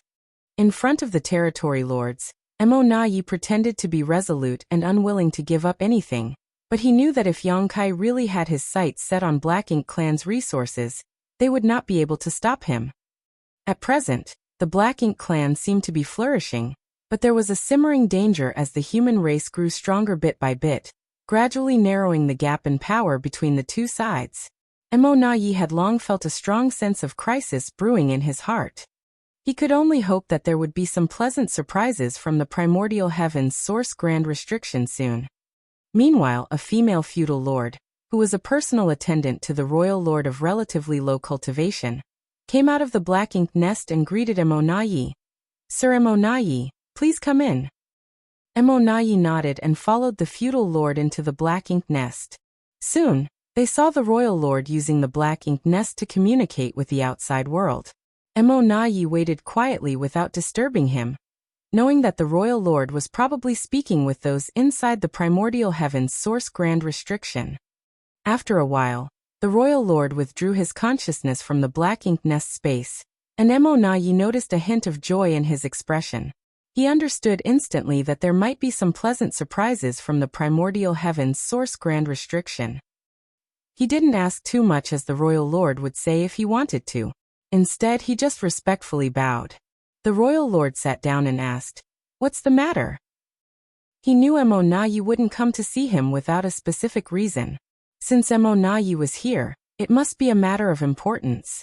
Mo Na Ye immediately summarized Yang Kai's raid on the Black Ink clan's resources outside of the no-return pass, and told the royal lord about Yang Kai's demand for a 50% share. Hearing this, the royal lord was infuriated, and his good mood was instantly ruined. Impudence! How dare he make such a request? We already compensated him with a large amount due to the ancestral land incident. Yet he is still not satisfied. Mo Na Ye understood that the human race was lacking in resources while the Black Ink clan had plenty, so naturally, Yang Kai came to Black Ink clan to take advantage of them. After allowing the royal lord to vent his anger for a while, Mo Na Ye continued, "Sir Royal Lord, I have ordered the territory lords to search for Yang Kai's whereabouts and also ordered escorts for the transport teams. However, Yang Kai is proficient in the Tao of space and his combat strength is extremely high.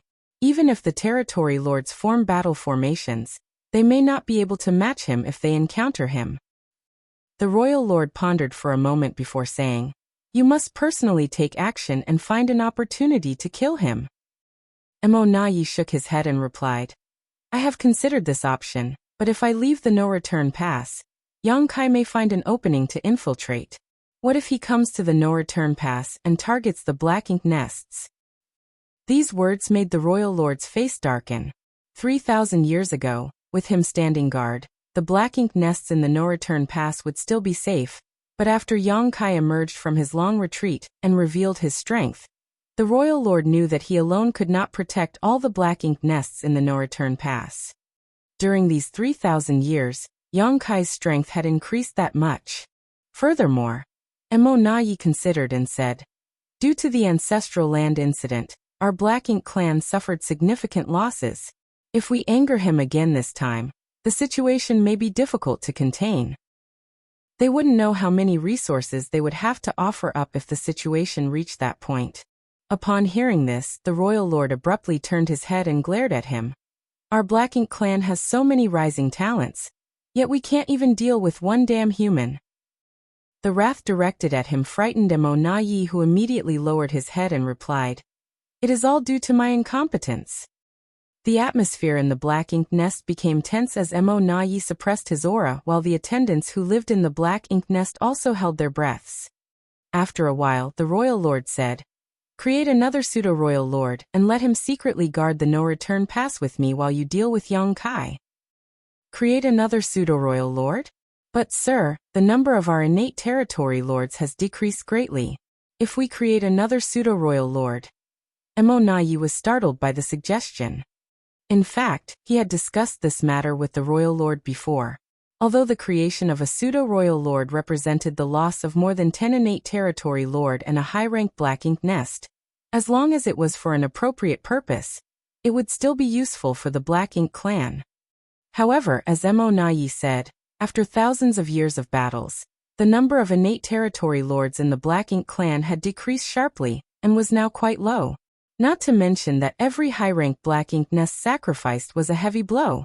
In the grand scheme of things, it was not suitable to create too many pseudo-royal lords. Both Di Wu and Mo Na Yi were pseudo-royal lords created because of Yang Kai's existence.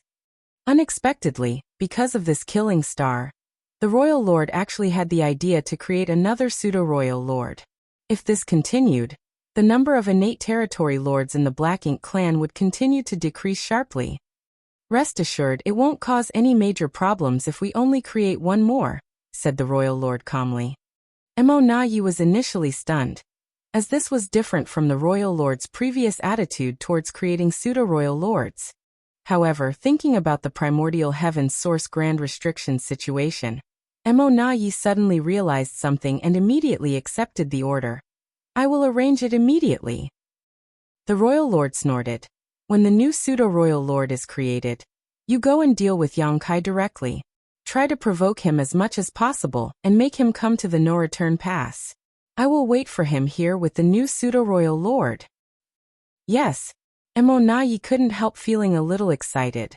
If the royal lord's strategy worked as planned, they might really have a chance to take down Yang Kai. Shortly after, a dozen or so territory lords stationed at the no-return pass were once again summoned. Learning that the royal lord was asking them to perform source fusion, the territory lords had mixed feelings. They had originally been left at the no-return pass to avoid the risk of facing Yang Kai, because they couldn't meet the requirements of the battle formations. However, they did not expect that they could avoid Yang Kai, but not the orders of the royal lord. The source fusion technique was extremely dangerous, with fewer than 1 in 10 being able to survive it. Who could guarantee that they would be the one to live? The birth of the first 2 pseudo-royal lords had already sacrificed 25 innate territory lords. Could they be so lucky to avoid sacrificing themselves? It was as the saying went for the human race: fortune and misfortune walk hand in hand. However, the royal lord's order had been given, and they were powerless to disobey it. Under Mo Na Yi's supervision, 12 innate territory lords entered a high-rank black ink nest and began to perform the source fusion technique. One by one, the auras of the innate territory lords disappeared as the black ink nest shook incessantly. Several days later, when the last remaining territory lord's aura had completely merged with the black ink nest, a new pseudo-royal lord was born. Menkei.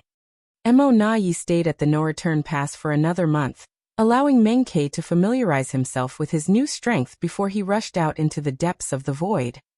During this month's time, the Black Ink clan lost 8 teams that were transporting resources, a significant increase compared to the month before. The response from the Black Ink clan seemed to have completely removed Yang Kai's apprehensions. Previously, half of the teams were allowed to return, but now they had almost all been wiped out. A few days later, in the depths of the void, Mo Nayi met with 4 territory lords who had been maintaining a 4 symbols formation. They had clearly experienced a great battle recently, but it had ended almost as quickly as it began. There were many bodies of Black Ink clan soldiers left behind, but the 4 territory lords remained unharmed. Seeing Mo Nayi, the 4 exhausted territory lords finally had the opportunity to catch their breath as maintaining the 4 symbols formation consumed a great deal of their focus and energy. Though it was manageable for a short time, these 4 territory lords had not dared to relax once since leaving the no-return pass. No one knew when the human killing star, Yang Kai, would appear. If they did not maintain the battle formation at all times, they might die the moment he mysteriously showed up. Sir Mo Nayi. The 4 territory lords saluted apologetically. Mo Nayi looked around frowning. He didn't fight you.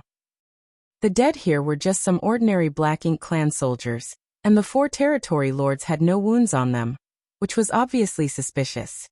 The 4 territory lords glanced at each other, and the leader sighed. He moves stealthily, and we find it difficult to predict when he will appear. Mo Nayi nodded in understanding. If Yang Kai didn't want to fight, they could do nothing about it, so he instead asked, "What about the resources?" The territory lord who had spoken before looked even more ashamed. "It was originally with me. After meeting with the team transporting the resources, he took the space ring which contained them. And then Yang Kai took it from me." Mo Nayi frowned again. "How did he take it from you if he did not come face to face with you?" The space ring was so small and could easily be kept close to the body. Unless Yang Kai had completely incapacitated them, they should not have been easily robbed. The territory lord hung his head. "I handed it over." Mo Nayi's eyes narrowed in response, staring fiercely at the territory lord, who explained in a frightened voice, "Yang Kai locked us with his divine sense and threatened to kill us even if it meant damaging his soul if we didn't hand it over. So you just gave it to him?" Mo Nayi roared furiously. "Please punish us, sir." The 4 territory lords looked terrified. They had no choice. It wasn't that they were cowardly, but when Yang Kai locked them down with his divine sense, the immense sense of danger forced them to make that choice. At that moment, they had no doubt that Yang Kai had the ability to kill them. Mo Nayi took a deep breath. Though he was angry, he knew that it wasn't the territory lord's fault. Anyone in such a situation would have had trouble putting their lives aside. In the divine spirit ancestral land, Yang Kai had killed Di Wu and 8 territory lords who formed battle formations. If he could do that, then killing a mere 4 territory lords would not be an issue. Chapter 5687, Sincere Cooperation. The 4 symbols formation was powerless to stop Yang Kai's killing spree, but it would force him to use his bizarre soul secret technique that harmed both himself and others. Mo Nayi was not ignorant of this fact, but the battle formation that the territory lords of the Black Ink clan could form was limited to this degree, and he couldn't demand more from them. However, judging from the current situation, Yang Kai did not want to use his soul secret technique recklessly, probably because he did not want his soul to be injured. So after coercing the territory lords to surrender their resources, he simply withdrew. Mo Nayi was correct in his assumption. In profound nether territory, Yang Kai would strike every 2 years, and only with the assistance of many other 8th Order masters and the bulk of the profound nether army could he kill several innate territory lords. At that time, he did it to build up his fearsome reputation, and pave the way for subsequent negotiation plans. Therefore, Yang Kai was not reluctant to damage his soul at that time, and each time he attacked, he showed no mercy. But the current situation was different as Yang Kai was only plundering some resources. Furthermore, he had to rendezvous with Ouyang Lai and others every 100 years.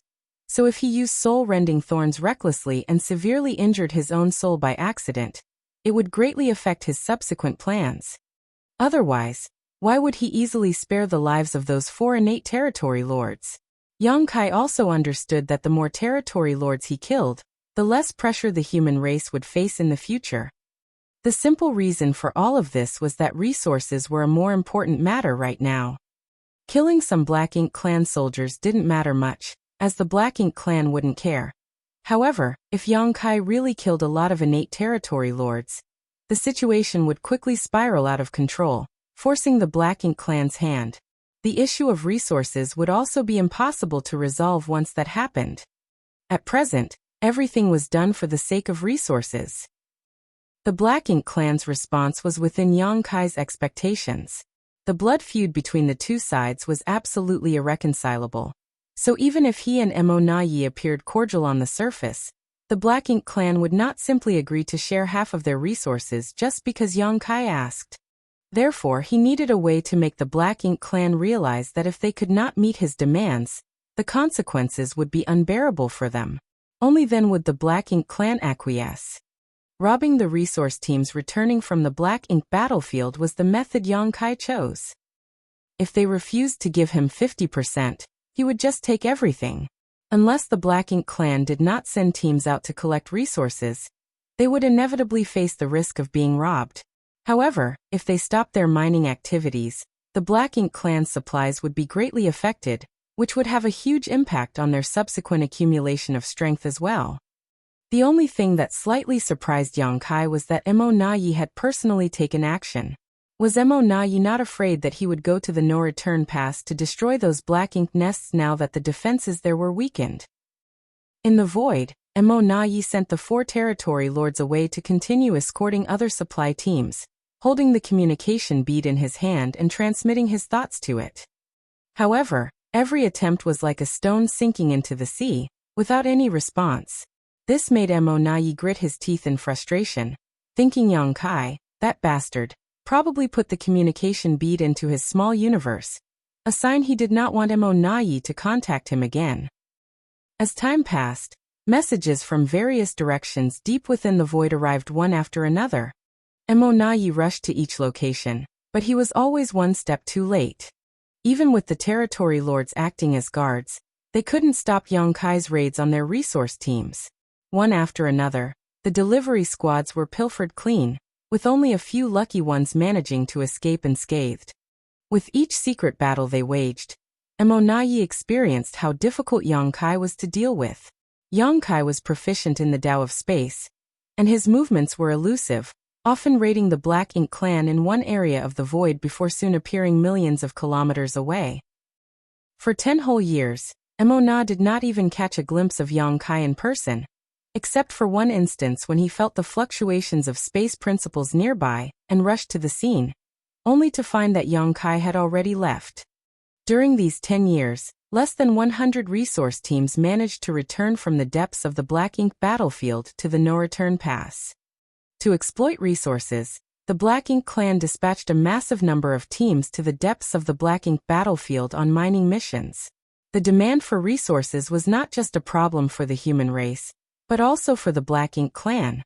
In some respects, the Black Ink clan's demand for resources was even greater than the human race's.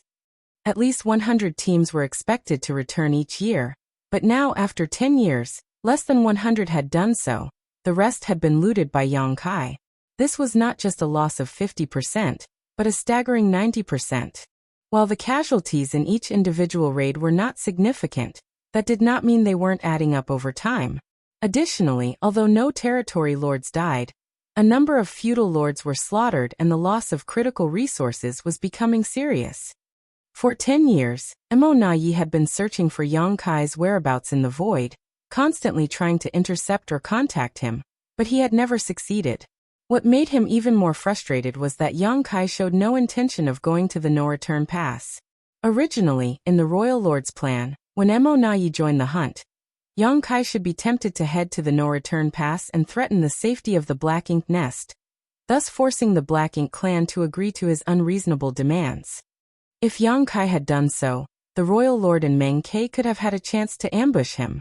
As long as they could entangle him, the territory lords could set up the 4 gates 8 palaces Great Pagoda array to prevent this killing star from escaping. But over the past 10 years, Yongkai only wandered the void, never coming within 10 million kilometers of the no-return pass. This left Mo Nayi feeling defeated, like he was punching with all his strength only to hit a wad of cotton. If Yang Kai never went to the no-return pass, what was the point of sacrificing a dozen territory lords and a high-ranked Black Ink nest to create Meng Kai, the new pseudo-royal lord? Faced with such a cunning and cautious opponent, who also possessed extraordinary strength and means like Yang Kai, Mo Na Yi felt incredibly frustrated. Deep within the void, Yang Kai concealed his aura and manipulated space principles, almost merging his body with the void. The demon eye of annihilation penetrated through space as he silently observed the scene a million kilometers away, where a squad transporting goods had just been plundered by him, and 4 territory lords forming a battle formation were stationed. Shortly after, Mo Na Yi arrived in a hurry and asked about the situation, his face dark and gloomy. The same routine, the same result.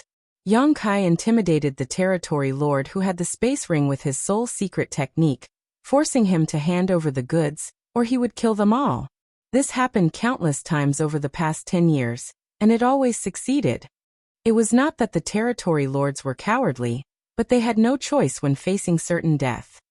Of course, Mo Na Yi had an idea about how to overcome this dastardly move.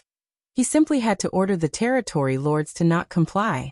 If Yang Kai really used his sole secret technique and killed the territory lords, he would not be better off. He would have to find a place to heal for the next 2 or 3 years. But this approach was only a temporary solution. Sacrificing territory lords would not solve the problem, and when Yang Kai recovered, he would surely come back again. There were not many innate territory lords in the Black Ink clan to sacrifice, so it was better to let them use the source fusion technique. At least they could contribute to creating a pseudo-royal lord. In other words, this solution simply wasn't feasible. Mo Na Yi felt completely defeated. He was stronger than Yang Kai, and in terms of intelligence and cunning, he was not inferior by much. However, he was still forced to dance to the opponent's tune as Yang Kai's space secret techniques were an insurmountable obstacle. At this moment, Mo Na Yi suddenly brightened up and quickly took out a communication bead. As he felt a slight vibration from this little bead, he almost cried out. For 10 years, he had been trying to contact Yang Kai but had never received a response. Unexpectedly, today, exactly 10 years later, Yang Kai contacted him. Mo Na Yi's divine sense surged as he checked the message transmitted through the communication bead. It was a simple message, 50%. Mo Na Yi's anger rose rapidly, but he forcibly suppressed it and tried to reply calmly. Sir Yang, you are too greedy. Yang Kai's response came quickly too, and it made Mo Na Yi feel uncomfortable. Over the past 10 years, what % of your mind resources made it back to the no-return pass? Mo Na Yi roared inside. Aren't you the one who knows that best? Less than 100 out of roughly 1,000 teams have returned, so at best a paltry 10%. This had made it so that those currently sourcing for resources outside dared not easily send resources back, and could only stay at the mining sites and wait for the no-return pass to resolve Yang Kai's matter, before making further arrangements. This king does not want to cut off all diplomatic ties. Over the years, I have never laid a hand on any of the territory lords, only taking a few meager resources. I hope that the Black Ink clan can also understand the greater good and the overall situation. Only through sincere cooperation between the two sides on this matter can there be mutual benefit and mutual gain. Looking at the words transmitted through the communication bead, Mo Na Yi's face twitched uncontrollably. He had interacted with many humans before, but he had never seen anyone so shameless before. The resources were gathered by the Black Ink clan, with the humans contributing nothing at all. Yang Kai was just going around robbing them, and now he had the audacity to talk about righteousness and sincere cooperation for mutual benefit. How could Mo Na Yi not understand his intentions? All these grandiose words were just a thinly veiled threat.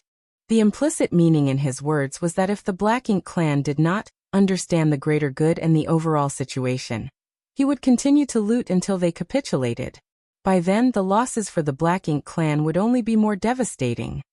Mo Na Yi thought he had understood humans well enough, but today he realized that his so-called understanding was only scratching the surface.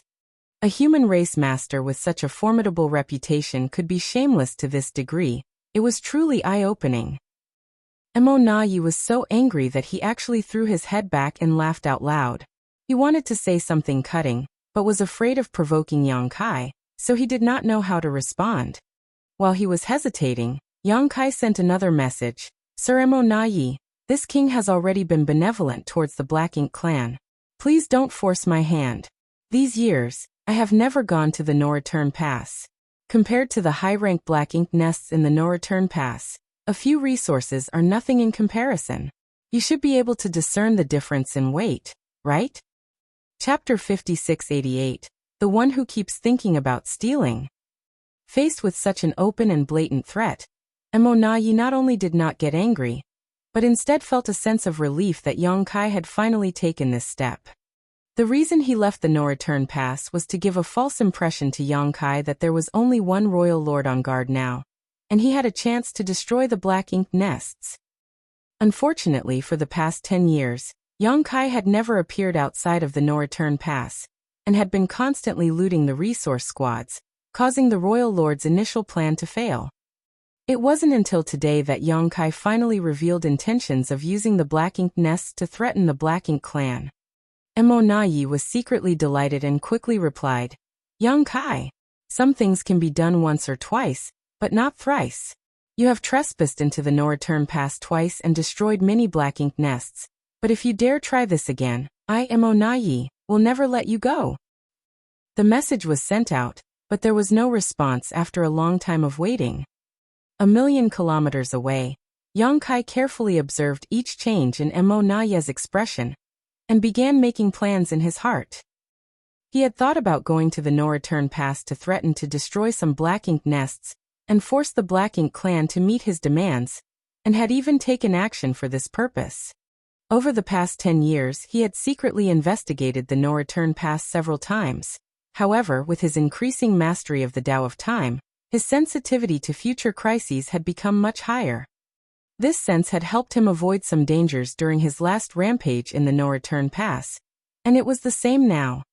Every time he approached the No Return Pass, the idea of destroying Black Ink nests would unconsciously bring a sense of peril, as if there was a great danger hidden within the No Return Pass that could threaten him.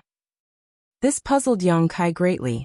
Mo Na Yi had gone to the depths of void for all these years, and only one royal lord was guarding the No Return Pass. According to his current strength, as long as he avoided that royal lord, the No Return Pass would be his to enter and exit as he pleased. With the No Return Pass being such a large area and the numerous high-rank Black Ink nests of the Black Ink clan so scattered, one royal lord couldn't look after all of them. So where did this sense of danger come from? The sense of danger he felt during his last rampage in the No Return Pass was due to Mo Na Yi hiding in the shadows. Based on his experience from last time, Yang Kai naturally guessed that the Black Ink clan had produced another pseudo-royal lord. Mo Na Yi believed that Yang Kai knew nothing about the situation at the No Return Pass, but in reality, Yang Kai had been observing secretly to confirm his suspicions. And Mo Na Yi's response this time was undeniable evidence of this. Regardless of whether it was Mo Na Yi when he was still an innate territory lord in the past or the current Mo Na Yi as a pseudo-royal lord, he would always address Yang Kai as Sir Yang, naturally showing respect to an elite fighter regardless of their hostile relationship. But this time, Mo Na Yi addressed Yang Kai by his name directly, and his words carried a hidden threat, almost like he was daring Yang Kai to immediately cause trouble at the No Return Pass. This was not Mo Na Yi's usual behavior. Yang Kai, seeing this, knew that his suspicion was probably correct. There must be a new pseudo-royal lord at the No Return Pass, lying in ambush with the royal lord. In the void, Yang Kai raised his brow and smiled, finding it quite interesting to engage in this battle of wits with Mo Na Yi. He thus quickly replied, "Just wait and see. This time, this king will not rest until he destroys 10 high-rank Black Ink nests." After transmitting the message, Yang Kai put away his communication bead and disappeared from sight. In the distant void, Mo Na Yi also hurriedly put away his communication bead, raised his palm, and a surge of thick Black Ink strength rushed out, quickly forming a vortex in his palm. Within the vortex, a very delicate and small Black Ink nest appeared. This was a low-rank Black Ink nest, which was not yet mature. Such a black ink nest was not very useful to the Black Ink clan, but it was perfect for transmitting messages. Now, the territory lords who were searching for Yang Kai's whereabouts and escorting the supply teams almost all had such a miniature black ink nest, just to facilitate rapid communication with each other. By summoning this small black ink nest, Mo Na sent a message to the no-return pass, informing the royal lord about Yang Kai's imminent arrival, and telling them to prepare. After doing so, Mo Na also hurried towards the no-return pass, secretly praying for a swift victory. If Yang Kai thought that there was only one royal lord guarding the no-return pass, he would surely make a mistake, and if the royal lord and Meng Ke teamed up, they only needed to entangle him for 10 breaths, so the territory lords could activate the 4 gates 8 palaces Great Pagoda Array. Once the Grand Array was formed, Yang Kai would be trapped like a cornered beast. Without the ability to use space principles to flee, Yang Kai would only be a slightly stronger 8th Order Open Heaven Realm Master, incapable of facing all the elites of the Black Ink clan. After years of entanglement, is it finally time to determine the winner and loser of our little game? Mo Na suddenly felt like he was dreaming. However, he had only made it halfway back when he suddenly stopped and hastily summoned the miniature black ink nest. As his divine sense poured it to investigate, his face turned pale in an instant. The message from the black ink nest was too bizarre to believe at first, but after verifying it a few times, he confirmed that he had indeed read it correctly. Standing there, his expression fluctuated for a moment before he turned and flew in another direction. Half a day later, he arrived in a spot in the void and appeared before 4 territory lords who had formed a battle formation. Sir Mo Na, the 4 territory lords were overjoyed to see him, as if they had seen their savior. What happened? Mo Na asked in a deep voice. One of the 4 territory lords immediately recounted their encounter with Yang Kai, which was actually quite simple. They were escorting a supply team back to the no-return pass, when Yang Kai suddenly appeared. Over the years they had encountered Yang Kai several times, but he had never attacked them directly. Instead, he attacked the Black Ink clansmen who were transporting materials, killing mostly low-rank soldiers. For the 4 territory lords, Yang Kai mainly used his soul secret technique as a threat, forcing them to compromise and hand over the resources. Under threat of imminent death, the territory lords had no choice but to comply. As a result, every time Yang Kai made a move, he was able to gain something. But this time, Yang Kai not only slaughtered the Black Ink clansmen transporting the materials, but also injured the 4 territory lords, one of whom was seriously wounded. Mo Na was not angry after listening to this, but rather pleasantly surprised. He used his soul secret technique. Yang Kai often used his soul secret technique to intimidate territory lords, but he had never actually activated it before. Mo Na even suspected that Yang Kai was just bluffing this whole time.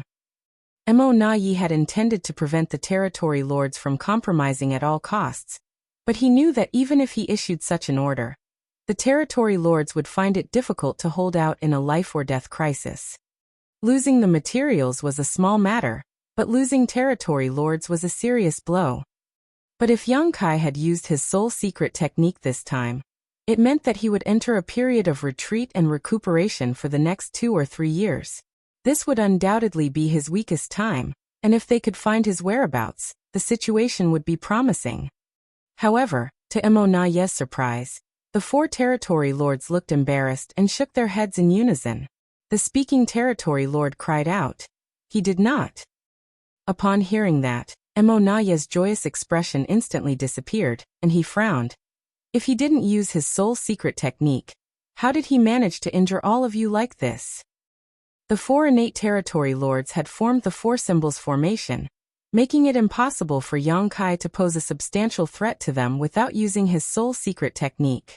Although Yang Kai was strong, he was not yet strong enough to break this formation forcibly.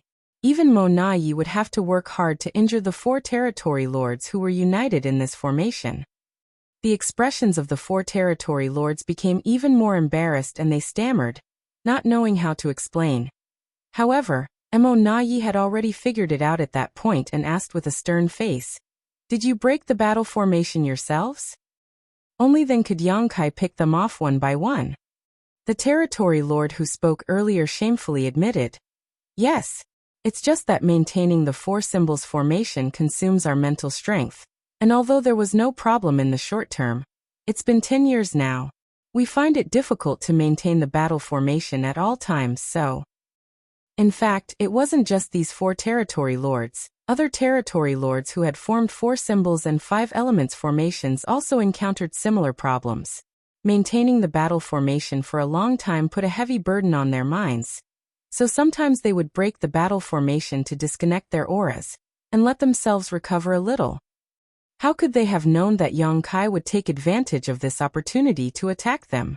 If they hadn't been on alert and quickly formed the battle formation again after Yang Kai appeared, they might have suffered more than just injuries. The territory lord cautiously peered at Mo Naye's expression, thinking that he would be severely reprimanded for their failure. However, all Mo Naye did was sigh. "It was my carelessness." He thought that their operation against Yang Kai would not take too long, but he never expected that it would take 10 years and still not produce any results. If Yang Kai could injure four territory lords in just 10 years, what about another 10 or 100 years? It was as the saying went, one need not fear a thief who always steals, they should fear the thief who constantly thinks of stealing. When Mo Naye first heard this, he did not understand, but now he finally did. "Yang Kai, that thief. You are truly my eternal nemesis. That bastard even vowed to destroy 10 high-rank black ink nests in the no-return pass, but all he did was go against his words and injure 4 territory lords. I was a fool to have believed anything he said."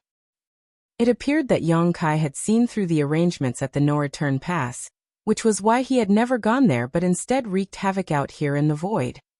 "Send a message to the other squads and tell all territory lords to be careful.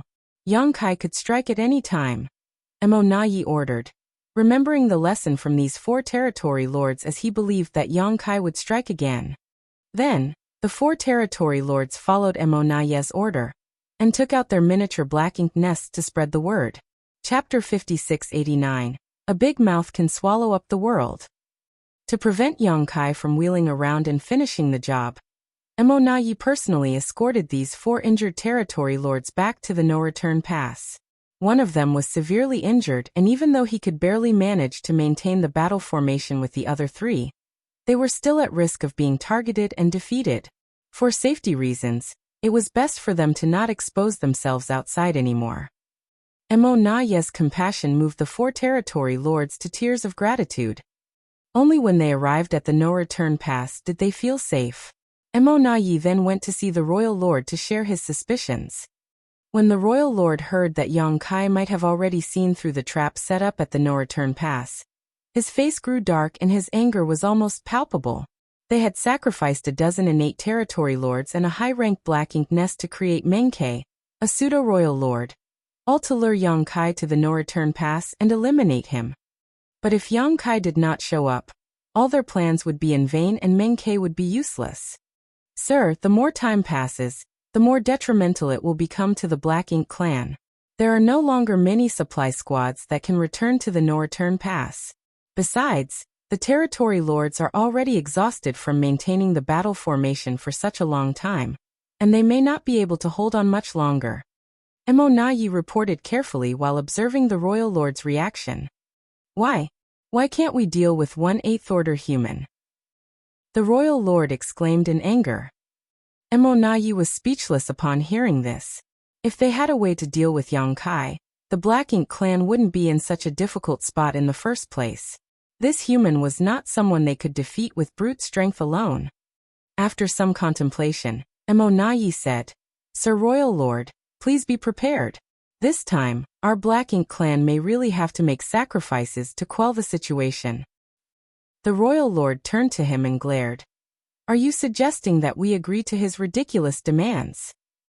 Mo Naye shook his head and replied, "It's impossible to agree to his demands for 50%. Those resources were painstakingly extracted by our Black Ink clan, while he did nothing but threaten us with despicable means. He is out of his mind if he thinks he can take half of all our hard-earned resources. However, if we give him too little, he may not agree either." The royal lord waved his hand impatiently. "It's up to you to decide.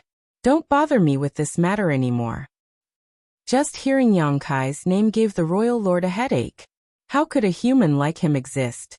He would rather fight Fu Guang, a real divine dragon, than hear Yang Kai's name ringing in his ears again. Then Emonayi nodded respectfully before withdrawing in embarrassment. As a subordinate, he should not burden the royal lord, but instead, he felt the humiliation of being incapable of resolving the issue at hand. However, there was no other solution to the current problem. Yang Kai had been causing trouble for the past 10 years, plundering 90% of their resources, while holding the territory lords of the no-return pass in check. Even Emonayi himself had been running around in circles all these years, with nothing to show for his efforts. If this chaos continued, the territory lords would likely collapse from exhaustion, and once that happened, the losses that followed would far exceed a few measly resources. After some contemplating, Emonayi decided to contact Yang Kai using his communication bead to discuss the matter. However, before he could do so, he summoned his miniature black ink nest and inspected a new message that was just sent to him. Letting out a sigh after seeing this message, he hurriedly rushed towards the depths of the void. Another 4 territory lords who had formed a battle formation were ambushed and injured by Yang Kai, losing all their resources in the process. When Emonayi arrived at the scene, he realized that the situation was much worse than he had expected. The injuries to these 4 territory lords were not too serious, as they had been on guard and immediately formed the 4 symbols formation to protect themselves after the ambush. However, after a more careful inspection, Emonayi was startled to find that 2 of the territory lords had identical injuries, just a finger's length left of their heart. This position was not a fatal wound for a Black Ink clan master, but it still made Emonayi frown. Was this intentional, or just a coincidence? If it was unintentional, everything would be fine, but if Yang Kai had done this deliberately, it was a worrying issue. If this was Yang Kai's doing, it was undoubtedly a message that said he could kill one or both of these territory lords, but chose to hold back to not escalate the situation further. This was his way of showing both his sincerity and his determination. Emonayi couldn't help a wry grin from appearing on his face. This guy came to the Black Ink clan trying to take the lion's share, plundering the Black Ink clan's resources, and yet he was still showing sincerity. What was he trying to do? Earn profit by being friendly.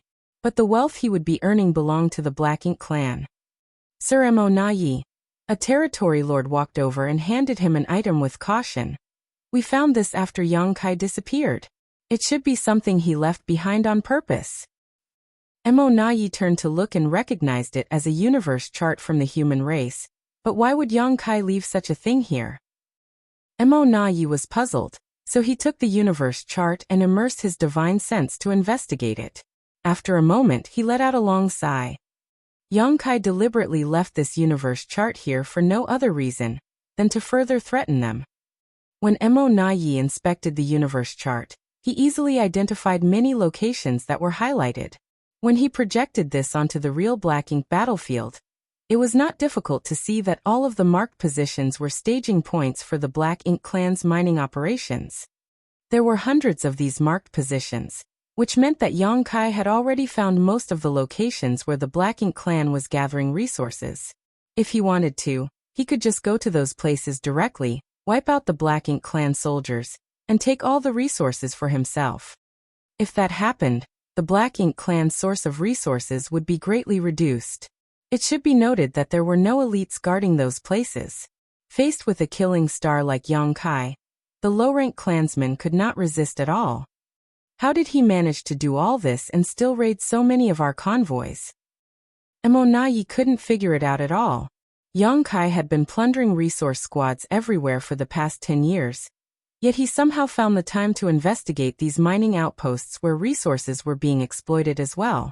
It had to be noted that each of these locations was no less than a few million kilometers away from each other, which would take a significant time to travel between.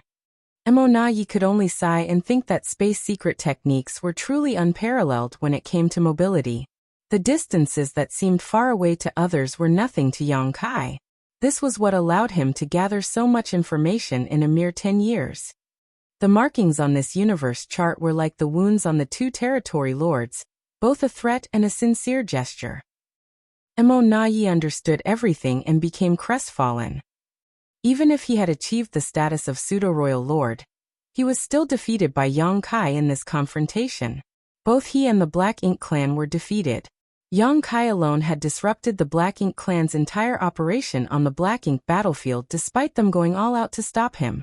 In fact, for the past 10 years, they hadn't so much as wounded Yang Kai, and now, after all that, they still had to compromise. Let all the territory lords return to the no-return pass, Mo Nayi said, feeling dejected.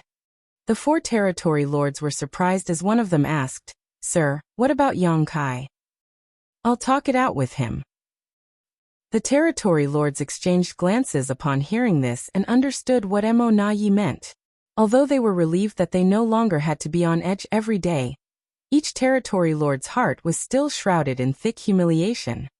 Soon after, the territory lords departed. Mo Nayi stood in the void, took out the communication bead, and played with it in his hand as if he was pondering something.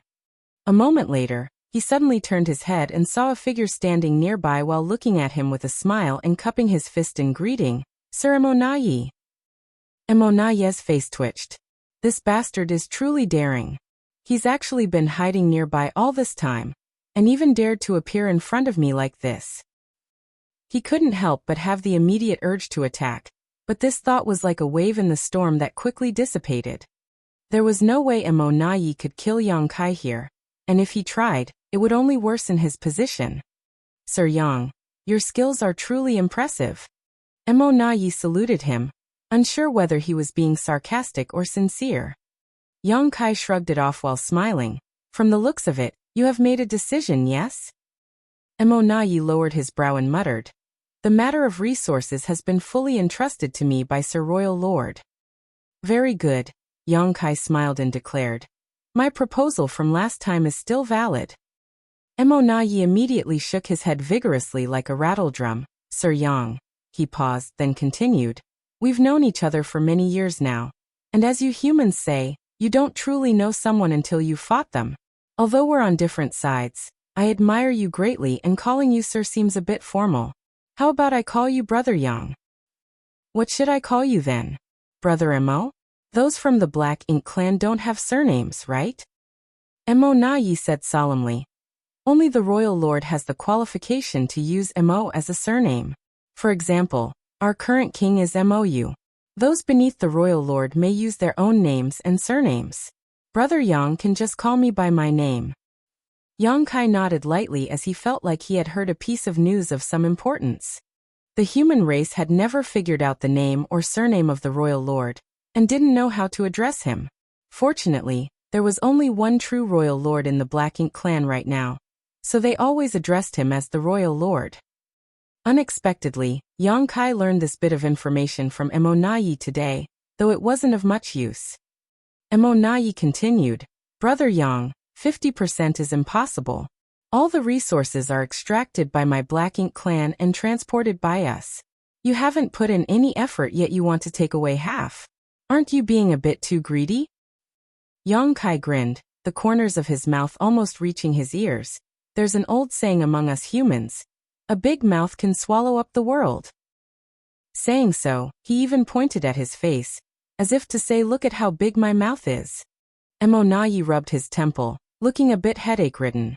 "Brother Yang, I am sincerely discussing this matter with you today. Please don't joke around." Yang Kai spat disdainfully and also adjusted his expression as he said, "In that case, I want to know how much the Black Ink clan can offer." Mo Nayi held up a finger, but then curved it and calmly said, 5%. Yang Kai couldn't help but laugh.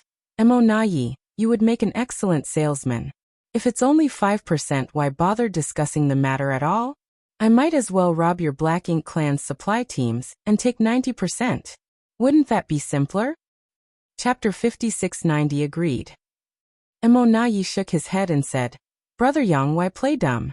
Although you have been able to take away 90% of our resources over the past decade, that's only because we haven't changed our resource exploitation strategy. But if this continues, we will likely completely give up on the Black Ink battlefield resource extraction. What will you gain then?" If this were to happen, it would be a disastrous outcome for both sides. The Black Ink clan would stop extracting resources from the Black Ink battlefield, and Yongkai would naturally not be able to plunder anything. However, such a situation was impossible. The resources from the Black Ink battlefield were indispensable to the Black Ink clan. They needed these resources to maintain their military advantage, and to provide for those within the clan, especially the acquired territory lords. If the supply of resources from the Black Ink battlefield was cut off, there might not be an immediate impact, but over time, the Black Ink clan's overall strength would inevitably decline significantly. This was not something that the Black Ink clan would be willing to accept.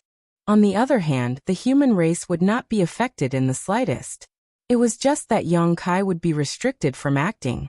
However, now that he was unencumbered, being restricted was not a big deal.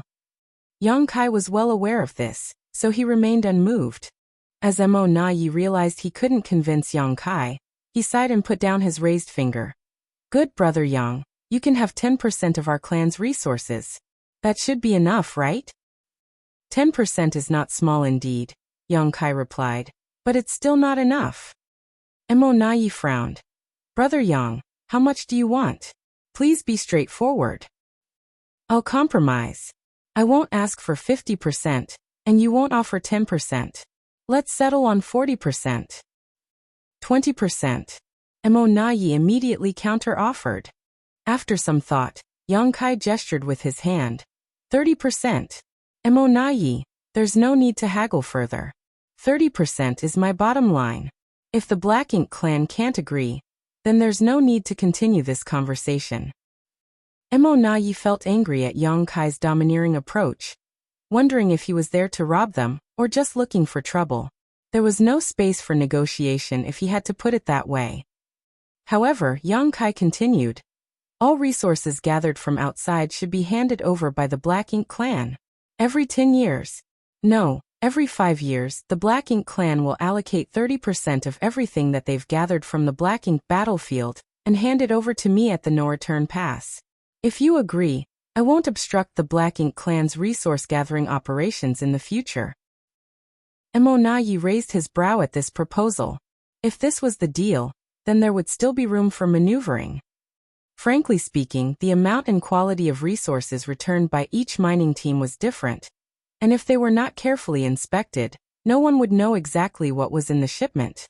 Yongkai said he wanted 30%, but he couldn't check all the resources gathered by each squad. Besides, the Black Ink clan would also not allow him to do so. Even if they gave him 20% or less, he wouldn't be able to tell the difference.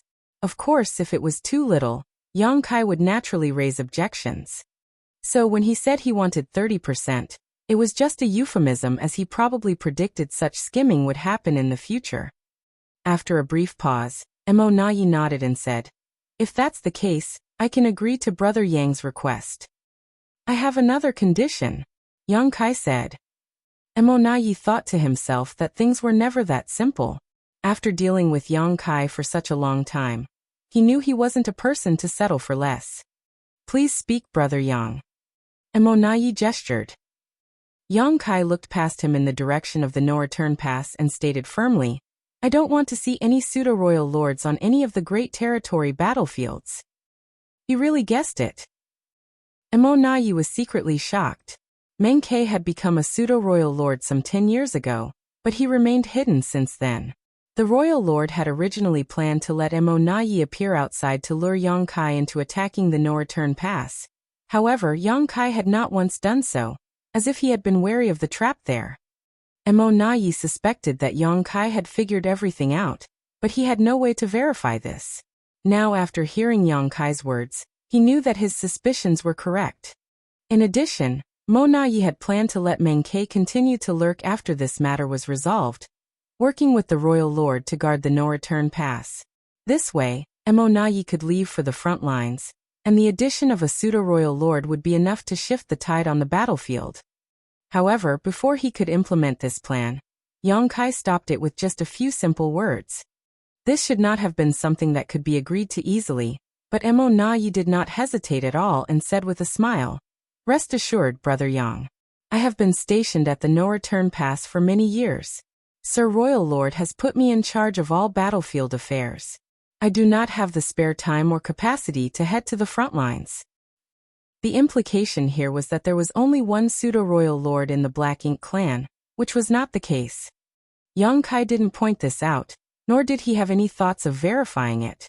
The sense of crisis he had felt during the few times he approached the no-return pass over the past 10 years was enough to convince him that the Black Ink clan had another pseudo-royal lord besides Mo Na Yi. In that case, is this matter settled? Young Kai asked while smiling. After some thought, Mo Na Yi replied, "Yes, it is." In response, Young Kai laughed and casually grabbed something from the void and threw it towards Mo Na Yi. Mo Na Yi looked wary, but Young Kai responded, "I said last time that I would buy you a drink when I come to the no-return pass again. This bottle of wine will serve as an appreciation gift for our cooperation." Mo Na Yi reached out and caught the bottle, only to find that it was not an artifact or a secret technique, just a simple container. At the same time, space principles fluctuated, and Young Kai had already disappeared without a trace when Mo Na Yi looked up. Although he was constantly monitoring Young Kai's movements, he could only vaguely sense the direction in which he left. The exact location was impossible to determine unless he actively chased after him. This secretly shocked Mo Na Yi. This bastard's mastery over the Tao of space is becoming more and more mysterious. If this continues, who among the Black Ink clan will ever be able to restrain him? Young Kai's voice then resounded in his ears. "Today marks the beginning. I will notify you of the location for the exchange of resources in 5 years. In addition, I have received a lot of resources from your side over the past 10 years and know exactly how much your clan can collect. When it's time to make the delivery, you better not go too far, or I will find a way to make up the difference myself." Mo Na Yi narrowed his eyes and shattered the wine bottle in his hand, causing it to splash out across the void. With a cold snort, he turned and flew towards the no-return pass. Although the royal lord had entrusted him with this matter, he still needed to report what had transpired. The royal lord would definitely be furious, but at this point, if the Black Ink clan wanted to continue to obtain resources from the Black Ink battlefield, they could only let Young Kai take advantage of them. In addition, Mo Na Yi had to put his own plan to head to the battlefield on hold for now. As for Menkei, he would just continue to stay hidden, and perhaps one day he could play a role. After dealing with the Black Ink clan's affairs, Young Kai fell silent. The Black Ink clan knew he was hiding somewhere outside the no-return pass, but they had no way of knowing his precise location. Fortunately, he did not appear again to plunder the squads transporting resources, which gave the ordinary soldiers of the Black Ink clan some peace of mind. In the depths of the void, Young Kai concealed his aura and hid his figure. This battle of wits with Mo Na Yi had ended with his victory. His only regret was that he did not kill a few territory lords. In fact, he had the opportunity to kill some of them, but he refrained from doing so as that would only completely enrage the Black Ink clan and be detrimental to his future plans. Setting a 5-year period was also because there would be too many variables if the time frame was too long. However, if he contacted the Black Ink clan too frequently, it would also pose a certain risk to him. If possible, Young Kai wanted to take inventory of every shipment of resources from each Black Ink clan mining team that returned to the no-return pass, and take 30% directly from them. But if he really did that, it would only give the Black Ink clan many chances to set up their heaven-sealing Earth-Locking's grand array. The reason why he could act arrogantly in front of the many territory lords and treat Mo Na Yi, a pseudo-royal lord, as an equal today was because of his mastery of the Tao of space. But if he lost this reliance, Young Kai would only be a slightly stronger 8th-order master. The grand array that could isolate space was his ultimate nemesis, so how could he give the Black Ink clan so many chances to set it up? In the desolate and undisturbed void, Young Kai restrained his mind and silently contemplated the grand Tao of space within his body as he allowed time to pass. When it was time to receive the resources 5 years later, he sent a message to Mo Na Yi, giving him a random location, and then waited silently. Within half a day, an aura rapidly approached. Young Kai turned his head to look only to realize that it was not Mo Na Yi, but rather a feudal lord who arrived. At a distance, the feudal lord stopped, shaking in fear as he gazed at Yang Kai. It was as if the one standing in front of him was not a human, but an ominous beast that could strike and devour him at any moment. This couldn't be helped, as Yang Kai's name was too intimidating among the Black Ink clan. Dozens of innate territory lords had already died at his hands, so how could this feudal lord dare to face this killing star head-on? The feudal lord cupped his fist and his voice trembled as he said, "I am here on behalf of Sir Mo Na Yi, to deliver the resources to SS Sir. Please accept them." Saying so, he threw out a space ring. Yang Kai nodded lightly and grabbed the space ring, pouring his divine sense into it to inspect the contents. There were quite a few supplies, but according to Yang Kai's estimation, it should be less than the 30% which was agreed upon. It was certain that they had withheld some as the Black Ink clan would not be so obedient to hand over the full 30% of resources as agreed upon. However, the amount withheld was not excessive, there was still probably around 25%, so Yang Kai pretended not to notice as he had already anticipated this would happen. After waiting for a moment and seeing that Yang Kai had no further reaction, the feudal lord hurriedly said, If there are no problems, I shall report back now." After stumbling over his words, he immediately turned around to flee, not wanting to stay here a moment longer. Chapter 5691 Every 5 years. "Wait!" Yang Kai called out suddenly. The feudal lord froze upon hearing that and turned to look at Yang Kai with a smile. "Is there something else, sir?" Yang Kai took out a bottle of wine and tossed it over. "Take this to Mo Na Yi." Having received benefits from the Black Ink clan, it was only natural for him to return something in exchange. This was the principle of reciprocity, and besides, Yang Kai had plenty of fine wine in his small universe.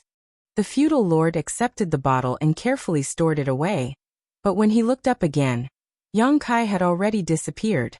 The feudal lord couldn't help but shiver as he quickly flew back to the no-return pass. When he arrived, he reported the exchange of goods and presented the bottle of wine. However, Mo Na Yi's brow just twitched upon seeing it, feeling absolutely disgusted. Last time, Yang Kai gave him a bottle of wine which he refused to drink, and just smashed directly.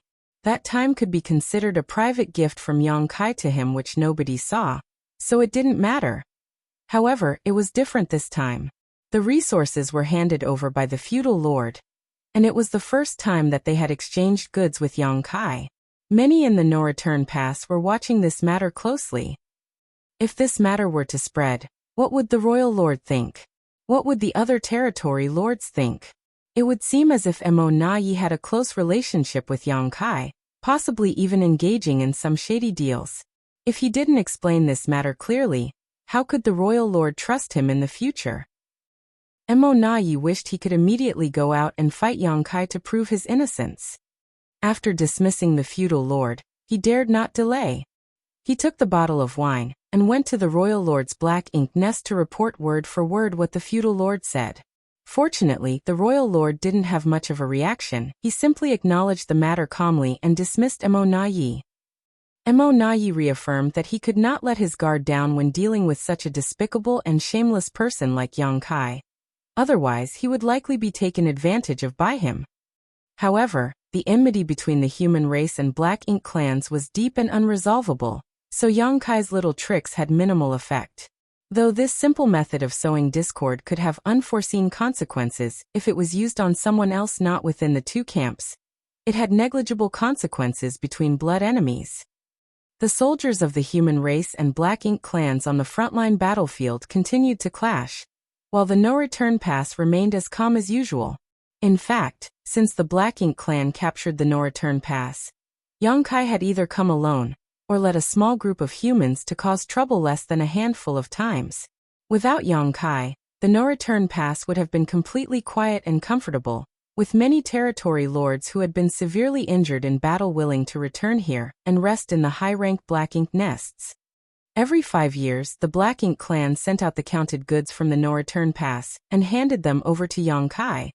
However, since the first time they were deceived, no Black Ink clansman dared to easily accept the fine wine that Yang Kai offered, leaving him helpless. Each time Yang Kai exchanged goods with the Black Ink clan, he would simply designate a random location. The void was vast anyway, so if he simply chose a spot at random, he would not have to fear that Black Ink clan would set him up. Overall, everything went smoothly, and over the past century, Yang Kai accumulated many valuable resources. Considering the time, the day was soon approaching that he had agreed to meet Ouyang Lai and the others. After receiving a bit less than 30% of the Black Ink clan's gathered resources again, Yang Kai hurriedly rushed to the humans' resource gathering site. Before this, he had left space beacons along the way, so it was not difficult to cross this route and search for Ouyang Lai and the others. As expected, Ouyang Lai vented his pent-up anger on Yang Kai as soon as he arrived. He roared about how Yang Kai and Big Head Me were wasting his talents by sending him here. He also wanted Yang Kai to go back to the Supreme Headquarters and request Big Head Me to transfer him back to the front lines of the battlefield. Only when Yang Kai agreed to make the request did Ouyang Lai stop complaining. Over the past 100 years, tens of thousands of human race cultivators had been mining and gathering resources in this region. This place was deep within the Black Ink battlefield, far beyond the region where the royal city used to be. So even though a century had passed, this area remained peaceful and undisturbed. This was good news, and it was also what Yang Kai hoped to see. If the Black Ink clan found traces of the tens of thousands of human race masters collecting resources here, they would have to relocate far away. It was not wise to fight the Black Ink clan here because these human masters' strength was generally not high, which was why they were sent here to gather resources in the first place. Fighting was not their concern. After gathering the past 100 years' harvest, Yang Kai bid farewell to Ouyang Lai and the others. Then he connected to the World Tree and used it to guide him into the Grand Ancient Ruins boundary, then returned to the Star boundary. Without delay, he went directly to the Supreme Headquarters and handed over all the harvests of the past 100 years to Mi Jingluan. After examining the items, Mi Jingluan was greatly surprised and couldn't help asking, when did the resources from the Black Ink battlefield become so rich? He had roughly estimated how much the tens of thousands of soldiers could mine in 100 years as he knew the situation in the Black Ink battlefield very well, having spent over 10,000 years there. However, the amount that Yang Kai brought back was easily triple what he had estimated. Originally, according to his estimation, the tens of thousands of soldiers could only delay the exhaustion of their supplies, even if they worked day and night to gather and mine in suitable areas. But with Yang Kai bringing back so much, the human race's consumption of resources over the past century was immediately replenished, and there was even some surplus. This was truly an unexpected delight. However, he soon thought of something and looked at Yang Kai solemnly. Did you plunder these from the Black Ink clan? Only the Black Ink clan could have so many resources. Otherwise, there was no way to explain the sight in front of him.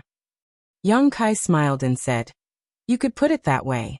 I made some agreements with the Black Ink clan, and from now on, I will receive 30% of what they mine from the Black Ink battlefield. What I've passed to you includes those that were gathered by the humans, and those obtained from the no-return pass." Mi Jingluan's expression became complex.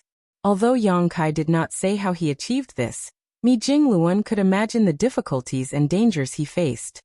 If it weren't for the fact that the Black Ink clan had no choice but to agree due to certain circumstances, how was it possible for them to agree to Yang Kai's outrageous demands? Moreover, Yang Kai acted alone, so how did he manage to make the Black Ink clan agree to his terms? Over the past 100 years, Yang Kai must have faced a lot of life-or-death crises. Mi Jingluan felt a complex mix of emotions as he thought about how the heavy burden of hope for the entire race was placed on one person's shoulders. After taking a breath, he dropped to one knee to show his respect. Yang Kai was taken aback and quickly helped Mi Jingluan up. "Senior brother, what are you doing?" Mi Jingluan, however, refused to stand up as he quickly replied, "This senior brother, on behalf of the trillions of humans, thank you, junior brother." That made Yang Kai feel embarrassed. "Senior brother, you're taking this too seriously. I was born human too, and many of my friends and family are fighting against the Black Ink clan on the battlefield. This is just what I should do." After helping Mi Jingluan up forcefully, he changed the subject. Senior brother, how is the situation between the two sides? It's still the same as before. No major changes. On the various Great Territory battlefields, newcomers from both sides constantly emerged, while many elites also died on the battlefield. In this tense and hostile environment, having high qualifications didn't necessarily guarantee one would reap the most benefits. High qualifications only represented great potential. To gain more strength, one must first survive on the battlefield. Only then would they be capable of seizing their own future. The human race was not lacking in talent, but time. The first batch of good seedlings who directly ascended to the 7th Order Open Heaven realm had now reached the 8th Order Open Heaven realm, but to ascend to the 9th Order, they still needed time to accumulate heritage and hone their skills. As for the old 8th Order masters like Mi Jingluan and Ouyang Lai, they had already reached their limits due to their initial potential, and would never ascend to the 9th Order. On the other hand, Xiang Shan and Wei Junyang, who were a few of the eligible veterans to advance to the 9th Order Open Heaven realm, were still in retreat, and no one knew how they were doing or if everything was going smoothly. Breakthroughs were matters that outsiders could not help with. They could only rely on themselves. Yang Kai silently prayed that someday when he returned, he would be able to receive good news. Without staying long at the Supreme Headquarters, after his brief exchange with Mi Jingluan, confirming that the situation between the two sides would not worsen in the short term, Yang Kai set out again, heading to Black Territory to use the secret passageway and rush back to the Black Ink battlefield. Every 5 years, the No-Return Pass sent out a batch of resources, while Ouyang Lai and others worked for 100 years before delivering their harvest. Over the long years, Yang Kai shuttled back and forth through the void alone, bringing one batch of resources after another from the Black Ink battlefield to the human race to use for their cultivation. With Yang Kai's efforts, the Supreme Headquarters no longer had to worry about resources, as the amount he brought back every 100 years was enough to fulfill their needs. During this period, Yang Kai also took the time to go to the Primordial Heaven's Source Grand Restriction to investigate the situation. The battle there was extremely intense, but thanks to Wu Kuang's cooperation with the suppressing Black Ink army, the gap in the Primordial Heaven's Source Grand Restriction had never expanded. Those from Black Ink clan that could rush through the gap were greatly suppressed in both quantity and quality. As a result, the 6,000 soldiers of the suppressing Black Ink army, coupled with the various arrangements of the suppressing Black Ink fortress and divine dragon Fu Guang who was assuming command, were able to maintain the status quo. However, even after so many years of slaughter, there was no sign of decline among the Black Ink clan within the Primordial Heaven's Source Grand Restriction. It was truly frightening as no one knew how many of them were lurking in the area and how many Black Ink clansmen would emerge in the end. It seemed as if they could never be eradicated. Now, the entire outside of the Primordial Heaven's Source Grand Restriction was covered by the Black Ink clouds formed by the Black Ink clansmen after their deaths. If it weren't for the suppressing Black Ink fortress having its own protection against the invasion of Black Ink strength, even just dealing with that dense Black Ink strength would be enough to give the suppressing Black Ink army a headache. Yang Kai also learned from Fu Guang that a few royal lords inside the Primordial Heaven's Source Grand Restriction had attempted to break out, but most had failed. The few royal lords who had successfully emerged all suffered serious injuries in the process, making them no match for a divine dragon that was lying in ambush for them. Over the years, an impressive 8 royal lords had died by Fu Guang's claws. Chapter 5692, Joyous News. When it came to who killed the most royal lords over the past thousands of years, it would undoubtedly be Fu Guang. There were precedents where 9th Order old ancestors had successfully killed royal lords on the Black Ink battlefield, but no 9th Order old ancestor had ever killed as many royal lords cumulatively. It was just that Fu Guang's impressive battle record was due to special circumstances, so his achievements could not be replicated. Under Wu Kuang's full control, the gap that was opened in the Primordial Heaven's Source Grand Restriction could only allow territory lords to pass through safely. The same could not be said for the royal lords. The only consequence of forcing their way through the gap was being injured by the Grand Restriction, as well as suffering bombardment from the suppressing Black Ink army. Accordingly, None of the royal lords who charged out of the primordial heaven's source grand restriction came out intact. Most of them only had 70% of their strength left, so how could they survive against a master like Fu Guang? Wu Kuang paid a heavy price for this feat though. Although he was now a Ninth Order Open Heaven Realm Master, he needed to exert all his strength to control the primordial heaven's source grand restriction. For that reason, even his cultivation had been set aside. When Yang Kai came to ask him about the situation, he only spared a few words before cutting off their contact, apparently worried that he might make a mistake that would lead to irreparable damage. The situation at the primordial heaven's source grand restriction was stable for the time being, so there was nothing for Yang Kai to worry about. In reality, there was nothing he could do either. He even took the time to travel to the chaotic dead territory, and delivered a generous amount of 5 elements materials to Zhang Ruoxi. Although he left some for her last time, that was only enough to last 1,000 years. Now that several hundred years had passed, she had probably exhausted most of them already. Having not seen Ruoxi for so many years, the increase in her strength was very obvious. Compared to when she first advanced to the 8th Order Open Heaven realm, her aura had undoubtedly become several times more substantial. The reason behind everything was the continuous refinement of her Heaven's Order bloodline, and the increase in the heritage of her small universe. That was especially true for the latter reason. Ordinary cultivators had to refine a full set of 7 elements materials to maintain balance in their small universe, but Zhang Ruoxi had the help of Big Brother Huang and Big Sister Lan, so she only needed to refine 5 elements power, while pure yin and yang were simply supplied directly to her. As a result, her cultivation period was reduced by some 30% compared to ordinary cultivators. Both Big Brother Huang and Big Sister Lan attached great importance to Ruoxi's cultivation. Over the years, they had been encouraging her to cultivate the 5 elements materials without the slightest pause. Fortunately, Zhang Ruoxi herself had the kind of character that could endure great loneliness and hardship. Knowing that she would only shine brightly in the upcoming war if she became stronger, she had doubled her diligence over the past few years. In this way, it was only natural for her strength to grow in leaps and bounds. In the blink of an eye, 1,000 years had passed since Yang Kai reached an agreement with Mo Na Yi to receive 30% of the cultivation resources from the Black Ink clan.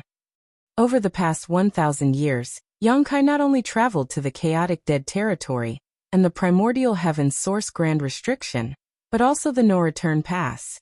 He had ferried the resources gained by the human race masters from various places to the supreme headquarters, perfectly acting as a delivery man, providing the best guarantee for the cultivation of the human race masters. When Yang Kai was weak, months and years seemed like an extremely long time, but now that he was stronger, 1,000 years was nothing to be bothered about. Especially considering the war between both races had lasted for hundreds of thousands of years. Yang Kai had not been actively cultivating over the recent years, but he would still take time to contemplate the grand Daos of space and time during his downtime. Even so, he had reached the peak of the 8th Order Open Heaven realm. His small universe had been expanded to its limits, and he could clearly perceive the invisible shackles surrounding it, restricting him from further improvements to his strength. These were the inherent shackles produced by the Open Heaven realm method. Aside from the Heaven's Order bloodline that Zhang Ruoxi carried, which allowed her to ignore these shackles, nobody had ever succeeded in breaking these bonds since ancient times. Inside the main hall of the no-return pass, Mo Na Yi was reading various reports regarding the front lines. One of the battlefields had suffered a strong attack from the human race and experienced heavy losses recently, so the number of troops there needed to be replenished. The territory lords of another battlefield had been slaughtered, so more masters needed to be transferred over. Recently, he could clearly sense that the battle between the Black Ink clan and the human race had become more fierce. That was not just caused by the continuous development of the situation, but also the increasing number of masters among the two races. After so many years, the 8th Order Open Heaven realm masters and the territory lords were no longer comparable to when the invasion of the 3,000 worlds began. The more masters there were, the more fierce the battles became. Mo Na Yi had a vague feeling in his heart that the current situation between the Black Ink clan and the human race would not last for much longer. When the masters of both races reached a critical number, or some external factor was triggered, the flames of war would fully erupt and engulf the entire universe. Mo Nai had been helping Royal Lord Mo manage the affairs of the Black Ink clan for many years now, so he naturally knew how to deal with the situation at hand. The only thing that troubled him was the other pseudo-royal lord, Meng Quebec. Ever since Meng Ke advanced to become a pseudo-royal lord, he had been restless and anxious, wanting nothing more than to slaughter the human race masters to prove his strength. Fortunately, the royal lord did not allow him to act. Leaving aside their agreement with Yang Kai, it was problematic for a pseudo-royal lord to appear on the battlefield. Even without the agreement, Meng Ke was one of the Black Ink clan's hidden trump cards, so how could they reveal their hand so easily? Slaying a small number of human race masters would not affect the larger picture, so Meng Ke should only reveal himself during a critical situation. It would be best if he could reverse the power balance between the Black Ink clan and the human race in one fell swoop, which would lay the foundation for the success of the Black Ink clan. Besides, Mo Nai suspected that there were new Ninth Order Open Heaven Realm Masters among the human race. Take Xiangshan for example. It had been many years since he disappeared. Even if Meng Ke made an appearance, the humans might not be helpless against him. Mo Nai had considered the best interests of the Black Ink clan and Meng Ke, but Meng Ke refused to understand his kindness, becoming more and more presumptuous over the years. When the royal lord forbade him from leaving the no-return pass, Meng Ke had the brilliant idea of splitting authority instead. Therefore, Mo Nai couldn't help feeling a headache. A dozen innate territory lords had performed the source fusion technique, so why did Meng Ke have to succeed? Mo Nai prided himself on being able to see the bigger picture, while not being blinded by authority and power. Everything he did was for the sake of the Black Ink clan to one day dominate the universe. Hence, he naturally refused to split his authority with Meng Quebec. Having handled the affairs of the Black Ink clan for so long, Mo Nai knew better than anybody about the difference between one compared to two people issuing orders. Fortunately, the royal lord favored Mo Nai. Faced with Meng Ke's many requests, Mo only focused on soothing Meng Ke, and did not actually promise the latter anything. It was just that Meng Ke had hung around, and his nonsense was very grating on the ears. Mo Nai tried his best to ignore Meng Ke's rantings as he conveyed order after order, until one day, all of a sudden, wild laughter mixed with joy came from somewhere. Inside the main hall, Mo Nai, who was processing various reports, and Meng Ke, who was chattering away endlessly, couldn't help glancing at each other. They both saw the doubts in each other's eyes. If their guess was correct, the laughter belonged to the royal lord. Moreover, the source of the laughter was the Black Ink nest where the royal lord was currently inhabiting. Mo Nai hurriedly stood up and rushed outside. Not to be outdone, Meng Ke hurriedly followed. The laughter was very hearty, lasting for quite a while. When the two pseudo-royal lords arrived in front of the high-ranked Black Ink nest, the royal lord Mo's laughter gradually subsided, and a voice came from inside. "Come in." Mo Nai was about to step forward, but Meng Ke deliberately took a step ahead and walked ahead of him.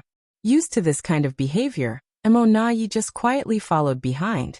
Very soon, the two pseudo-royal lords stood before the Black Ink clan's true royal lord in the depths of the Black Ink nest. Meng Ke was the first to speak. "Sir, did something joyous happen?" Mo nodded with a happy expression. "Indeed, something joyous has occurred." He did not explain himself clearly. People generally became cheerful during joyous occasions, and the Black Ink clan was no exception. Instead, he probed his two closest aides for their thoughts. "Tell me, where does this joy come from?" Meng Ke was stunned and did not know what to say in response. It was true that he was a pseudo-royal lord, but he had always been known for his bad temper and straightforward temperament. Wit and intelligence were not his strong points. He frowned and pondered for a moment, then laughed in embarrassment. "Sir, this subordinate can't think of an answer." "Keep thinking and speak whatever comes to mind," Mo said lightly. Meng Ke tentatively made a guess. The Black Ink clan enjoyed a huge victory on the front lines and slaughtered countless human race masters. If that was the case, it made sense for the royal lord's cheerful demeanor. Mou glanced at Meng Ke quietly without confirming or denying the statement. Then he glanced towards the silent Emonayi. What do you think, Emonayi? Emonayi considered the question and replied, has progress been made at the primordial heaven's source grand restriction? Mou laughed, correct. You're as smart as usual, Emonayi. We have indeed made progress at the primordial heaven's source grand restriction. Emonayi smiled with pride but looked neither smug nor overly humble. Meng Ke instantly became upset and grumbled. How did you know? Emonayi ignored Meng Ke and thought to himself scornfully. It's so obvious, only a fool like you would not realize the truth. Then he heard the royal lord speaking. Explain it to him. Since the royal lord had spoken, Emonayi could only obey. Over the years, the royal lord has remained quietly in the black ink nest without taking a single step outside. I have been managing all the affairs of the Black Ink clan's war efforts. Under ordinary circumstances, I have refrained from disturbing Sir Royal Lord with matters regarding the front lines. Even if we attained a great victory on the battlefields and slaughtered countless human race masters, the news would reach me first. Since I was not informed of such matters, then it must not be related to the front lines. Moreover, Sir Royal Lord has always remained in contact with those in the primordial heavens source grand restriction. 1,000 years ago, Sir once mentioned that our clansmen were trying to find another gap in the grand restriction. Hence, the reason for Sir's joy must be thanks to good news from the primordial heavens source grand restriction. Meng Ke frowned at the explanation. Although Emonayi had explained the situation clearly, he remained unconvinced. Mou followed up. Meng Ke, you should learn more from Emonayi. Strength alone is not enough against the human race. You need to use your wits. You know what happened to Diwu back then. Nothing good will come from underestimating the humans. Meng Ke calmed down and bowed. Meng Ke will never forget your order, sir. Emonayi asked, Sir, what was the news you received from the primordial heavens source grand restriction? Mou grinned. A group has succeeded in sneaking out of the primordial heavens source grand restriction. That was extremely sensitive and confidential information.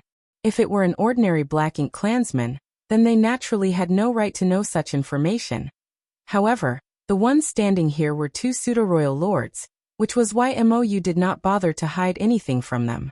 Chapter 5693 Shu. Our clansmen have snuck out of the primordial heavens source grand restriction. Thousands of thoughts instantly flitted through Emonayi's mind, and he soon became overjoyed. That is certainly something to be celebrated. He then paused for a moment before asking, Sir, are there any royal lords among those that snuck out? Mou shook his head.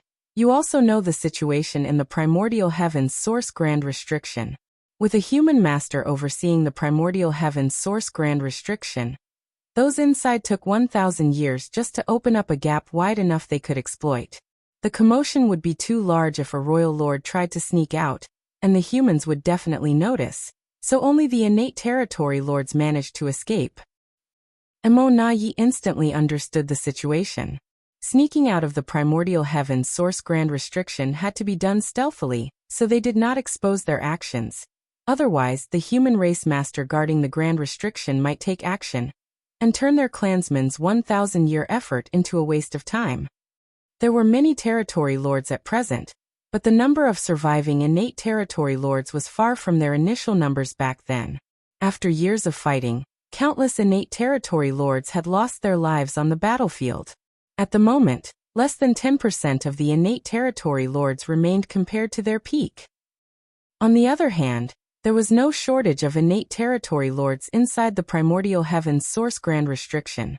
If they could sneak out, then they would be a huge boost for the current Black Ink clan.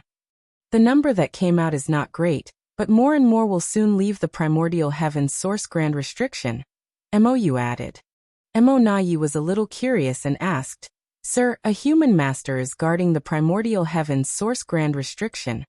How did our clansmen avoid detection and discovery of the gap? He did not doubt the ability of his clansmen in the primordial heavens source grand restriction.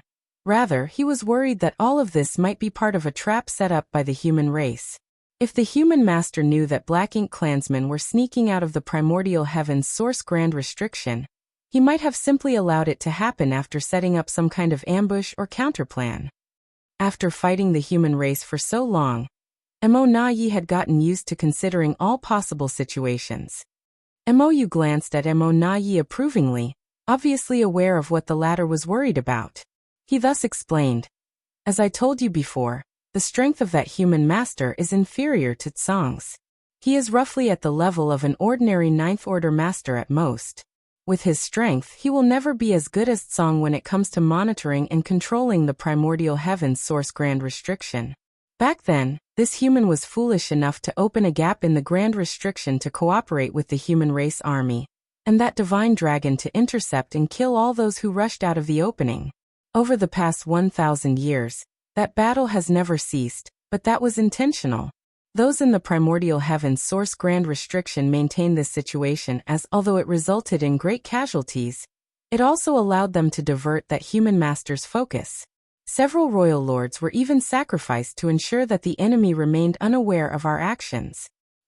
Mo Na Yi immediately understood. If the human race master guarding the primordial heaven's source grand restriction was completely focused on maintaining the gap he opened up, then his vigilance over the rest of the grand restriction would naturally weaken considerably. In this way, those inside would have the opportunity to sneak out unnoticed. After 1,000 years of hard work, they finally succeeded in their efforts. That was definitely a great achievement. After all, they even sacrificed several royal lords just to keep that human distracted.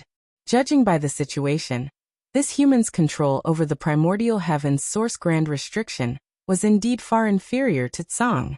The humans should have no knowledge of those who had snuck out of the primordial heaven's source grand restriction. Mo Na Yi immediately felt relieved. Meng Ke listened by the side for some time.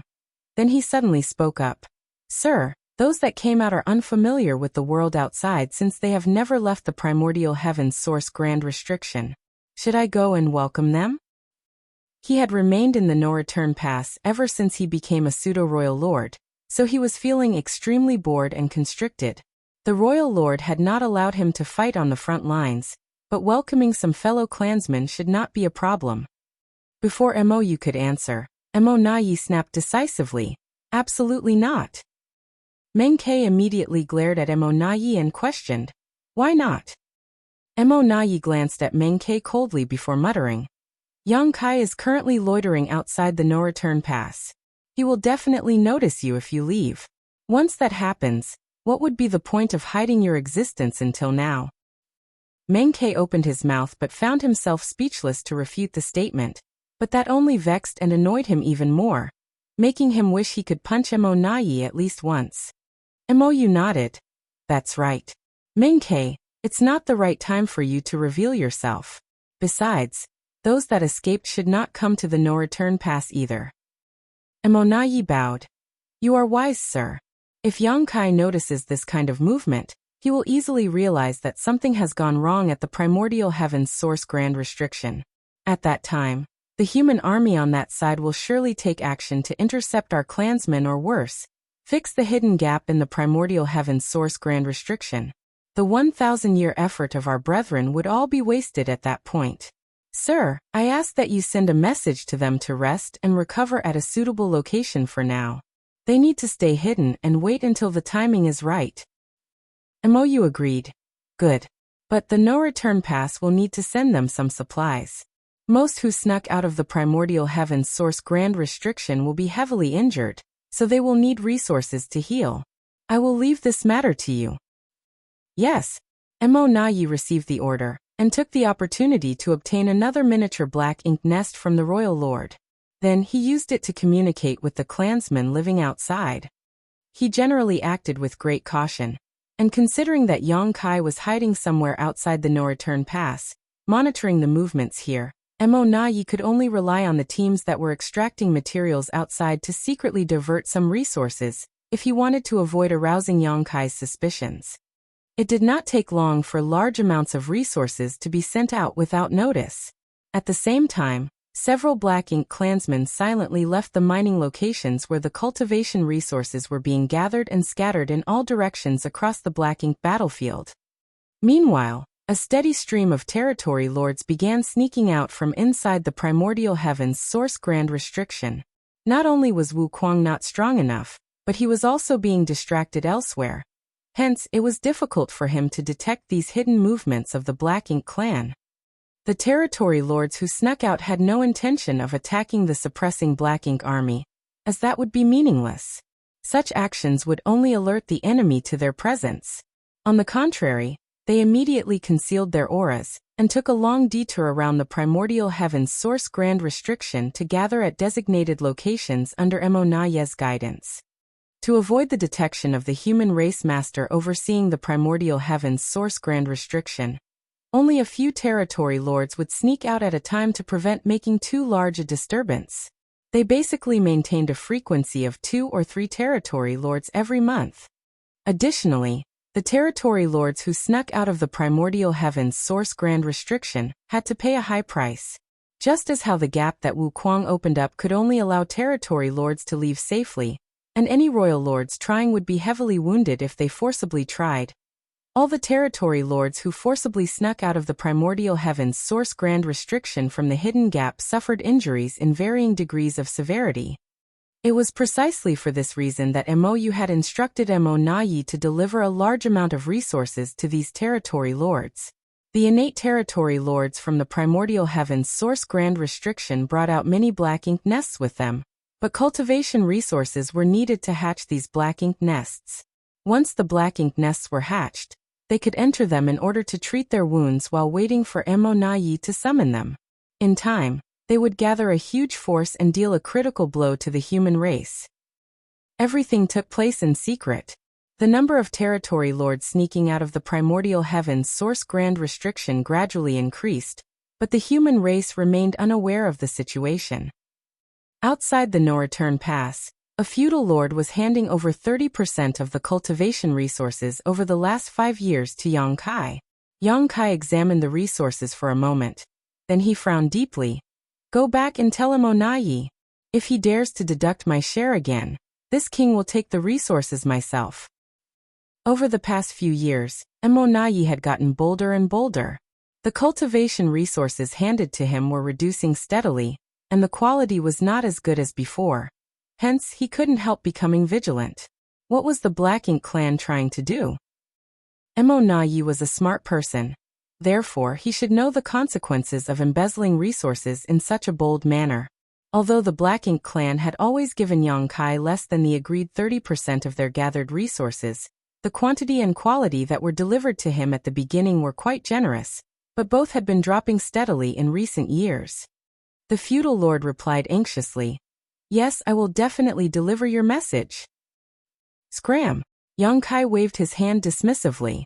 The feudal lord immediately transformed into a Black Ink cloud and flew off without delay. Looking in the direction of the no-return pass for a moment, Yang Kai frowned slightly. What was the meaning behind Monaye's actions? He did not believe that the total amount gathered by the Black Ink clan would decrease over the years. The vast Black Ink battlefield was an enormous treasure trove, so as long as the Black Ink clan remained diligent, they would not lack cultivation resources. If the same thing happens again, I will personally take action to retrieve my rightful share. Turning around, Yang Kai traveled towards the depths of the void. It was already time for the 100-year meeting with Ouyang Lai and the others. Over the past 1,000 years, tens of thousands of human race cultivators had been gathering resources in the depths of the Black Ink battlefield. It was thanks to their diligent efforts that the troops on the front lines had sufficient supplies to cultivate, treat their wounds, and kill the Black Ink clan. Yang Kai repeatedly delivered the resources that were either obtained from the Black Ink clan or gathered by the human race cultivators to the supreme headquarters. Although traveling back and forth was tiring, he was willing to make the effort. After all, he was the only person with the ability to perform this task. Speeding towards the place where Ouyang Lai and the others had been operating over the last 100 years, Yang Kai constantly checked for their location with his space beacons. After a few days, he realized that Ouyang Lai and the others were no longer at the same location as 100 years ago. Yang Kai was not surprised by his discovery, though, as it was common for them to mine out a region and then move on to the next. Over the past 1,000 years, the tens of thousands of cultivators had already relocated several times under Ouyang Lai and the other veteran 8th Order Master's leadership. For Yang Kai, he could easily figure out their location as long as Ouyang Lai and the others carried space beacons on them. It was not as though he could not find them. Manipulating space principles, Yang Kai took a step forward. The world turned upside down, and he appeared next to Ouyang Lai. Before Yang Kai had time to greet Ouyang Lai, he heard a voice in his ears, "Sho." He instinctively concealed his aura and turned to look around himself. Then, Yang Kai immediately became more confused. There was no sign of other people in the area, much less the lively scene he expected where tens of thousands of cultivators were scattered nearby to diligently mine or gather cultivation resources.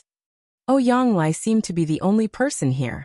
Nevertheless, he was acting extremely cautiously, as though he was guarding against some kind of danger.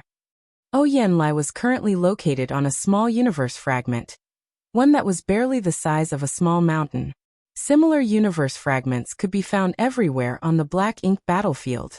Moreover, he was sticking close to a pit so that his body sank inside completely. Once his aura was concealed, he would not be found unless someone probed this universe fragment very carefully. What is he doing?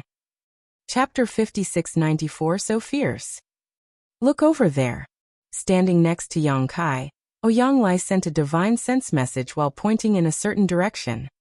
Yang Kai turned to look where he was directed, and what entered his vision at a glance was a dead universe world. He could not tell how long the universe world had been dead, with its world force long gone. Even the universe world's grand Tao had collapsed and withered away for who knows how many years. An abundance of universe worlds in similar conditions could be found scattered across the black ink battlefield. In the distant past, these universe worlds might have either been prosperous or contained countless living creatures. Unfortunately, they were dead and lifeless now. For both the human race and the Black Ink clan, the only value left in these universe worlds was the opportunity to obtain various resources that remained in them. Needless to say, what Ouyang Lai wanted to point out to Yang Kai was not the universe world itself, but something that could be found in the universe world instead. It turned out to be a special existence that resembled a small mountain surrounded by dense black ink strength, towering several thousand meters high into the sky. The structure seemed deeply rooted in the world, almost as though integrated with the universe world itself. A black ink nest.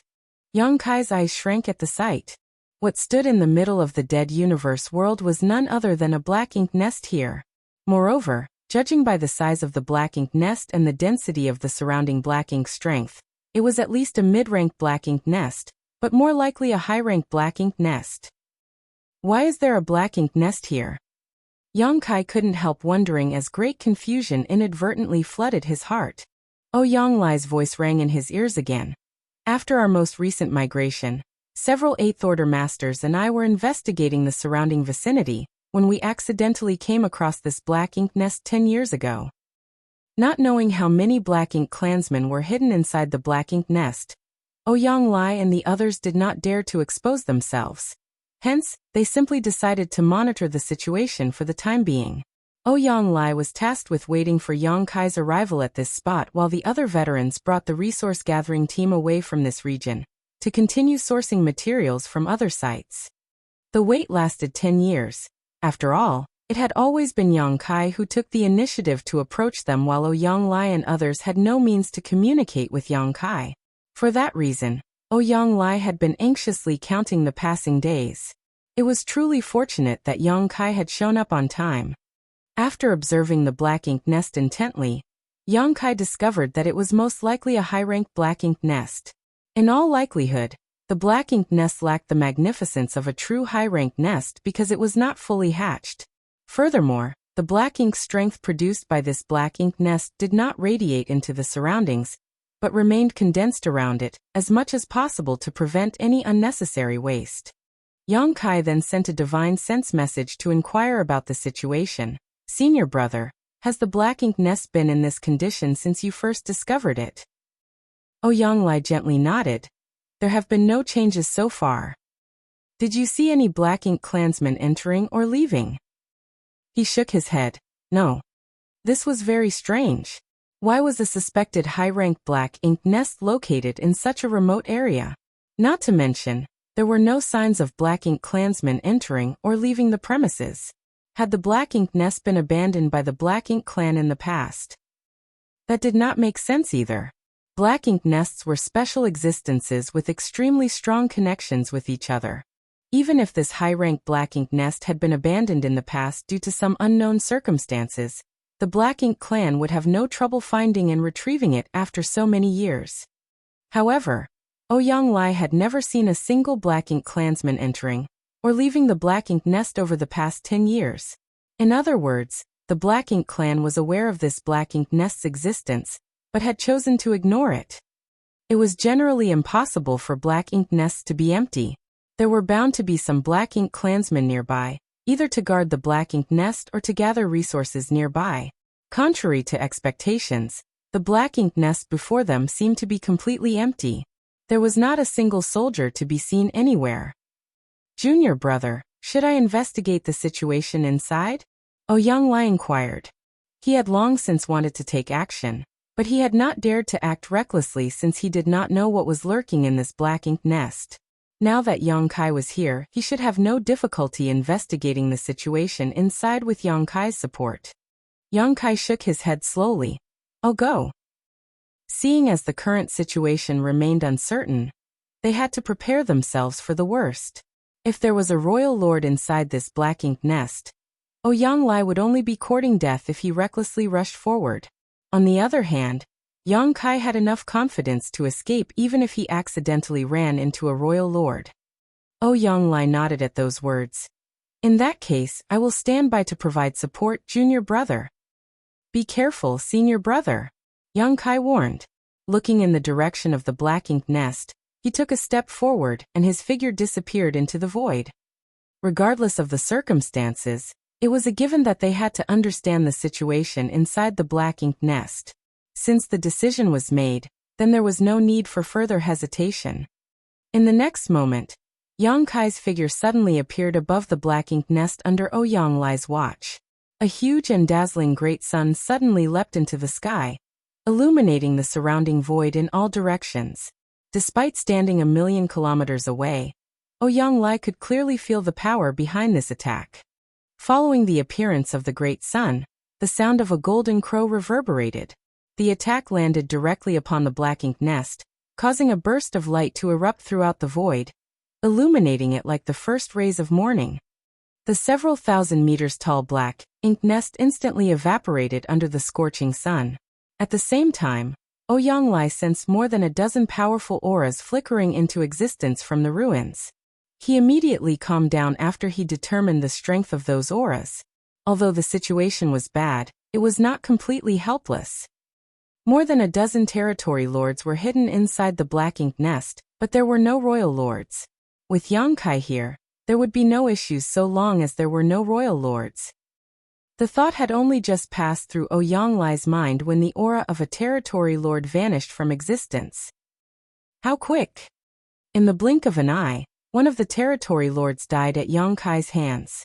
The speed left Ouyang absolutely flabbergasted. Such killing efficiency was completely beyond his means. Before he could compose himself though, he sensed the aura of another territory lord withering away, and suddenly felt powerless in comparison.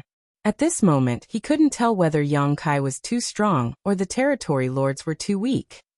Ouyang was too far away to perceive the situation clearly. In comparison, Yang Kai stood in the middle of the battlefield and understood everything at a glance. When his golden crow cast the sun destroyed the black ink nest, Yang Kai had been on guard against the possibility of a royal lord awakening.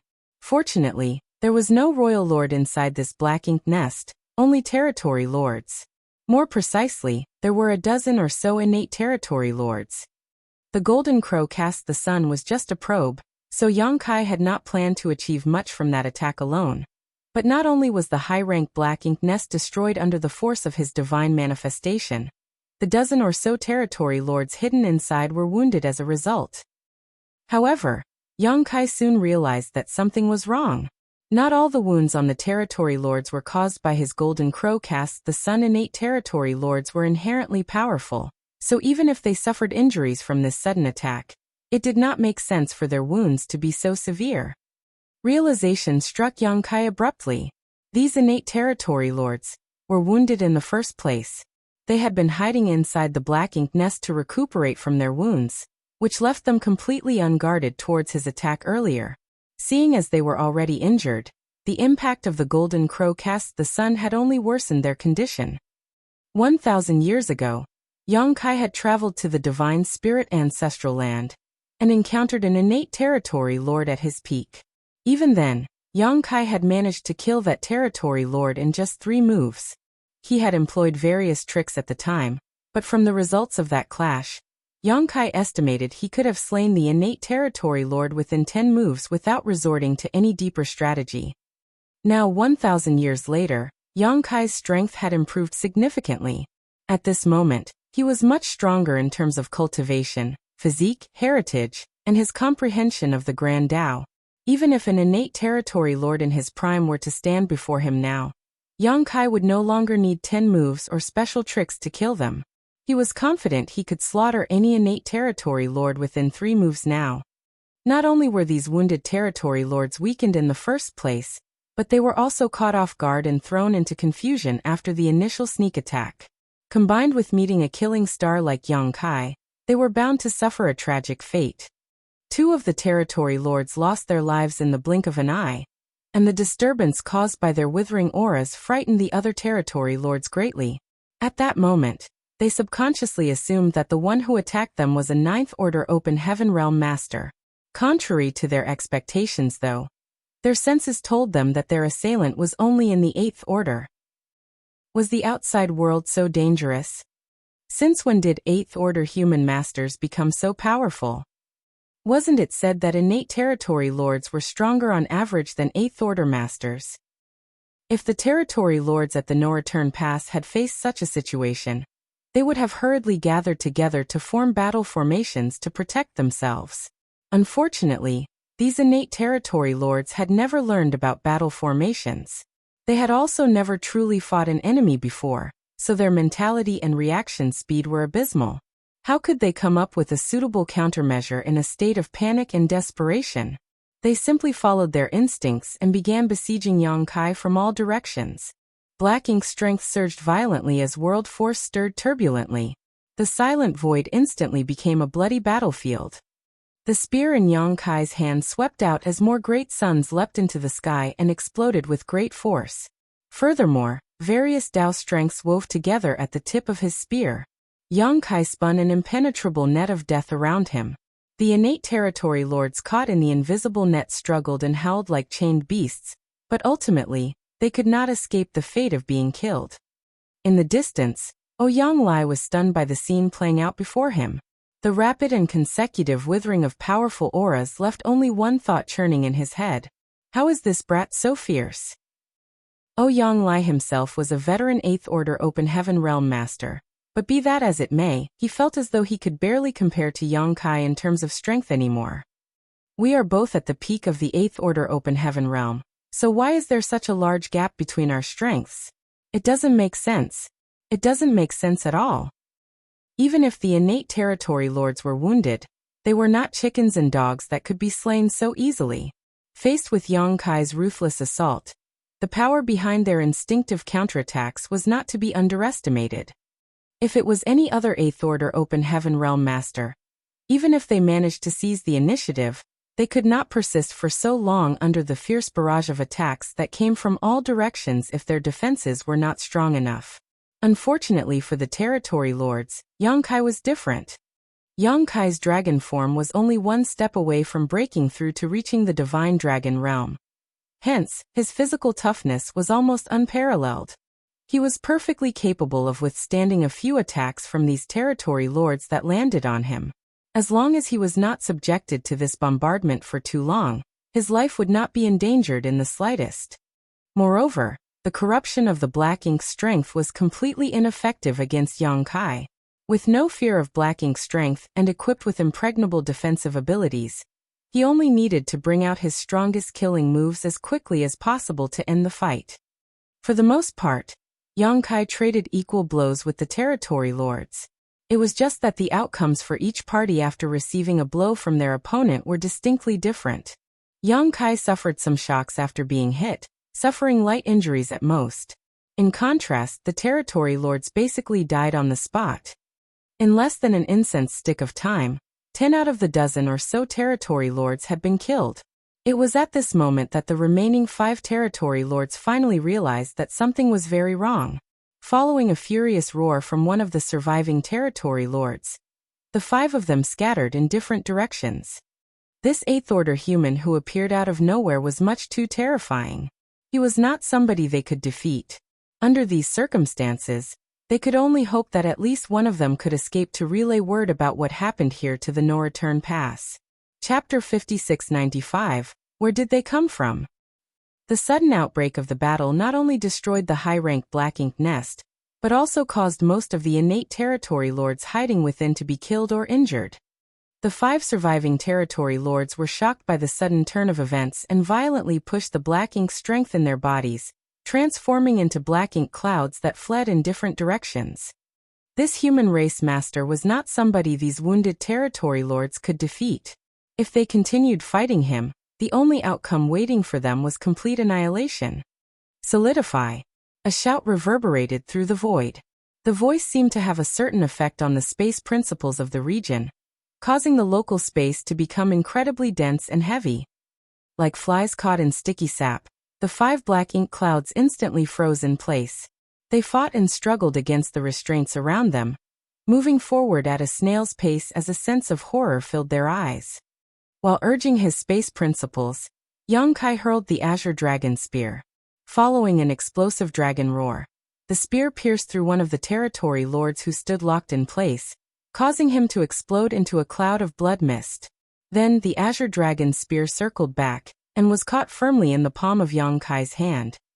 A cracking sound filled the air as the local space shattered. Having realized how dire the situation was, the 4 remaining territory lords had desperately stimulated their power and broken free from Yang Kai's space solidification technique. 4 Black Ink clouds began escaping again, but most of them were coughing up blood as they tried to run. After all, they had to pay a high price to quickly break free from the restraints of space. Only after escaping 100,000 kilometers in the blink of an eye did one of the innate territory lords take the time to glance behind him. He could not see the human race master anywhere, but before he could heave a sigh of relief, he abruptly noticed something strange ahead of himself and quickly glanced in that direction.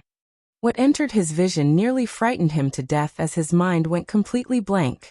A figure had mysteriously materialized right in front of him. This figure blocked his path and leisurely stabbed at him with a spear. The aura of death washed over him at that moment. The territory lord let out a furious roar, and the Black Ink strength in his body swept forward like the raging river. The immense strength of the spear stabbing forward stagnated for a moment. However, the stalemate lasted less than a breath before various mysterious Dao strengths manifested along the length of the spear, causing the already dense murderous intent to explode violently. The defenses formed from the Black Ink strength that the territory lord desperately mobilized were as vulnerable as paper against this attack. The spear thrust forward before swiftly being retracted as the burst of Black Ink strength dissipated into nothingness. The human race master was no longer standing in front of him, but the territory lord knew that the human had simply gone to hunt down the rest of his clansmen. The territory lord stood quietly in the void with a look of complete disbelief on his face. Ow! How can a human master like that exist? I can't believe he killed so many innate territory lords like he was slaughtering chickens and butchering dogs. Just who is he? His questions remained unanswered. In the last moments of his life, the territory lord detected violent energy fluctuations coming from somewhere not far from his current position. These fluctuations were obviously the final resistance of one of his companions. Immediately after that, his body exploded into a cloud of blood mist. Faced with an undefeatable enemy like Yang Kai, dispersing and choosing to flee in different directions had been the best choice. Unfortunately, against the strange and unpredictable space secret technique, the innate territory lords would not have had a happy ending even though there was nothing wrong with their tactics. Yang Kai would have needed to pay a certain price to defeat all of them if they had chosen to rally together and fight to the death. However, he had no trouble killing them without receiving any damage if he was only hunting them down one by one. A short while later, Yang Kai moved to his last target, only to see Ouyang Lai fighting one of the innate territory lords. Ouyang Lai was bombarding the innate territory lord indiscriminately as his world force surging violently around him. Each attack landed squarely and drew blood, causing the innate territory lord to retreat steadily with a despairing expression. Out of the remaining 5 territory lords, Yang Kai had killed one on the spot, and then hunted down another 3. He had ignored the last remaining territory lord as the latter had fled in Ouyang Lai's direction. Yang Kai was certain that Ouyang Lai would not ignore this territory lord, and sure enough he was greeted with the scene of their battle as soon as he returned.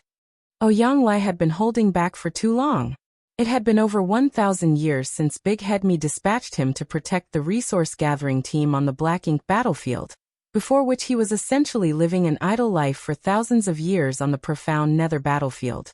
Aside from relocating them from place to place, Ouyang Lai had remained on guard duty all the time for the past 1,000 years. His days might have been leisurely, but such a boring life was nothing more than a different kind of torture for a combat veteran like himself who lived his entire life on the battlefield. He had been yearning to return to the fight, and even if he died in battle in some remote corner of the void, it would still be better than living such a tedious and monotonous life. How could Ouyang Lai possibly take his first battle after several thousand years casually? He was eager to vent all his frustrations that had accumulated over all these years of peace. Not to mention, his opponent was an innate territory lord. Ouyang Lai had often suffered at the hands of innate territory lords when the war was still raging in profound Nether territory. Every battle would leave him covered in wounds, some of which were even life-threatening. It was only thanks to his strong will and vitality that he survived for so long. The boredom and depression that had accumulated for several thousand years could finally be released today. Yang Kai did not step forward to provide support, but simply chose to watch quietly from the side. Under Yang Kai's gaze, Ouyang Lai pushed the innate territory lord to the brink of despair until he turned to flee in panic, his black blood gushing out of his wounds. At that moment, Ouyang Lai summoned his divine manifestation. It was his way of paying tribute to his formidable opponent by unleashing the most ferocious move in his arsenal. The aura of the innate territory lord weakened rapidly, until it eventually faded into nothingness. Ouyang Lai stood in the void amidst the splattering black blood, enjoying the long-lost sensation of combat, burning murderous intent flooding from his body. After a long while he gritted his teeth and roared, "Great!" Sure enough, fighting against powerful enemies was what he desired the most. Turning around, his gaze landed on Yang Kai's figure. The fighting spirit that threatened to explode from within his body gradually subsided, and he finally raised the question that had been bugging him for some time. Junior brother, were they already injured beforehand? If the innate territory lord had been at his peak, Ouyang Lai knew that he could not have killed his opponent with his own strength alone. During the battle, he noticed that the strength displayed by the innate territory lord was seriously compromised. It was far weaker than the other innate territory lords he had encountered in profound Nether territory. Thinking back to the battle record Yang Kai displayed earlier, it was only natural for him to come to this conclusion. Yang Kai nodded solemnly. They were all severely wounded. Ouyang Lai had trouble understanding the situation. How did they get hurt? Who hurt them? Besides, why were they hiding and recuperating in this random place? Yang Kai shook his head slowly. Although he had deliberated deeply over the matter, there were simply too many questions about this matter. Leaving aside who had harmed these innate territory lords, the most important question was why they were hiding and recuperating here. Innate territory lords generally preferred sleeping and recuperating from their injuries at the No-Return Pass. Not only were there many high-rank Black Ink nests at the No-Return Pass, but Royal Lord Mou was also overseeing that place. Hence, the security at the No-Return Pass was incomparable to this random stretch of the void. This incident was a good example. Ouyang Lai had accidentally discovered the high-ranked black ink nest, and Yang Kai had happened to appear by his side thanks to their agreed 100-year meeting. As a consequence, 15 innate territory lords and a high-ranked black ink nest were destroyed. Such a loss was not small even for the Black Ink clan. The Black Ink clan couldn't be so careless, especially since the affairs of the Black Ink clan were currently being managed by Mo Na Yi, who was by no means a fool.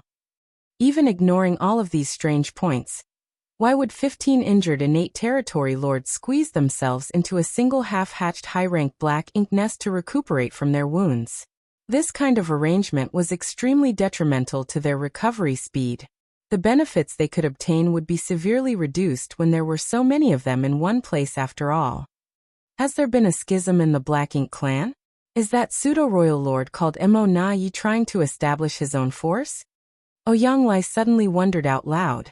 If that was the case, then it could just barely explain why these innate territory lords had been hiding here. Yang Kai shook his head.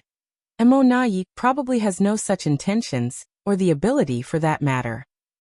Mo Na Yi was just a pseudo-royal lord with a true royal lord like Mou above him.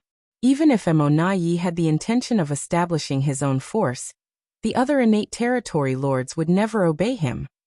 From Yang Kai's long years of experience with the Black Ink clan, it was undeniable that power struggles existed and some Black Ink clansmen had their own agendas. However, the Black Ink clan as a whole was extremely united against external forces.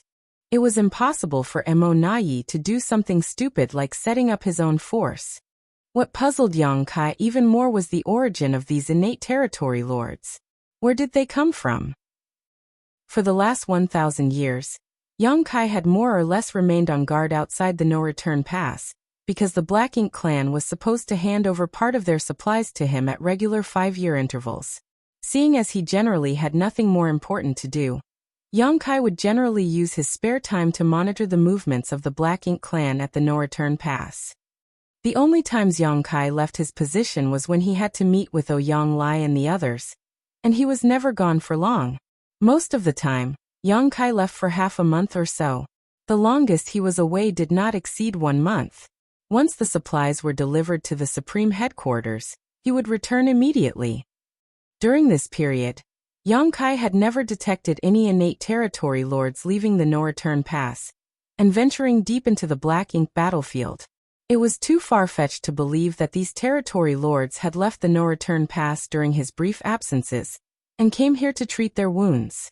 The Black Ink clan should not have the ability to monitor his movements in the first place, so they had no way of knowing when he wasn't lurking about. More importantly, the Black Ink clan had no reason to do something like this. There were many high-ranked Black Ink nests at the no-return pass, so why would these 15 territory lords need to hatch a new high-ranked Black Ink nest in such a remote place? Why would they need to huddle together in such a cramped space? Could it be that these territory lords did not come from the no-return pass? Yang Kai suddenly turned around and flew towards the dead universe world. Ouyang Lai did not understand the reason for Yang Kai's actions, but he hurriedly followed along. It did not take long before the two of them came to the location where the Black Ink nest originally stood.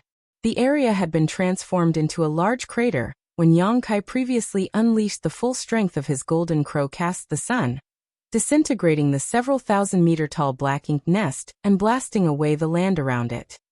Floating above the crater, Yang Kai's divine sense poured out like the surging tide, and he soon made a discovery. With a flash of his figure, he landed at a certain spot and picked something up from the ground. Standing beside Yang Kai, Ouyang Lai took a look over his shoulder and made a soft exclamation. A 7th-order wood element material. The quality is pretty good. There are more here. While speaking, he reached out and grabbed a stone that was the size of a head. The stone glittered with a golden light, and metal element energy surged from within. It was evident that the stone was not an ordinary object. A 6th-order metal element material. He frowned at the sight. Yang Kai and Ouyang Lai found numerous cultivation materials of different elements in the vicinity. Moreover, the quality of these materials was very high. It was clear that these cultivation materials had not come from this universe world. On the contrary, they had been scattered from the destroyed Black Ink nest. These materials had probably been accumulated in the black ink nest. It was just that Yang Kai had arrived before these territory lords had the opportunity to utilize these materials. When the black ink nest was destroyed, these materials were naturally scattered in all directions. Chapter 5696.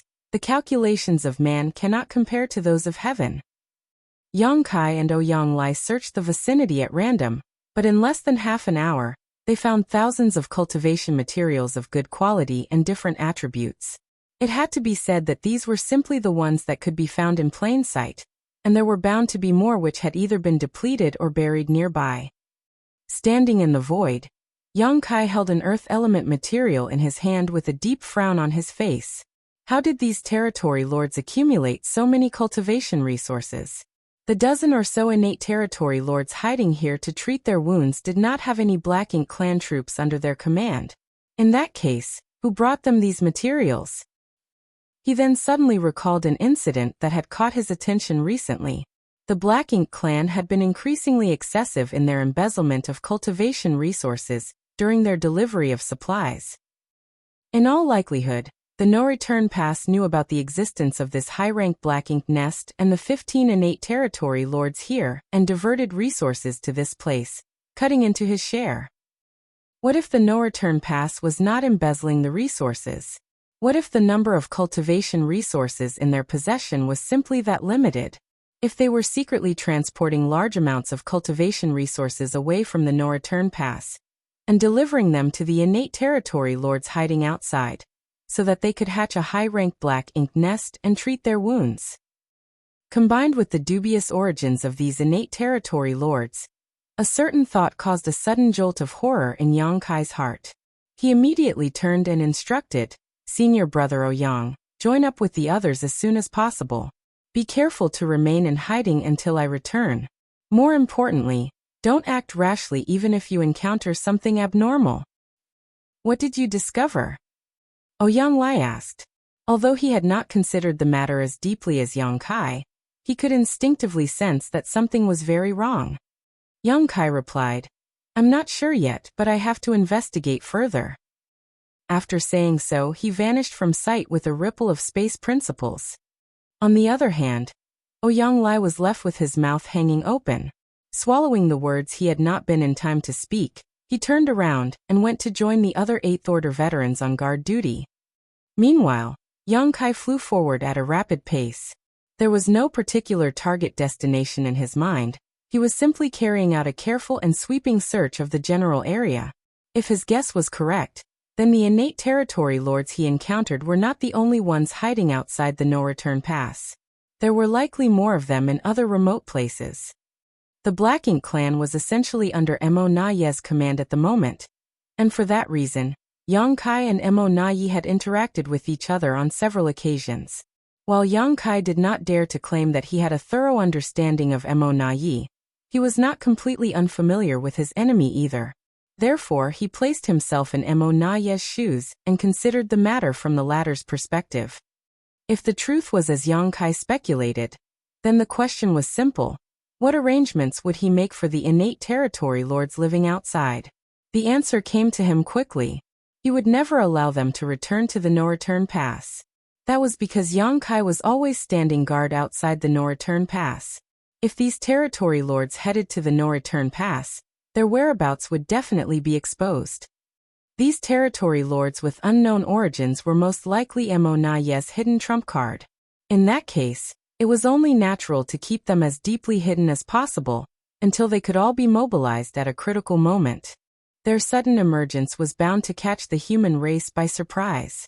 If that was the case, they could not be placed too near the No-Return Pass. Otherwise, their existence might be exposed. After all, Mo Na Ye could not confirm that Yang Kai would remain in the periphery of the No-Return Pass at all times. If Yang Kai was struck by an impulsive whim and arbitrarily decided to wander deeper into the Black Ink battlefield, he might accidentally discover something. Combining his speculations with the location of the high-rank Black Ink nest he destroyed earlier, Yang Kai quickly found the answer. The ruins of the royal city of the major theaters were located quite far from the No-Return Pass, far enough that even if he wanted to take a random walk, Yang Kai would not venture this far. In reality, there was nothing wrong with Mo Na Ye's arrangement. What he never expected was that the human race had a team of tens of thousands of cultivators mining for resources in the depths of the black ink battlefield, much less that Yang Kai's considerations would coincide with his own. Yang Kai had also dispatched other humans to search for resources beyond the ruins of the royal cities, as he assumed it was absolutely safe from the Black Ink clan's patrols. Both sides had assumed that the other would not venture so deep into the Black Ink battlefield for no reason, so they had hidden their activities in the same place.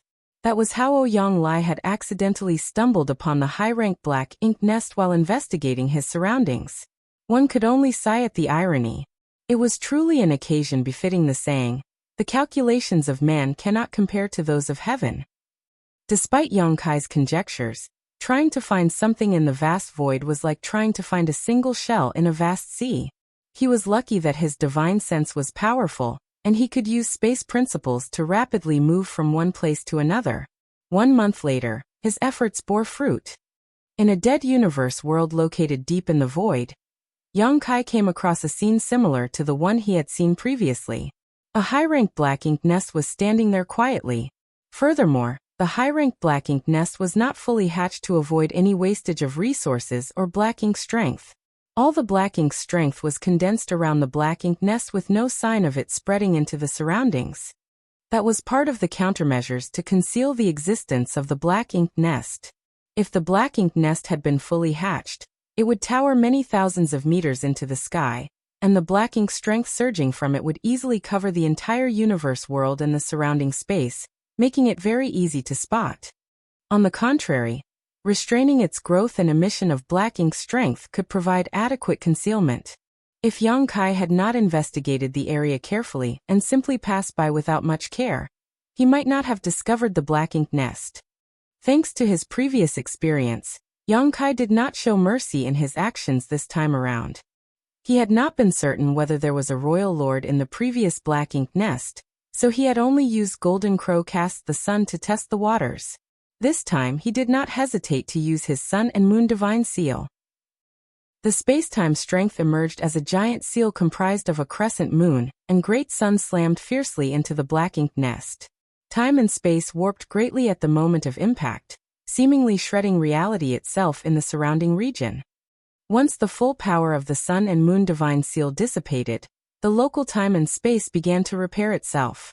The enormous high-rank Black Ink nest disintegrated like a tower of sand, and most of the innate territory lords hiding within the Black Ink nest to recuperate from their wounds were instantly annihilated. The Sun and Moon Divine Seal was Yang Kai's strongest single trump card at the moment.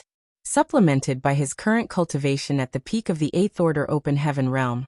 Even a pseudo-royal lords like Mo Na Ye might not be able to defend against this attack, so what more need be said about a bunch of injured, defenseless innate territory lords? The territory lords who were lucky enough to survive this blow all suffered severe damage to their foundations. Awakening from their deep slumber, they looked absolutely terrified and barely had any time to understand the situation before they were massacred. The slaughter this time around went much faster than before, with the main reason being that the power of Yang Kai's Sun and Moon Divine Seal was much higher than his Golden Crow Cast the Sun. Many of the territory lords were slain before they even caught a glimpse of their attacker, while those who survived were left on the verge of death. The entire process took no more than several dozen breaths of time. As Yang Kai retrieved the Azure Dragon Spear, there was not a single living being left in his surroundings. However, he did not show the slightest joy on his face. Instead, his expression was extremely solemn. Compared to finding another high-rank Black Ink nest after just 1 month, he would rather have spent several years searching with no results.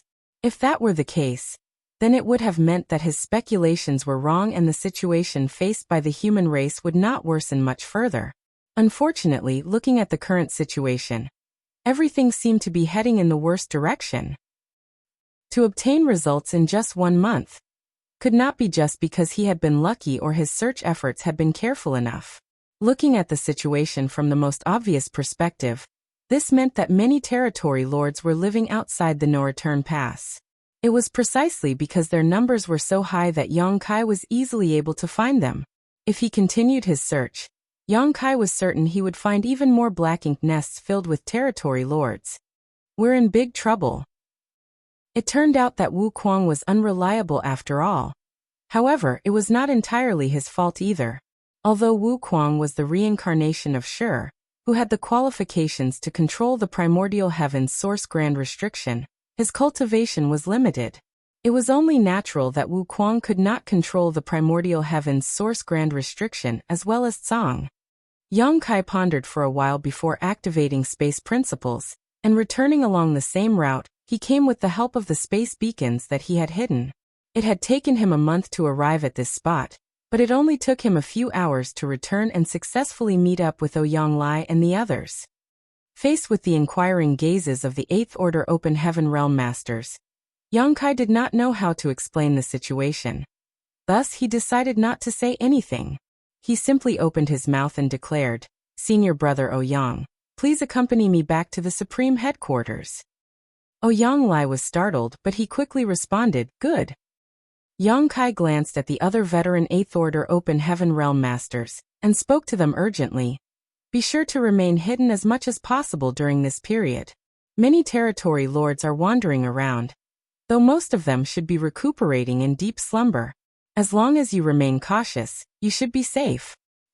The rest of the veteran Eighth Order Open Heaven Realm Masters nodded in response. They could not deny that the safest solution at the moment was to send the mining teams back to safety. However, the human race needed supplies to maintain the war effort. If the cultivators here were sent back now, then there would be one less channel for the human race to obtain supplies in the future. It might not affect them in the short term, but it would be very unfavorable to them in the long term. After all, the resources mined by this team here on the Black Ink battlefield made up a considerable fraction of the human race's consumption over the past 1,000 years. Therefore, Yang Kai could only leave them in place despite knowing that it was dangerous. He could only hope that they were careful enough to prevent being discovered by the innate territory lords. Otherwise, not many of the tens of thousands of cultivators here would survive the ordeal. After issuing these instructions, Yang Kai immediately wrapped his power around Ouyang Lai and connected his mind to the world tree. The whole world turned upside down, and their field of vision shifted. Under the guidance of a mysterious power, the pair arrived at the Grand Ancient Ruins boundary. It was Ouyang Lai's first time visiting the Grand Ancient Ruins boundary, but he was in no mood to be curious about his surroundings. He only spared a quick glance at the old tree before him in amazement before he questioned solemnly, "Junior brother, what happened?" Yang Kai explained, "Something has probably gone wrong at the primordial heaven's source grand restriction. Many innate territory lords have somehow managed to escape." Ouyang Lai's expression changed drastically. "Are you referring to the ones we encountered previously?" Yang Kai nodded. Ouyang Lai finally understood the situation. No wonder they did not head to the no-return pass. They were afraid of being discovered by you. If Yang Kai had not been lurking around the no-return pass, then these wounded innate territory lords would not have remained drifting outside. More than a dozen territory lords couldn't remain crowded in a high-rank black ink nest. Do you have any idea how many more territory lords are out there? Ouyang Lai probed further. Yang Kai shook his head. It's hard to say for certain, but their numbers are definitely low. Ouyang Lai had discovered the first high-rank black ink nest 10 years ago. Considering the effort required for the territory lords to sneak out of the primordial heaven's source grand restriction, it was most likely that the problems at the primordial heaven's source grand restriction started many decades ago. Who knew how many innate territory lords had escaped from the primordial heaven's source grand restriction over a period of decades? There was a reason why Yang Kai had associated the presence of the territory lords with a problem at the primordial heaven's source grand restriction. When Yang Kai had previously sent the suppressing Black Ink army to the primordial heaven's source grand restriction, he had personally witnessed a royal lord breaking through the gap opened by Wu Kuang. Fortunately, the gap opened by Wu Kuang only allowed territory lords to enter and exit freely, while a royal lord would need to pay a high price to force their way through the gap. Consequently, the royal lord had been covered in wounds even though he managed to emerge from the primordial heaven's source grand restriction. That royal lord's strength had been greatly reduced as a result, allowing Fu Guang to swiftly defeat and execute him. The innate territory lords whom they encountered previously had all been seriously injured, which was certainly thought-provoking. Their conditions were exactly the same as the royal lord whom Yang Kai had met in the past, allowing him to make the association. Chapter 5697, You won't be receiving anything ever again. According to Yang Kai's speculation, the Black Ink clan and the Primordial Heavens Source Grand Restriction were shielded from the outside world. The innate territory lords were incapable of escaping from it unnoticed without paying a heavy cost. Every territory lord would suffer deep wounds when they escaped from the Primordial Heavens Source Grand Restriction, and for that reason, the no-return pass had gone to special lengths to deliver cultivation resources to them, so that they could rest and recuperate until they were needed in the future. If Ouyang Lai had not discovered this issue by chance, the Black Ink clan would have gathered a massive group of powerful innate territory lords over hundreds, or even thousands of years. These innate territory lords would have been enough to alter the situation on the battlefield, and there was a high possibility that they would become a force that would eventually crush the human race. Senior Brother Ouyang, I need you to return to the Supreme Headquarters.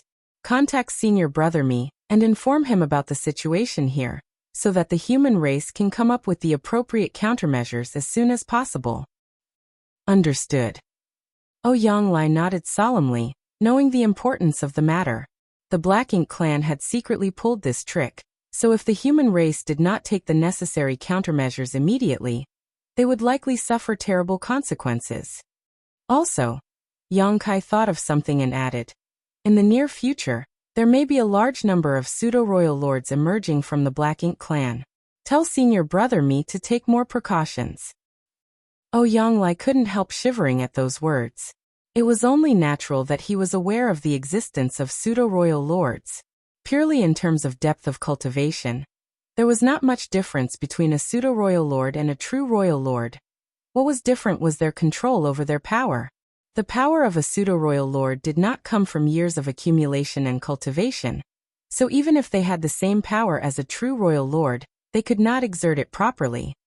Be that as it may, a pseudo-royal lord was not an opponent an Eighth Order Open Heaven Realm Master could confront.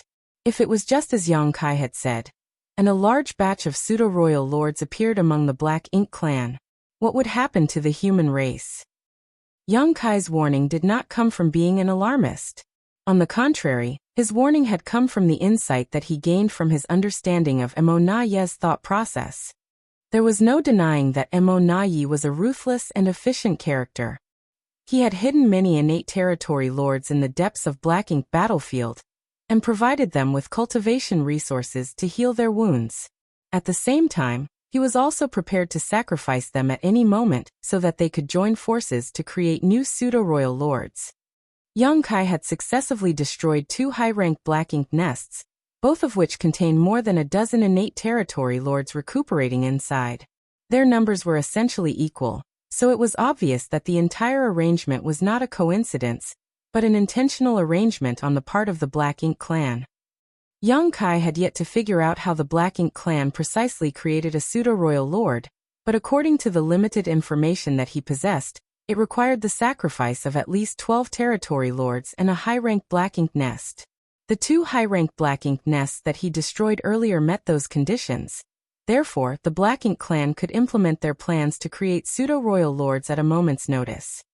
More than a dozen wounded innate territory lords could easily be killed by a sneak attack from Yang Kai, but dealing with even a single pseudo-royal lord would be extremely difficult. That was the difference between quantity and quality. The human race needed to take precautions against such a possible future.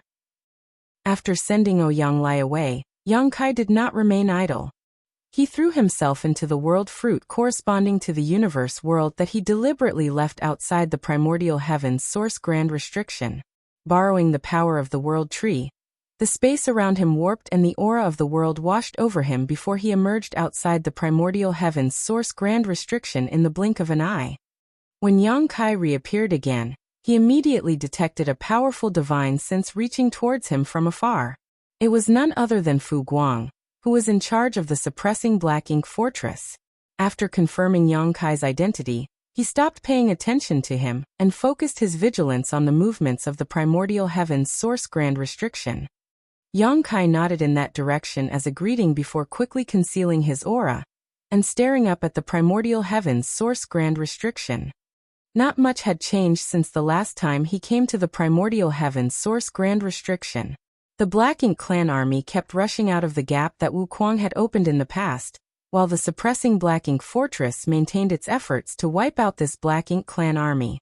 Several Black Ink clansmen would successfully emerge from the gap from time to time, only for the Eighth Order Open Heaven Realm Masters of the suppressing Black Ink army to step forward to confront them. The battle was extremely intense, but be that as it may, the suppressing Black Ink army was capable of handling it. They barely even suffered any casualties over the years, with the only real loss being the heavy consumption of cultivation resources. Yang Kai was starting to understand the whole situation now. Previously, this whole scenario had confused him. After all, the Black Ink clan knew the consequences of forcing their way through the opening in the primordial heaven's source grand restriction. The only consequence waiting for them was death, but if that was the case, why would they continue attacking without fear? The Black Ink clan might have held on to the hope of escaping the primordial heaven's source grand restriction for the first few months, or even years. However, 1,000 years had passed yet no progress had been made. How could the Black Ink clan fail to see the situation clearly after so many years of failure? No matter how foolish the Black Ink clan might be, they must have been able to understand how much the human race had ground down their strength. Even so, the Black Ink clan had stubbornly chosen to continue their confrontation with the suppressing Black Ink army. Now it was apparent that they were not stupid, but instead had other plans. The battle at the gap was nothing more than a distraction. Thanks to the intense battle at the opening, they not only drew the attention of the suppressing Black Ink army, but also Fu Guang. Even Wuquang, who controlled the primordial heaven's source grand restriction, was preoccupied with the battle. It was something that Yang Kai had noticed during one of his previous times here. All of Wuquang's energy and focus had been devoted to maintaining control over the opening, so much so that he did not even have the time or mood to speak with Yang Kai. In this way, the Black Ink clan had secretly opened a passage for innate territory lords to escape at a location where Fu Guang and Wuquang would not notice. Fortunately, even though this passage existed, the territory lords still had to pay a huge price to escape the primordial heaven's source grand restriction by force. Where is it? Yang Kai swept his gaze around, his thoughts spinning wildly in his head. The person the Black Ink clan was most concerned about here was probably Wuquang, as he was the one who controlled the primordial heaven's source grand restriction. Their efforts over the years would all be in vain once Wuquang noticed the slightest abnormality. Therefore, the spot they chose to make a second opening had to be somewhere Wuquang would not investigate for no reason. Yang Kai immediately turned and looked in the exact opposite direction of the gap. Under the urging of space principles, Yang Kai's figure seemed to completely melt into the void. Inside the suppressing Black Ink fortress, Fu Guang frowned slightly. Yang Kai had not only arrived silently, but also deliberately concealed both his aura and his whereabouts. Those were clear signs that something was not right. Although he did not know the specifics of Yang Kai's actions, he instinctively sensed that something major must have happened. The primordial heaven's source grand restriction covered an extremely large area. It was the grand restriction that the 10 martial ancestors had joined forces to create, and the land where Mo came into existence. Even its true body had been sealed within this place. Furthermore, Mo had produced countless Black Ink clansmen inside the primordial heaven's source grand restriction. One could only imagine the vastness of the land. With it being so vast, it was indeed difficult for Wuquang to conduct comprehensive monitoring when most of his attention had to be focused on a single spot. What's more, he mentioned something 1,000 years ago. The grand restriction was too ancient, so flaws had naturally developed in it. When Wuquang took the initiative to open the gap, it probably caused tremors throughout the entire primordial heaven's source grand restriction, which the Black Ink clan probably found a way to exploit. Half a month later, Yang Kai had silently swept about half of the primordial heaven's source grand restriction. Unfortunately, he did not discover any abnormalities during his comprehensive search. He did not relax his guard though, for if the anomaly could be found so easily, Wuquang would not have been kept in the dark for so long. Suppressing his impatience, Yang Kai wandered back and forth without aim. A few more days passed before he suddenly detected a strange energy fluctuation coming from a certain spot in the void. Since he happened to be in the vicinity at the time, he hastily rushed over to investigate the situation. From what Yang Kai could see, there seemed to be a black lump that wriggled vigorously like a living creature in the deep and endless darkness. The black lump was gradually squeezing its way out of the primordial heaven's source grand restriction. It did not take long before the black lump broke free. When the pitch-black darkness melted away, a figure was revealed, one of an innate territory lord. The innate territory lord immediately concealed his aura as much as possible. As he had just escaped the primordial heaven's source grand restriction, his wounds were severe and he did not dare to stay for long, quickly turning in a certain direction to flee. Yang Kai worked hard to suppress his killing intent. After the territory lord gained some distance, he sent a divine sense message to Wuquang before silently stalking his prey. Half a day later, the territory lord stopped somewhere in the void. His divine sense surged as though communicating with someone. Then he swiftly traveled in a certain direction. He arrived at an asteroid after some time, where 6 other territory lords had gathered together, each one of them looking extremely weak and tired. When the territory lord arrived at the meeting spot, he finally burst out into happy laughter. "I'm finally out." Anybody would be ecstatic to escape from the prison they had been confined to since the beginning of their life. Likewise, the other territory lords could not hide their joy either, smiling as they exchanged a few happy words. Nevertheless, they soon focused their attention, with one of the territory lords saying, "We need to wait for a few more of us to come out. Once 15 have gathered here, we will set off for our destination." The territory lord who arrived last immediately became a little impatient. "Why do we have to wait until 15 of us have gathered here? Won't we have to wait for a long time then?" The territory lord who spoke earlier answered, "That's what the no-return pass has arranged for us. We simply need to follow our orders." The territory lord who came last couldn't help feeling frustrated, but there was nothing he could do, so he just complained bitterly. "There is neither a black ink nest nor black ink strength here, so we are unable to treat our wounds. Don't you think just waiting here without doing anything is a waste? The no-return pass has already arranged everything for us, so we only need to arrive at the designated place on time. At that point, we will receive everything we could possibly need. I guess that's our only option." He sighed heavily. "I'm afraid you won't be receiving anything ever again." A deep voice suddenly sounded behind them. The territory lords were stunned for a moment before they all stood up and looked in the direction the voice came from. However, all that entered their vision was a torrential storm of spear shadows. If it was said that Yang Kai had expended some effort to destroy the innate territory lords hidden within the 2 high-rank black ink nests, then slaughtering the territory lords gathered here was practically effortless. The territory lords inside the black ink nests had been recuperating for some time, so they had recovered some of their strength. In comparison, these territory lords had just escaped from the primordial heaven's source grand restriction, and each one of them had severely damaged their foundations, so the strength they could exert was less than 30% of their maximum. Besides, there were only 7 territory lords here. After the storm of spear shadows subsided, 4 out of the 7 territory lords died on the spot. Among the remaining 3 territory lords, 1 retaliated in fury while the others immediately chose to flee. Be that as it may, their efforts were futile, and it was not long before the auras of all 7 territory lords were completely annihilated. Yang Kai frowned and picked up an object from the corpse of a dead territory lord. It was a black ink nest the size of a palm, which seemed like it had just been conceived but not yet hatched. If his guess was correct, it was most likely a high-rank black ink nest. If everything had gone smoothly, these territory lords would have brought this high-rank black ink nest to a hidden location where they would receive a batch of resources from the no-return pass to hatch the black ink nest. After that, they would enter the black ink nest to recuperate from their injuries in deep slumber. Chapter 5698. Alerting the enemy. Given the network formed between black ink nests, Yongkai had the vague suspicion that these territory lords could use the black ink nest in their possession to communicate with the no-return pass directly.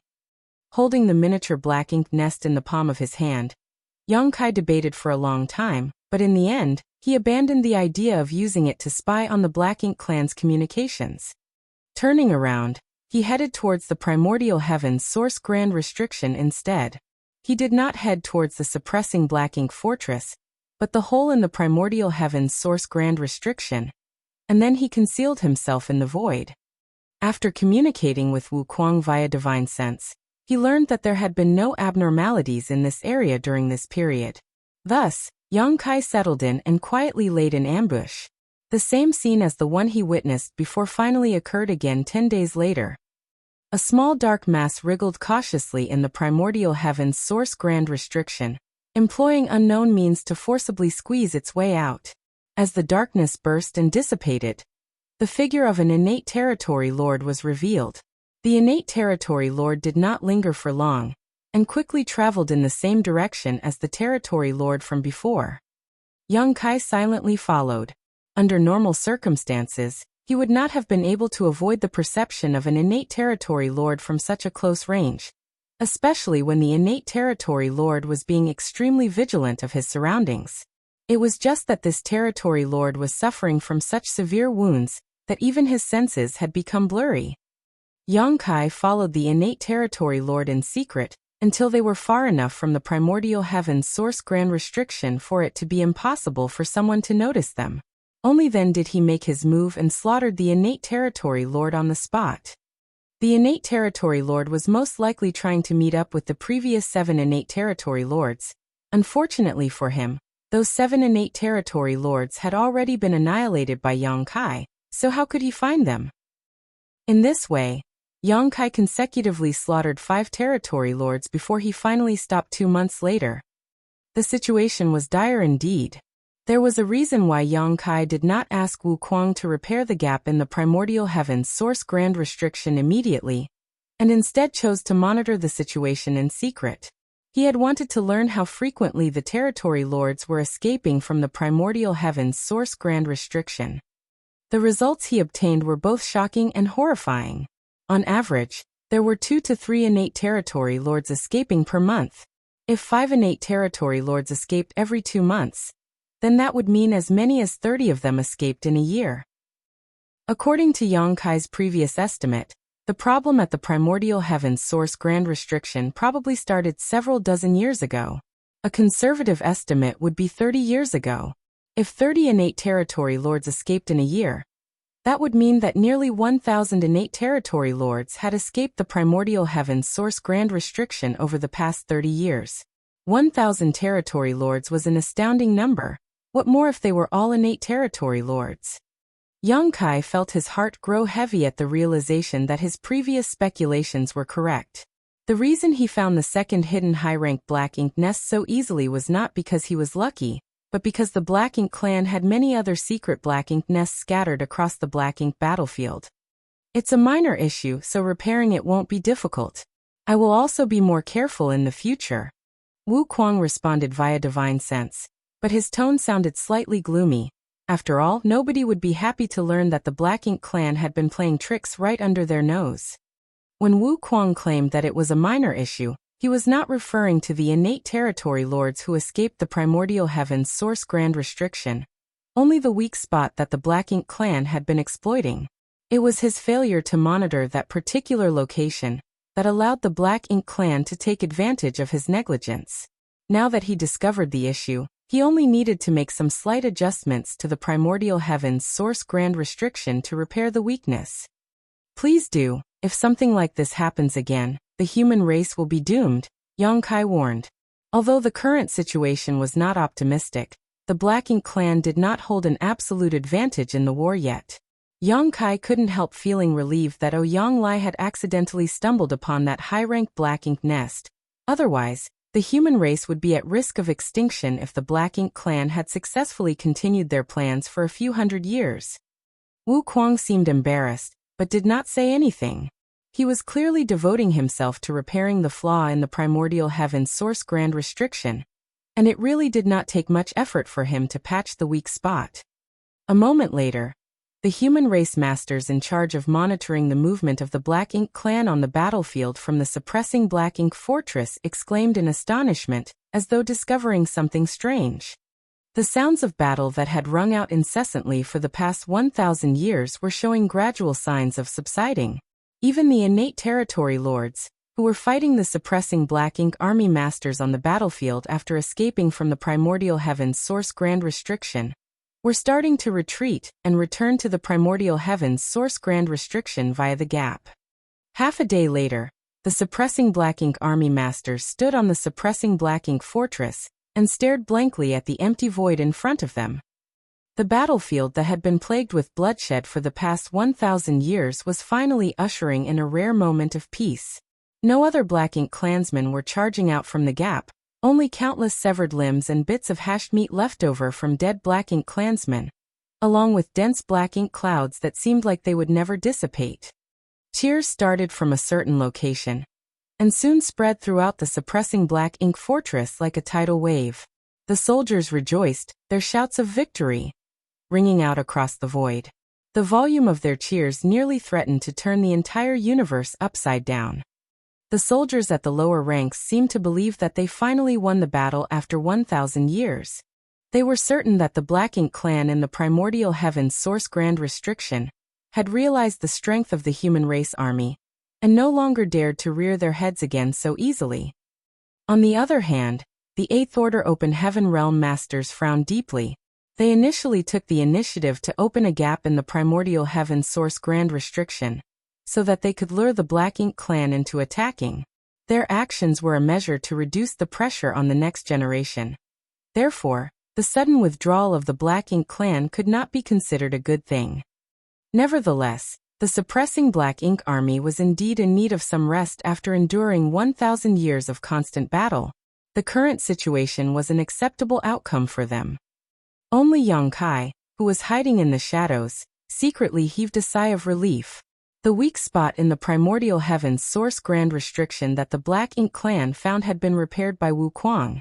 The Black Ink clan no longer had a reason to sacrifice themselves on the battlefield to draw Wuxia's attention, so they naturally stopped dispatching their soldiers to the battlefield.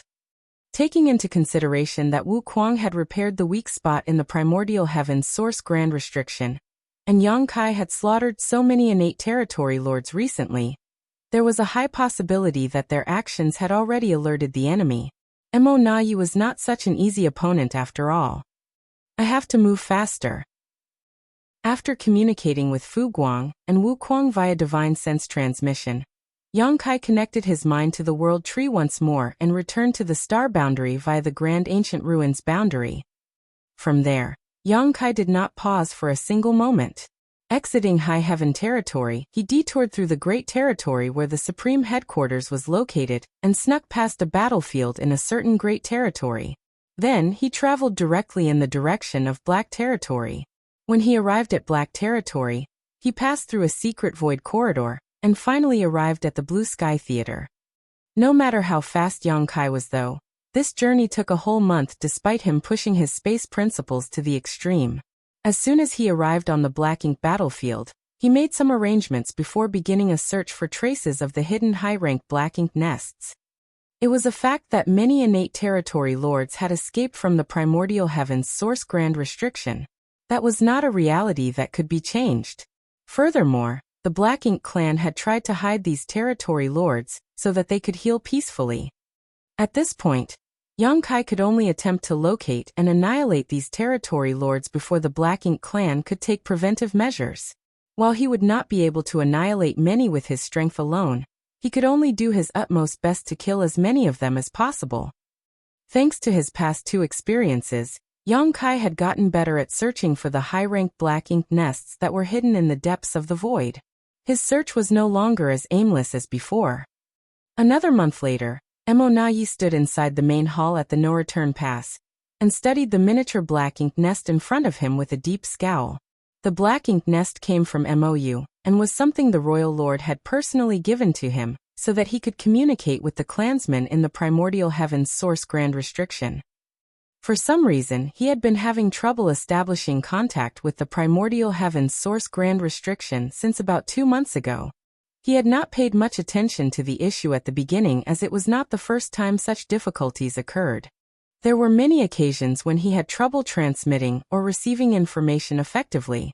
Most of the time, he couldn't even connect to the primordial heaven's source grand restriction. That was why he had not thought much about the issue, and had just assumed that it was nothing more than a normal phenomenon.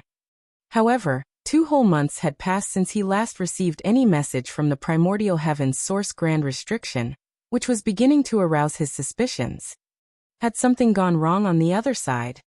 That was not impossible. Those in the primordial heaven's source grand restriction had been very careful up until now to ensure that the human masters guarding the primordial heaven's source grand restriction did not notice anything unusual. However, there was always a risk of exposure with their clansmen sneaking out at regular intervals.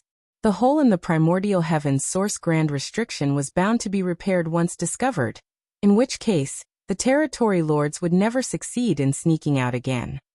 Unable to be certain, Mo Na Yi did not try to contact the clansmen in the primordial heaven's source grand restriction again.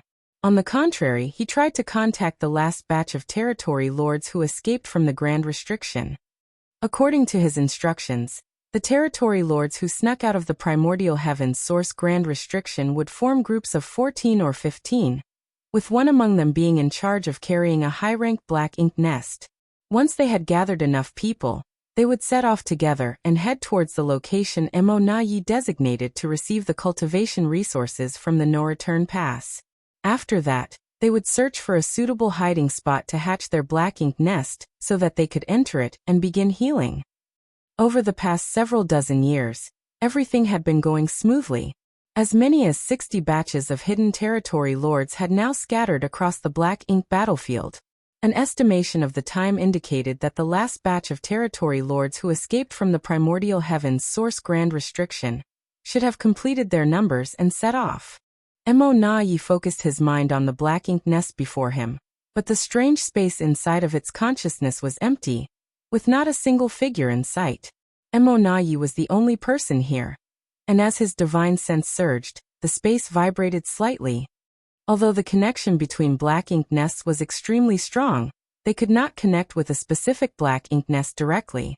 If Mo Na Yi wanted to contact a specific group of territory lords, then he could only send out a general message and wait for them to respond. At the same time, Yang Kai stood in the void as murderous intent surged around him. The spear in his hand contained many Dao strengths interweaving with each other. Numerous innate territory lords had died at his hands, and the high-rank black ink nest where the territory lords were hiding had been destroyed earlier. There were 15 territory lords as usual, the number not any different from the 2 batches he annihilated previously. This only made him increasingly certain that Mo Na Yi intended to use these territory lords to create pseudo-royal lords. Unfortunately for Mo Na Yi, Yang Kai had eliminated 3 of these nests before the plan could be implemented. It was not an intense battle. Under the premise that Yang Kai had launched a sneak attack, these wounded innate territory lords had almost no power to resist, and when the dust settled, black ink strength scattered wildly across the void.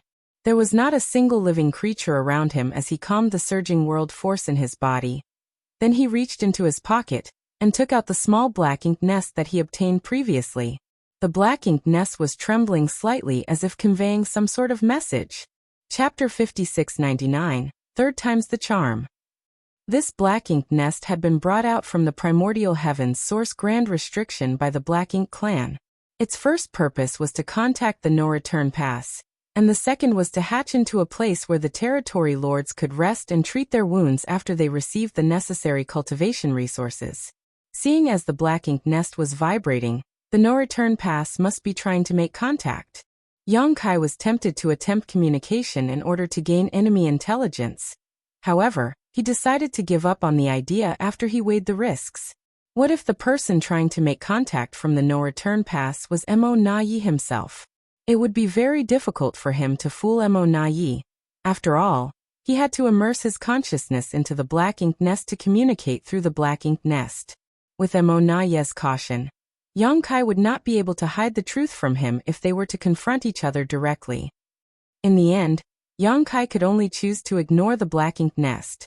His choice might arouse Mo Na's suspicions, but the truth would not be exposed immediately. Therefore, this was the best way to buy a little more time. Yang Kai put the black ink nest away and resumed his search for the black ink nests hidden by the Black Ink clan. Time was running out, and the days when he could effortlessly massacre territory lords were dwindling rapidly. Back at the no-return pass, Mo Na waited for 4 whole hours but did not receive a response, his expression darkening as time passed. He had the vague feeling that their movements at the primordial heaven's source grand restriction had been discovered. If that was the case, then the last batch of territory lords who escaped the primordial heaven's source grand restriction had probably suffered at the hands of the human race masters. Likewise, the black ink nest in their possession had probably fallen into the hands of the humans, which would explain why there was no response from them. He did not believe that those territory lords could survive, as the price they had to pay to sneak out of the primordial heaven's source grand restriction was too high. If the humans prepared themselves in advance, then killing heavily wounded territory lords would not take much effort. Although Mo Na had anticipated the current situation, he couldn't help feeling disappointed that the day had arrived so quickly.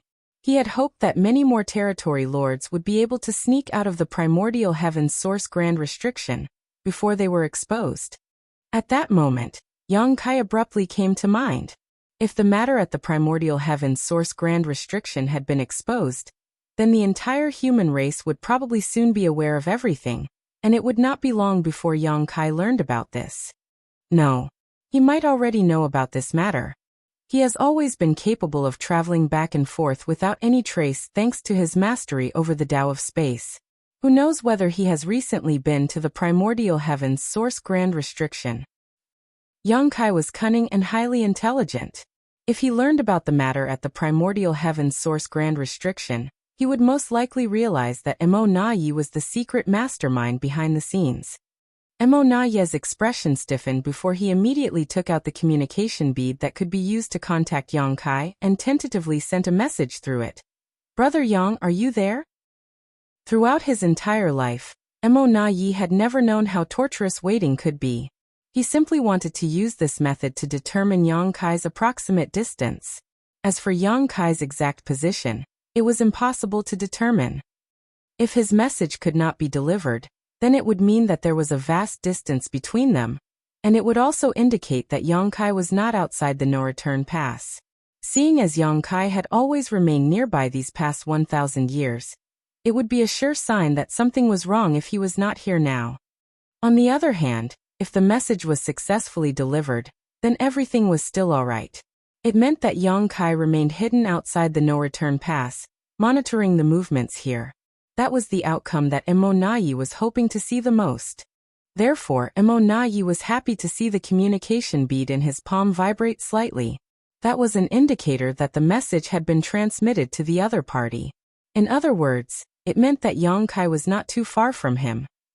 However, there was no response from the other party. Mo Na waited for a long time, but in the end he could not stand the wait and sent out another message. Approximately 12 million kilometers away from the no-return pass, a young man sat curled up inside a large universe fragment.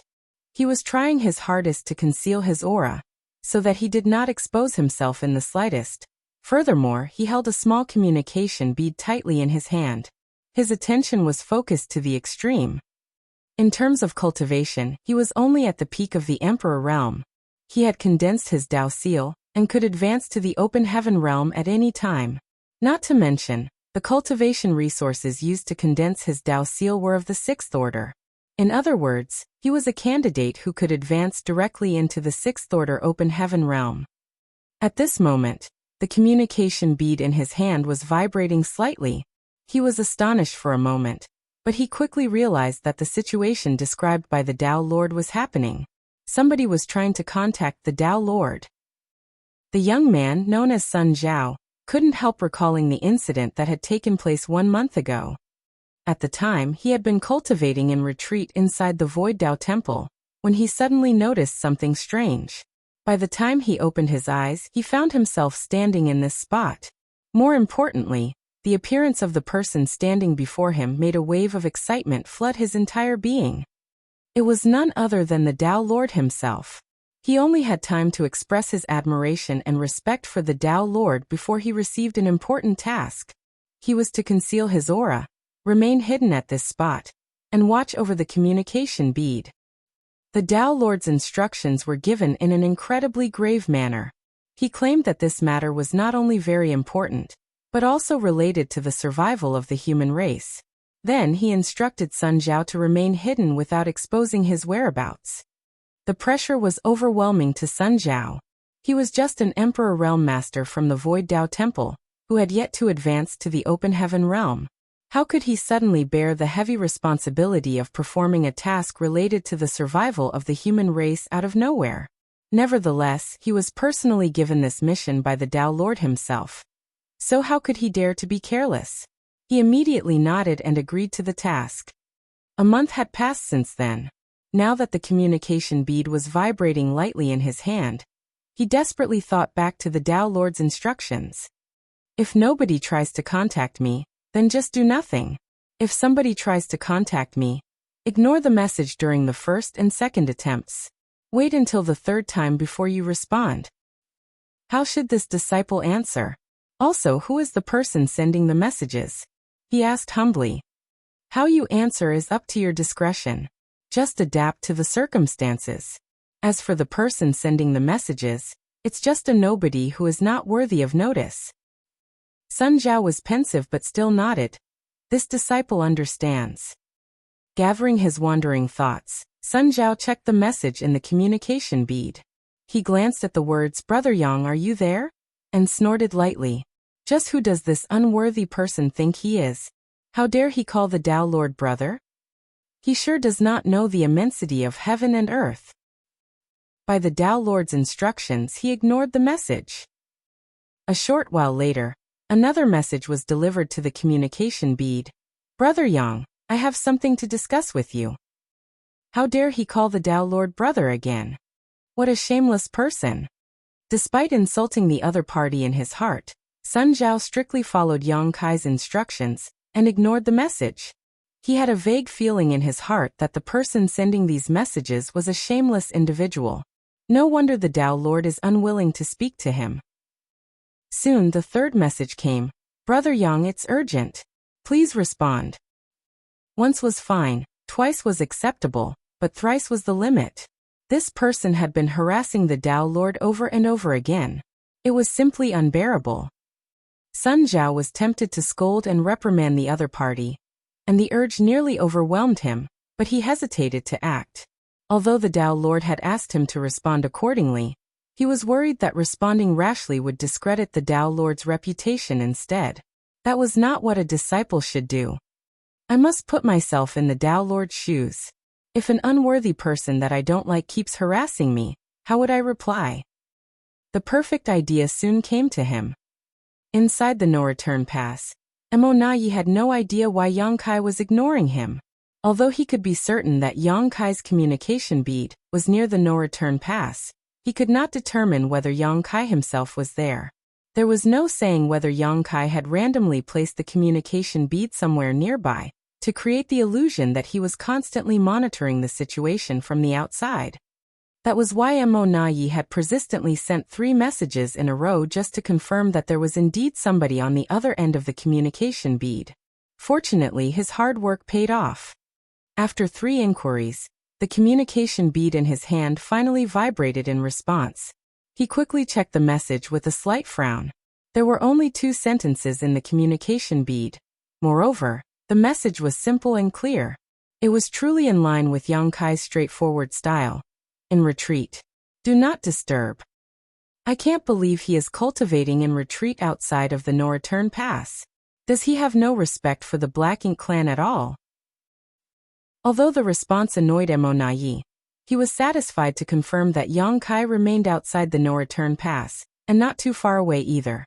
He had been worried that Yang Kai might have ventured deep into the Black Ink battlefield to investigate his secret plans. If that were the case, then the heavily wounded territory lords would not be able to defend themselves from this killing star. Now that most of his worries had been laid to rest, Emonayi couldn't help lamenting that the secret at the primordial heaven's source grand restriction had been exposed.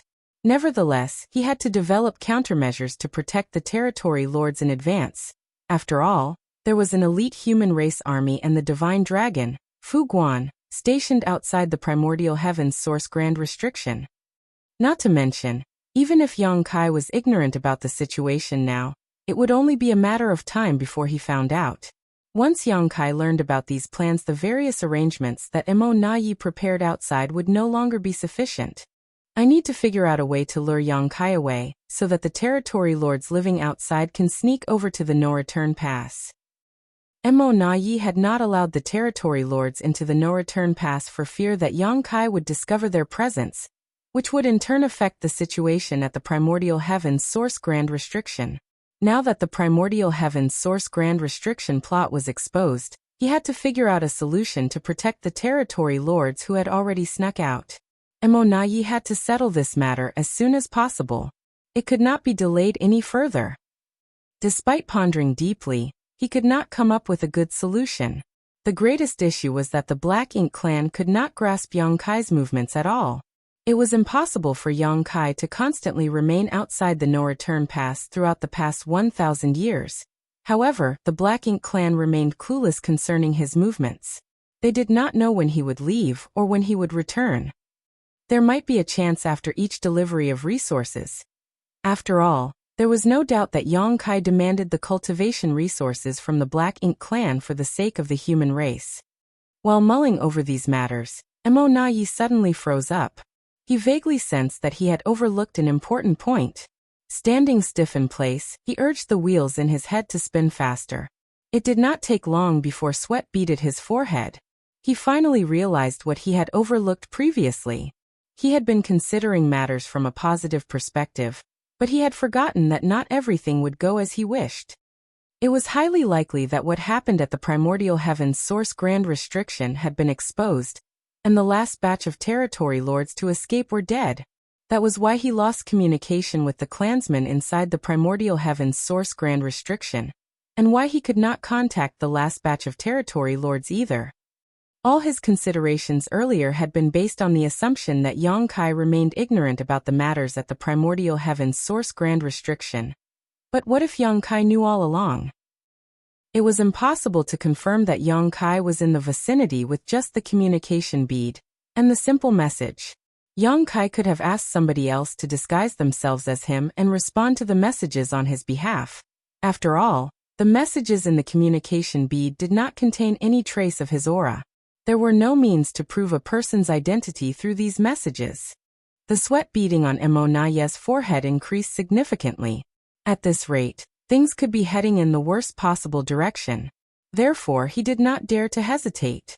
Taking out the small black ink nest again, he immersed his consciousness into the black ink nest space and shook it far more violently than before. He had to contact the sleeping territory lords and confirm their safety. Chapter 5700 On the Hunt.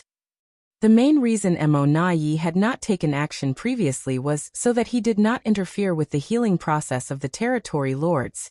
However, interrupting their healing was nothing compared to the dangers of the current situation. The black ink nest space continued to vibrate, sending urgent signals to the outside world. Consequently, the territory lords who were sleeping and healing inside the incompletely hatched high-rank black ink nests across the depths of the black ink battlefield were startled awake. It did not take long before figures began to appear in the black ink nest space, each one representing one of the high-rank black ink nests. Although these territory lords who had been disturbed from their healing process were not in a good mood, they did not dare to express their dissatisfaction in front of a pseudo-royal lord like Emonayi. Hence, they simply stood there respectfully and waited quietly. Emonayi kept counting the number of consciousnesses who arrived until no other figures appeared. In the end, though, there were 4 fewer presences than there should have been. Emonayi's complexion went pale as he realized that no matter how cautious he had been, he was still one step behind the enemy. The 4 missing figures in the black ink nest space meant that 4 high-rank black ink nests had been destroyed. Needless to say, the territory lords treating their wounds inside those high-rank black ink nests were bound to have suffered tragic fates. That was nearly 60 innate territory lords. A massive loss. Calculating the position and distance between the 4 high-rank black ink nests, Mo Nayi immediately concluded that Yang Kai was the assailant, as only he could cross the space between those 4 high-rank black ink nests in such a short time, or destroy the black ink nests and slaughter those territory lords with such efficiency. The message transmitted to the communication bead earlier was definitely not sent by Yang Kai himself. That bastard tricked me. He considered everything and even took countermeasures based on how I would react. Hateful.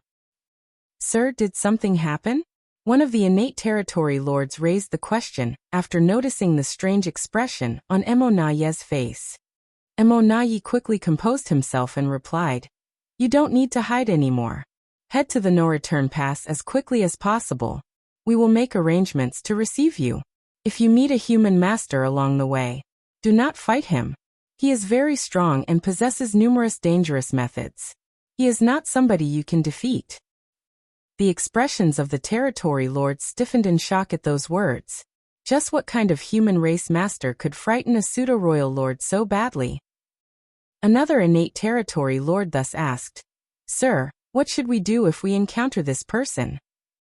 Mo Nayi answered decisively, "Scatter and flee so that as many of you can escape as possible."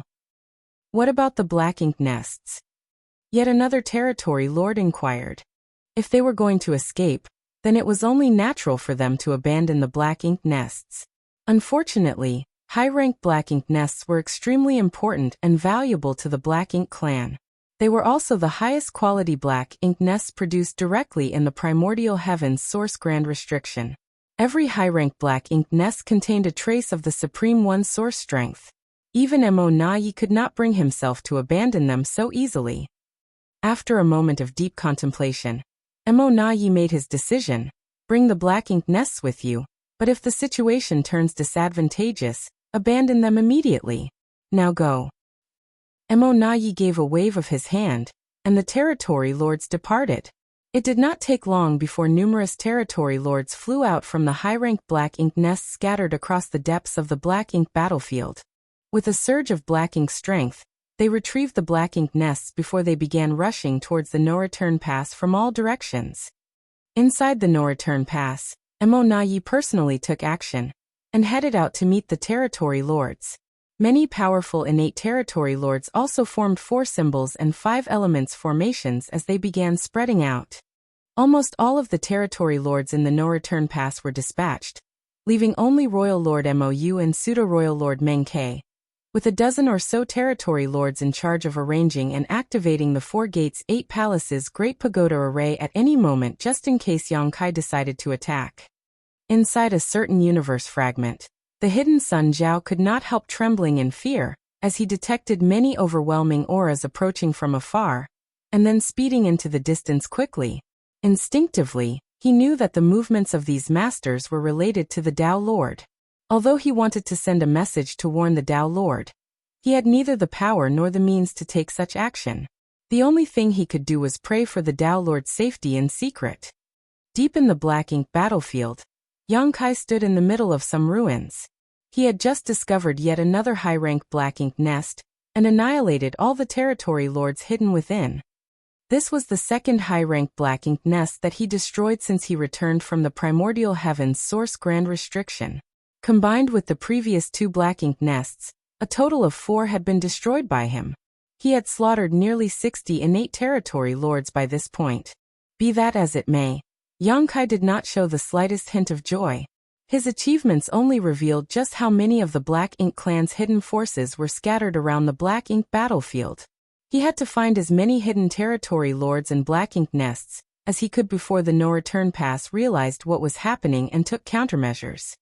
Taking out the small Black Ink nest that he obtained outside the primordial heavens source grand restriction, Yang Kai frowned slightly. The small Black Ink nest had started to vibrate once more when he was killing the territory lords earlier. Furthermore, the vibrations were much stronger than previously. Yang Kai couldn't help wondering what the Black Ink clan was trying to accomplish. The Black Ink nest had fallen silent by now, but he did not dare to pour his divine sense into it to investigate, lest he expose himself. Turning to look in the direction of the no-return pass, Yang Kai wondered whether that brat called Sun Zhao was safe. The urgency of the situation and the lack of suitable helpers left Yang Kai with no other options at the time. He was forced to randomly choose a disciple from the Void Dao Temple to hide outside the no-return pass and hold the communication bead on his behalf.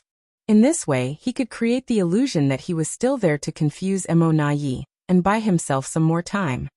Putting the miniature black ink nest away, Yang Kai embarked on his bloody journey to search for black ink nests once more. Time was running out, so he continuously activated space principles, causing his figure to flicker across the void erratically. Thanks to his previous experiences, Yang Kai had gained some understanding regarding where Mo Na Yi had positioned these high-rank black ink nests. Several days later, Yang Kai was passing by a dead universe world when he suddenly turned around and landed at a certain spot, looking around with a slight frown as soon as he touched the ground. There were strong traces of the black ink strength remaining in this area, which was rather abnormal. Moreover, traces were indicating that something had once been attached to the ground. Judging by the size, the object was not small. A black ink nest. It would seem that there used to be a high-rank black ink nest here. However, the Black Ink clan had used various means to remove it. That was why there were hints of the black ink strength lingering in the area and traces of something being attached here. Recalling how the small black ink nest he obtained previously had vibrated strongly, Yang Kai couldn't help cursing. Mo Na Yi, that bastard. Does he have a dog's nose? How does he have such a keen sense of smell? I've only destroyed 4 black ink nests so far. How did he notice so quickly? There was no way the black ink nest positioned here would be removed for no reason. Not unless there was an order from the higher-ups of the Black Ink clan. Seeing as Mo Na Yi was currently in charge of all the Black Ink clan's affairs, the order could only have come from him.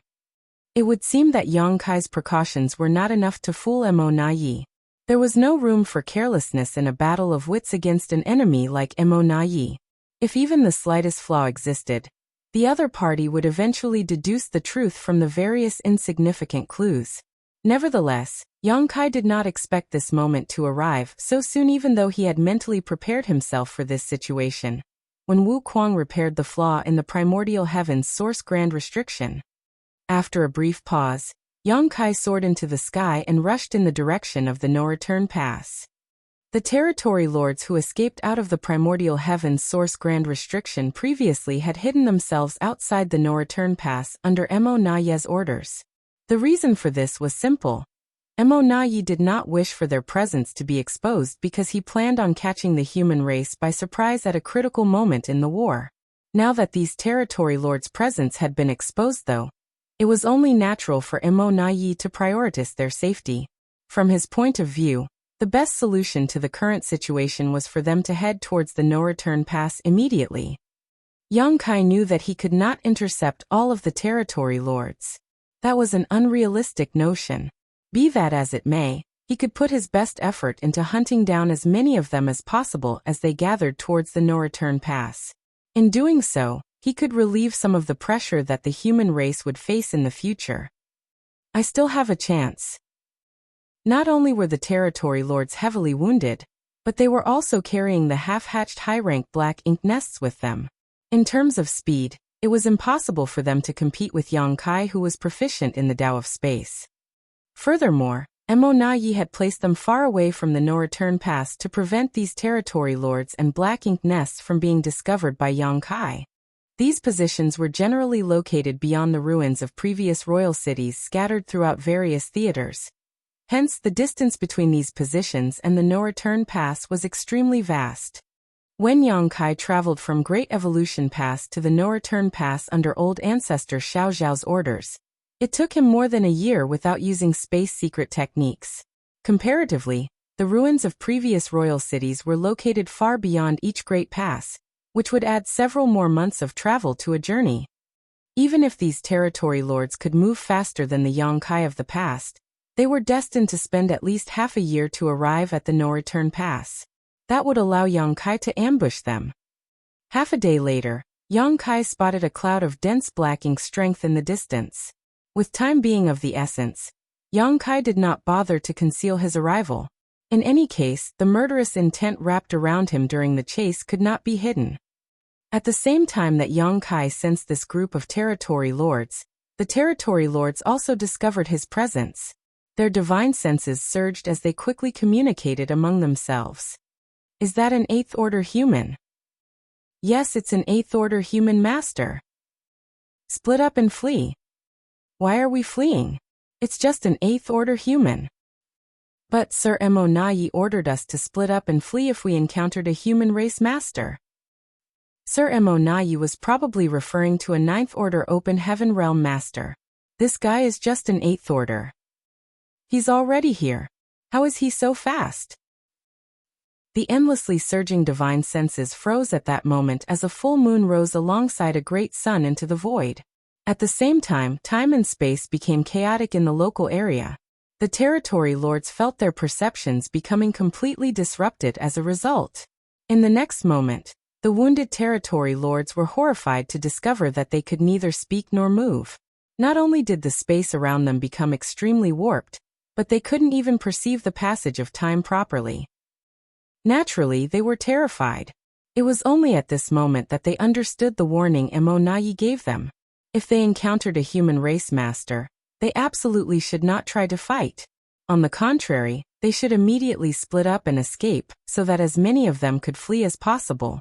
This person's methods were strange indeed, far beyond their ability to comprehend. The territory lord who previously looked down on the approaching human for only being in the 8th order open heaven realm, was filled with a deep sense of regret. He initially thought that killing an 8th order open heaven realm master when there were so many innate territory lords on their side would be effortless even if they were wounded. However, it only took a single breath for him to become the fish on the chopping block instead. He was secretly resentful that Mo had not given them a more detailed explanation. As a result, he had mistakenly assumed that Mo was warning them that a 9th order master was prowling around, and thus stupidly underestimated the 8th order human before him. The power of the sun and moon divine seal exploded as both time and space in the vast void were stretched and distorted wildly. It felt like there was an invisible millstone of space-time strength grinding everything to dust.